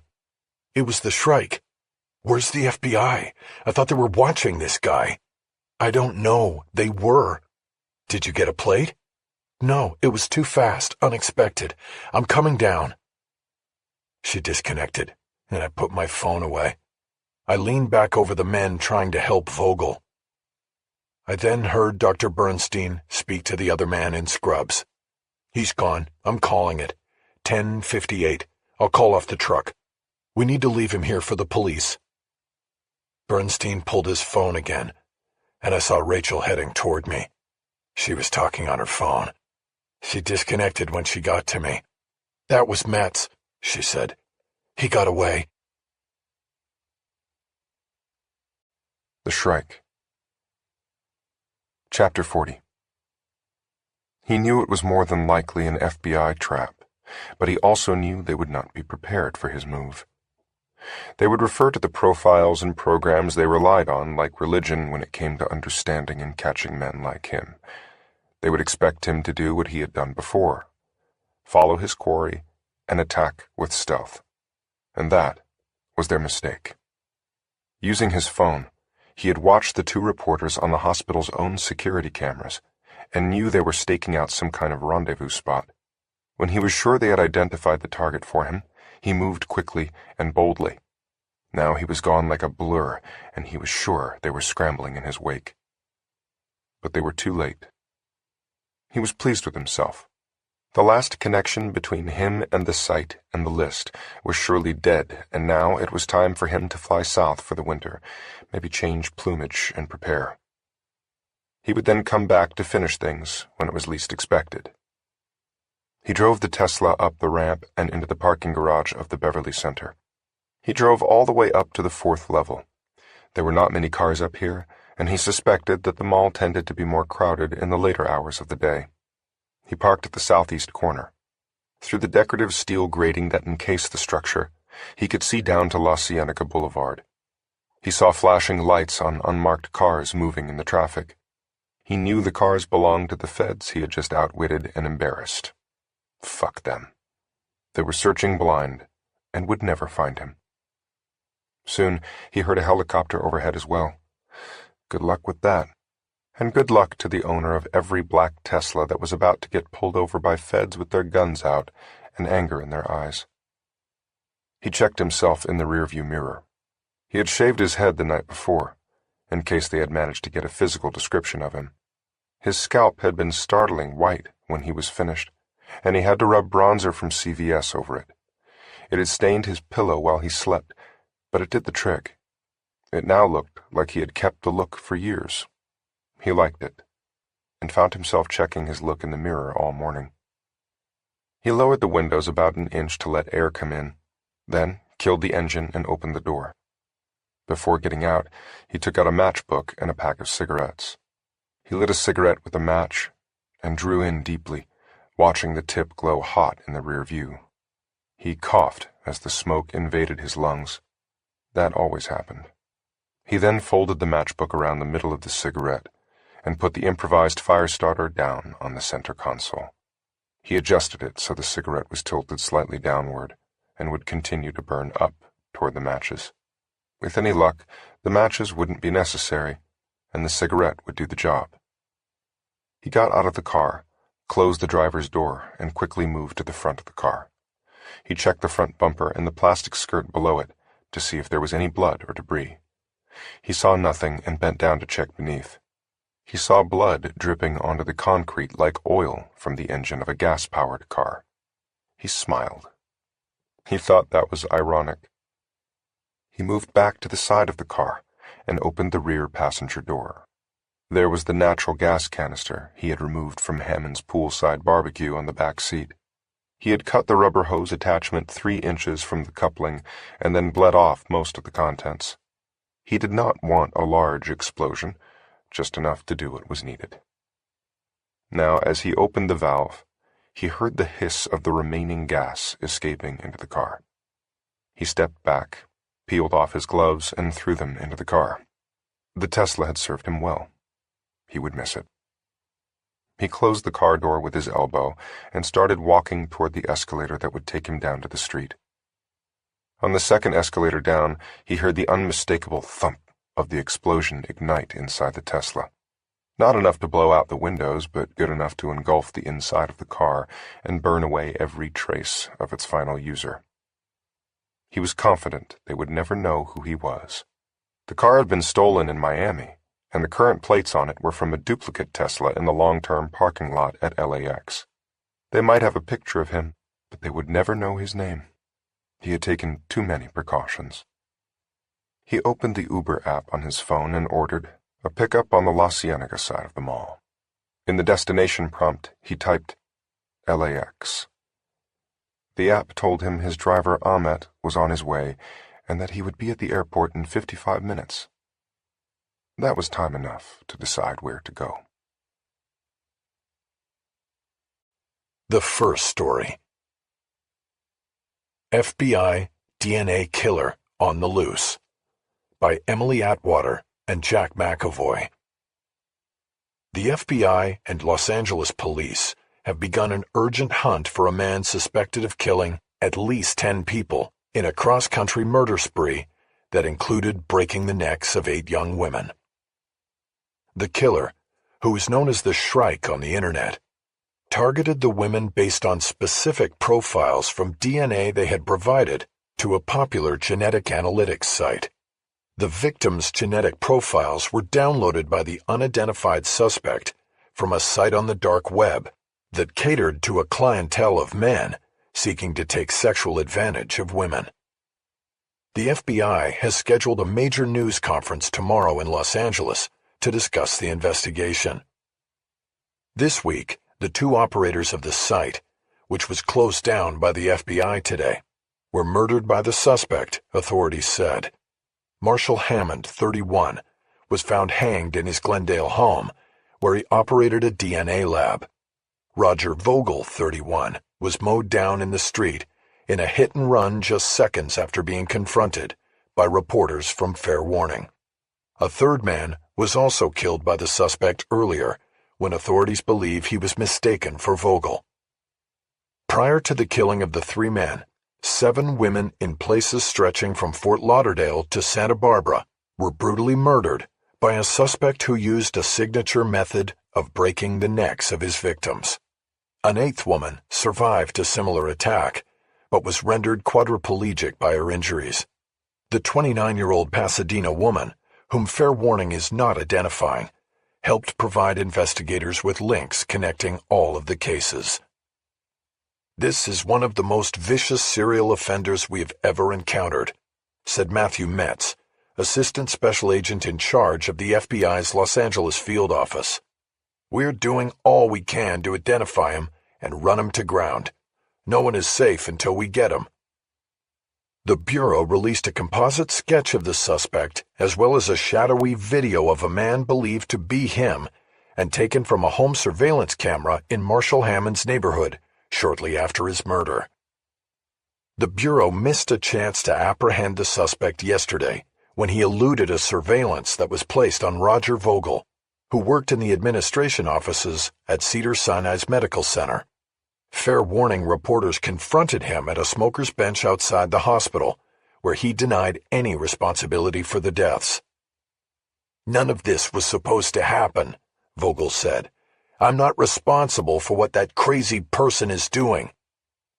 Vogel then stepped into a crosswalk at the intersection of Alden Drive and George Burns Road and was immediately hit by a car believed to be driven by the murder suspect. He was dragged under the car for 30 feet and sustained fatal injuries. The car was later located by the FBI in the nearby Beverly Center parking garage, where it had been set on fire in an attempt to destroy any evidence that could lead to the identity of the killer.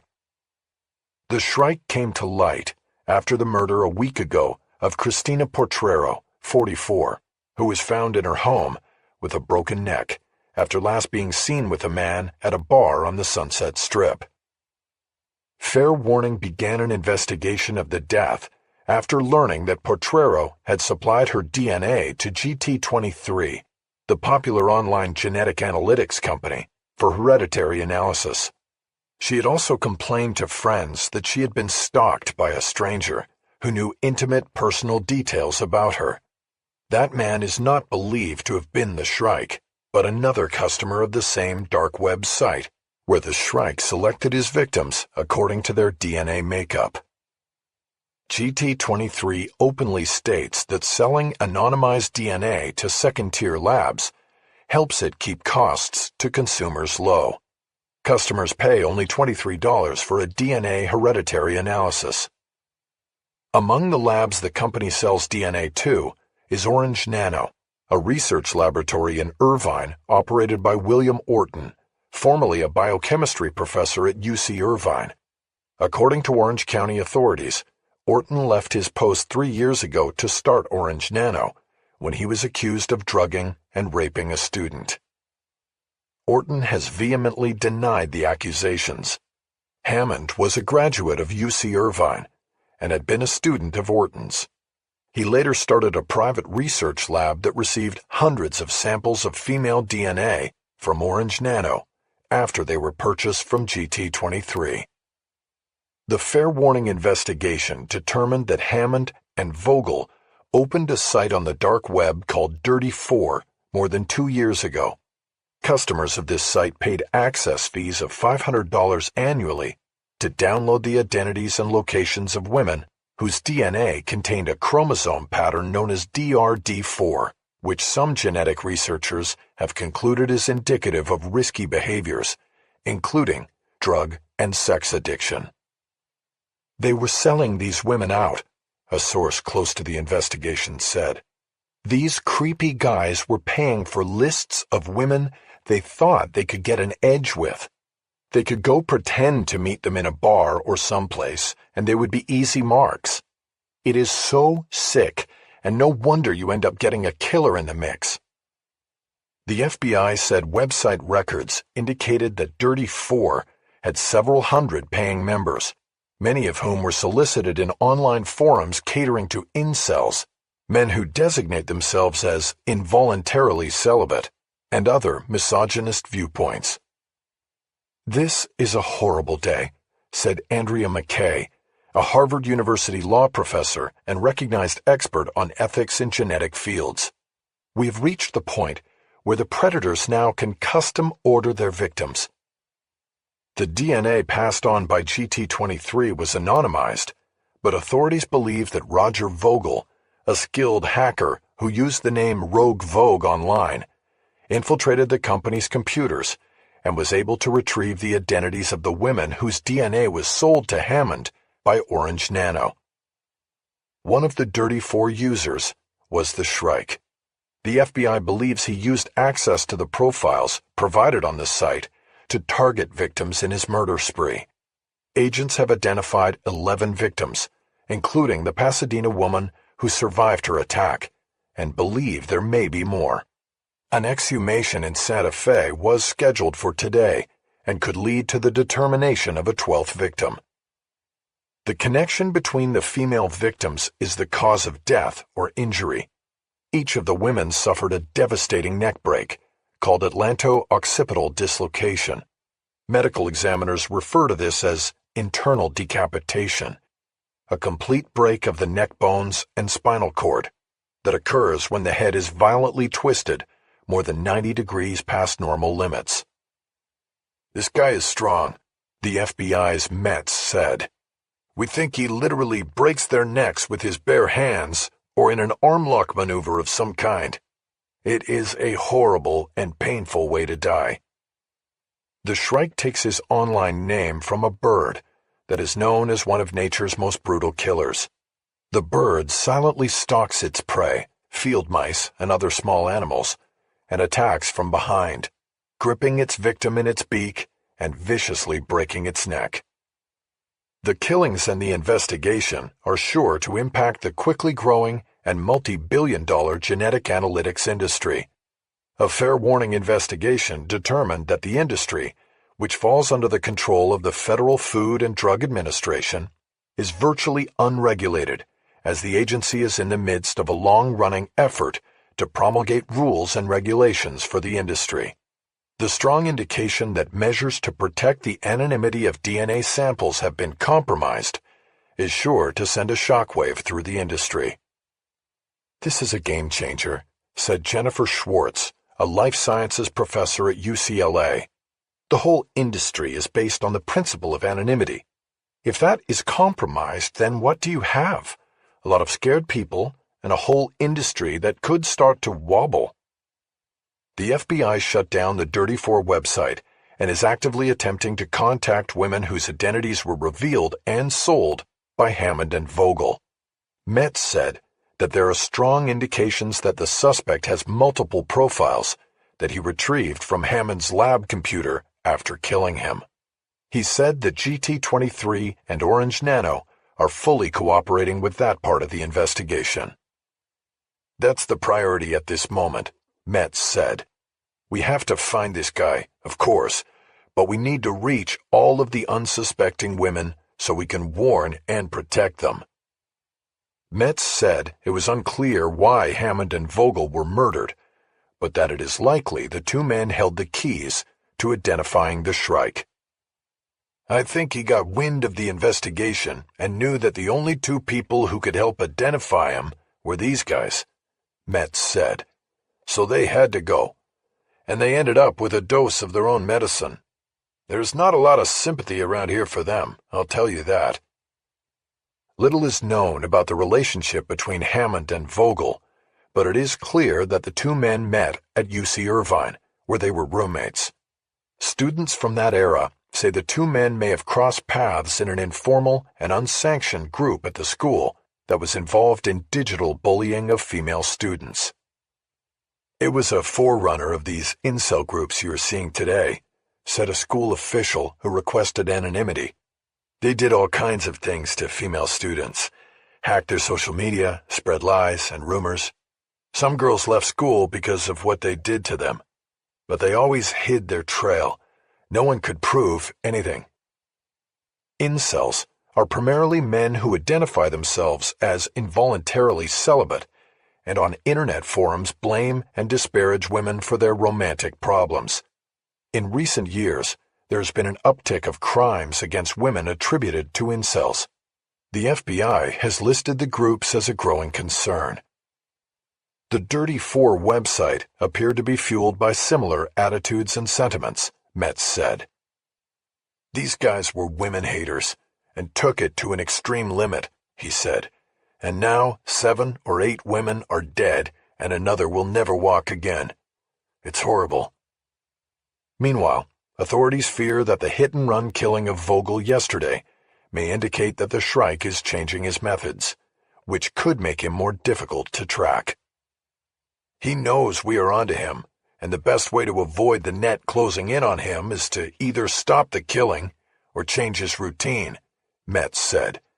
"Unfortunately, this guy has a taste for killing, and I don't see him stopping. We are doing our very best to identify him and take him down." Jack. Chapter 41. 100 days after our first story was posted, the Shrike had still not been identified or captured. In the course of that time, Emily Atwater and I wrote 32 more stories, staying with the investigation and running out in front of the rest of the media that descended like locusts after our first dispatch. Myron Levin negotiated an exclusive partnership with the Los Angeles Times, and most of our stories were carried on the front page above the fold. We covered the expanding investigation and the confirmation of 2 other victims. We posted a full take on William Orton and the rape case he beat. We wrote a piece about Gwyneth Rice, and later covered a fundraiser to help meet her medical expenses. We even wrote stories that captured the sickening online deification of the Shrike by incel groups who celebrated what he had done to his female victims. Myron Levin's concern about losing half his staff came true, but for unexpected reasons. With the Shrike still out there somewhere, Emily grew too fearful that we would become his next targets. As the story started to lose oxygen because of the lack of developments, she decided to leave Fair Warning. We had gotten offers for a book and a podcast. We decided she would take the book deal and I would record the podcast. She moved back to England to an obscure location that even I wasn't privy to. She maintained that it was better that way, because the secrecy meant that I could not be forced to reveal her location to anyone. We communicated almost every day, and I emailed her the raw reporting for the final stories she would write under our names. The 100-day mark of the story was also the endpoint for me at Fair Warning. I had given notice and determined that whatever updates came about, I could report on the podcast. It was a new form of journalism, and I enjoyed going into a sound booth and telling, rather than writing, the story. I called it Murder Beat. Myron was not too upset about having to replace us. He now had a whole drawer full of resumes from journalists who wanted to work for him. The Shrike had put Fair Warning into the public eye big time. Newspapers, websites, and TV news programs across the world had to give us credit for breaking the story. I made guest appearances on CNN, Good Morning America, and The View. 60 Minutes followed our reporting, and The Washington Post profiled Emily and me and even likened our occasionally combative partnership to that of the greatest journalism tag team in history, Woodward and Bernstein. Readership was also up at Fair Warning, and not just on the days we posted a Shrike story. 100 days out, we were starting to see an uptick in donations, too. Myron wasn't on the phone so much, cajoling potential supporters. All was well at Fair Warning. The last story Emily and I wrote was one of the more fulfilling of the 32. It was about the arrest of William Orton for sexual assault. Our stories on Marshall Hammond and Roger Vogel had spurred authorities in Orange County to reopen the investigation of the allegations that Orton had drugged and raped his one-time student. They determined that Hammond had taken the DNA sample submitted by Orton to the sheriff's lab and replaced it with an unknown sample, thereby creating the finding of no match to the swabs in the rape kit. Under the new investigation, another sample was taken from Orton and compared to the material in the rape kit. It was a match, and Orton was arrested and charged. Most of the time, journalism is simply an exercise in reporting on situations and occurrences of public interest. It is rare that it leads to the toppling of a corrupt politician, a change in the law, or the arrest of a rapist. When that does happen, the satisfaction is beyond measure. Our stories on the Shrike got a warning out to the public and may have saved lives. They also put a rapist in jail. I was proud of what we had accomplished, and proud to call myself a journalist in a time when the profession was constantly under attack. After shaking Myron's hand and leaving the office for the last time, I went to the bar at Mistral to meet Rachel and celebrate the end of one chapter in my life and the start of another. That was the plan, but it didn't work out that way. For 100 days I had carried a question inside that I could no longer contain. Rachel was already at the bar, sitting at the far left end where it curved to the back wall, and there were 2 seats we always tried to occupy. The spot gave us privacy and a view of the bar and the restaurant at the same time. There was a couple sitting in the center of the long side, and a man by himself at the end, opposite Rachel. As with most nights, business started slow and then picked up later on. The French impressionist was working this night. That was what Rachel had started privately calling Elle, the bartender with the phony French accent. I signaled her over, ordered a martini, and was soon clinking glasses with Rachel. "To new things," Rachel said. "Salancha," I said. "Oh, so now we have an Irish poet to go with the French impressionist?" "Aye, a deadline poet, formerly, I guess. Now a podcast poet." My Irish accent wasn't cutting it, so I dropped it and drank half the martini. Liquid courage for the big question I had to ask. "I think Myron might have had a tear in his eye when I said goodbye today," I said. I'll miss Myron," Rachel said. "We'll see him again, and he agreed to come on the podcast to give updates on the Shrike stuff. It'll plug the website." "That's good." I finished my martini, and Elle was quick with another. Rachel and I small-talked while I worked the level down on it.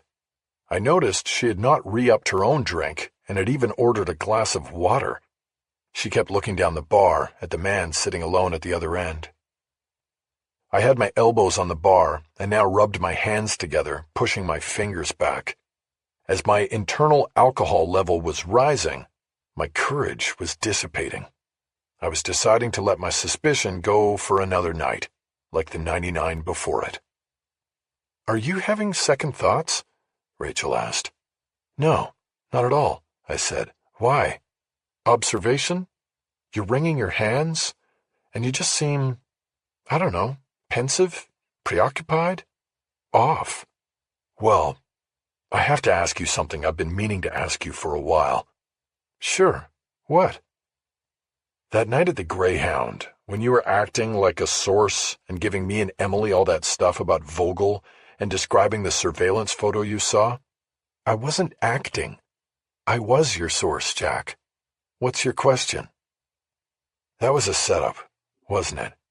You and the FBI, that guy Metz. You wanted us to lead the Shrike to Vogel.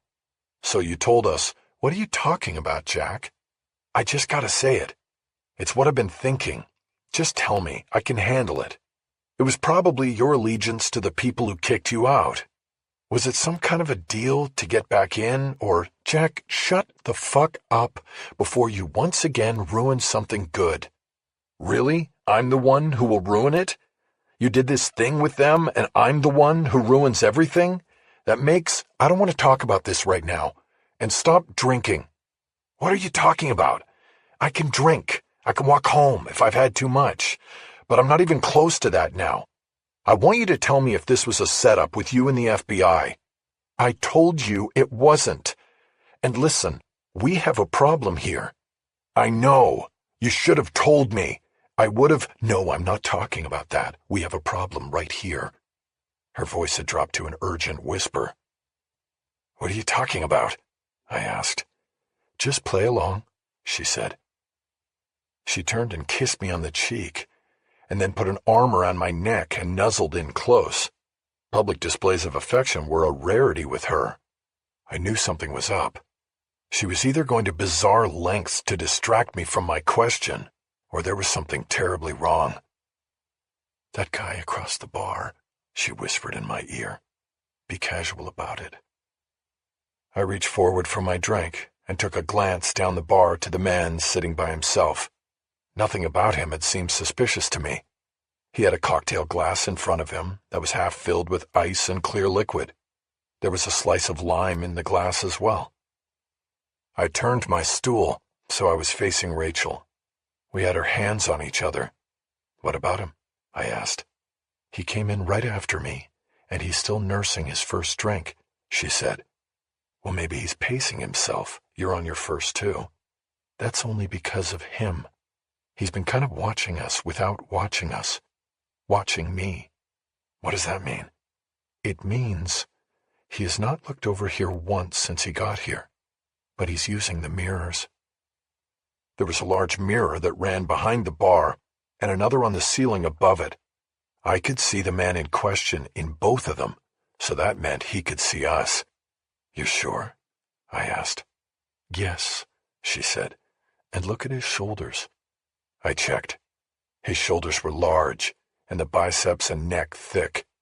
In the days since the Shrike had come to light, the FBI was pursuing a theory that he was an ex-convict who had built up his body in prison and possibly perfected his neck-breaking move there as well. The investigation had zeroed in on the unsolved murder of an inmate at the Florida State Prison in Stark, whose body was found stuffed behind an individual washing machine in the laundry. His neck was broken so severely that the cause of death was listed as internal decapitation. The case was never solved. Several convicts worked in the prison laundry or had access to it, but the surveillance cameras were fogged over by steam released by the dryers, a problem that had been noted by staff repeatedly but never addressed. For more than a month, the Bureau had been looking at video from prison yard cameras and running down data on every convict who worked in the laundry or could have had access to it on the day of the murder. Agent Metz had told me he was sure that the Shrike had killed the inmate. The murder had occurred 4 years earlier, well before the Shrike killings began, and it fit the pattern attributed to the Shrike starting in Florida. "Okay," I said, "but wait a minute." I pulled my phone and went into the photo archive. I still had a photo of the artist composite of the Shrike. I opened it and tilted the screen to Rachel. "Doesn't really look like him," I said. "I don't put a lot of trust in composites," she said. "What about Gwyneth saying it was a good match?" "She was emotional. She wanted it to be a match. The Unabomber composite was right on. 1 in a million. Plus the Shrike's composite has been on every TV channel in the country. He would have changed his look. That's a big thing with incels. Plastic surgery. Plus he's the right age, mid-30s. I nodded. "So then what do we do?" I asked. "Well, first, we act like we don't know he's there," Rachel said. "And I'll see if I can get Metz involved." She pulled out her phone and opened the camera app. She held the phone out as though she was taking a selfie. We leaned close and smiled at the screen as she took a photo of the man at the other end of the bar. She studied the shot for a moment. "One more," she said. We smiled, and she snapped another photo, this time zooming the focus in closer on his face. Luckily, Elle was leaning into a conversation with the couple in the middle, so Rachel got an unobstructed shot. I leaned over to see what she got, and fake laughed as if she had taken a bad photo. "Delete it," I said. "I look like shit." "No, I love it," she said. Rachel was editing the real shot, expanding it as much as possible without clarity decay, and then saving it. When she was finished, she texted it to Agent Metz with this message. "This guy is watching us. I think it's him. How do we handle?" We pretended to chat while we waited for a reply. "How would he know to follow you here?" I asked. "That's easy," Rachel said. "I've been in your stories as well as the podcast. He could have followed me from my office. I came straight here after locking up." That seemed plausible. "But this flies in the face of the profile," I said. "The Bureau's profilers all said he was not vengeance motivated. The story is already out. Why risk coming back to do something to us? It's behavior he hasn't shown before." "I don't know, Jack," Rachel said. "Maybe it's something else. You've made a lot of generalized statements about him on the podcast. Maybe you got him mad." Her phone screen lit up with a return text from Metz. "What's your 20? I'll send Agent Amin out in a lift. See if he follows, and we'll lead him into a horseshoe." Rachel sent back a text with the address and asked for an ETA on the lift car. Metz replied that it would be 40 minutes. "Okay, so we have to order another round, and then act like neither one of us can drive, Rachel said. We fake a request for a lift and then get in the car with Amin. What's a horseshoe? I asked. They'll set up a car trap. We drive in, he follows us. They close the horseshoe behind him, and he's got nowhere to go. Have you ever done a horseshoe trap before? Me? No, but I'm sure they have. Let's hope it works. Chapter 42. 40 minutes later, we were in the back of the FBI's Lyft minivan, with Agent Amin behind the wheel. He pulled away from Mistral and headed west on Ventura Boulevard. What's the plan? Rachel asked. We have the horseshoe set up, Amin said. We just have to see if you have a follower. Did Metz get a bird up? Yes, but he had to wait until it was free from another op. It's on the way. How many cars do we have? 4, including the lift. That's not enough. He may spot the surveillance and bug out. It's what we could do on short notice. Where's the horseshoe? Tyrone Avenue on the north side of the 101. It dead ends at the river, and it's only 5 minutes away. I saw Rachel nod in the darkness of the car. It did little to balance the anxiety she was exuding. At Van Nuys Boulevard, we turned north. I could see the 101 overpass just a few blocks ahead. Rachel pulled her phone and made a call. I only heard her side of it. Matt, are you running this op?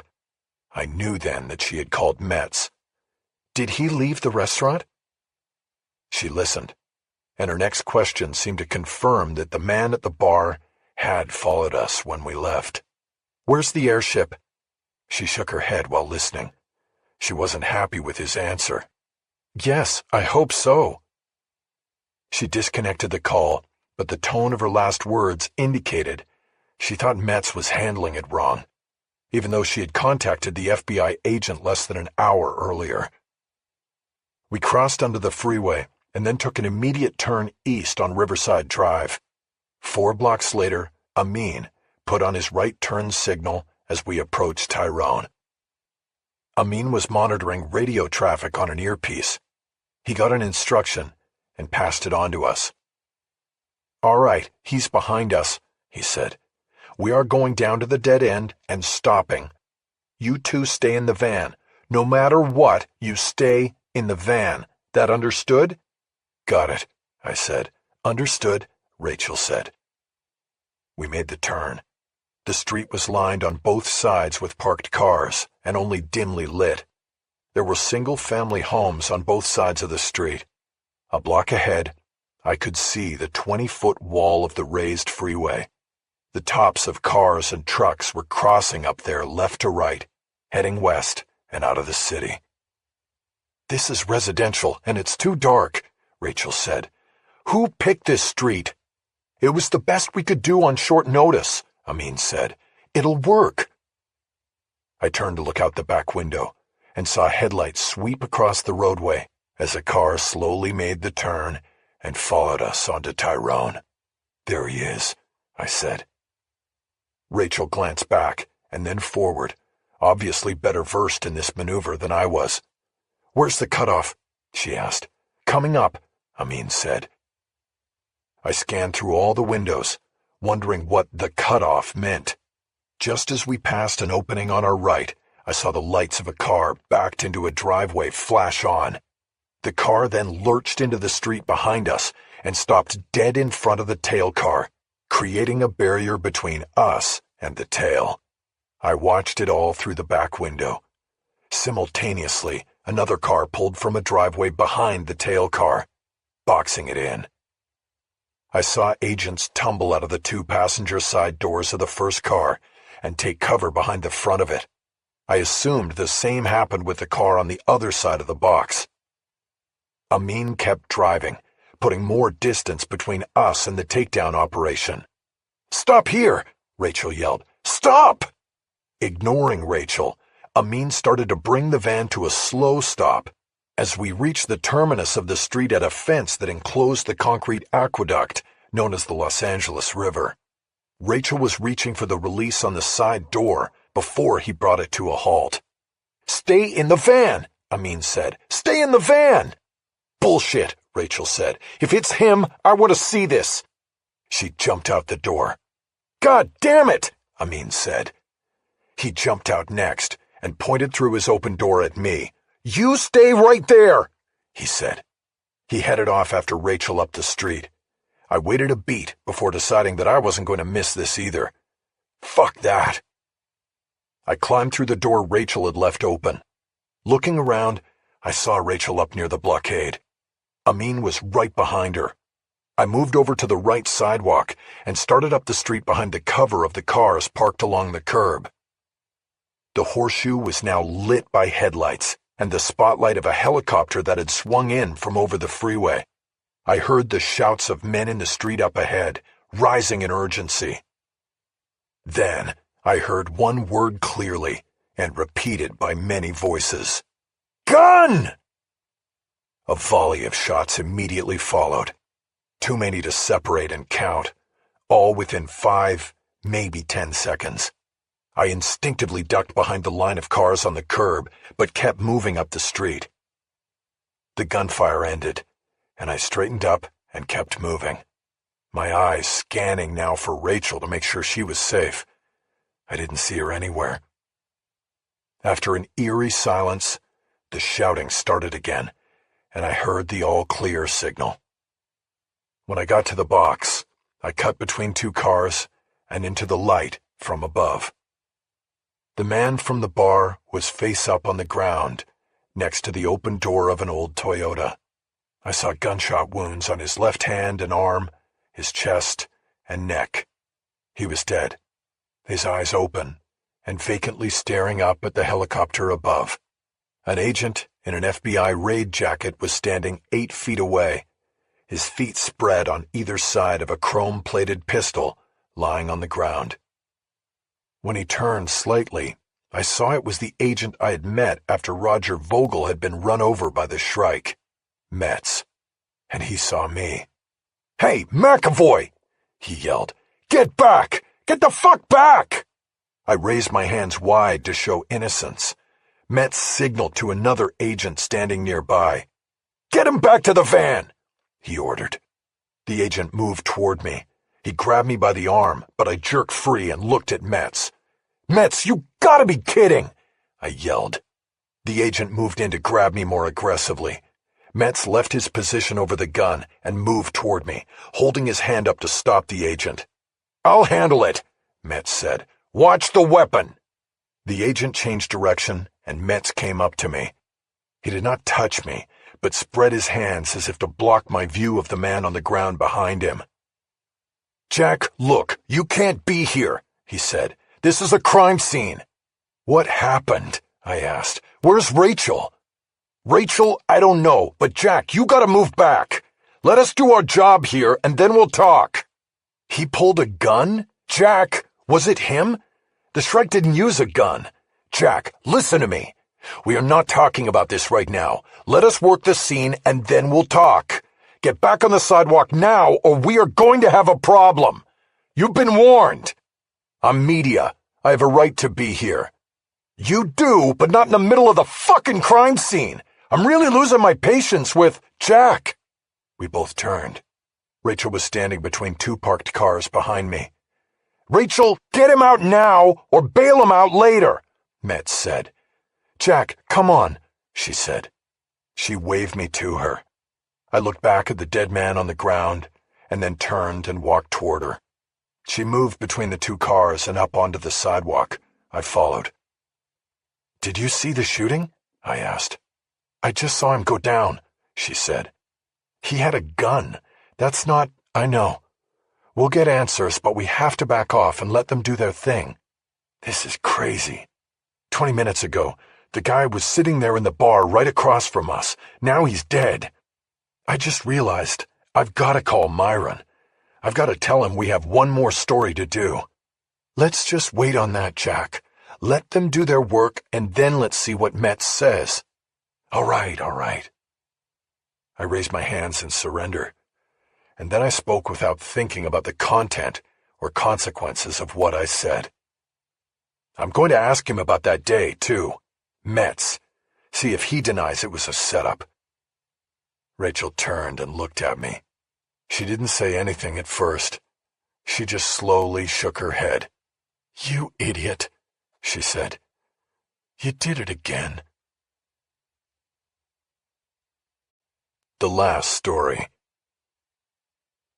FBI kills armed man in Shrike takedown by Myron Levin.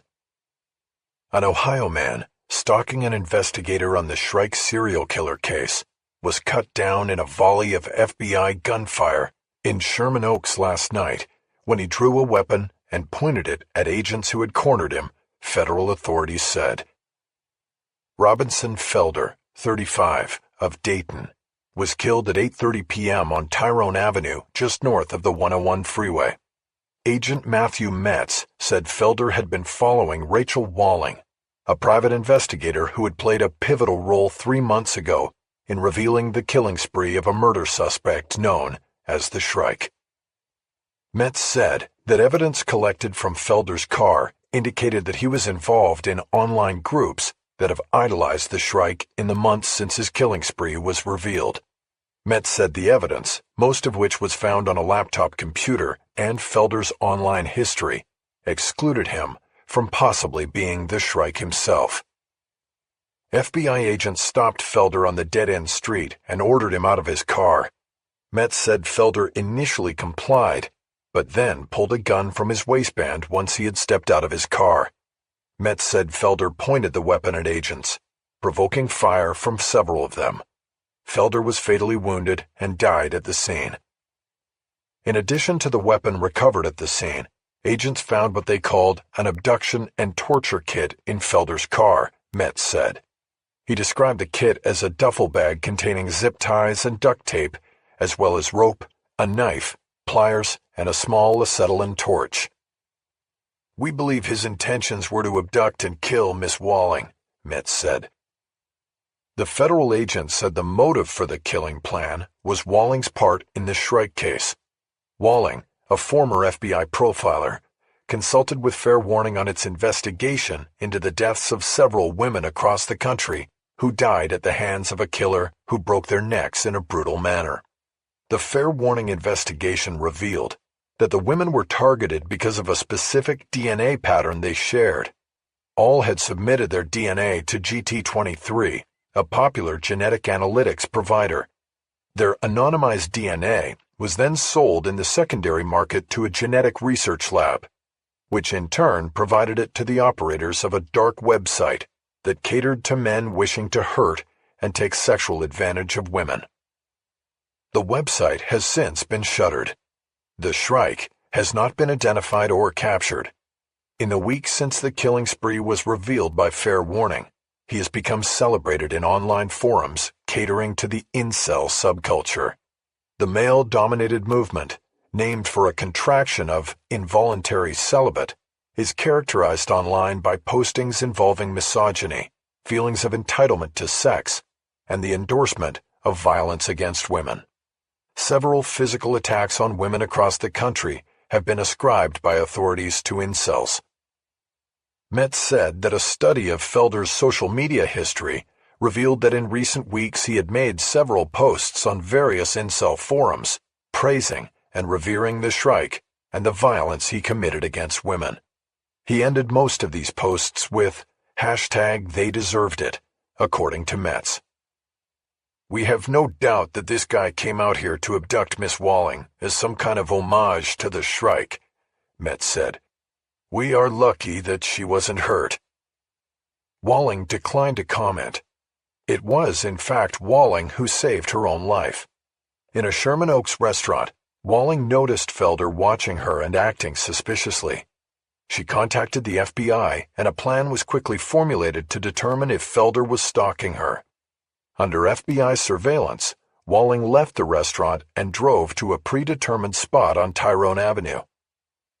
Metz said that Felder followed them in his car and drove into an FBI vehicle trap. When he was told to step out of the car with his hands visible, he complied. But then, for unknown reasons, he reached to his beltline and pulled free a .45 caliber pistol. He was fired upon when he raised the weapon into firing position. He gave us no choice," said Metz, who was on the scene during the shooting but did not fire himself. There were 7 other agents on the scene, and 4 of them fired at Felder. Metz said the shooting will be investigated by the Bureau's Office of Professional Responsibility and the U.S. Attorney's Office. Metz, the assistant special agent in charge of the Los Angeles field office, said he was concerned Felder's activities could inspire others in the incel community to act out in the same way. He said efforts are being made to safeguard Walling and others involved in the Shrike case. Meantime, Metz acknowledged that efforts to identify the Shrike and bring about his arrest continue, but frustrations mount with each passing day. "We're not going to be able to breathe easy until this guy is in custody," he said. "We need to find him." Jack. Chapter 43. We gathered at the Sunray Studios on Cahuenga Boulevard to record the last episode of the podcast on the Shrike. The last, that is, until there was some sort of break in the case worthy of a new episode. I had gone through 17 episodes. I had discussed the story from every conceivable angle, and had interviewed every person associated with the case who was willing to go on the record and be taped. This even included an interview with Gwyneth Rice in her hospital room, her voice, now an eerie electronic creation manifested from her laptop. This last episode was a heavily promoted live discussion, with as many of the players in the case as I could bring together. The studio had a round table in the recording room. It was Rachel Walling, Metz from the FBI, Detective Ruiz from the Anaheim Police Department, Myron Levin from Fair Warning, and Hervé Gaspar, the lawyer who had represented Jessica Kelly, the victim in the William Orton case. I had never been able to figure out whether Ruiz or Gaspar had been my deep throat source. Both had denied it. But Gaspar had eagerly accepted the invitation to be part of the podcast, while Ruiz had to be cajoled. That tipped my hand toward Gaspar. He relished the secret part he had played in the case. Lastly, we had Emily Atwater on the phone, calling in from her unknown spot in England and ready to answer questions as well. We had calls on hold before the scheduled hour even began. This did not surprise me. The podcast had steadily grown in audience. More than 500,000 people had already listened to the prior week's episode when the live event was announced. We gathered around the table, and Ray Stallings, the engineer and owner of the studio, handed out headsets and checked and adjusted the microphones. The moment was awkward for me. It had been almost 3 months since Robinson Felder's attempted abduction. In that time, I had only seen Rachel once, and that was when she had come to my apartment to collect some clothes she had left there. We were no longer seeing each other, despite my apologizing and taking back the accusation I had made against her on that last night. As she had warned, my accusation ruined everything. We were now finished. Getting her to appear on the final podcast took an email lobbying campaign that was a digital version of begging and groveling. I could have easily proceeded without her on the episode, but I hoped that getting her into the same room with me might spark something, or at least give me the chance to once more confess my sins and seek forgiveness and understanding. It wasn't a complete shutdown of communications, because we were still inextricably bound together by the Shrike. She was my source. She had access to Metz and the FBI investigation. I had access to her. Though we communicated by email only, it was still communication, and more than once I had tried to engage her in a discussion outside the bounds of the source-reporter relationship, but she had thwarted and deflected such efforts, with the request that we keep things on a professional level from now on. I watched her as Ray positioned the microphone in front of her lips and had her say her name a few times while he checked the sound levels. She avoided eye contact with me the whole time. Looking back, I was as mystified by this turn of events as by anything else that had occurred in the case. I could not figure out what I had or didn't have inside me that would lead me to doubt a sure thing and look for the cracks in its foundation. Once we went live, I began with the scripted intro I used at the start of every episode of the podcast. Death is my beat. I make my living from it. I forge my professional reputation on it. I'm Jack McEvoy, and this is Murder Beat, the true crime podcast that takes you beyond the headlines and on the trail of a killer with the investigators on the case. This episode wraps up our first season with a live discussion featuring the investigators, attorneys, and journalists who all played a part in exposing and hunting a serial killer known as the Shrike. And so it went. I introduced the panel members and started taking listener questions. Most of them were routine softballs. I acted as moderator and chose which participant to throw each question to. Everybody had been prepped beforehand to keep their answers short and precise. The shorter the answer, the more questions we could get to. I directed more than an equal share to Rachel, thinking that somehow it was like engaging her in conversation. But it felt hollow and embarrassing after a while. The most unusual call came from a woman identifying herself as Charisse. She did not ask a question about the Shrike case. Instead, she said that 11 years earlier, her sister Kylie had been abducted and murdered, her body left in the sand under the Venice Pier. She said the police never arrested anyone for the crime, and there was no active investigation she knew of. My question is whether you would investigate her case, Charisse said. The question was so out of left field that I struggled to answer. Well, I said, I could probably look into it and check on what the police did with it, but I'm not a detective. What about the Shrike? Charisse said. You investigated him? The circumstances were a bit different. I was working on a story, and it became a serial murder case. I was interrupted by a dial tone. Charisse had hung up. I got the discussion back on track after that, but the episode still went long. The advertised hour stretched to 90 minutes, and the only time we veered away from questions from listeners was when I had to read advertisements from our sponsors, which were mostly other true crime podcasts. The listeners who called in were enthusiastic about Murder Beat, and many eagerly asked what the next season would be about and when it would start. These were questions I didn't yet have an official response to, but it was good to know that there appeared to be an audience out there waiting. It buoyed my sinking morale. I have to admit that I secretly hoped that I would hear from him, the Shrike.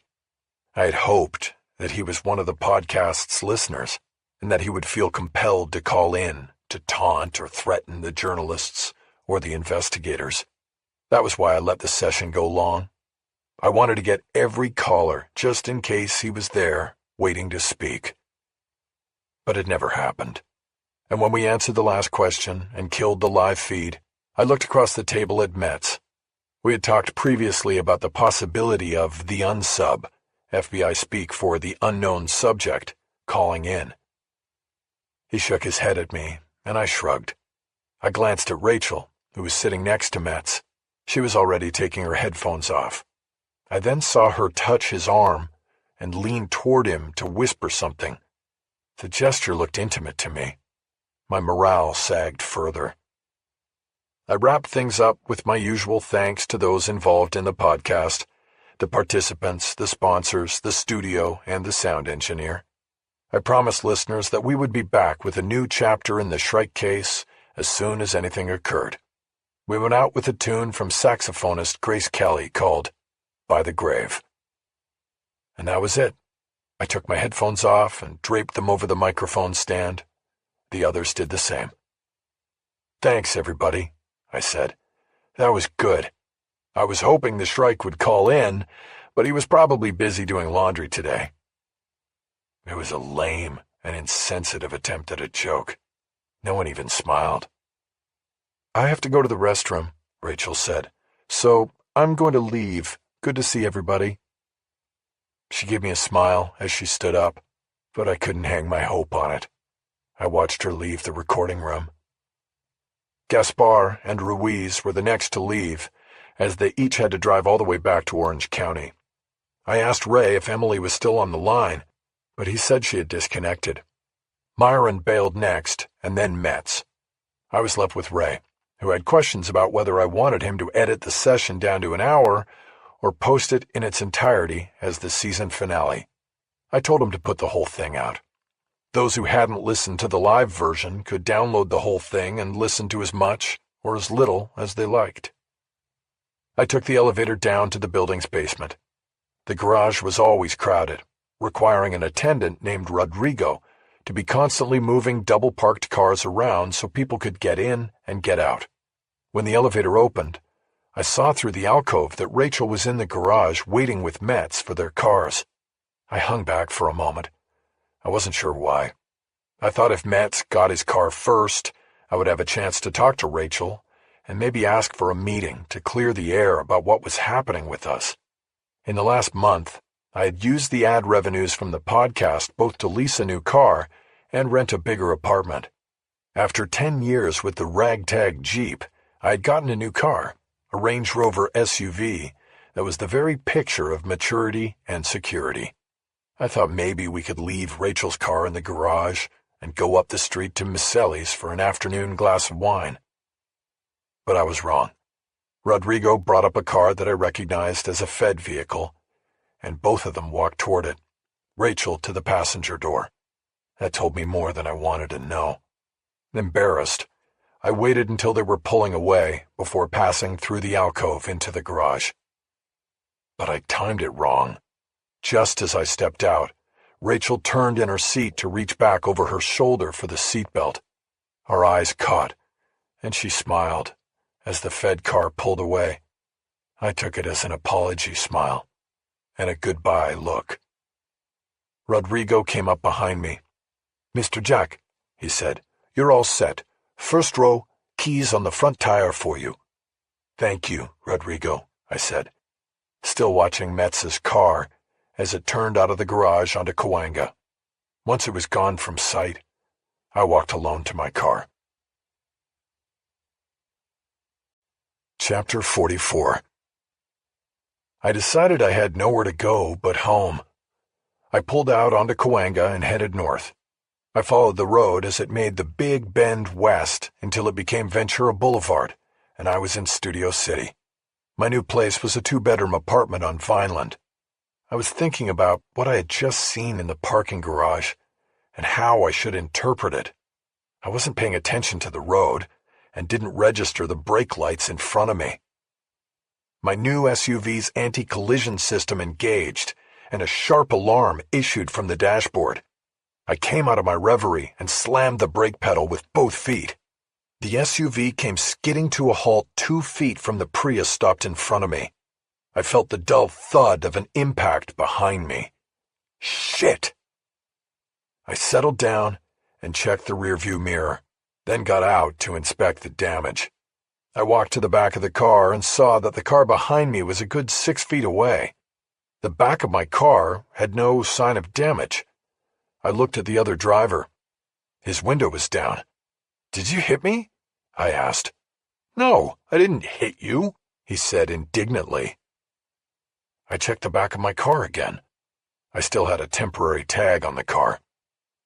"Hey, buddy, how about you get in your pretty new car and keep moving?" the other driver said. "You're holding up traffic with this bullshit." I waved him and his rudeness off and climbed back into the driver's seat, confused by the whole situation. I continued driving, thinking about what had happened. I had definitely felt some kind of heavy thud of impact when I hit the brakes. I wondered if something was wrong or loose in the new car, then thought about IKEA. My new apartment was nearly twice the size of my old one. It had dictated the need for more furniture, and I had made several runs to the IKEA in Burbank since getting the new SUV, making good use of the rear storage compartment. But I was sure I had not left anything back there.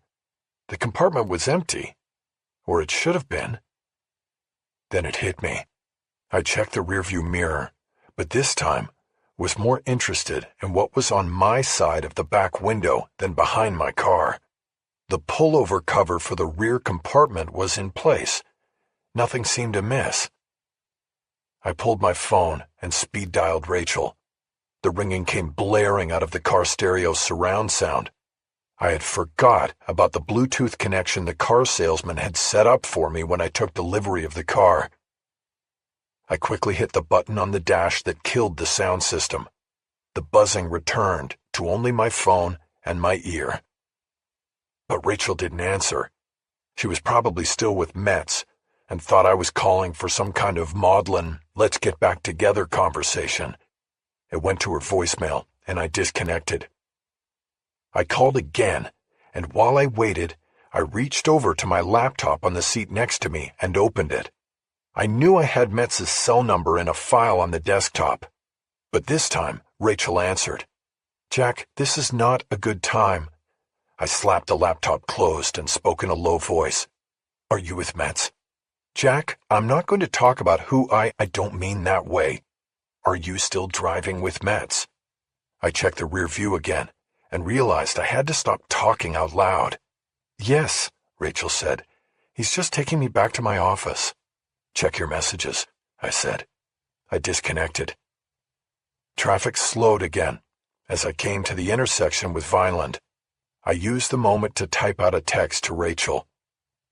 "I'm in my car. Strike is hiding in the back."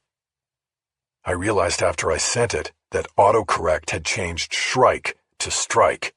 I figured, though, that she would understand. She did, and I got an almost immediate response. "Are you sure? Where are you?"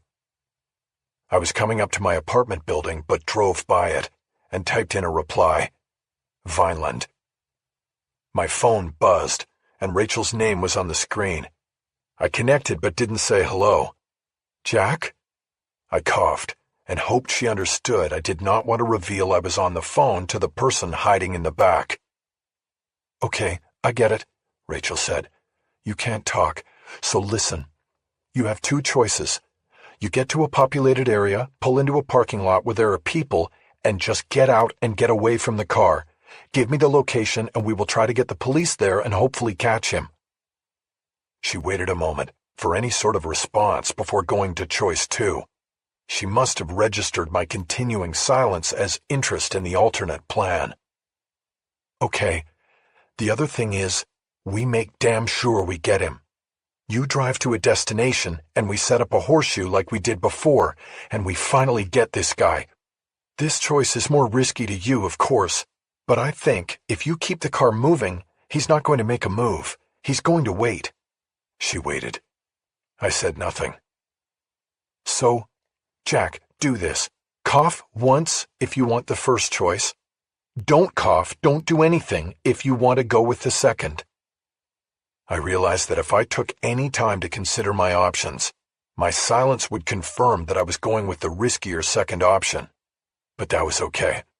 In that moment, I flashed on a vision of Gwyneth Rice in her hospital bed, surrounded by tubes and machines, and her electronic plea that we not take the Shrike alive. I wanted the second option. "Okay, Jack, option 2, Rachel said. "Cough now if I have it wrong." I was silent, and Rachel accepted the confirmation. "You need to get on the 101 and head south," she said. "We were just on it and it's wide open. You'll be able to get to Hollywood and by then we'll have a plan. We're turning around and we'll be there." I was coming up to a southbound entrance to the 170 freeway. I knew it merged with the 101 less than a mile south. Rachel continued. "I'm going to keep the line open while Matt sets things up. He's talking to LAPD. They'll be able to mobilize quicker. You just have to stay in motion. He won't try anything while the car is moving." I nodded, even though I knew she couldn't see me. "But if something happens, and you have to stop, just get out of the car and get clear. Get safe, Jack. I need you to be safe." I registered the quiet, more intimate tone in her voice and wanted to respond. I hoped my silence communicated something. But just as quickly, doubt started to move into my mind. Had I left something in the storage compartment? Had the thud I felt simply come from a pothole in the road? I was mobilizing the FBI and LAPD on what amounted to a hunch. I was beginning to wish I had just coughed once and pointed the car toward the North Hollywood Police Division. "Okay, Jack," Rachel said, her voice modulated back to a command tone. "I'll get back to you when we have it set up." I got lucky and saw up ahead that I had a green light to turn into the freeway entrance. Doubt aside, I made the turn. The freeway entrance looped around, and then I was heading south on the 170. I took one of the 101 merge lanes and got the car up to 60. Rachel had been right. The freeway was moderately crowded, but the traffic was moving. It was pre-rush hour, and most of the traffic was going northbound out of downtown to the suburbs in the valley and beyond. Once I merged onto the 101, I worked my way over to the fast lane and stayed in the flow, now moving at 50 miles per hour. I checked the rear view every few seconds and kept the phone to my left ear. I could hear Metz's voice as he talked on another phone in the car with Rachel. It was muffled, and I couldn't make out everything he said, but I could definitely read the urgency in his tone. Soon I was into the Coanga Pass and could see the Capitol Records building ahead. I was putting the picture together as I waited for Rachel to come back on the line and tell me the plan. I realized that the Shrike was a listener of the podcast after all, and I had given him everything he needed. At the end of each episode, I had plugged the recording studio when I thanked Ray Stallings. I had then repeatedly promoted the time and date of the live roundtable discussion that would be the final episode. The Shrike then only had to surveil the building where Sunray Studios were located to figure out how he could use the parking garage situation to his advantage. The attendant left the keys of the cars he moved around on each vehicle's front right tire. The Shrike could have snuck in while Rodrigo was shuffling cars, used the key to unlock my Range Rover, and then secreted himself in the back. I suddenly realized there was another possibility. I had broadcast the podcast's time and location to everybody. It was possible that if someone was concealed in the back, it wasn't the Shrike. It could be another crazy incel like Robinson Felder. I took the phone from my ear to try to text this possibility to Rachel when I heard her voice again. "Jack?" I waited. "We have a plan. We want you to get to Sunset Boulevard and take the exit. It dumps you out on Van Ness at an intersection with Herald Way. Take the immediate right onto Herald Way, and we'll be set up for you. LAPD has got 2 units there right now, and more are on the way. Matt and I are 2 minutes out. Clear your throat if you understand, and we are good to go." I waited a beat, and then cleared my throat loudly. I was good to go. "Okay, Jack. Now what I want you to do is try to text me a description of what you're driving. I know you mentioned in a recent email that you got a new car. Give me make, model, and color. Color is important, Jack. We want to know what we've got coming. Also put in what exit you last passed, so we'll have a sense of timing. Go ahead, but be careful. Don't wreck while texting." I pulled the phone away and typed the needed information into a text to her, cycling my focus repeatedly from the phone to the rear view to the road ahead. I had just sent off the text, including the fact that I was about to pass the Highland exit, when my eyes went to the road ahead, and I saw brake lights flaring across all lanes. Traffic was stopping. Chapter 45. There was an accident ahead. My SUV gave me a view over the rooflines of several cars in front of me, and I could see smoke and a car turned sideways, blocking the fast lane and left shoulder of the freeway. I knew I had to get to the right before I was stopped dead in the backup. I hit the turn signal and almost blindly started pushing across 4 lanes of the slowing traffic. My moves brought a chorus of horns from angry motorists who were trying to do the same thing I was. The traffic slowed to a crawl, and the spaces between cars compressed. But nobody on the road had the kind of emergency I had. I didn't care about their frustrations or horns. "Jack," Rachel said, "I hear the horns. What is—" "I know you can't talk. Try to text. We got the info you sent. Try to tell me what's going on now." I did what most LA drivers do when they're alone in their cars. I cursed the traffic. God damn it, why are we stopping? I had one lane left to get over to, and I believed it would be the fastest way around the accident backup. I didn't trust the mirrors anymore, and was turning half in my seat to check my competition through the windows, all the while keeping the phone to my ear. "Okay, Jack, I get it," Rachel said. "But right on the shoulder, do whatever you have to do and get down here." I coughed once, not knowing at this point if that meant yes or no. All I knew was that I had to get around the backup. Once I got past the crash, the freeway would be wide open and I'd be flying.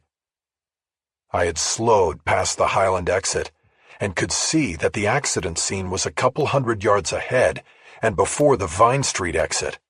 That was where traffic came to a complete halt.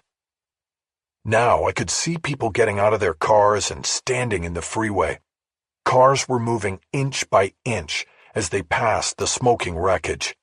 I could hear a siren coming up behind me and knew the arrival of first responders would shut things down even further and for longer. I also knew I could go to those first responders with the deadly cargo I believed I was carrying. But would they understand what I had? Would they capture him? I was considering these options, and the last mile I had to go to Sunset Boulevard, when there was a loud thwack from the back of my car. I turned around fully and saw that the spring-loaded cover to the rear storage area had been released and had snapped back into its housing like a window shade. A figure rose from the space. A man. He looked around as if to get his bearings, then must have seen through the rear windows that the siren he had heard was from a rescue ambulance making its way to the crash site. He then turned and looked directly at me. "Hello, Jack. Where are we going?" "Who the fuck are you?" I said. "What do you want?" "I think you know who I am. And what I want." He started climbing over the rear seats. I dropped the phone and pinned the accelerator. The car lurched forward and I yanked the wheel to the right. I clipped the right corner of the car in front of me as the SUV veered onto the freeway shoulder. The wheels spun on the loose gravel and litter before finding purchase. In the rear view, I saw the intruder thrown backward into the space where he had been hiding. But he quickly reemerged and started climbing over the seats again. "Slow it down, Jack. What's the hurry?" I didn't answer. My mind was racing faster than the car as I tried to think of an escape plan. The Vine Street exit was just past the accident site. But what did that get me? My choices seemed simple in that adrenalized moment. Fight or flight. Keep moving or stop the car and get out and run.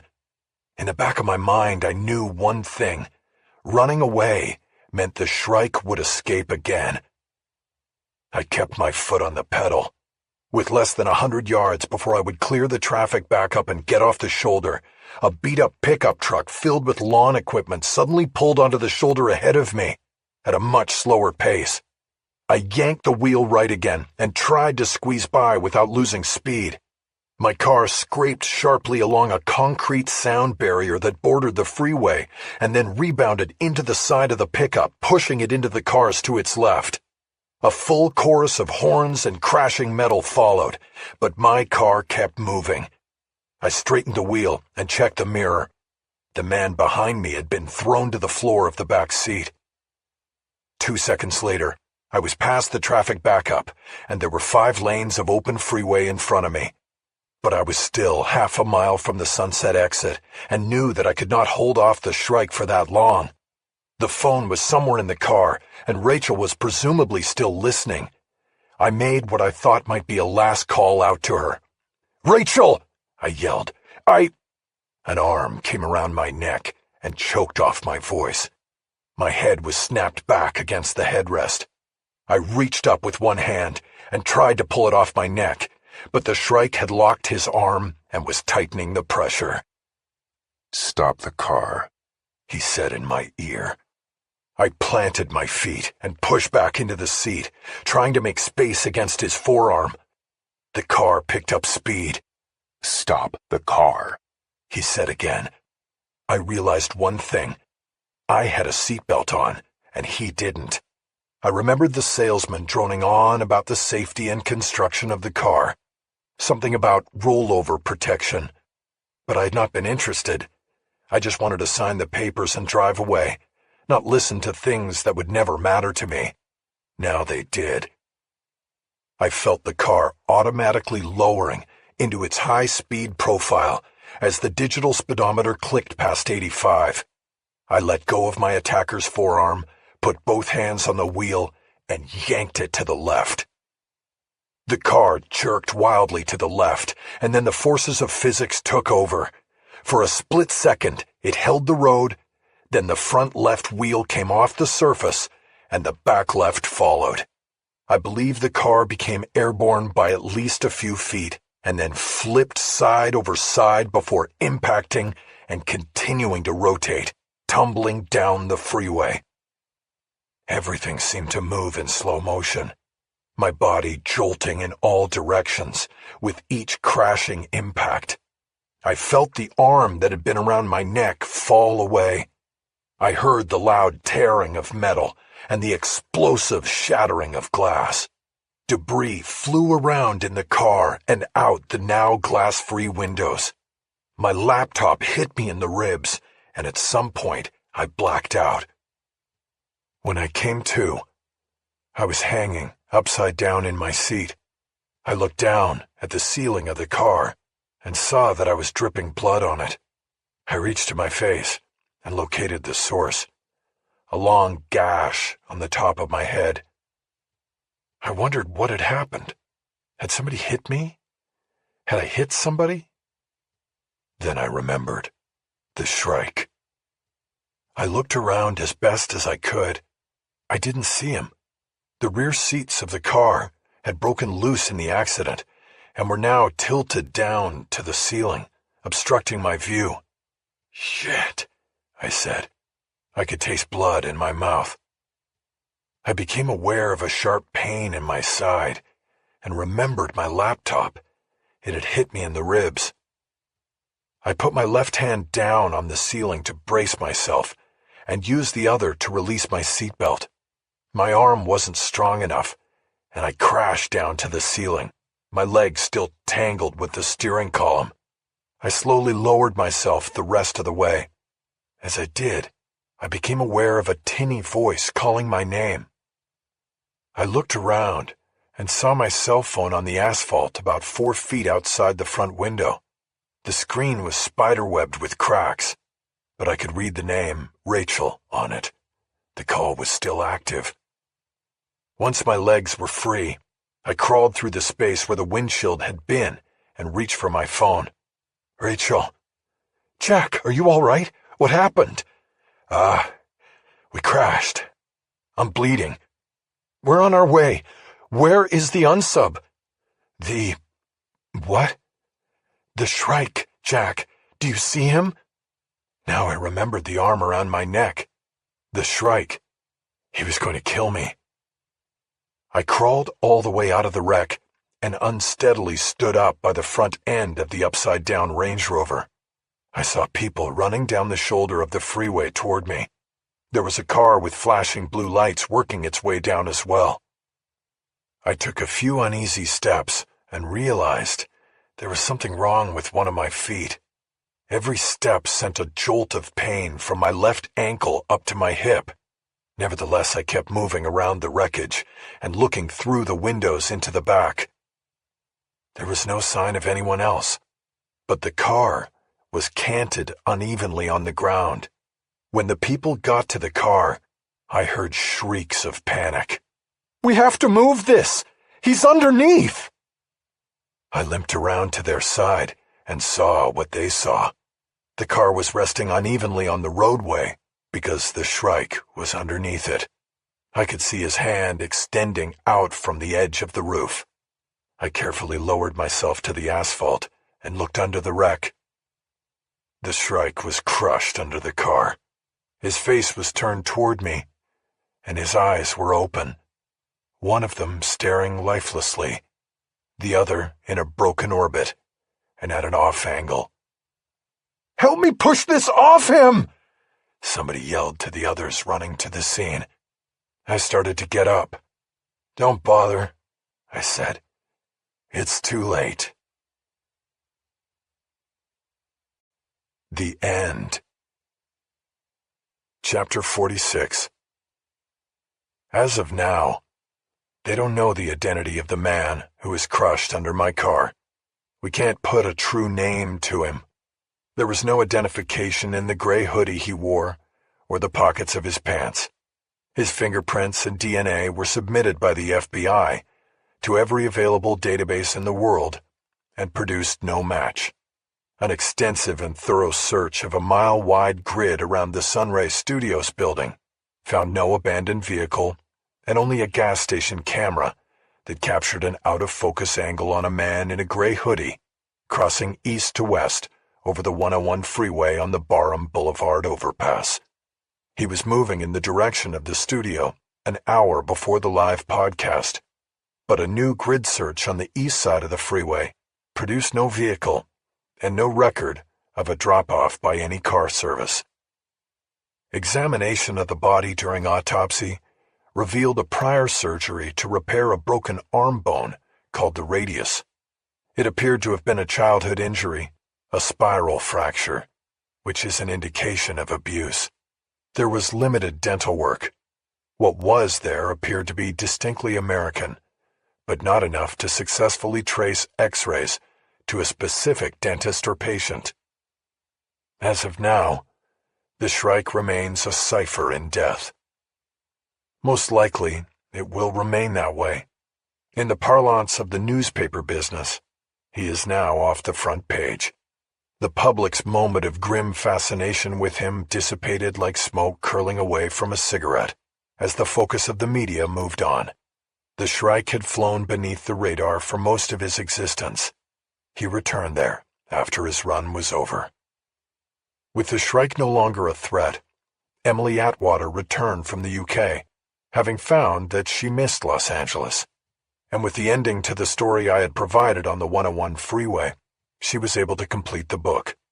She then returned to Fair Warning as its senior staff writer, and I know Myron was happy about that. Still, I remained haunted by not knowing who the Shrike was and what made him a killer of women. To me, that left the story unfinished. It was a question that would remain in my mind forever. The whole story changed me. I wondered often about what might have been if I had not happened to go on a date with Christina Portrero, if my name had not come up in the LAPD investigation, and Matson and Sakai had not followed me into the garage that night. Would the Shrike still be out there below the radar? Would Hammond and Vogel still be operating Dirty Four on the dark web? And would William Orton still be selling the DNA of unsuspecting women to them? These were scary thoughts, but also inspiring ones.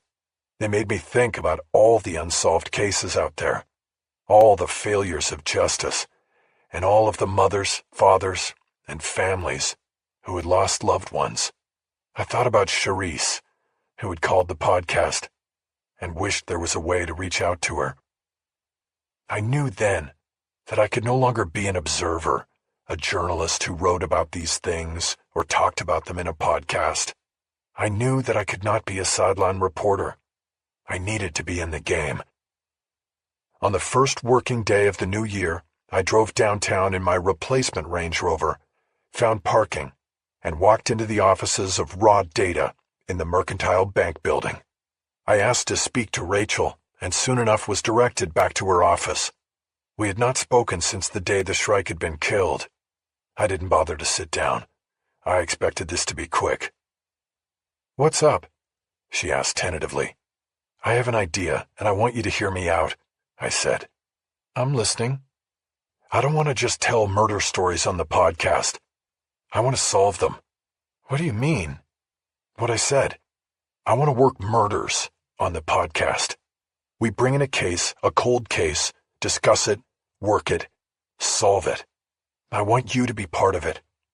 You profile the cases, then we go to work on them. Jack, you're not... It doesn't matter that I'm not police. We live in digital times. The police are analog. We can put things together.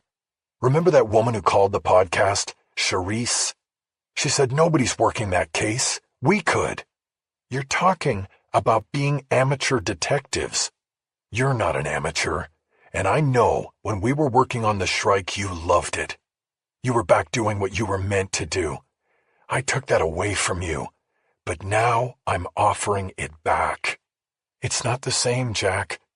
No, it's better, because we have no rules. She said nothing. Anybody can run background checks, I said, but you have a gift. I saw it with the Shrike. And you're saying this would be a podcast? She asked. We meet, talk about the case, record, and post it. The advertising will fund the investigations. It seems kind of crazy. There's a podcast out there about a housewife who got a serial killer to confess. Nothing is crazy. This could work. And where do these cases come from? Anywhere, everywhere. Google. I'm going to find the case Charisse called about, her sister's case. Rachel was silent for a long moment before responding. Jack, is this? No. It's not a lame attempt to get back with you. I know I ruined it. I accept that. This is exactly what I just said it is. A podcast. We go after those who think they got away with it. She didn't respond at first, but I thought I saw her almost nod when I had spoken. I'll think about it, she finally said. Okay, that's all I ask, I said. Just don't think too long. Having made the pitch, I turned and left the office without a further word. I walked out of the elegant old building and onto Main Street. There was a chill in the January air, but the sun was out, and it was going to be a good year. I headed down the street to my car. My phone buzzed before I got to it. It was Rachel.